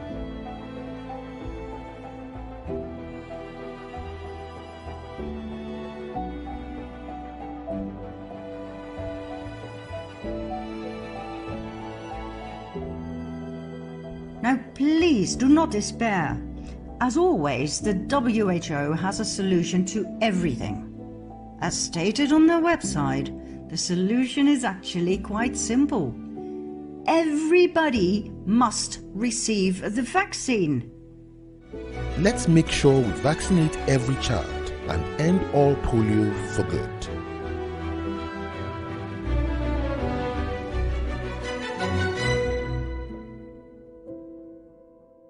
The same vaccine droplets, the cheapest ones of course, the ones that caused paralysis in the first place, must be given to every child under the age of 5. Why? Because of the herd immunity lie. Together we can stop this virus. Sounds familiar, doesn't it? Was there any compensation for the 500,000 paralyzed children? No. Was the Gates Foundation prosecuted? No. What else? In 2002, the Gates Foundation introduced the Meningitis Vaccine Project, MenAfriVac campaign, in which thousands of African children were force vaccinated. 10% of those children developed paralysis.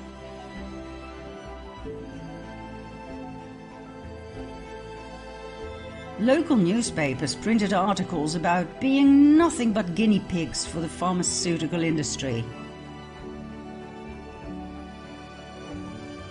Gates's actions were described as ruthless and immoral.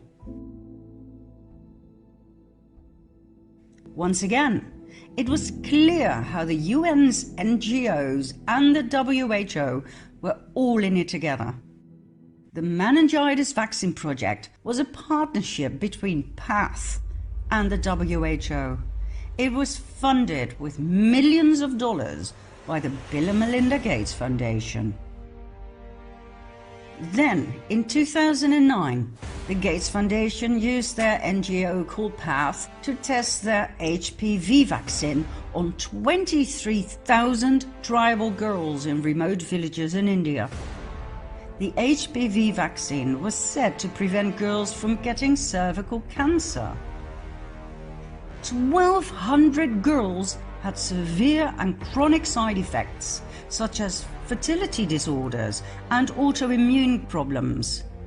7 girls died. Thousands of girls suffered from severe convulsions directly after being vaccinated. The WHO admitted the vaccine could cause convulsions, but stated it would only affect girls with a certain gene, and so it would be quite rare, which totally contradicts this video footage.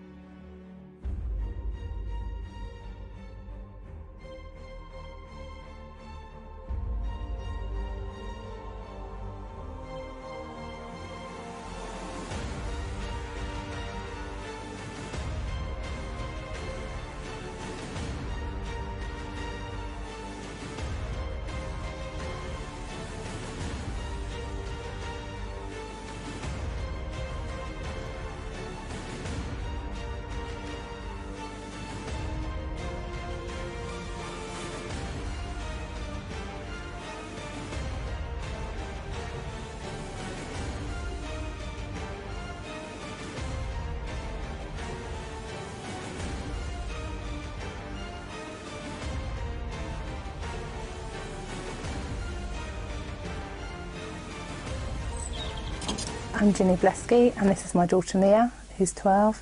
On the 21st of September last year, 2016, she had the first HPV vaccination at school. The following morning she woke up and she couldn't walk on her legs, she couldn't weight bear, her legs were shaky, and she had burning in either side of her spine all the way up her back. But she deteriorated by the afternoon, so we recalled the on-call doctor, who said just go straight to A&E. We took her straight to A&E and they admitted her for a few days. We've done video diaries right from the first day all the way through up until now, and basically within days, about 10 days of Mia having the vaccination, she completely lost the use of her legs. A couple of weeks after, she lost the use of her body went. So for the last 13 weeks now, she's only been able to blink and speak. She can't use any of her limbs. She's incontinent.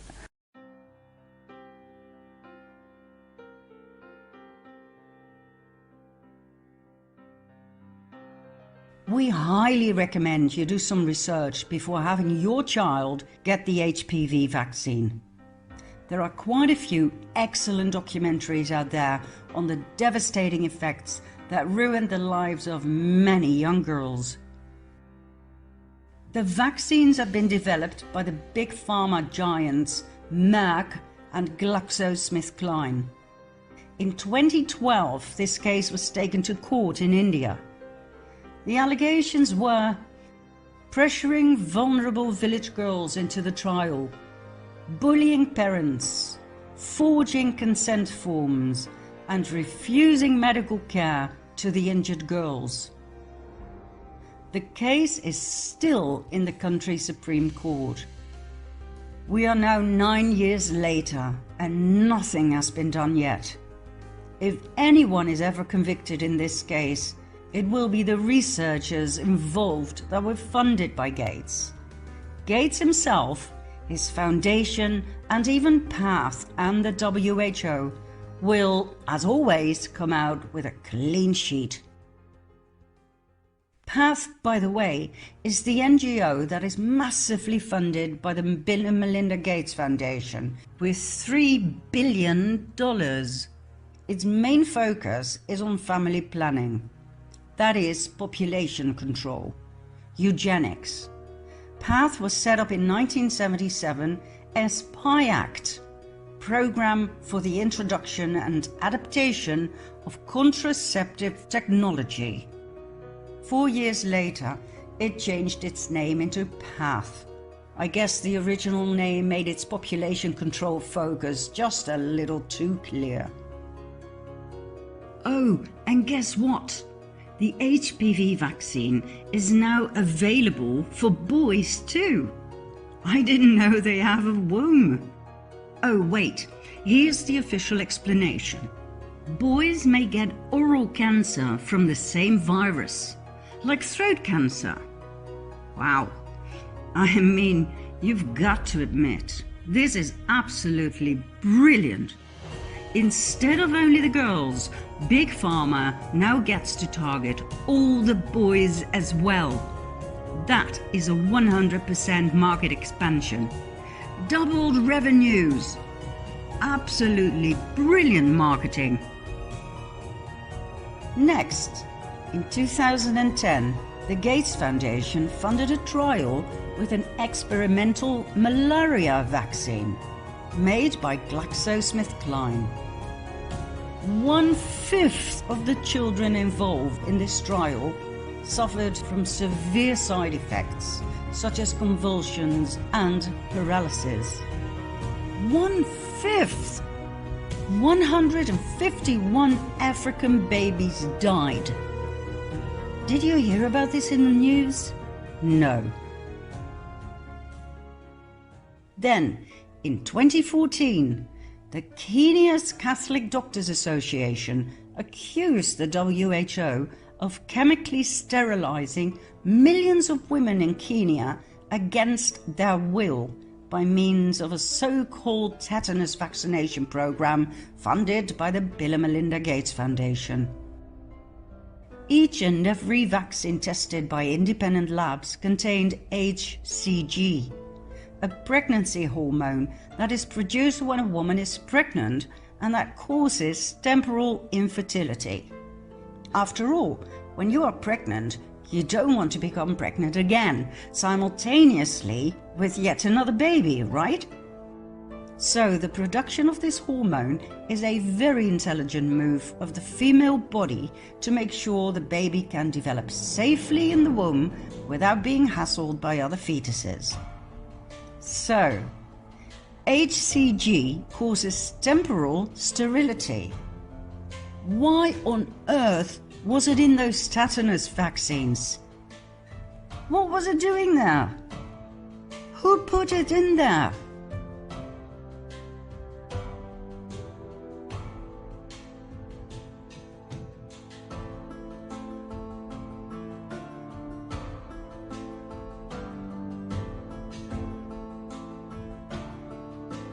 Is this what we are looking at here when we talk about population control and family planning?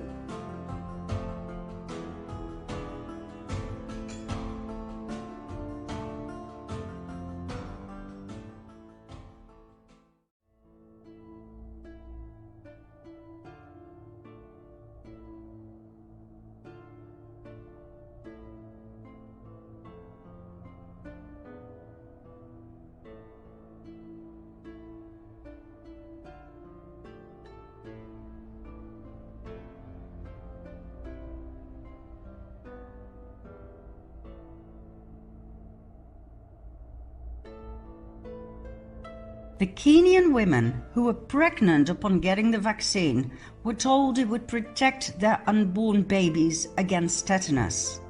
They were told they had to get 5 shots at 6 monthly intervals. Their babies never saw the light of day. They were spontaneously aborted. Interesting detail about this case is that the Kenyan government fervently denied that the vaccine had caused sterilization. President Uhuru Kenyatta must have followed the money. He does not exactly have a clean sheet. He stood trial in The Hague for crimes against humanity and was involved in several cases of bribery and corruption. A very easy partner in crime for Gates and the WHO, who have spent millions of dollars paying off corrupt governments of less developed countries to get a carte blanche for their vaccination experiments. In this particular case, the mainstream media and the notorious fact-checkers still try their utmost best to ridicule and deny this case, which we fully understand. What do you think will happen to them when all of this gets out into the open? In 2017, a research paper was published in multiple scientific journals, once again putting the vaccination trials in a very bad light. In the early 1980s, the WHO's UNICEF performed what they called a natural experiment in an urban community in Guinea-Bissau, a country in West Africa. Babies between 3 and 5 months of age were given a DTP vaccination. The study showed that vaccinated children had 5-fold higher mortality than unvaccinated children.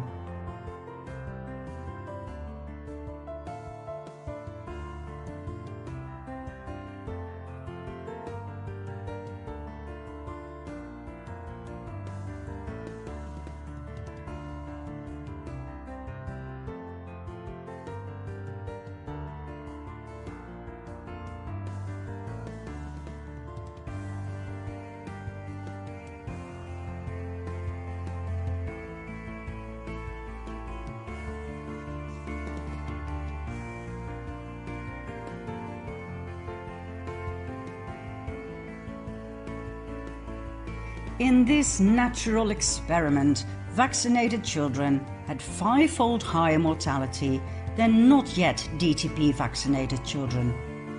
Hence, DTP may be associated with a negative effect on child survival. DTP was associated with increased mortality. Shocking as this may be in and of itself, the worst was yet to come. After all of these things could have been hiccups in the startup of something safe and benign, right? Well, no. In spite of being aware of these horrid effects, UNICEF continued the DTP program in Africa. An unknown number of beautiful babies died, their parents' lives ruined, but nothing was done other than burying the data and sweeping it under the carpet. For some reason, black lives don't really seem to matter when billions of dollars are involved. Business is business, right, Mr. Gates? Okay, we could go on forever about vaccination scandals. And let's not forget the biggest scheme of all times, the COVID fraud. We highly recommend watching our 4-part documentary about this topic.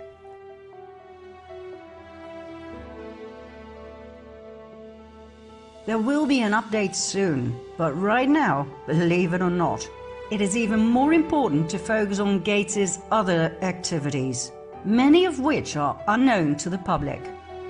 Once these have been exposed, we guarantee you that nobody will trust this man and any of his vaccines ever again. I mean, and we're taking things that are, genetically modified organisms, and we're injecting them in little kids' arms. We just shoot them right into the vein. Do you want to know about Bill's obsession with genetically modifying food, African chickens, and even mosquitoes? Do you want to know more about his top secret connections with the US Army and their biological warfare plans? Ever heard of the infinite possibilities of the nanotechnological unmanned aerial vehicles? Are you ready to find out just how evil Bill and Melinda Gates, Warren Buffett, the WHO and the UN really are? Then follow me to part 9.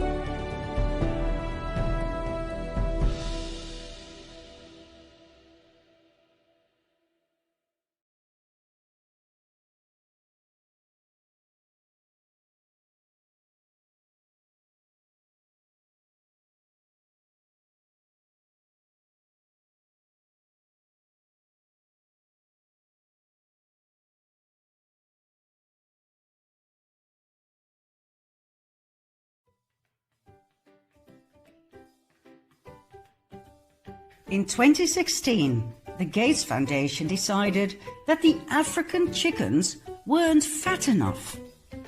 Not only that, their eggs were too tiny. Gates came up with a brilliant plan. Let's genetically modify chickens. The University of Wageningen and Hendrix Genetics, both from the Netherlands, invented a new chicken species made especially for poor African families. What a marvelous idea! And what a great philanthropist! Genetically modified chickens that no African family had asked for. According to Janet Mawiyo, president of the Kenya Community Development Foundation, the native chickens are great. They may look a little skimpy, but they taste terrific. And they are unvaccinated. Our chickens feed themselves in nature. If we get more of them, who's going to pay for the food?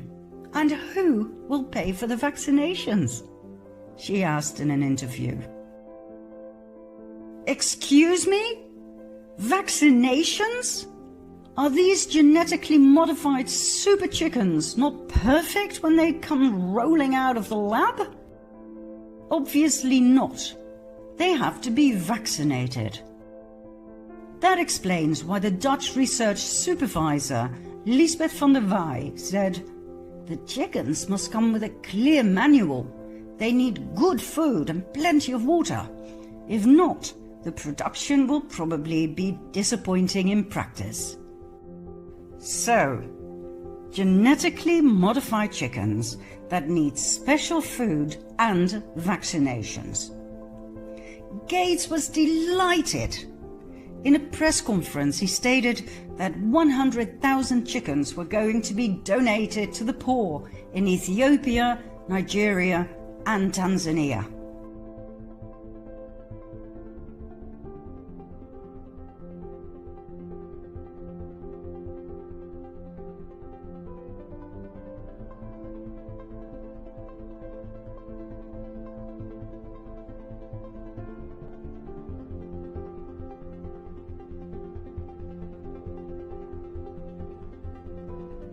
He tried to give them to Bolivia too, but they didn't want them. As a matter of fact, the African people didn't want them either, as Janet Mawiyo pointed out. But for some reason, Bill Gates always gets what he wants in Africa. Genetically modified chickens, vaccinations. It seems like he has built up a great relationship with the mostly corrupted leaders of those countries. Oh, and the chicken story had a little tail to it. Shortly after Gates had introduced his super chickens, the bird flu erupted. In Nigeria alone, more than 750 outbreaks led to 3.5 million dead chickens. Coincidence? You tell me.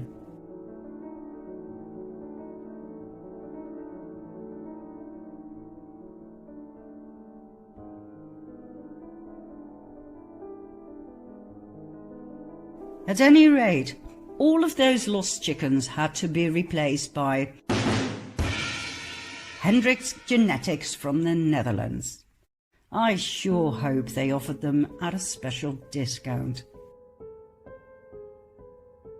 Oh, and the man in charge of the genetically modified chicken project at Wageningen University, Johan van Arendonk, promoter of the thesis we showed you less than 3 minutes ago, was welcomed by Hendrix Genetics as head of research and development on the 1st of January 2016.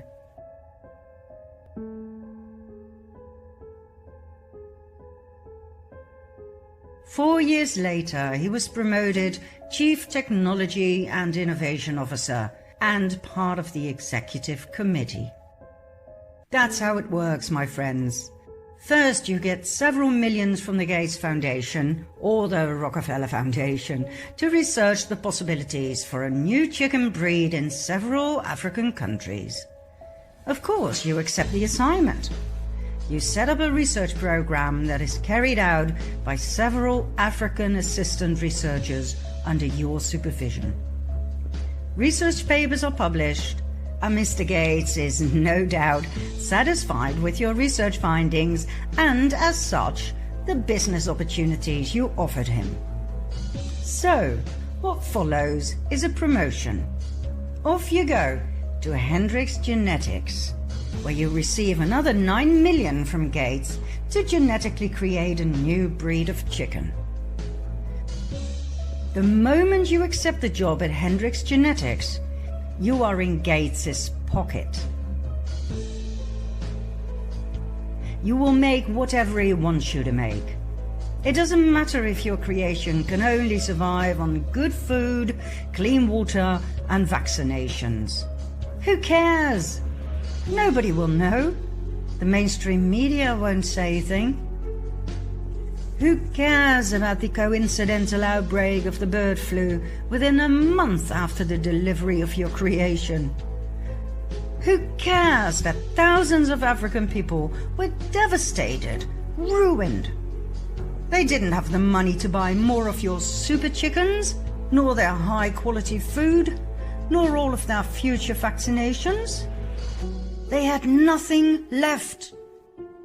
But then again, we're talking about Africa. Nobody cares about Africa, right? The mainstream media remained silent, as always. Well, they reported the bird flu, of course. Yet another great opportunity for Bill Gates to develop yet another vaccination project. Because that, dearest viewers, is what Africa needs. It doesn't need clean water, nutritious food, or schools. It needs vaccinations.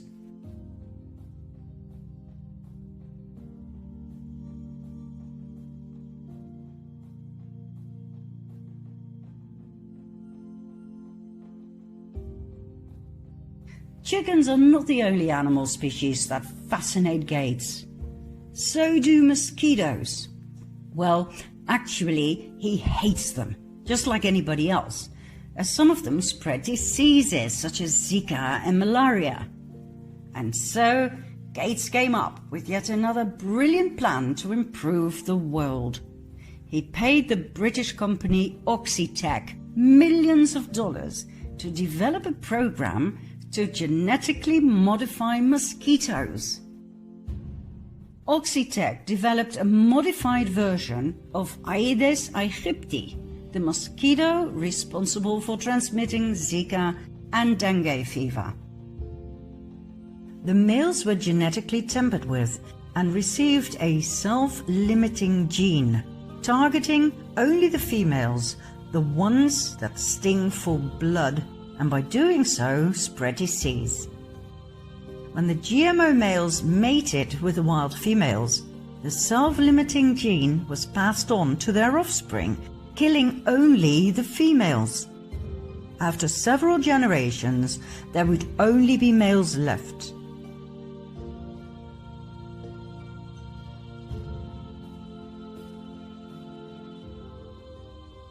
in and of itself a brilliant plan and quite a gentle way to wipe out an entire species of mosquitoes.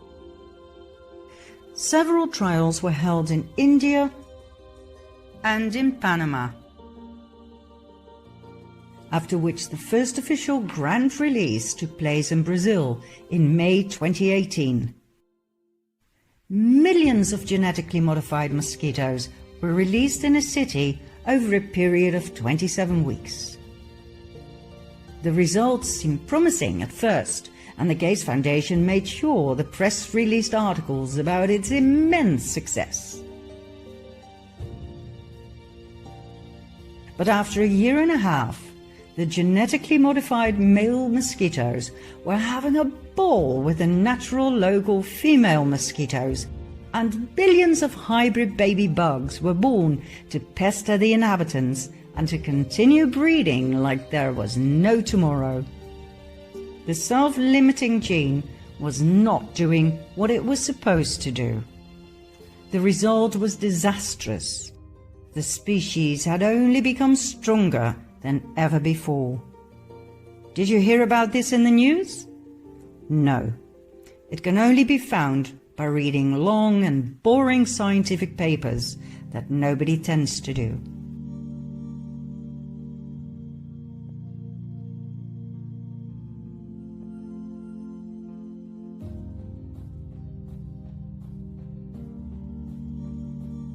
Only a few alternative media reported it, but as always, they were ignored, overruled, and ridiculed as conspiracy theorists.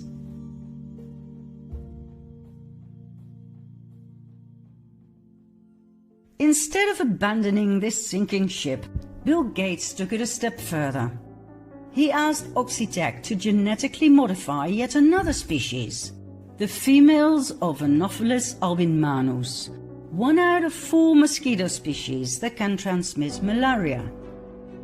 Trials were held in Burkina Faso in Africa. The locals resisted. They asked for mosquito nets, a cheap and very effective solution. But, as always, they were not heard. Why is it always that these experimental trials are held in less developed countries? Don't these lives matter?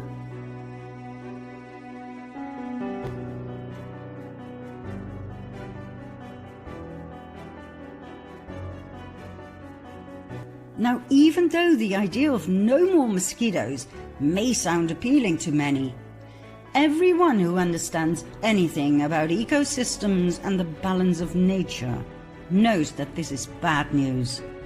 One does not play God and get away with it.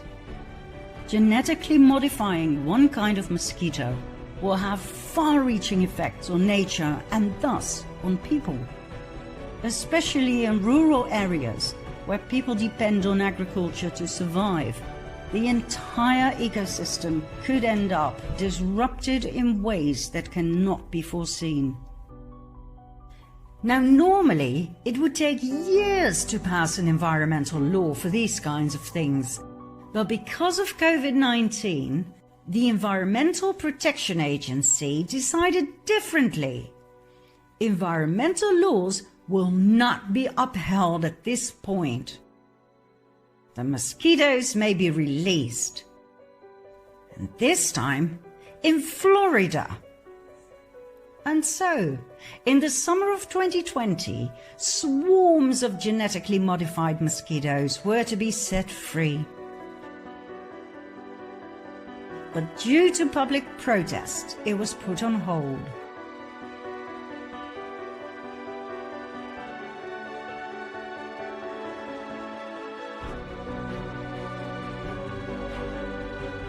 Now, I can hear people think, what's the big deal? The annihilation of mosquitoes, isn't that a dream come true? Well, it was and still is presented that way by Gates. But let's have a look at an article in Science from 2010. 11 years ago, a group of Japanese researchers developed a mosquito that spread vaccine instead of disease.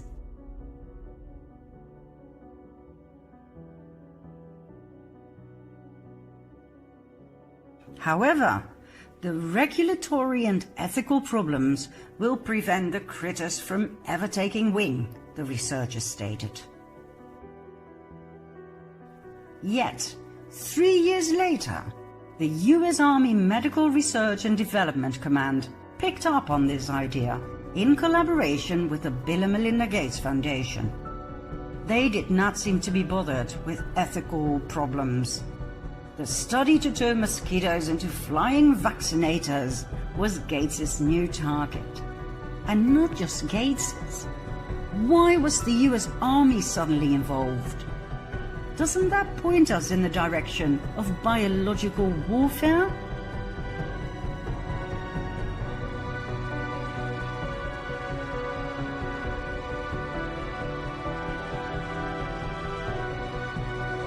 Now, for those viewers who believe that weaponizing mosquitoes is too far-fetched, please dive into the subject and you will find out that as early as 1953, the US initiated its weaponization efforts with disease vectors, as they called it, focused on fleas spreading the plague, mosquitoes causing brain infections by spreading encephalitis, and mosquitoes spreading yellow fever.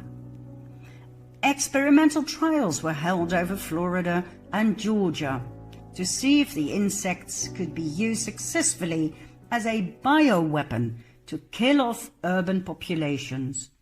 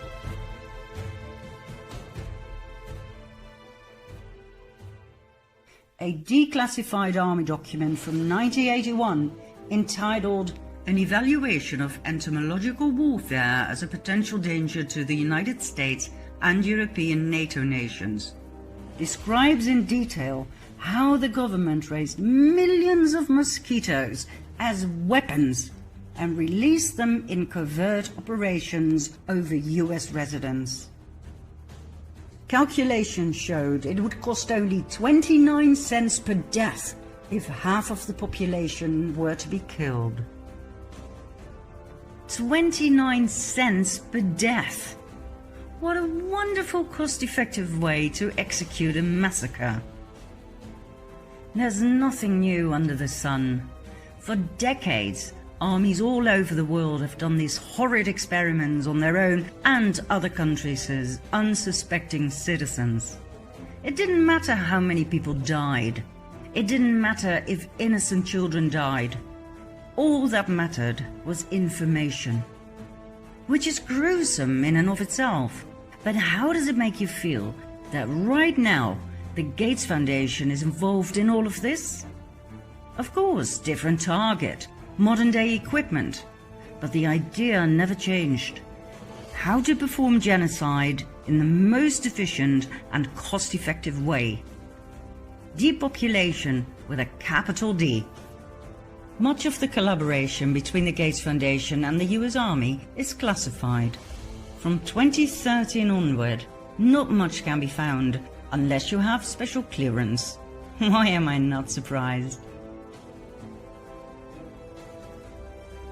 Oh, and Oxitec, the company that is funded by the Bill and Melinda Gates Foundation to develop the genetically modified insects, is tied to the US Army as well. Their current CEO, Ray Franson, worked for the US Department of State He was advisor to the US Navy. He wrote the first guide to non-governmental organizations for the military and is seen as an expert on NGO military relations. Furthermore, when he was president of All Factor, a company similar to Oxitec, he signed agreements with the US military's Walter Reed Army Institute of Research for the military bases around the world to use All Factor's technology. When a GMO company's technology is used by the Army and there is a direct link with the biodefense lab Fort Detrick, Maryland, notorious for its covert biowarfare tests on US civilians to examine the feasibility of mosquitoes as vectors for bioweapons, you can rest assured that the company and its president were up to their ears in the development of GMO bioweapons.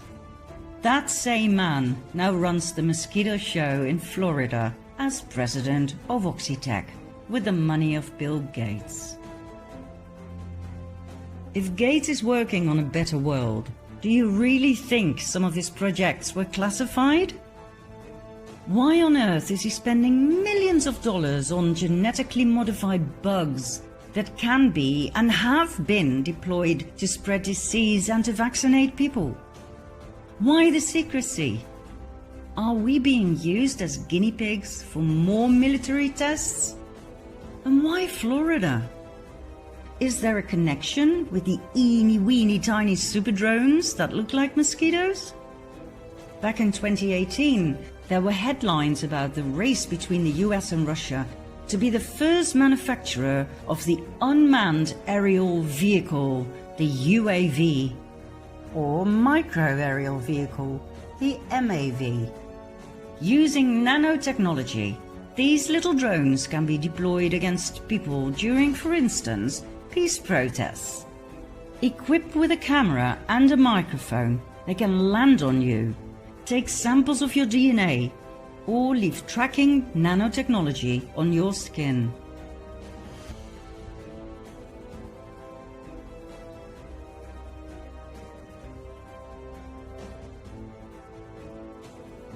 Strategic analyst Paul Buchanan told NBR in July 2018 about the interest in UAVs. The predictions were that the UAV industry could be worth $89 billion by 2022.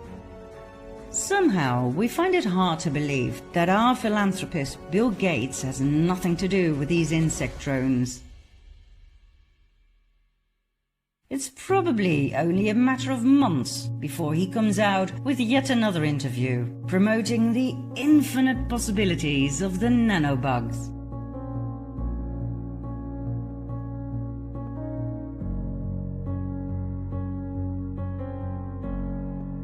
In June 2020, Bill Gates talked about his surprise that so many people don't trust his good intentions, especially when it comes to vaccinations.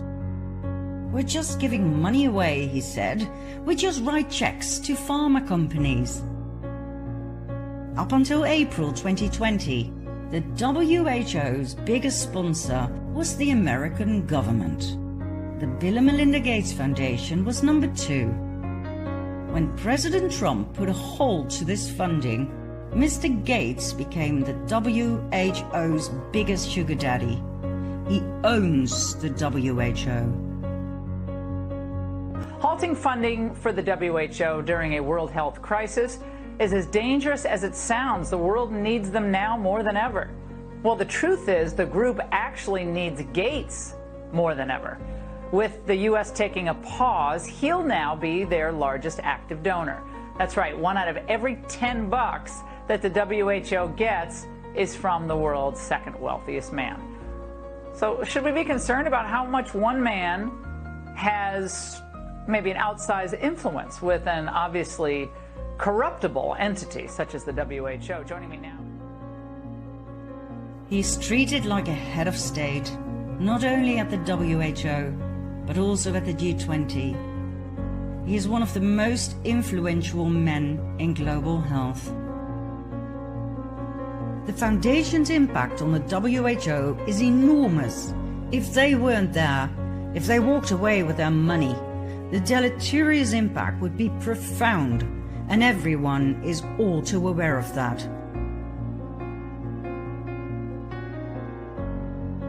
The WHO is owned by Bill Gates.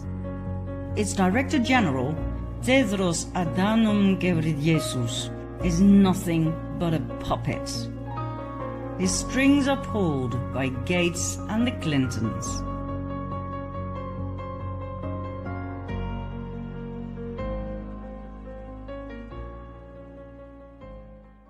In 2018, yet another scandal came to light. Here's what happened. Before Tedros became Director General of the WHO, he held two high-level positions in the government of Ethiopia, Minister of Health and subsequently Minister of Foreign Affairs. He became very friendly with the Clintons and a speaker at the Clinton Global Initiative of the Clinton Foundation. And he was board chair of the Global Fund. The Global Fund presents itself as an independent organization that aims at eradicating AIDS, tuberculosis, and malaria. While Tedros was chair of the Global Fund, the organization was involved in scandals about fraud and misappropriation of funds.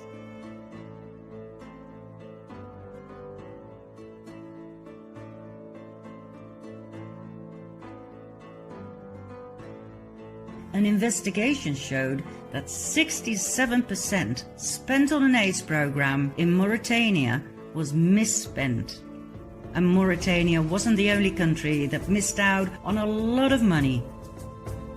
According to financial investigators Larry Doyle and John Moynihan, we are looking at a classic example of money laundering. Here's how it works. The Clinton Foundation received millions of dollars from poor countries such as the Dominican Republic, Rwanda and Lesotho, which is rather strange, don't you think? I mean, aren't those countries supposed to be on the receiving end of the cash flow? Anyway, those countries received money from the Global Fund. The Global Fund then received millions of dollars from USAID via the State Department. Who oversaw those funds? None other than Secretary of State Hillary Clinton. The Clinton Foundation subsequently received millions from the Global Fund. Indeed, money laundering at its finest. Doyle and Moynihan testified before Congress about the corruption in the Clinton Foundation, in which the Global Fund, at that time chaired by Tedros, our current President General of the WHO, played an important role. The same Tedros who is now telling the world what to do about COVID-19.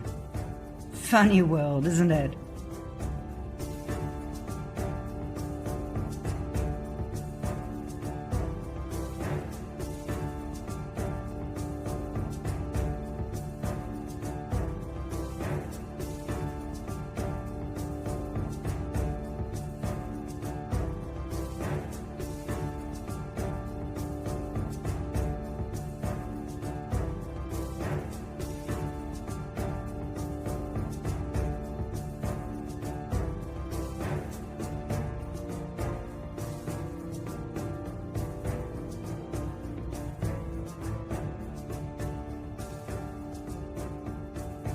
Are you starting to have doubts yet about Mr. Gates' philanthropy? Are you ready for more that will put him behind bars if it comes out into the open? Then follow me to part 10.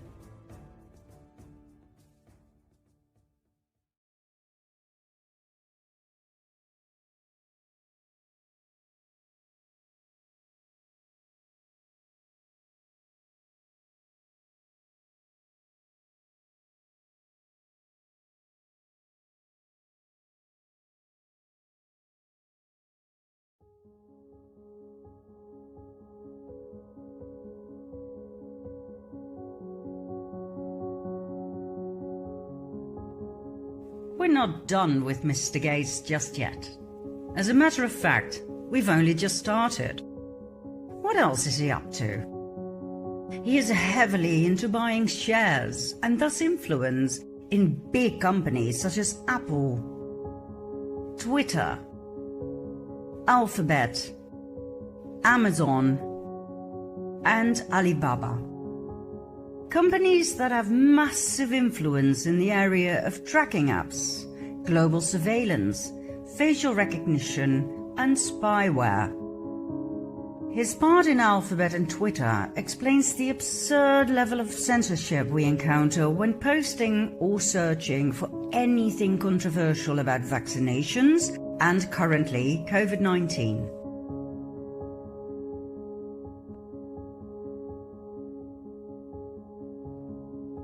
Own the internet and you own the public opinion. Amazon has been under fire for having the exact same weirdness on their website as Wayfair. In case you missed the Wayfair scandal, here's what happened. Researchers found this in their pursuit of child traffickers. Ridiculously high prices for average products.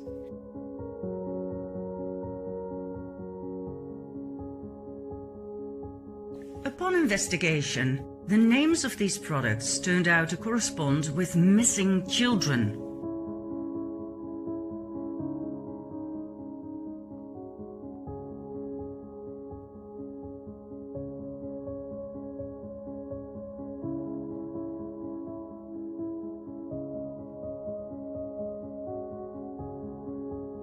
Coincidence? Absolutely, according to the fact-checkers. But they connected the products to the wrong children. Any other leads? Yes. Remember this sofa with this weird price? Well, guess what? These numbers are the actual coordinates of Epstein Island. Little St. James, Pedo Island, Orgy Island, it goes by many names. And look at the name of the sofa. She was the consort of convicted pedophile Jeffrey Epstein. She is now in custody and singing like a canary, meaning she has given the investigators a list with a lot of names belonging to the people who joined her on the Lolita Express, Epstein's private jet, to visit Little St. James, where they collectively raped and murdered children, according to whistleblowers.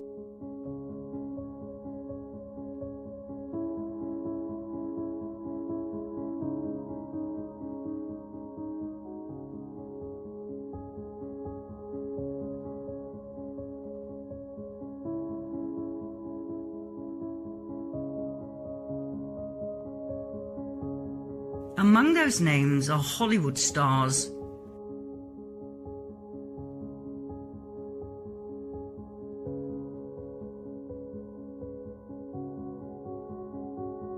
Top-level officials.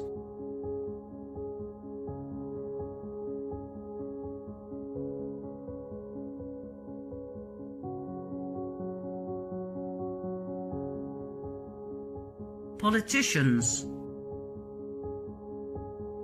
Members of the royal families.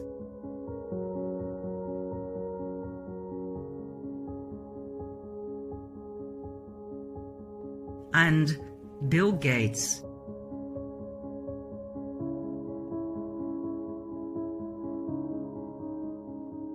So, fact-checkers, maybe the conspiracy theory about Gates buying shares of companies that are deeply into child trafficking or human trafficking in general is not so far-fetched as you might think. I mean, it is easy to debunk a theory, but can you debunk facts? Ridiculously high prices of some products, and names that correspond with missing children. Fact. A sofa's price identical to Epstein Island's coordinates. Fact. Epstein being a convicted pedophile and child molester. Fact. That's Sova's name, corresponding with Ghislaine Maxwell, Epstein's madam and handler. Fact. Ghislaine Maxwell now in jail, where she provided the investigative authorities with a blacklist. Fact. A blacklist with hundreds of names of members of the elite. Fact. Hidden meaning of the name Wayfair. Wave plus fair. Fact.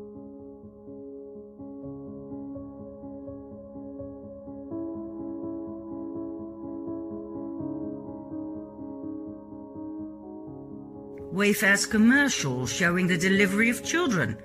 Fact. A moment of joy. A source of inspiration. An act of kindness. A new beginning. Some welcome relief. Or a cause for celebration.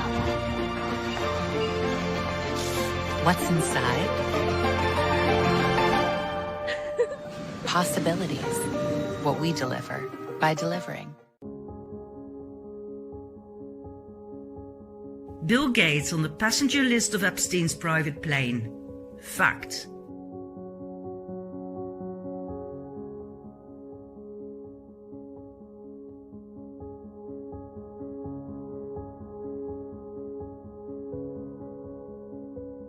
Bill Gates denying being a friend or business associate of Epstein.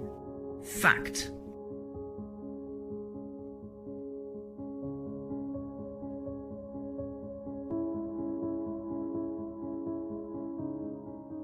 Gates says, no relationship, nada, nothing. You report these two men met at least 6 times. What does Gates say about that?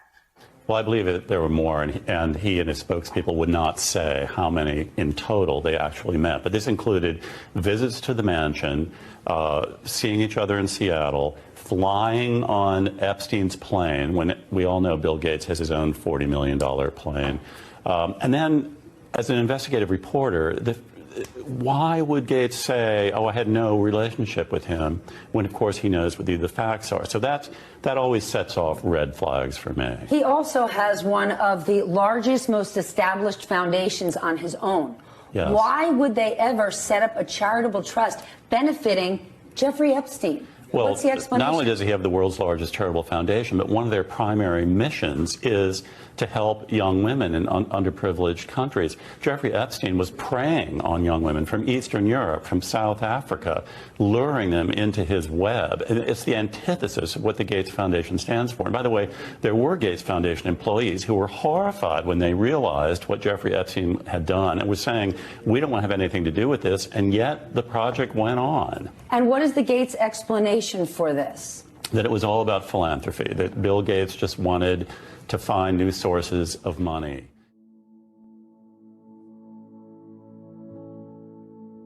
Not very smart, Bill.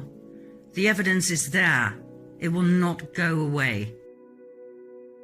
Gates and Epstein met on several occasions to discuss philanthropy issues. Let me guess. I'll bet they wanted to do more to protect little girls and young women, right? If this is ever brought before a judge, Gates will be found guilty and spend the rest of his days in Guantanamo Bay. That is, if he doesn't get the death penalty. Back to the internet, and back to Gates's huge investments in companies such as Amazon, that has been under investigation ever since the Wayfair scandal. Amazon is notorious for its censorship of books and documentaries about child trafficking and pedophilia.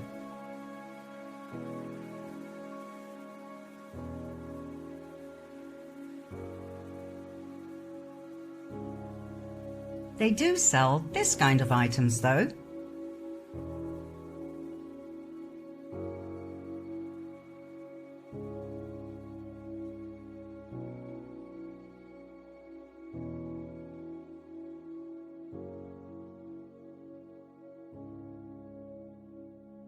Makes you wonder, doesn't it?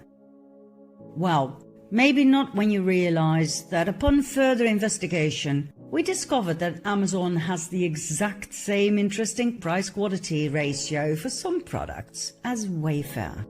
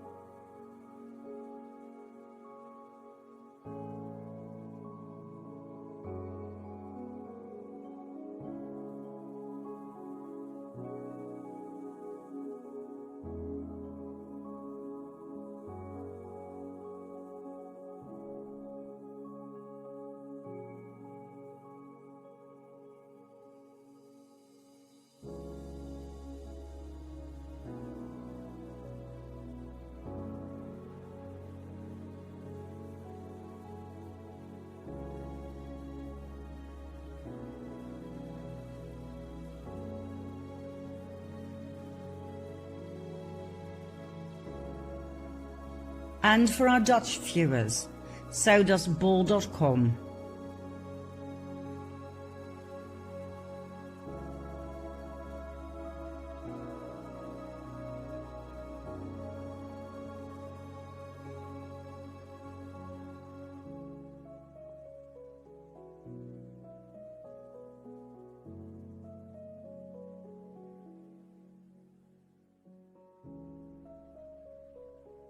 Maybe it's time for the investigative units into child trafficking to investigate bol.com too?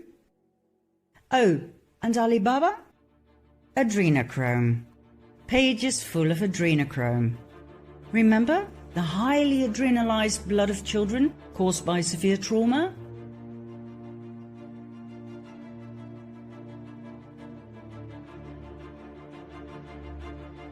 The special wine that gives you eternal life?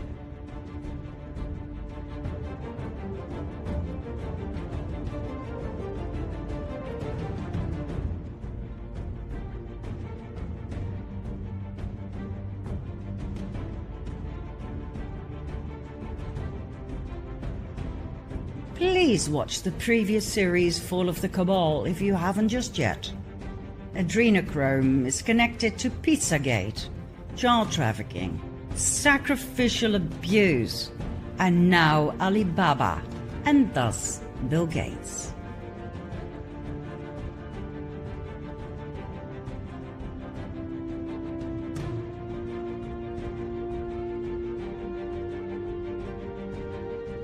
Interesting business, Mr. Gates. Or do you still believe he is innocent?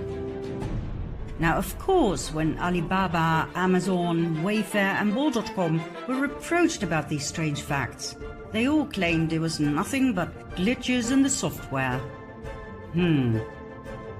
Doesn't exactly explain this, does it?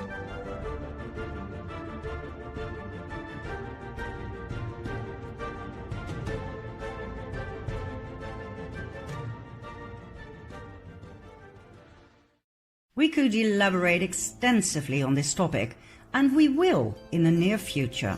But right now, we are focusing on the demise of Bill Gates. But if you wish to do your own research, here are a few hints and tips. Take for instance the rocking chair. We found it by just choosing a department in the main menu. We changed sort by to price high to low. The rocking chair popped up on top of the list. Curious price to say the least. So we copied the article description, pasted it into a new tab and chose images. The same product appeared, sold by a different company. Click and find the normal price. We went back to the Amazon version. What else caught our eye? Ships from and sold by something nobody can pronounce. That's weird. So we typed it into a new tab and found this. We clicked on the top one and got this. The first three, no prices. Number 4, interesting, ridiculous price. So once again, we copied the article description, pasted it into a new tab and chose images. The same product appeared, sold by a different company. Click and voila! The normal price. We went back to the Amazon version. What else caught our eye? The name of the manufacturer. Click. Once again, strange names. Click. Etc., etc.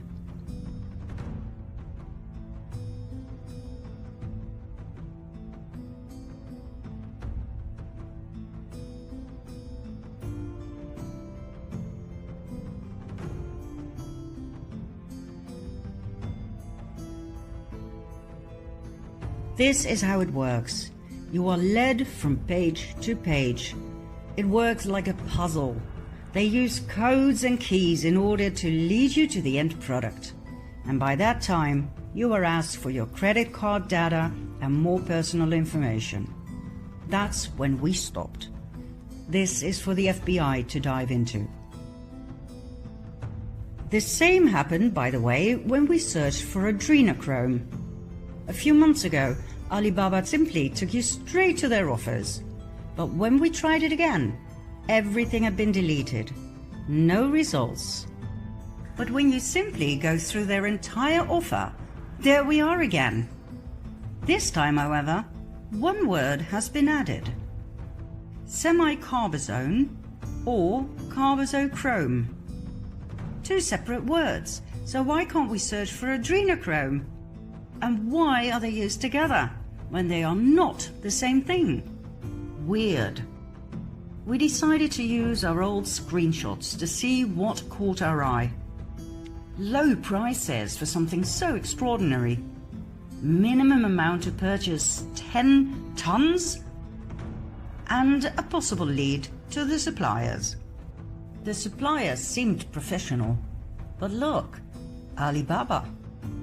And when we tried to buy the product, we were led straight back to Alibaba's website. Is this because the company only and exclusively sells via Alibaba? We find that hard to imagine. So we searched again. Did we miss something? Well, yes, we did. A bit further down is the supplier without the Alibaba link. But that took us to an entirely different company. Same name, different website, and nothing but an empty shell. A smokescreen.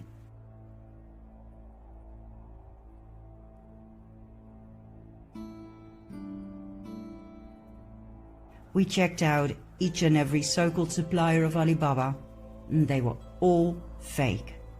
Fake websites, fake addresses, and whatever we clicked, we were led straight back to Alibaba.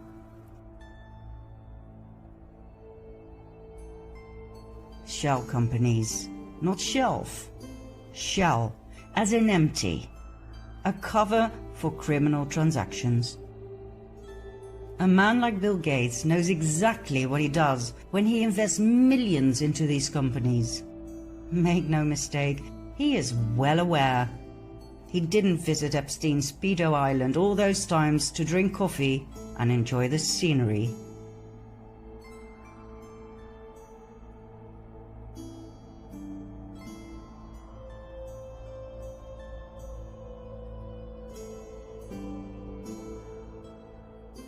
What else?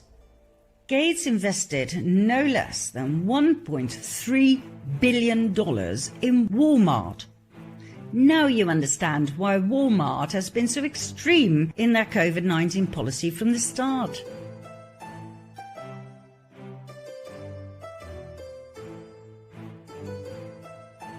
Walmart, by the way, is a highly controversial business. In 2019, it paid $282 million to settle a 7-year bribery investigation by the US government. Let that marinate for a while. First they bribe Mexican and Chinese officials, then they settle a criminal investigation? Isn't that yet another form of bribery? Oh, and then Mr. Gates invested his $1.3 billion in this company, after which, all of a sudden, Walmart started showing their concern for the well-being of their customers and for people in general. How wonderful! Just like that, it changed from a criminal organization into a benign philanthropic business that pledged to eradicate the COVID killer virus and keep the world safe. In no time, Walmart was ready, supporting COVID-19 testing and administering vaccines.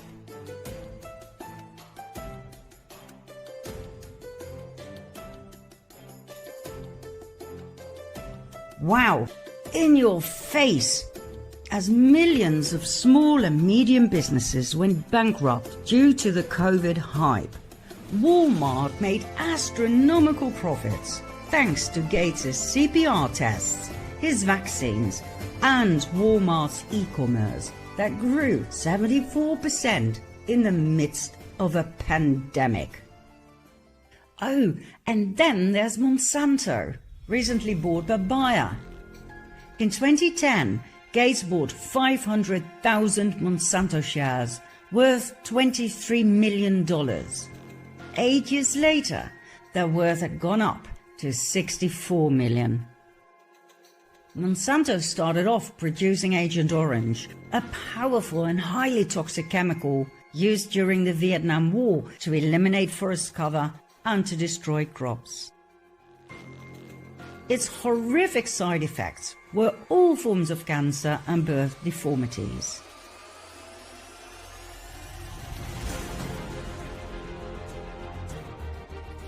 Monsanto didn't exactly change its evil deeds and became known for its genetically modified seeds and crops, and for its poisonous weed killer Roundup. Bill Gates openly promotes GMOs as the answer to world hunger. In 2018, Monsanto was bought by Bayer, a chemical giant that produces poison. In other words, our food supply is now largely controlled by the producers of carcinogenic poison. Just in case you didn't hear this, let me repeat it. Our food supply is largely controlled by the producers of carcinogenic poison. Carcinogenic means it causes cancer.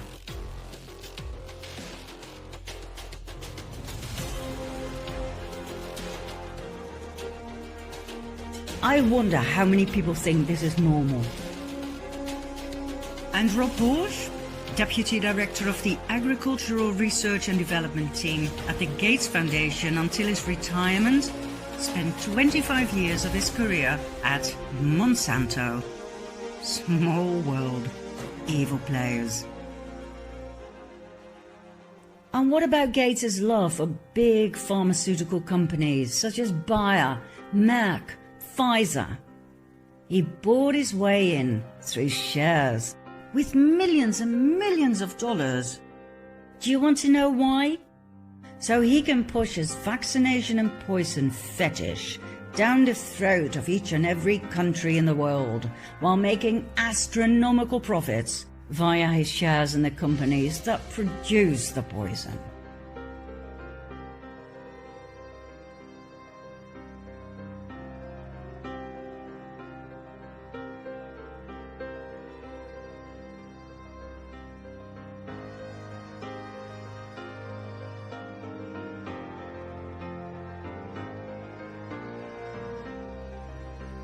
Do you know how that works? Here's an example.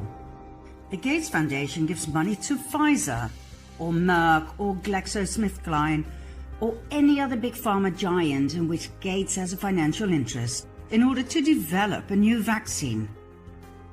Next, the foundation gives money to political lobbyists to create a market for his vaccine.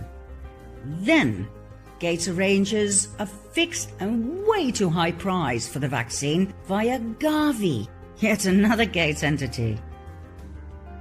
The Gates Foundation and/or any of the involved and co-profiting NGOs such as Global Fund give donations to foreign governments to buy the vaccines.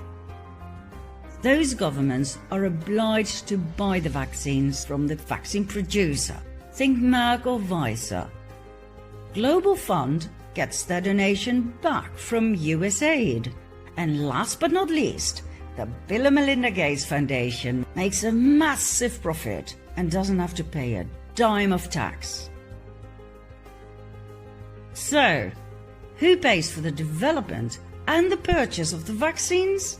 That's right, you and me, the taxpayers. You've invested $10 billion in vaccinations over the last 2 decades, and you figured out the return on investment for that, and it kind of stunned me. Can you walk us through the math? Over a 20-to-1 return. So if you just look at the economic benefits, that's a pretty strong number compared to anything else. I think the numbers that you ran through were if you had put that money into an S&P 500 and reinvested the dividends, you'd come up with something like $17 billion, but you think it's $200 billion. Here, yeah.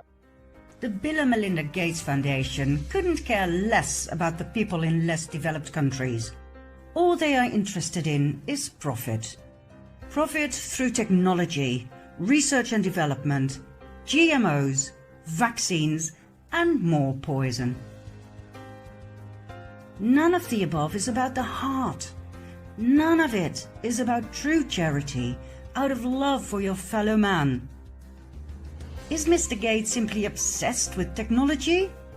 Or are we dealing with a psychopath? Within Microsoft, that browser share was a very, very important goal.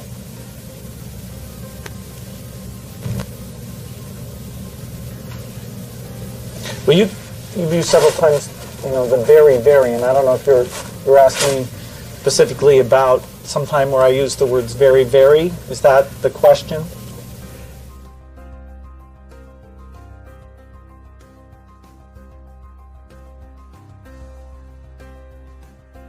Let's see what he's truly up to, shall we?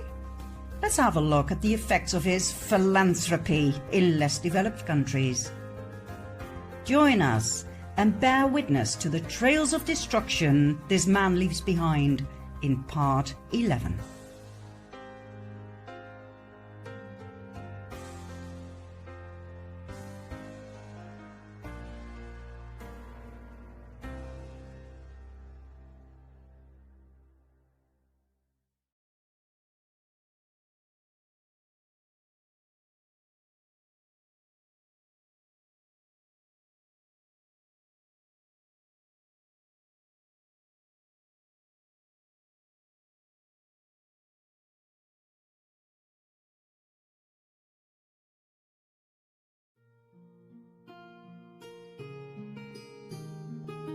Bill Gates and his investments.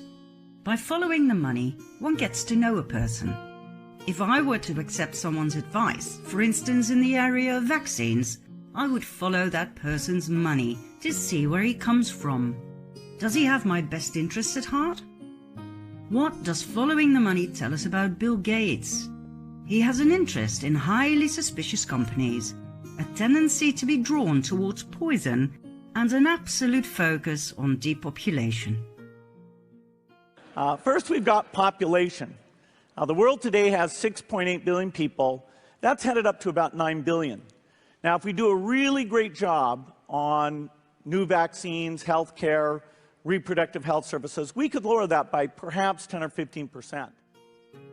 Let's face it, a man who openly promotes reducing the world population in order to save the planet, telling the world vaccines can help achieve this goal, then promotes the same vaccines to save lives? Really? Make up your mind, Bill. Do you want to save human lives, or do you want to destroy them? You can't have it both ways. Follow the money, and you will get to know the man behind it. We have seen GMOs, infected mosquitoes, tests on human guinea pigs in less developed countries, bioweapons, child trafficking and abuse on Epstein Island. Not a pretty picture, Bill. What else are you up to, The more we dove into the person Bill Gates, the more we were shocked and nauseated. Here are some more companies in which he heavily invested. They include many of the most criticized companies in the world for involvement in human rights abuses, labor abuses, environmental abuses, and tax avoidance. Big mining companies: Barrick Gold, BHP Billiton, Freeport McMoran, Glencore, Rio Tinto, Vedanta, and Vale, a Brazilian mining company that was voted with most contempt for the environment and human rights in the Public Eye Annual Awards. Agribusiness companies: Nestle, Unilever, Archer Daniels Midland, Kraft, Mondelez International, chemical and pharmaceutical corporations, some of which we already mentioned: BASF, Dow Chemicals,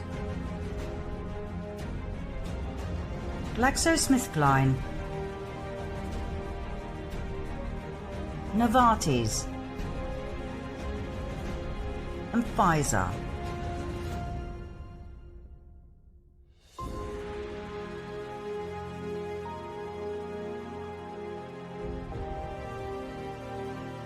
beverage corporations, Coca-Cola,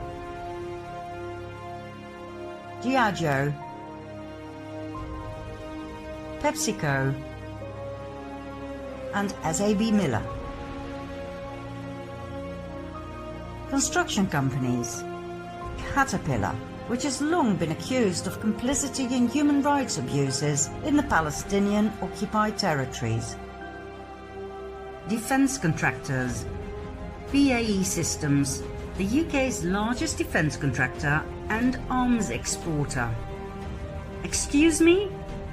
Arms? As in weapons? Bill? And we already briefly mentioned his oil-based fertilizers. Well, guess what? The Bill and Melinda Gates Foundation Trust has a financial stake of $1.4 billion in fossil fuel companies such as BP and Anadarko Petroleum that was recently forced to pay a $5 billion environmental cleanup charge.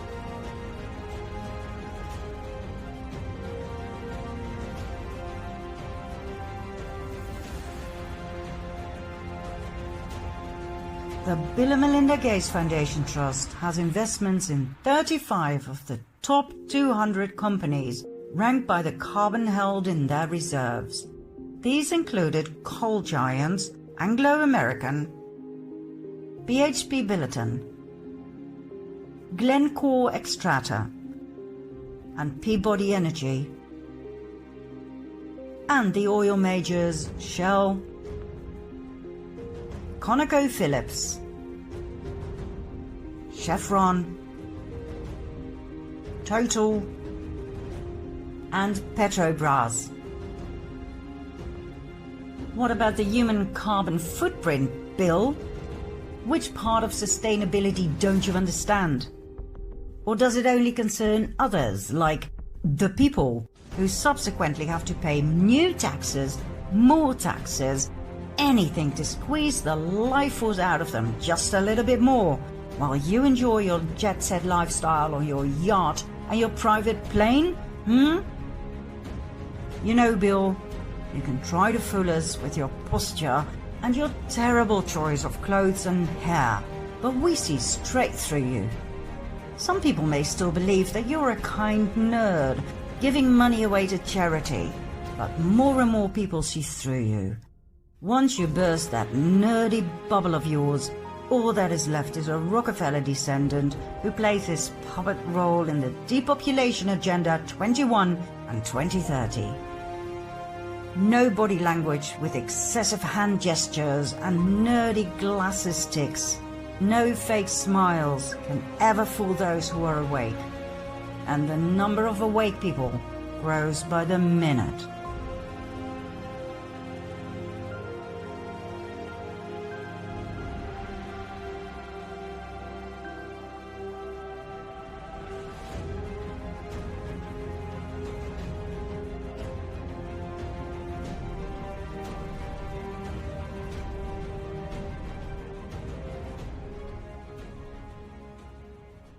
Now, in case you think you know all there is to know about Mr. Gates, he comes up with yet another marvel of a plan to spray millions of tons of dust into the stratosphere to stop global warming.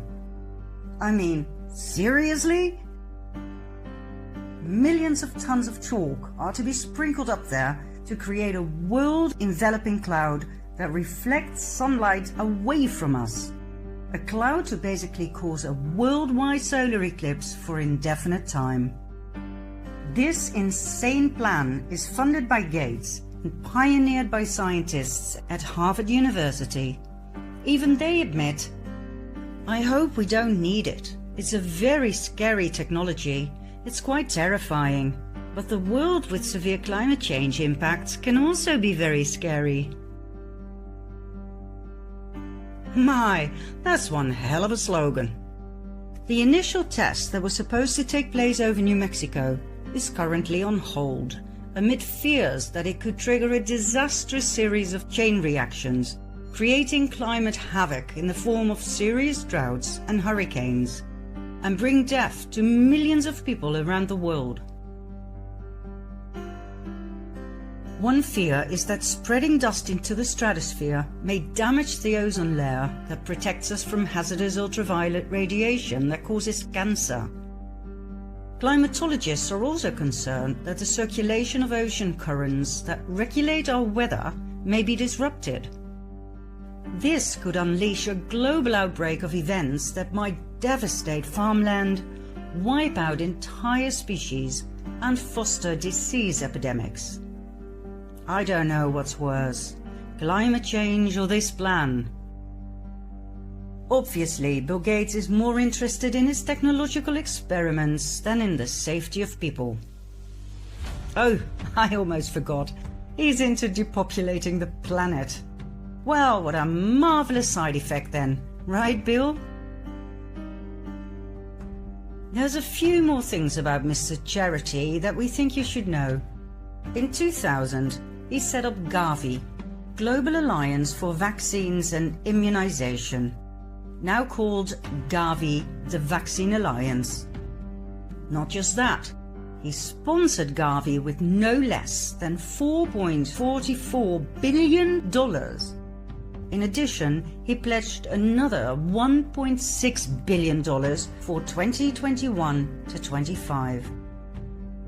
Gavi has the power to decide the price for vaccines, which is always way too high according to critics, such as Doctors Without Borders. Like we heard Gates say in the previous episode, he has a 20-to-1 return on investment when it comes to vaccines. He makes astronomical profits in times of need. What a guy. On the board of Gavi are 4 permanent positions filled with representatives from the WHO, the Bill and Melinda Gates Foundation, UNICEF, and the World Bank. In 2018, Gavi donated $388 million to the WHO. Gates owns the Vaccine Alliance just like he owns the WHO. He is everywhere. He decides what happens within Gavi and which decisions are made. When Gates wants a global lockdown, there will be a global lockdown. If he wants a digital certificate to prove immunity, there will be a digital certificate to prove immunity. Mandatory. If he wants the entire world to be vaccinated, the entire world will be vaccinated. Mandatory. He is way more powerful than our presidents. Make no mistake. Is it Gates himself who is so powerful? Simply because he's a Rockefeller descendant? Or is he just a puppet on one of Warren Buffett's strings? Who knows? And does it really matter? What matters at this stage is that this evil empire is exposed to the world. Once the people know whom they're dealing with, do you think they'll still want their precious vaccine?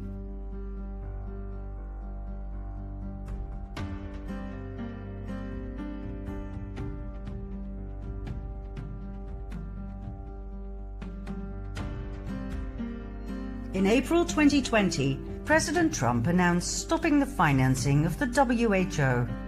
Instead, he gave the money to Gavi. Many people were shocked by this action. How could he sponsor Big Pharma? Trump has always been openly opposed against the pharmaceutical industry.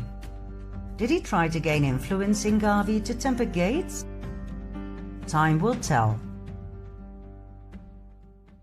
The last thing we wish to share with you, before hitting the final nail into Gates' coffin, concerns the influence of the Bill and Melinda Gates Foundation in global agriculture. A study performed by Green, published in November 2014, shows the shocking truth about the influence of the Gates Foundation in agriculture around the world. Do you still believe Mr. Gates is doing good in Africa?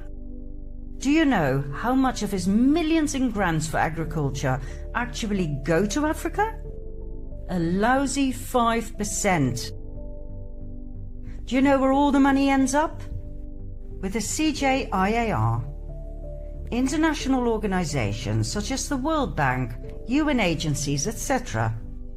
AGRA, the Alliance for a Green Revolution in Africa, set up by Gates himself, the African Agricultural Technology Foundation, the AATF, and hundreds of different research, development and policy organizations across the world.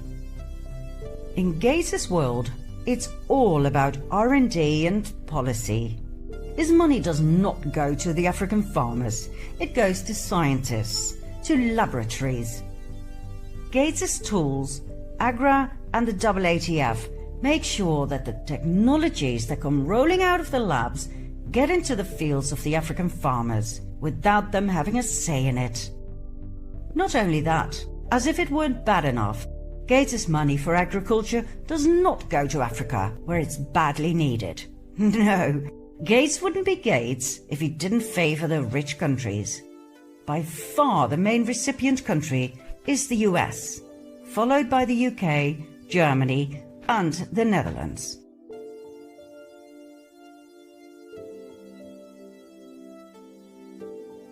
So, the Gates Foundation fights hunger in the South by giving money to the North. How the hell is that going to work? AGRA.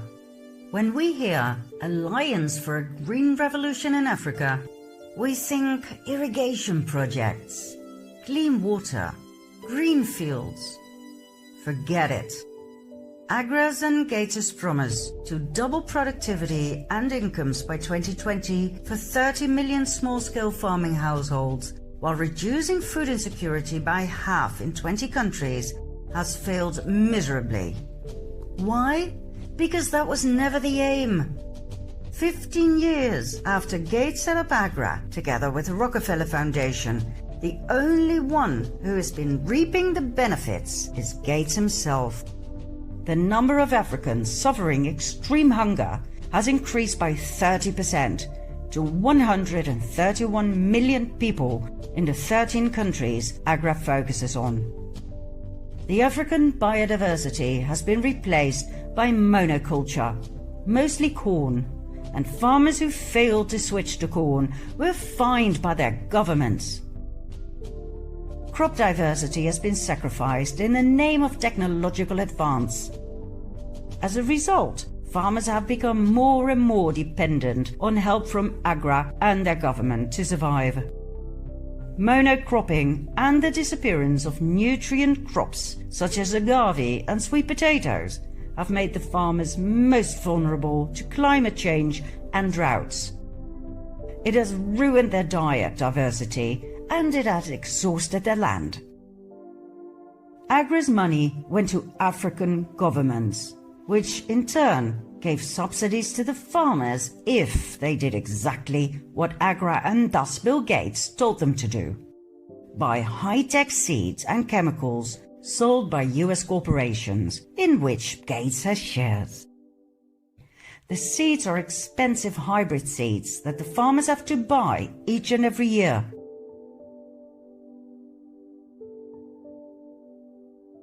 The chemicals are fossil fuel-based petrochemical fertilizers.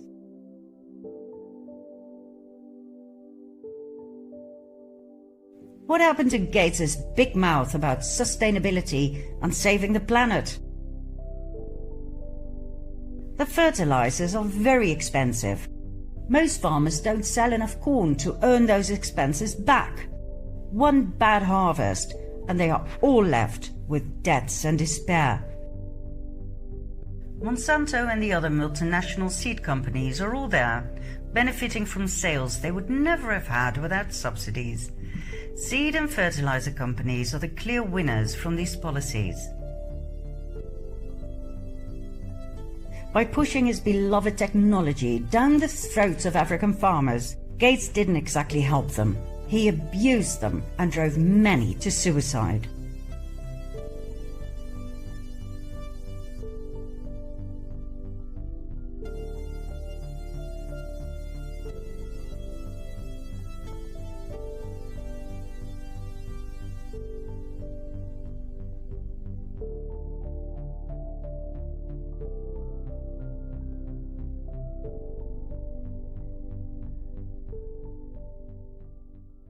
How hard is it to use your money to do truly good by listening to the people's needs for a change? How hard is it to treat them as intelligent and experienced fellow men instead of a bunch of retards who don't know what's good for them? How denigrating is that? Why aim for 80% of the population being vaccinated when everybody knows that diseases are spread by bad hygiene and polluted water? Why not simply provide clean water and proper hygiene? That would have been so much more effective and it wouldn't have cost so much money. Before we move on, let's redefine philanthropy once and for all, shall we? Robert Newman said it so well in an article in 2012. Philanthropy is the enemy of justice.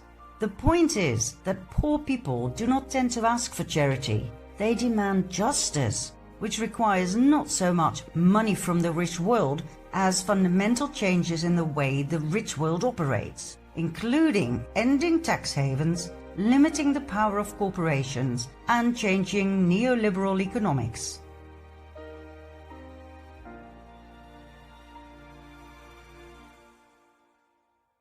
Philanthropy is not pushing your agenda down other people's throats. It is not giving funds, means, or material to people who didn't ask for it.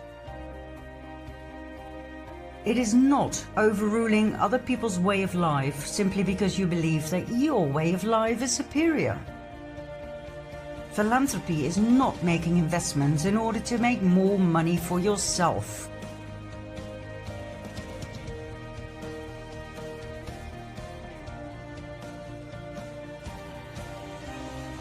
Philanthropy is the opposite of what is described in Agenda 21 and 2030. It is not helping dictators stay in command so they can continue to control and suppress their people, to wage war upon them, to have their precious minerals stolen, and to keep them hungry and terrified. Philanthropy is not stealing other people's children and selling them as sex slaves.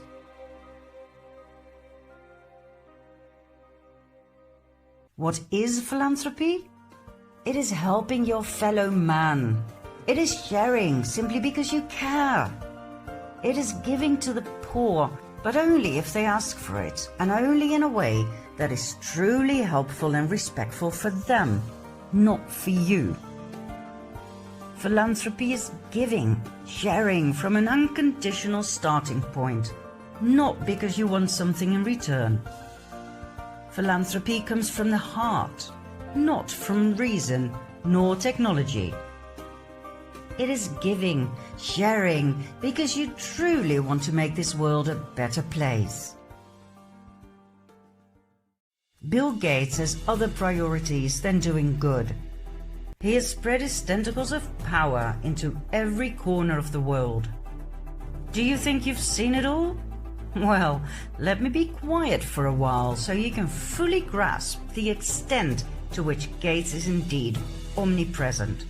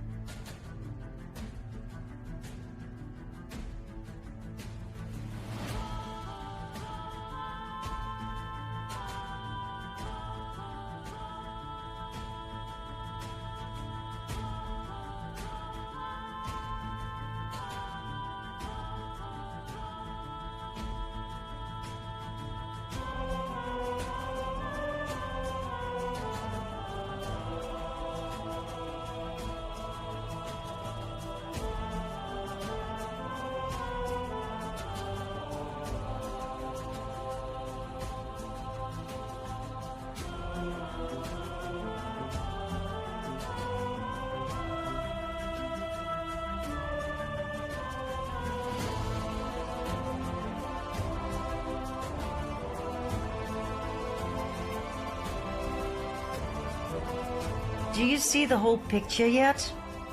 Bill Gates controls the air you breathe, the food you eat, the water you drink, the healthcare you get. He controls your life from the cradle to the grave. Do you wish to see the final nail in his coffin? Then let's move along to part 12.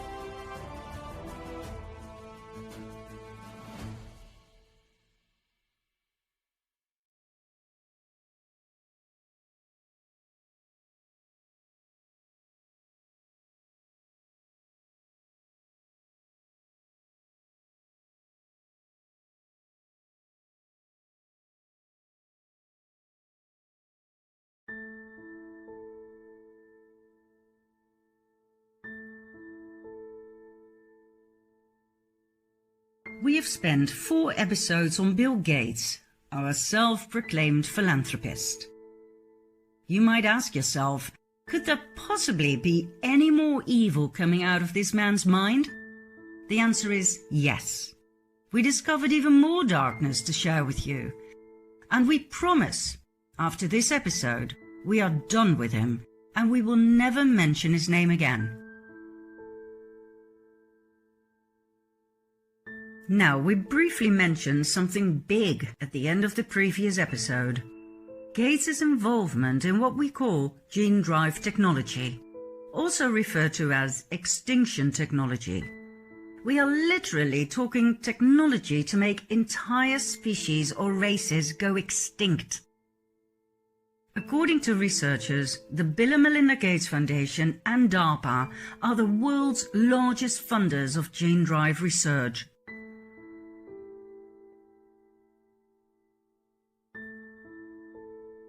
In short, gene drive organisms are created by genetically engineering a living organism with a particular trait and then modifying the organism's reproductive system in order to always force the modified gene onto future generations, spreading the trait throughout the entire population. In order to be able to do that, one has to cut DNA and enable genes to be inserted, replaced or deleted from DNA sequences. The research of this amazing technology started off in 2003, massively funded by the Bill and Melinda Gates Foundation. It wasn't until 2015 and many millions of dollars later when a breakthrough was reached and Bill Gates had his ticket to his mosquito ball, remember, from part 9? Now, we have already shown the dangers of gene drive technology. Think of the disruption of entire ecosystems. But it goes further than that. Gene drives are classified as synthetic biology, an extreme form of genetic engineering. Synthetic biology has been a field of interest of both Bill Gates and the US military and many other militaries around the world. Both Gates and DARPA, plus a secretive group of military advisors known as the Jason Group, have been investing insane amounts of money into synthetic engineering. Now, bearing in mind the possibilities of using this technology to create bioweapons, gene drives might be a marvel of technology, but in the wrong hands, it can and will have disastrous outcome. Gates has made sure that the future of gene drive extinction technology is secured. He bankrolled the technology development, he shaped the narrative, he picked the policy negotiators, and even paid the lobbyists. Just to give you an idea of how powerful this man is, in early 2015, the National Academies of Sciences, Engineering and Medicine announced that they would have a major inquiry into gene drives. The study did not explore just the science of gene drives, but also aimed to frame issues around policy, ethics, risk assessment, governance, and public engagement around gene drives. It was sponsored by DARPA and the Bill and Melinda Gates Foundation through the National Institutes of Health and the Foundation for the National Institutes of Health. Several panel members were recipients of Gates funds.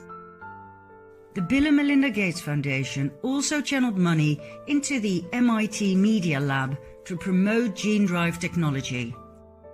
This media lab, by the way, came into the news when it was revealed it had received donations from none other than convicted child rapist Jeffrey Epstein. In 2019, the Media Lab got $2 million from Gates through Epstein.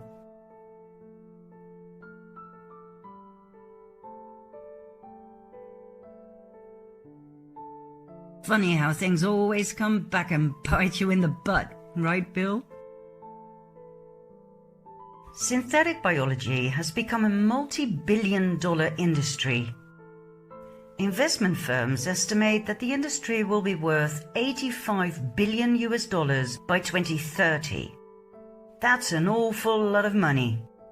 We're talking about an industry that creates synthetic ingredients for the food industry, medicines, and lab-grown food products.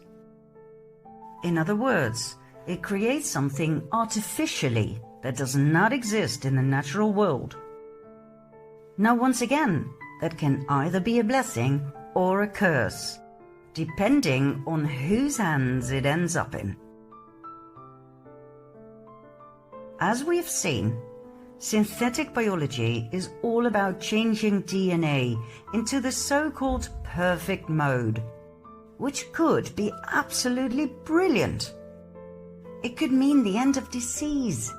Our DNA could be programmed to fight AIDS, for instance, or even hereditary diseases, such as autoimmune diseases or certain types of cancer.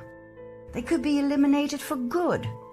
Can you imagine the absolutely wonderful breakthrough in medical science?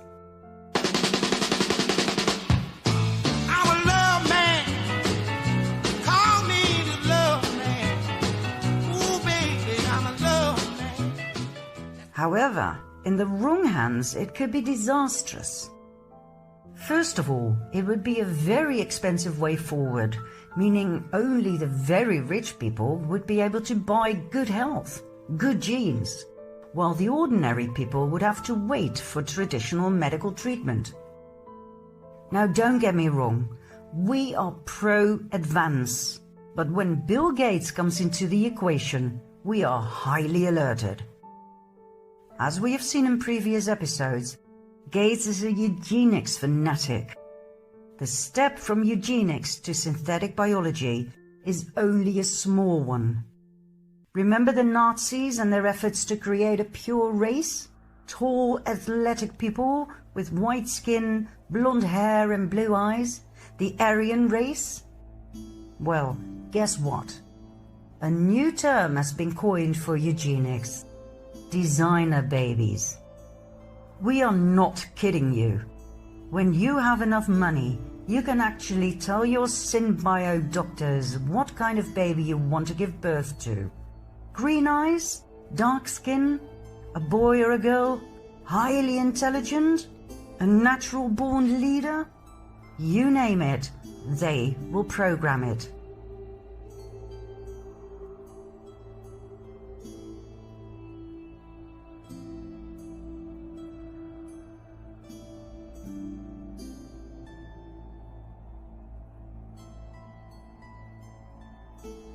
Fuse cells in a petri dish, which will then be placed in your womb, or in an artificial womb, yet another marvel of technology from the Netherlands. We think you know by now that when Mr. Gates is involved, one has to be cautious. Be it vaccines, be it synthetic biology. When Gates promotes it and puts millions into it, something is off. Back to the food industry. Gates' latest investments include Impossible Foods and Beyond Meat, that make processed meat-like burgers from a synthetic biology-derived blood substitute. Sounds marvelous, doesn't it? I mean, we have been vegetarians for decades out of sheer love for animals, and we would welcome any new and tasty veggie burger. But from the hands of Bill Gates? Seriously? When a man who is an enthused depopulation advocate starts producing our food, not a good thing. Let's have a closer look, shall we? After all, more and more viewers are concerned about the welfare of the planet and the animals that live on it. Beyond Meat was founded in 2009 in California, but the first burgers didn't hit the market until 2012. In less than 3 years, the company went straight to the stock market, where its shares exploded 840% during its first 3 months being listed. Investment firms said they had never seen anything like it. As of March 2021, Beyond Meat has a market value of $8.16 billion. For a bunch of veggie burgers? Really? Impossible Foods was founded in 2011, also in California. Its first burgers hit the market in 2016. Contrary to Beyond Meat, Impossible Foods is not on the stock market. It earns its fundings from venture capital funds and celebrity investors like Bill Gates. The company has brought in $1.4 billion. Its current value is estimated at $4 billion. As we were editing this episode, news arrived that Impossible Foods is ready to move forward to the stock market with an estimated value of $10 billion. Once again, for a bunch of veggie burgers? Well, it's not just veggie burgers. It's synthetic biology products. That's where the money is going. That's what a man like Bill Gates is so excited about. If he were truly thrilled about vegetarian food, he would have invested in companies like the Vegetarian Butcher or Corn, right? The truth is, Gates couldn't care less about the well-being of animals. He is into depopulation, eugenics, GMOs, and now synthetic biology. Why? So he can play God. Synthetic biology means redesigning life. New biological systems are created, systems that do not exist in nature. It is the extended version of genetic engineering. According to synthetic biologists, organisms created by means of synthetic biology would be considered new species, a complete biological system that could not have evolved from nature and would even have to be classified in a separate domain of life. Playing God. Like we said before, this can be a curse or a blessing, depending on who is the creator. A beautiful example of synbio is a bacterial system capable of avoiding the immune system, of sensing tumor cells, of invading and destroying them, and then self-destruct after a programmed time. Or how about this one? An alga that is capable of producing biofuels from carbon dioxide. Wonders of technological advance. But in the wrong hands? Take that same bacterial system we just mentioned.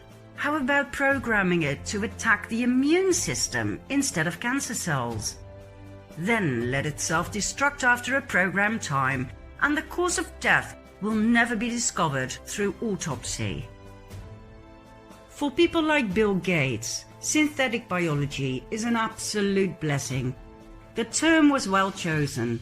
The word biology does wonders, like sustainability. It has a direct association with nature, green, eco, marvelous psychological effect. Whereas the word GMO is now connected to certain doubts concerning the health of people and planet. Furthermore, definitions of synthetic biology are still changing, and when it comes to, for instance, FDA approval, it's all about definitions.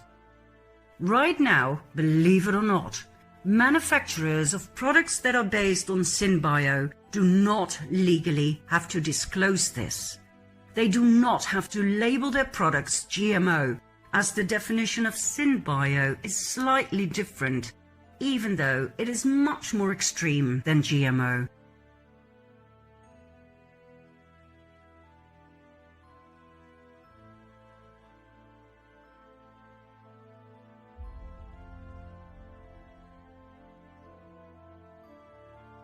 And that is exactly what we see with the products of Beyond Meat. Its founder, Ethan Brown, doesn't mention synbio in interviews. It cannot be found on the company's website and/or its packaging. What's even worse, Beyond Meat states their products are GMO-free. Synbioed, yes, but that does not have to be disclosed. How shall we call this? It's legal, all right, but only because of the flaws in the system. We would definitely call this consumer deceit. Now, the funny thing is, on its website, Beyond Meat doesn't even claim to be producing vegetarian or vegan products. They say their products are plant-based, but there's no mention of their products being suitable for vegetarians or vegans. At least not when we produce this episode. What about the products as they are sold in the shops? Beyond Meat put on some of its products the words vegan or vegetarian, but not on all. Far from it. From a marketing point of view, this strikes us as odd. It uses the icons for no GMOs, no soy or gluten, and kosher. The words plant-based sausage mean nothing. It can be based on plants, but still contain meat. So don't be fooled by the words plant-based. So, what is the main secret of Beyond Meat's bleeding burgers that they are so proud of? Red beet juice. Believe it or not, after years of developing vegetarian burgers by many other companies, nobody came up with the idea to use red beet juice to mimic the bleeding of meat? Are you kidding me? That's not exactly rocket science, is it? You want to know why it was never discovered before? Because it doesn't work. Try it. Red beet juice does not turn into a juicy burger taste when fried. It just doesn't have that bloody iron taste to it.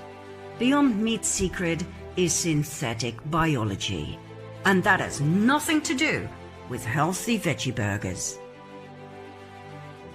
How about Impossible Foods? Their main secret is heme, genetically engineered soy leg hemoglobin.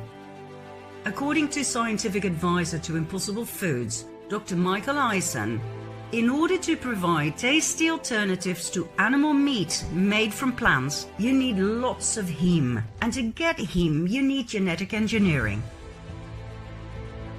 Impossible Foods makes this GMO heme by taking DNA from the root of soy plants, where a small amount of heme is produced, and inserted into genetically engineered yeast that is then fermented to mass-produce GMO heme. Well, at least they are honest about the GMOs, but mind you, this synbio substance has never been consumed before. Nobody knows what the effects will be on body and mind after consuming certain quantities for a certain amount of time. On its website, Impossible Food doesn't claim to be producing vegetarian or vegan products either, just like Beyond Meat. They too only state that products are plant-based. The packaging of their products tells us they do not contain animal hormones or antibiotics. Excuse me? That is not quite the same as vegetarian or vegan, now is it? From a marketing point of view, the packaging seems cheap and not appealing at all. Not quite what one would expect from a multi-billion enterprise, right? Impossible Foods does show us the icon of bioengineered, which looks tempting as in eco and green, but don't be fooled. Remember this icon. No matter how good it looks, it means trouble. we advise you to stay away from it. We mean it when we say that we truly wanted these miracle burgers to be the real thing, but after careful consideration, we turned them down.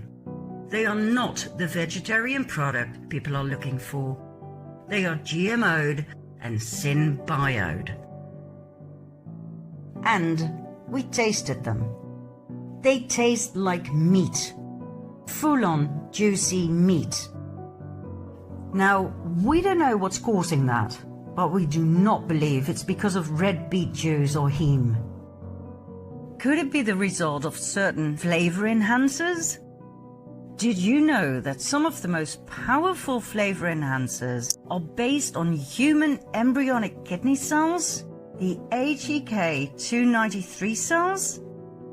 In other words, kidney cells taken from a human aborted baby? Ever heard of Cenomix? A biotech company from California, bought by Firmenich from Switzerland in 2018? The business that received $7.5 million from the Bill and Melinda Gates Foundation? We know, too far-fetched, right? I mean, can you imagine? Beyond Meat and Impossible Foods containing fetus kidney cells to add the meat flavor? Without telling us?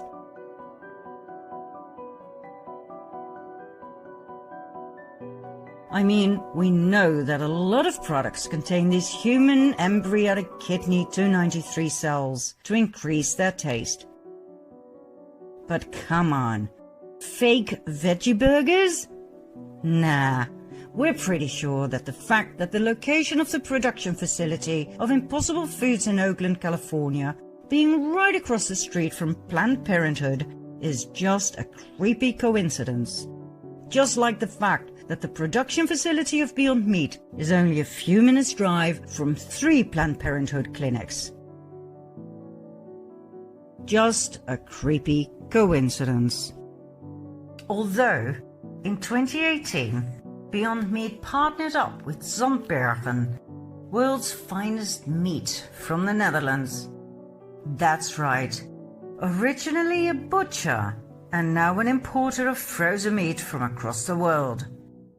Zandbergen states it is proud to be working with Beyond Meat that has replaced meat protein by plant protein. Synthetic biology, all right. Creating new species, remember? Replacing meat protein by plant protein doesn't exactly make it vegetarian, now does it? Oh, and guess what? Beyond Meat's manufacturing facility in the Netherlands is only 7 minutes away from an abortion facility, the Emma Clinic, in the city of Enschede. Bearing in mind the Netherlands only has 15 abortion facilities, what are the odds? Gates now believes the wealthiest countries should switch to eating 100% synthetic beef in order to help combat climate change. Of course, climate change. If you can't blame it on COVID, blame it on climate change. Now the poor countries cannot afford synthetic meat, so they can continue eating real meat. But that will have to be GMO'd, of course.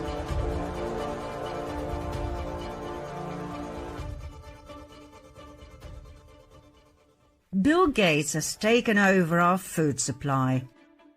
He GMO'd our seeds, and now he is getting rid of the American beef industry. He is destroying farming and he's buying up farmland. This way, he will soon control every aspect of our food, how it is produced, what is put into it. Gates will do in the US and Europe what he has already done in Africa and India. He will force you to obey his rules and regulations. If you disobey, you will be fined, thrown in jail, and you will be refrained from food, the #1 necessity in life.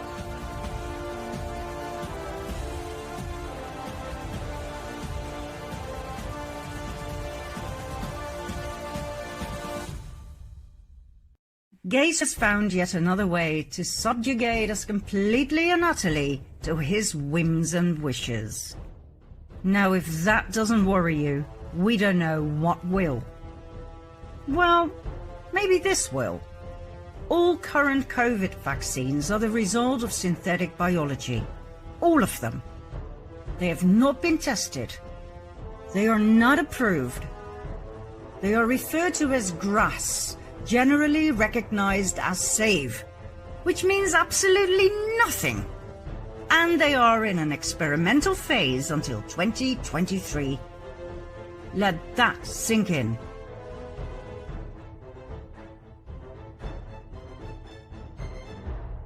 You are part of a massive medical experiment.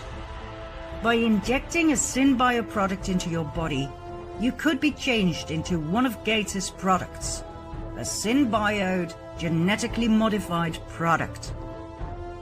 After everything we have shown you in the previous episodes about Bill Gates, exactly how safe does that make you feel? Now, during the very first seconds of this episode, we promised you that this would be the last one about Gates. And that was truly our intention. I mean, we are so fed up with him, you have no idea. But as we are approaching the critical half hour, we're afraid there's just a few more things about him that will put things into perspective in a way you've probably not seen before. Bear with us and move along to part 13.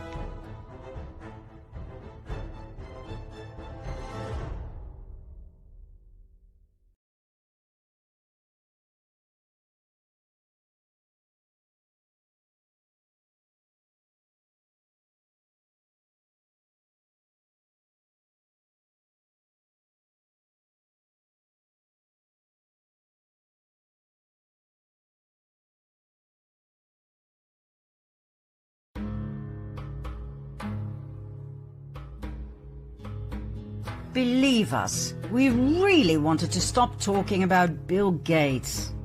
But do you know how he actually does it?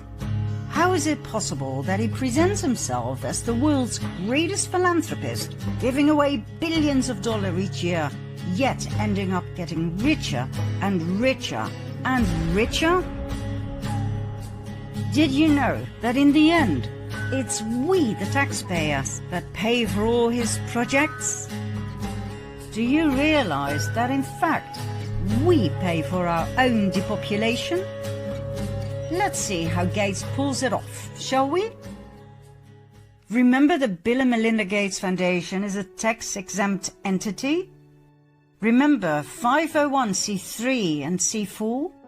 The only tax they have to pay in the US is a couple of excise duties.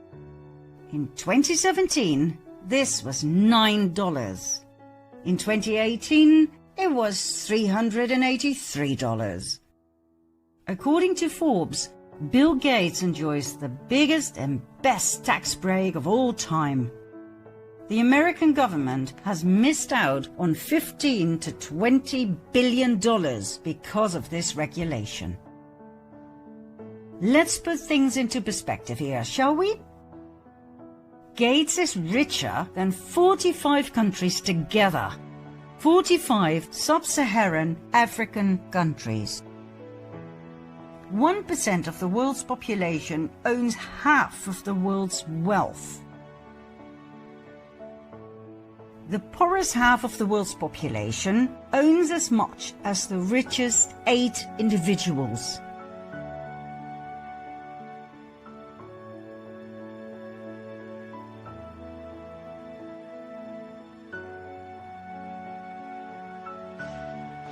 Those 8 individuals doubled or even tripled their wealth during the COVID crisis.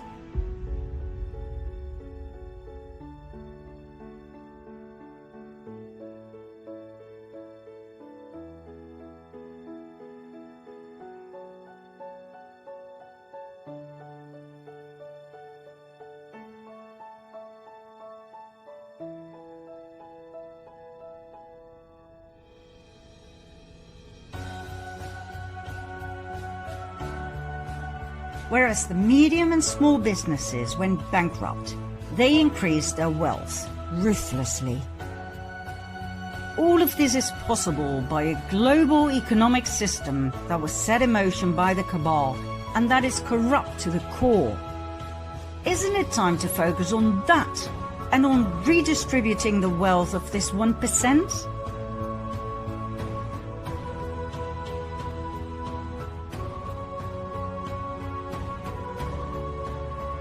Isn't it time to stop getting brainwashed with sustainable development goals and redirect our energy where it belongs? Namely, to take down the cabal and to redistribute their stolen trillions amongst the people they bereft?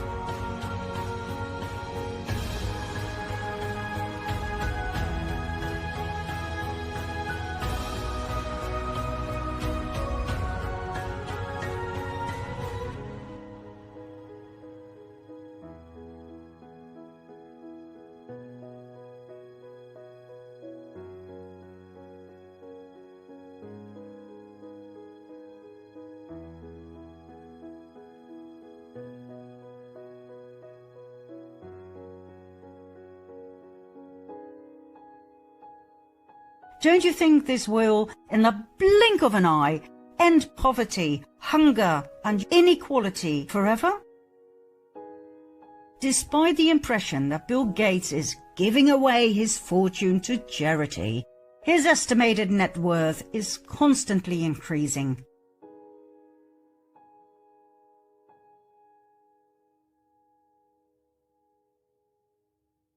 His foundation is only accountable to itself, which mainly means Bill and Melinda Gates personally.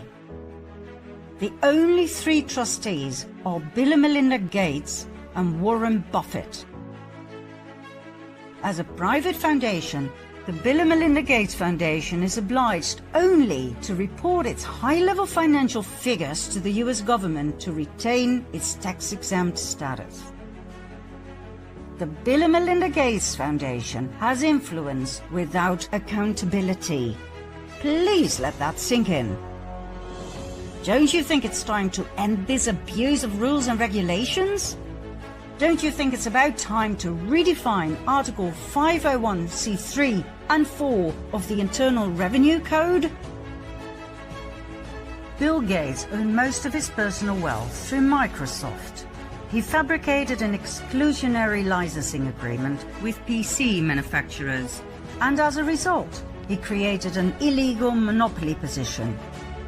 In 2004, after years of legal procedures and several court cases, Gates was fined by the European Union.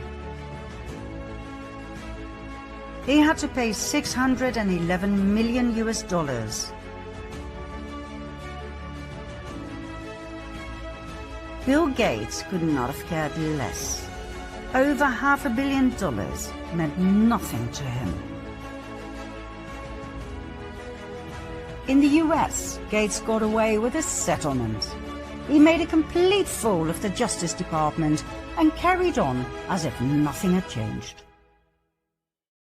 Gates now uses his monopoly experience in Africa and other less developed countries, where he is actually creating a monopoly on seeds, forcing them onto local farmers, making them utterly dependent and vulnerable. And when the farmers don't comply, they are criminalized and fined.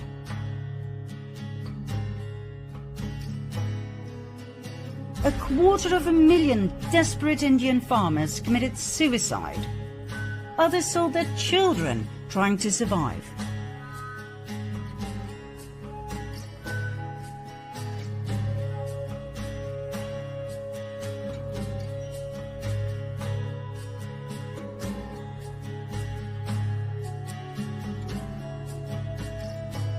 Gates could not care less.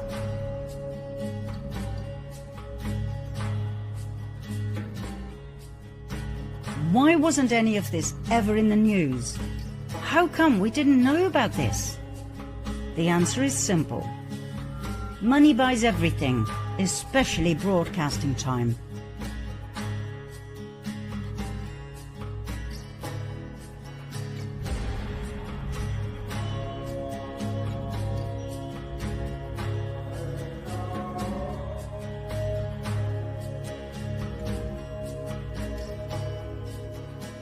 And I'm Ryan Wolf. Our greatest responsibility is to serve our Treasure Valley communities, the El Paso, Las Cruces communities, Eastern Iowa communities, Mid-Michigan communities. We are extremely proud of the quality, balanced journalism that CBS 4 News produces. But we are concerned about troubling, irresponsible, one-sided news stories plaguing our country. The sharing of biased and false news has become all too common on social media. More alarming, some media outlets publish these same fake stories without checking facts first. The sharing of biased and False news has become all too common on social media. More alarming, some media outlets publish these same fake stories without checking facts first.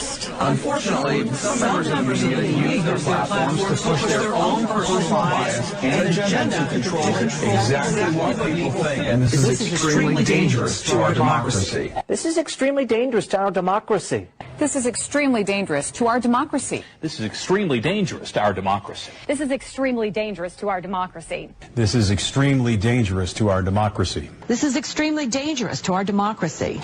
This is extremely dangerous to our democracy. This is extremely dangerous to our democracy. This is extremely dangerous to our democracy. This is extremely dangerous to our democracy. This is extremely dangerous to our democracy. This is extremely dangerous to our democracy. This is extremely dangerous to our democracy. This is extremely dangerous to our democracy. This is extremely dangerous to our democracy.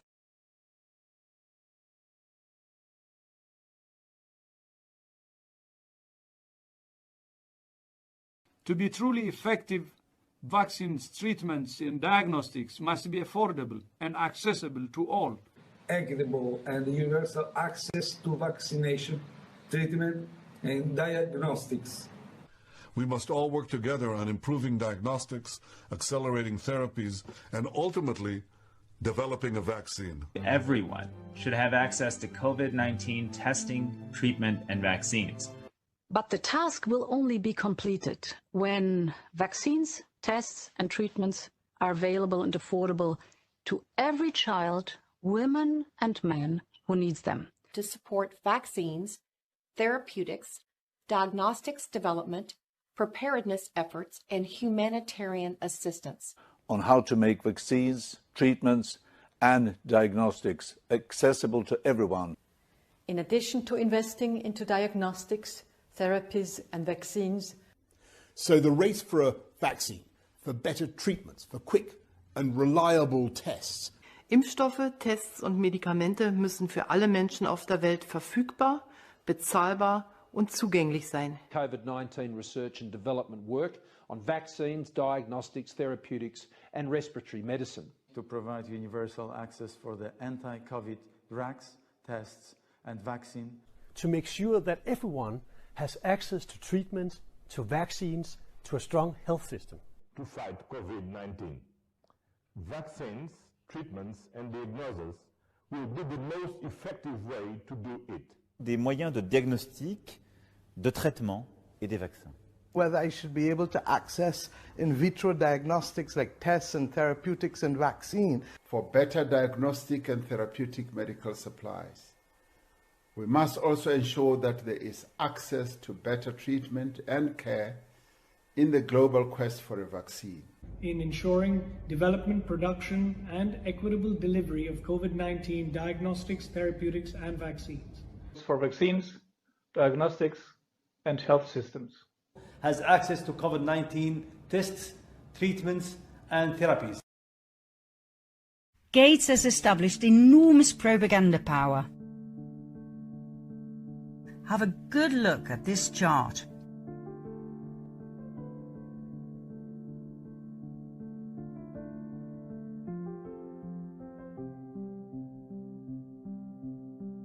Apart from its donations to the mainstream radio and TV channels, the Gates Foundation has invested millions of dollars in training programs for journalists.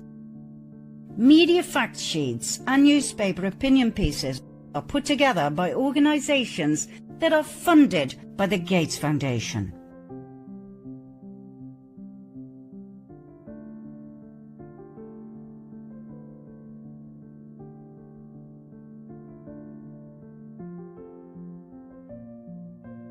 Scientific journals get Gates's money to publish research and articles. So what do you think is in them?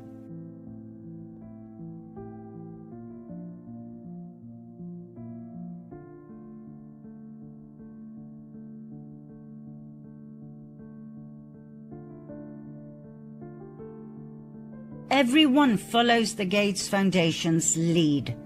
It feels like they are everywhere. Every conference I go to, they are there. Every study that comes out, they're part of.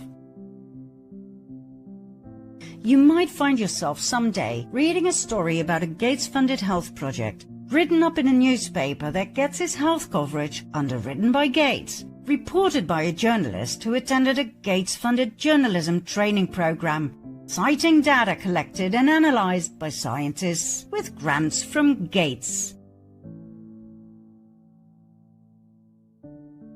Do you really think any of it will be objective, honest information?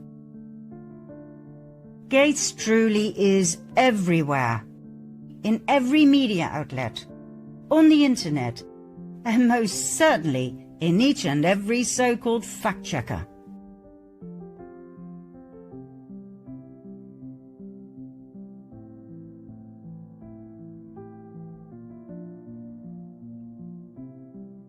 Even when we wrote this script, various critical articles that we read were taken down from the internet the very next day. That's how far this goes. That's how scared they are. When Baxter Dimitri wrote an article for Defend Democracy Press about something Gates's former doctorate said to colleagues at a conference in Seattle, hell broke loose. These are the doctor's words. I don't know if he had his children vaccinated as adults, but I can tell you he point blank refused to vaccinate them as children. Dimitri wrote, "The news that Bill Gates does not vaccinate his own children, despite being the world's most active campaigner for mandatory vaccinations, should come as no surprise. Studies prove that the elite do not vaccinate their children. But at the same time, they expect the masses to have their children vaccinated." Very rich and privileged parents like the idea of herd immunity, but they don't want to take the risks associated with vaccinations when it comes to their own children. They are worried about adverse reactions, including autism. The studies Dimitri referred to were from 2015 and were still online when we produced this documentary. I wonder for how much longer. One study was published in CNN Health, the other one in the American Journal of Public Health. And guess what? When you consult any of the fact-checkers, you will see that they all fervently deny that the dear doctor ever uttered those words. They will deny anything and everything until the bitter end. After all, one does not bite the hand that feeds you. Right now, as we are editing this episode, thousands of people are getting sick after having their COVID shot. Women are reporting disrupted menstruation cycles. Others suffer miscarriages or have stillborns. People are getting paralyzed due to blood clots in their veins. Some die of a brain hemorrhage, a pulmonary embolism, or cardiac arrest. And once again, no mainstream media coverage.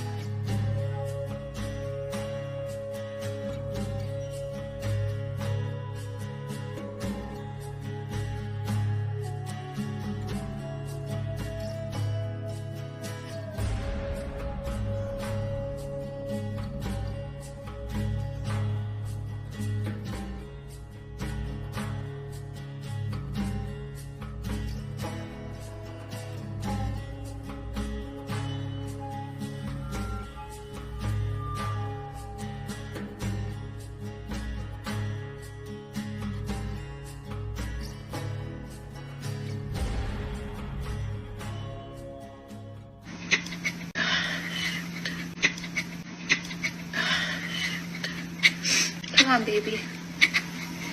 Come on. Breathe, baby, breathe.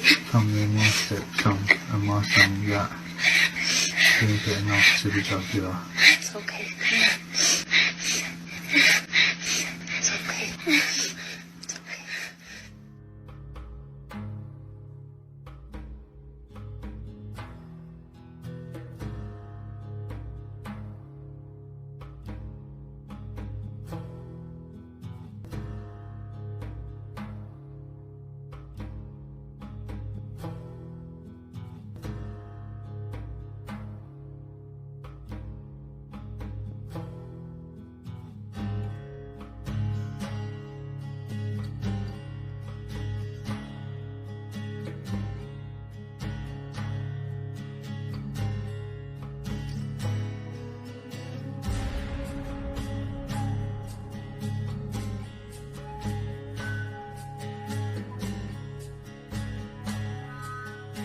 We are not going any deeper into the COVID thing in this series. We produced a separate documentary on that topic, and we ask you to watch it. All that is left to say is that Gates' vaccine manufacturers are exempt from liability, which means you cannot take them to court if anything goes wrong. If your health, your life, or that of your loved ones are destroyed by the consequences of this experimental vaccine, there will be nothing you can do. Bill Gates and his many big pharma companies are untouchable by law. We can cut a long story short. Bill Gates uses laws and regulations to avoid tax. His foundation launders money at a scale the world has not seen before. The foundation works to reduce inequities around the world. Really? Bill Gates invests in bad companies to make massive profits.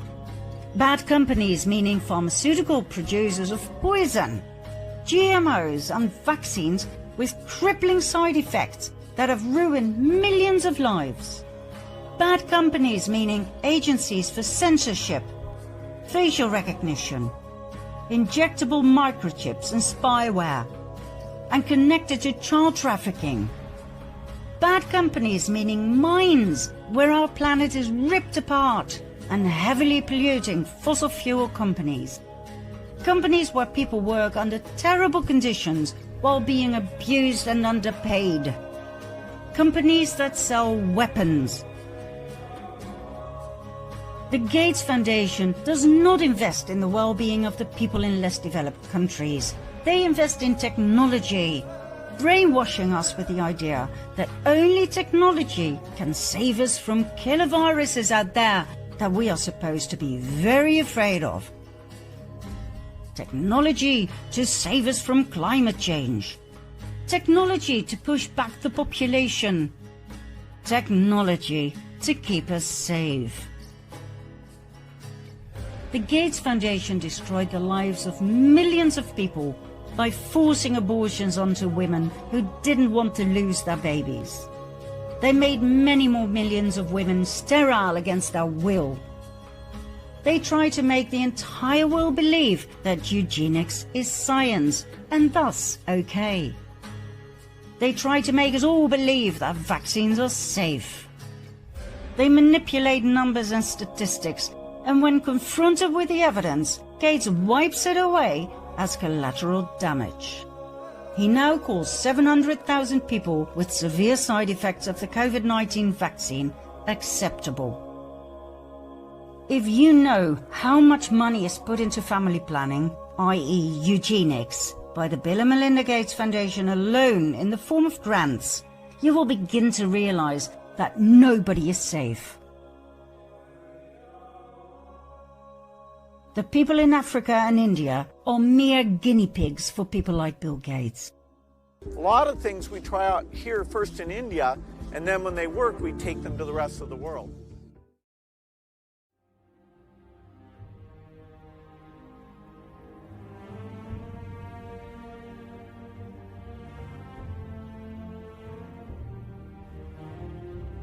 The rest of the world will follow, whether you like it or not. Just look around. It's happening right now.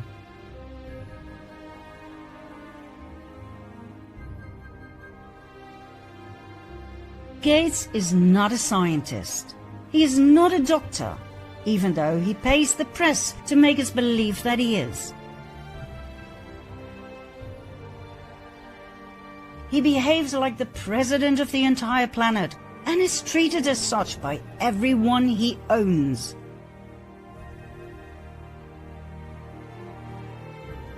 The fact that nobody elected him doesn't seem to bother him. With his money, he manipulates newspapers and TV stations, making sure that only his words are repeated and plugged. Everyone is all too aware of what they call the Bill chill. When you're caught saying anything negative, you can kiss your money goodbye. Critical voices are hushed up. Articles that question his motives are removed from the internet by Facebook, Twitter, YouTube, and fact-checkers that are all paid by the cabal, as I've proven in part 6 of the previous series, The Fall of the Cabal. So, after all of the above, do you still trust Bill Gates? Do you trust any of the big pharma companies or any of his goons pushing his vaccination agenda forward? Do you still have faith in any of the so-called experts presenting their so-called findings via the mainstream media on TV? Do you still believe there will be yet another wave of COVID-19 with different strains? Do you still believe the vaccine will be safe? If so, please feel free to take it. After all, it's a free world. Or is it?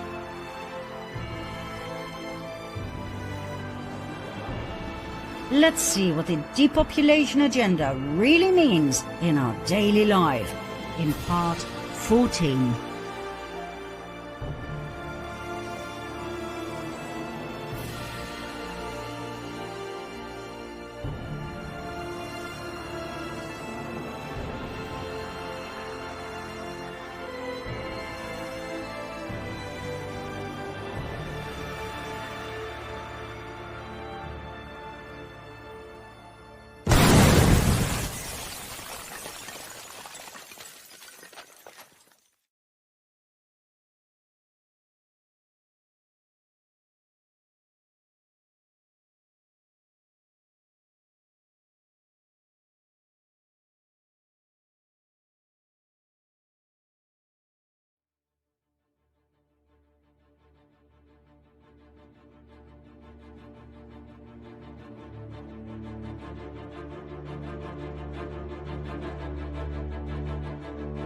Depopulation, Agenda 21 and 2030, Georgia Guidestones, A New World Order.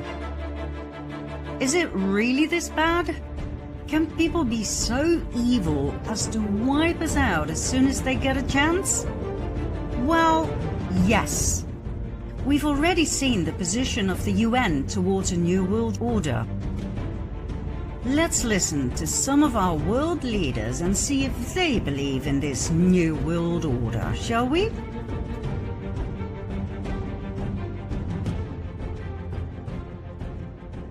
Nothing less than a new world order. This is the pledge of the world's most powerful leaders, representing 90% of the global economy.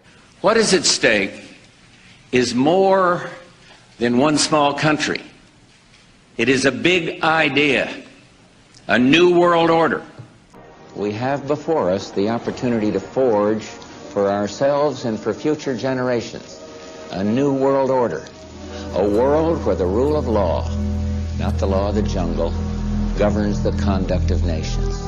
The affirmative task we have now is to actually create a new world order. We're seeing a new world order now being built. And I don't think America can retreat from that. The integration of national economies into a global economy. So we're going to keep on pushing hard to shape an international order Sometimes I'm criticized in my own country for professing a belief in international norms and multilateral institutions, but I am convinced that in the long run, giving up some freedom of action, binding ourselves to international rules, over the long term enhances our security. Dat we ons samen sterk maken voor een wereldorde die weer een tijd mee kan. Voor onszelf en voor het collectief. Today is the beginning of a global mobilization effort to rally our forces behind this Great Reset initiative. We need a Great Reset. We can actively contribute together to building the 21st century world order. Wenn man eine wirkliche Weltordnung haben will, eine globale politische Ordnung, dann wird man nicht umhin kommen, an einigen Stellen auch Souveränität, Rechte an andere abzugeben. De internationale inbedding heeft ons land veel gebracht. Het goed functioneren van de naoorlogse multilaterale wereldorde en de internationale stabiliteit zijn cruciaal voor onze rechtsstaat en voor de kracht van onze economie. Pieces are in flux. Soon they will settle again. Before they do, let us reorder this world around us. In this period, when really a new world order can be created, it's a great opportunity. There's a need for a new world order, but it has different characteristics in different parts of the world. And the challenge is how to build a world order for the first time in history on a global basis. President Obama and British Prime Minister Gordon today calling for a new world order to tackle our global economic crisis. And the president outlined his vision of a new world order in which the US would participate fully. We've got to give them a stake in creating the kind of world order that I think all of us would like to see. Never before has a new world order had to be assembled from so many different perceptions or on so global a scale. A new world is emerging. It is a new world order with significantly different and radically new challenges. And I strongly believe India will be a central actor in the new world order. After 1989, President Bush said, and it's a phrase that I often use myself, that we needed a new world order.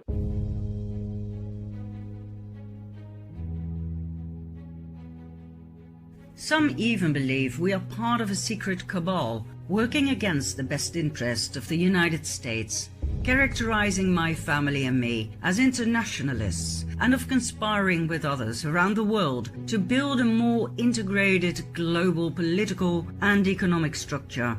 One world, if you will. If that is the charge, I stand guilty, and I'm proud of it.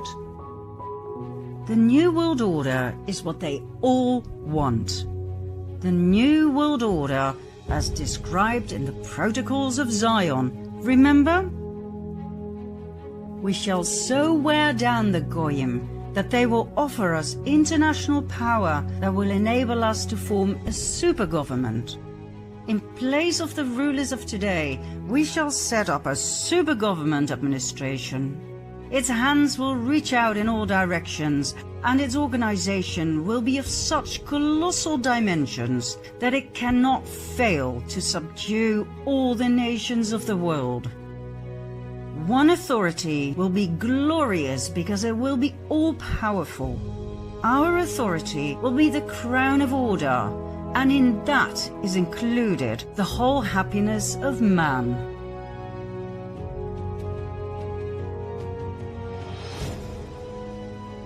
We have seen in Part 4 that the New World Order's main focus is complete world dominance. Population control, better known as depopulation, is the UN's tool to annihilate the majority of the masses so that no more than 500 million people are left on the face of the earth. A neat number, easy to control, dominate, and subjugate. What we have shown you so far when it comes to depopulation is not all. Believe it or not, there are more ways to depopulate the planet. The cabal has given this topic a lot of careful consideration and planning. Now, before we talk you into a depression, please do realize the following. First of all, this evil is nothing new. It has been here for many, many centuries. All we do is expose it, so we can deal with it and get rid of it, okay?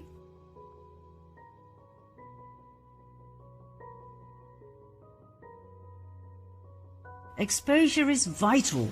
It is their worst nightmare.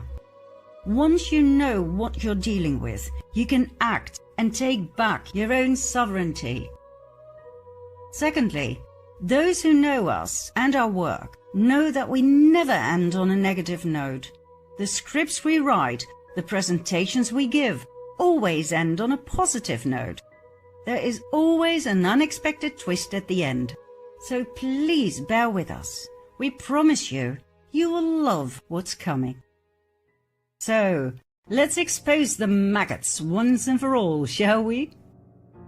How are we, the people, being attacked in the name of population control? Wars, natural disasters, famine and drought, plagues and diseases, vaccinations, family planning, chemtrails, GMOs, and additives in food, water, beauty care and cleaning products.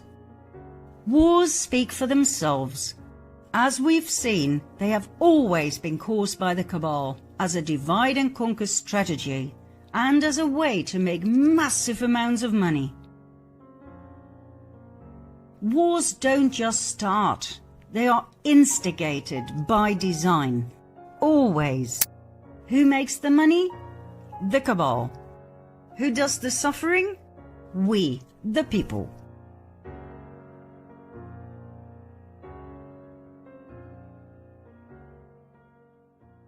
Next, natural disasters. Think earthquakes, hurricanes, volcanic eruptions and tsunamis. They don't need much explanation. The earth shakes, people die. But did you know that many of these natural disasters nowadays are actually caused by man? Ever heard of HAARP? High Frequency Active Aurora Research Program? An American military research program used to excite the ionosphere via high-frequency signals. Using it influences the weather in a profound way. Well, instead of doing a rain dance, we physicists are firing trillion-watt lasers into the sky to actually precipitate rain clouds and actually bring down lightning bolts. By firing trillion-watt lasers, you rip apart the electrons, creating what are called ions, and these ions act like seeds, like dust particles, bringing down rain and even lightning. In the 60s, the CIA used this to bring down monsoons during the Vietnam War, to wash out the Viet Cong. For decades now, these governments have been alleged to have experimented with weather control, but nothing conclusive. This time we're bringing in the laws of physics, rather than simply waving our hands and uttering mumbo-jumbo.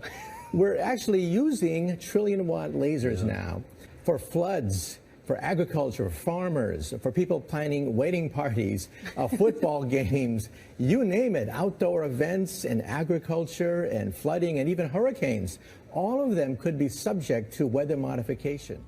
Natural disasters can be and are triggered by the cabal to get rid of people. How convenient. Others are engaging even in an eco-type of terrorism, whereby they can alter the climate, set off earthquakes and volcanoes remotely through the use of electromagnetic waves. So there are plenty of ingenious minds out there that are at work finding ways in which they can wreak terror upon other nations. It's real.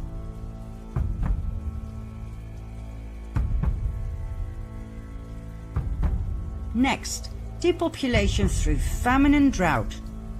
This too can be triggered by HAARP. Control the weather, and you control the yield of crop and the water supply.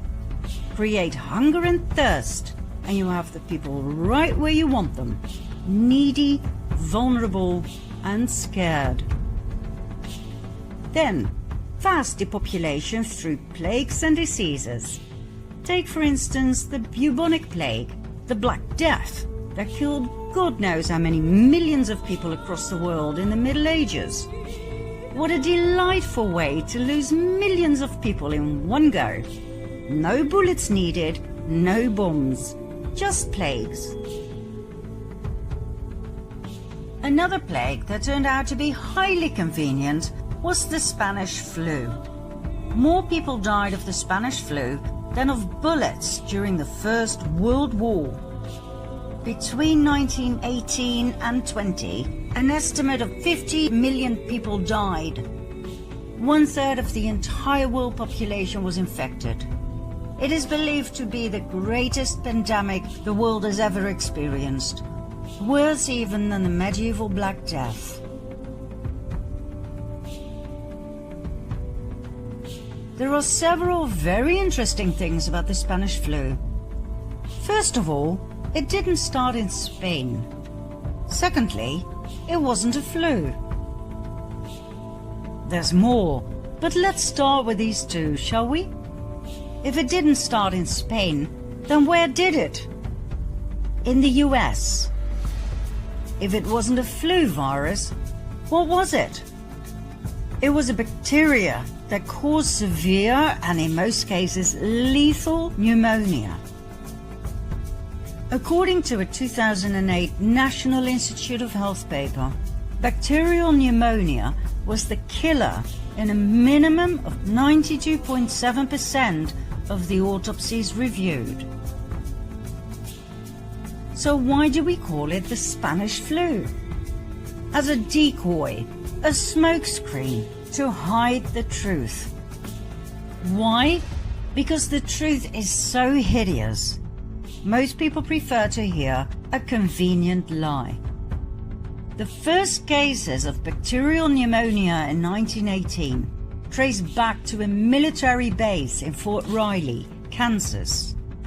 Long story short, during the first half of 1918, an experimental bacterial meningitis vaccine cultured in horses by the Rockefeller Institute for Medical Research in New York, now the Rockefeller University, was injected into soldiers at Fort Riley. The so-called Spanish flu was a vaccine experiment gone horribly wrong. Well, that's what we, the people, would say. The cabal would refer to it differently. They would call it an experiment with the best outcome ever. Millions of American soldiers were vaccinated with this experimental serum. 2 million of them went overseas. They fought under poor sanitary conditions, so the bacteria spread like wildfire wherever they went. The story was then spread that these soldiers would come home with all sorts of European diseases, so the American population was vaccinated as well. On top of everything else, the vaccines were distributed all over Europe. Only the vaccinated died. Healthy men and women in the prime of their lives died, not the elderly, as would have been the case if it were a flu virus. Who was in charge of that distribution and mass vaccination program? The Rockefeller Institute. Who was the main scientist in charge? Dr. Frederick Gates. According to Gates, they injected random dosages of an experimental bacterial meningitis vaccine into soldiers. Those who survived became cloud adults, meaning they spread the bacteria to others, even the non-vaccinated. In modern COVID days, we would call it shedding. The vaccinated infecting the non-vaccinated. What an amazing coincidence, right? Frederick Gates then, Bill Gates now.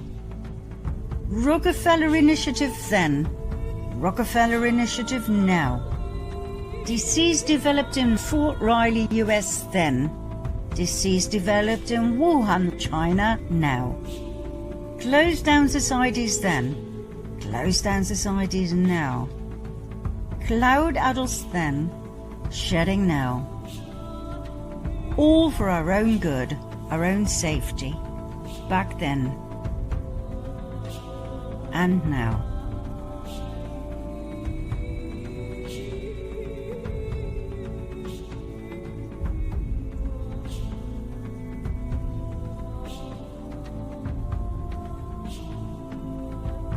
And just about a century in between.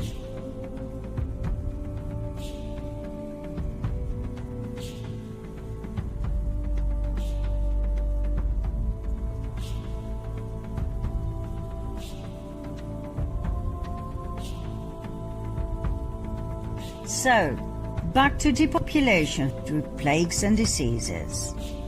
The problem with plagues is that they don't occur much, certainly not in these modern times of hygiene. But not to worry. The cabal is quite creative and always comes up with a solution to every problem.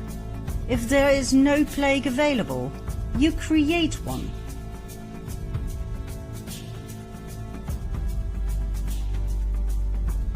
An epidemic, either naturally caused or intentionally caused, is the most likely thing to cause, say, 10 million excess deaths, either naturally caused or intentionally caused.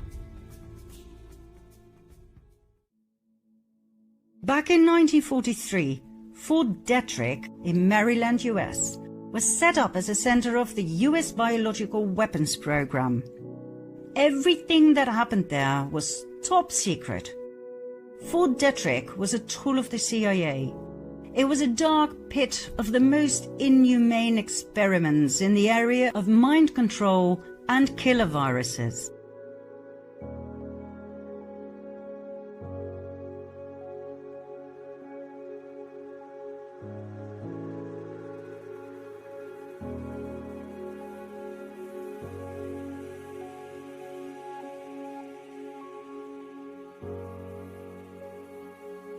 If you truly want to know how evil it really was, we urge you to look into Michael Aquino, the head of MKUltra at Fort Detrick, who later founded the satanic cult of the Temple of Set.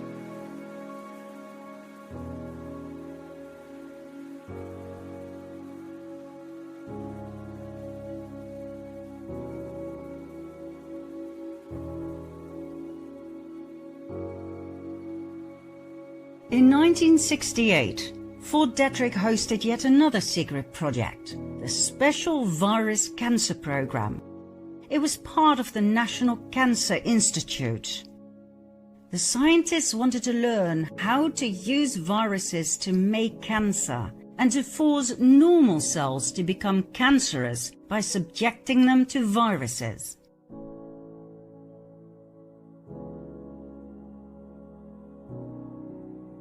Why? Because cancer is an excellent weapon when it comes to biological warfare. It can be used to take down political leaders without any suspicion of a crime committed. And it can be used to wipe out large numbers of the population, as most forms of cancer are deadly. Approximately 10 million people die of cancer worldwide each year. That's about 26,000 people each day. Two classes of cancer-causing viruses were studied extensively at Fort Detrick's Special Virus Cancer Program. The RNA-type tumor retroviruses and the DNA herpes-type viruses. In the process, two discoveries were made: HIV and KS, Kaposi sarcoma. Kaposi sarcoma is widely known as the gay cancer that often accompanied AIDS when the first cases broke out in gay men in Manhattan, New York City in 1979. As a matter of fact, Manhattan was the center of the first AIDS outbreak, not Africa. It wasn't until 1982 that AIDS broke out in Africa. Still, we are supposed to believe that AIDS originated in Africa and that it jumped from apes, primates, to humans. Not only that, We are supposed to believe that back in 1979, it jumped from African apes to only white gay men in Manhattan, as did the human herpes 8 virus that causes all forms of Kaposi sarcoma, the gay cancer. We are expected to believe that 2 primate viruses, a retrovirus and a herpes virus, jumped species in Africa at the same time and ended up exclusively in the blood of white gay American men to produce a new immunodeficiency disease in 1979, now called AIDS.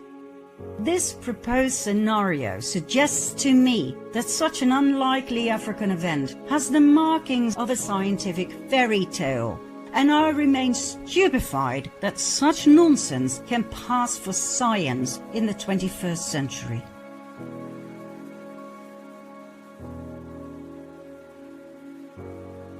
So, what else happened in Manhattan in 1979? The experimental hepatitis B vaccination program.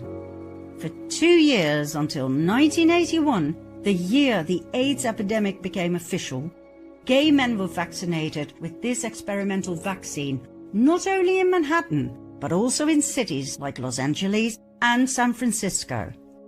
What a coincidence that these 3 cities became the 3 big epicenters of the AIDS epidemic. Now, we realize that there will be a lot of opposition and denial when it comes to the man-made origin of HIV and AIDS. We suggest you study the work of professionals such as Dr. Leonard Horowitz, Dr. Robert Strecker, Professor Robert Lee, and the above-mentioned Dr. Alan Cantwell. Back to Fort Detrick and its horrid experiments. Meet Robert Charles Gallo, a biomedical researcher best known for his role in the discovery of HIV and subsequently the invention of the HIV test kit. He was head of the Laboratory of Tumor Cell Biology at the National Cancer Institute. Gallo didn't actually discover HIV, he stole the discovery, helped by his partner in crime, Dr. Fauci. Whom did they steal it from? Dr. Frank Rossetti.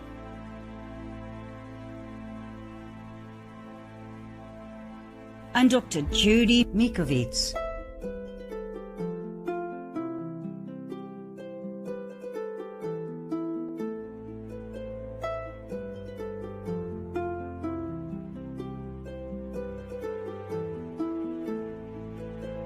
Mikovits worked under the direction of Rossetti.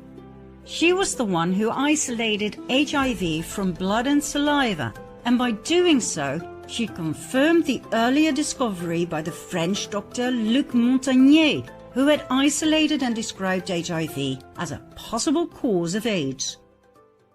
When Rossetti was out of town, Mikovits got a phone call from Fauci, who ordered her to give him the manuscript about the isolation and confirmation of HIV while it was still in press. Mikovits refused, as it was unethical to do so. The paper was still confidential. Fauci then threatened to fire her for insubordination. Mikovits still refused. When Rossetti returned a few weeks later, he gave Fauci the manuscript. Fauci then deliberately delayed the publication of the manuscript so that his partner in crime, Dr. Frank Gallo, could steal the content and write a competing paper, submit it, and get it into press before Rossetti and Mikovits could do so. On May 4, 1984, Dr. Gallo published his now famous papers containing the findings of Rossetti and Mikovits, but under his name. This delayed the development of testing and spread the HIV epidemic through the world, killing millions.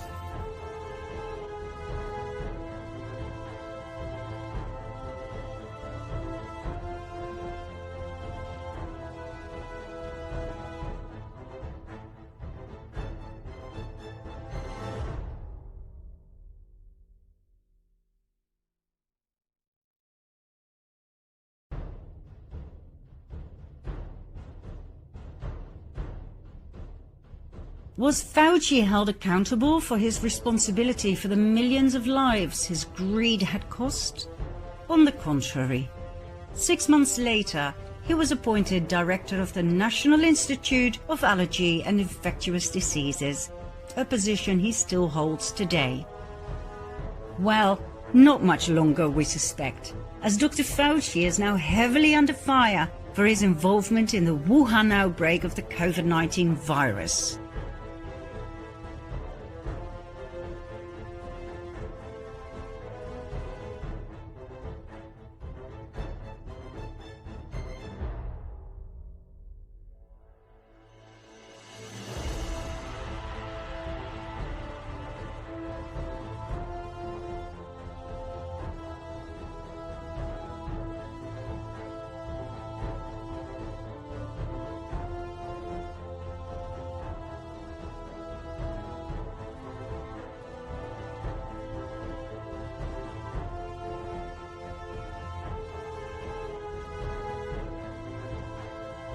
With all the evidence now on the table, we find it hard to believe that Fauci will be on the right side of the prison bars for much longer.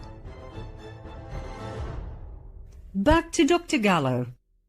Gallo worked with Litton Industry and its subsidiary Bionetics.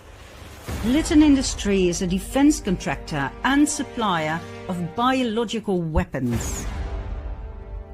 Bionetics managed America's Biological Weapons Testing Center at Fort Detrick and ran the entire National Cancer Institute with its special virus cancer program.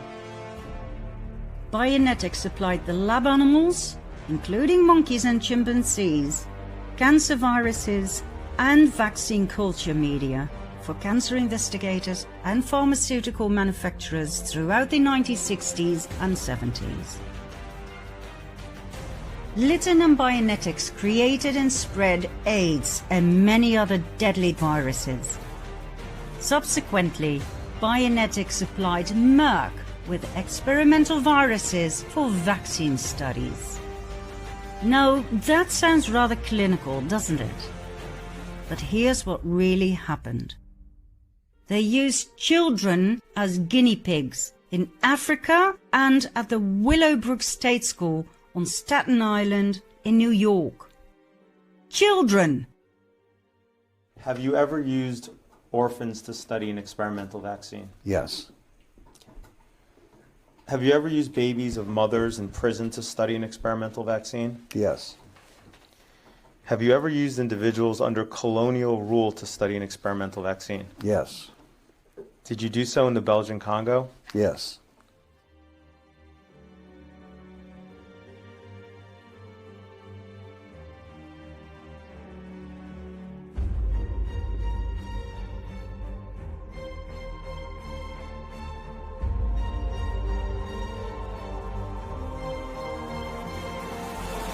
These were experiments conducted by the evil trinity of Litton, Bionetics, and Merck, assigned by Kissinger and the CIA. Mind you, these experiments were in no way less evil than those of the Nazi doctors in the death camps of World War II.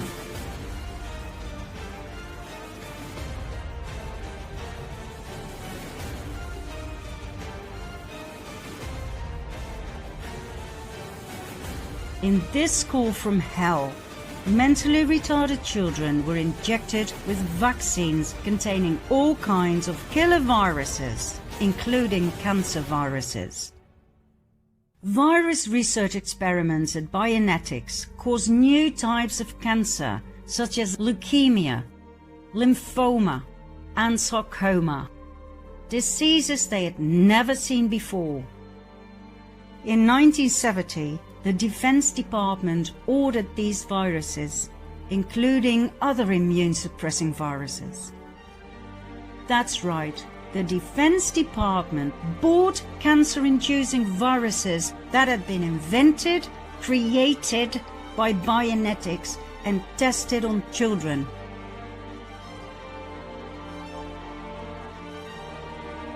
So, In case you ever wondered why we never heard about people dying from cancer in the old days, it's because all of these kinds of cancer had not been invented yet. Merck is one of the big pharma giants that Bill Gates is heavily involved in. According to researcher Dr. Leonard Horowitz, it was Kissinger who gave the order to fabricate the killer viruses. Merck's vaccines triggered AIDS. At the same time, Kissinger prepared his infamous National Security Memorandum 200. That's right, the Kissinger Report, calling for massive Third World depopulation. Remember from Part 6? The devastating side effects of the hepatitis B vaccine, like HIV, AIDS and cancer, must have been an absolute triumph in the eyes of the cabal, wanting to depopulate the planet. It didn't take long before the next target of their annihilation program was massively vaccinated: the black people of the African continent. We all know how that ended. Over 32 million people died a slow and horrible death by this brand new disease called AIDS.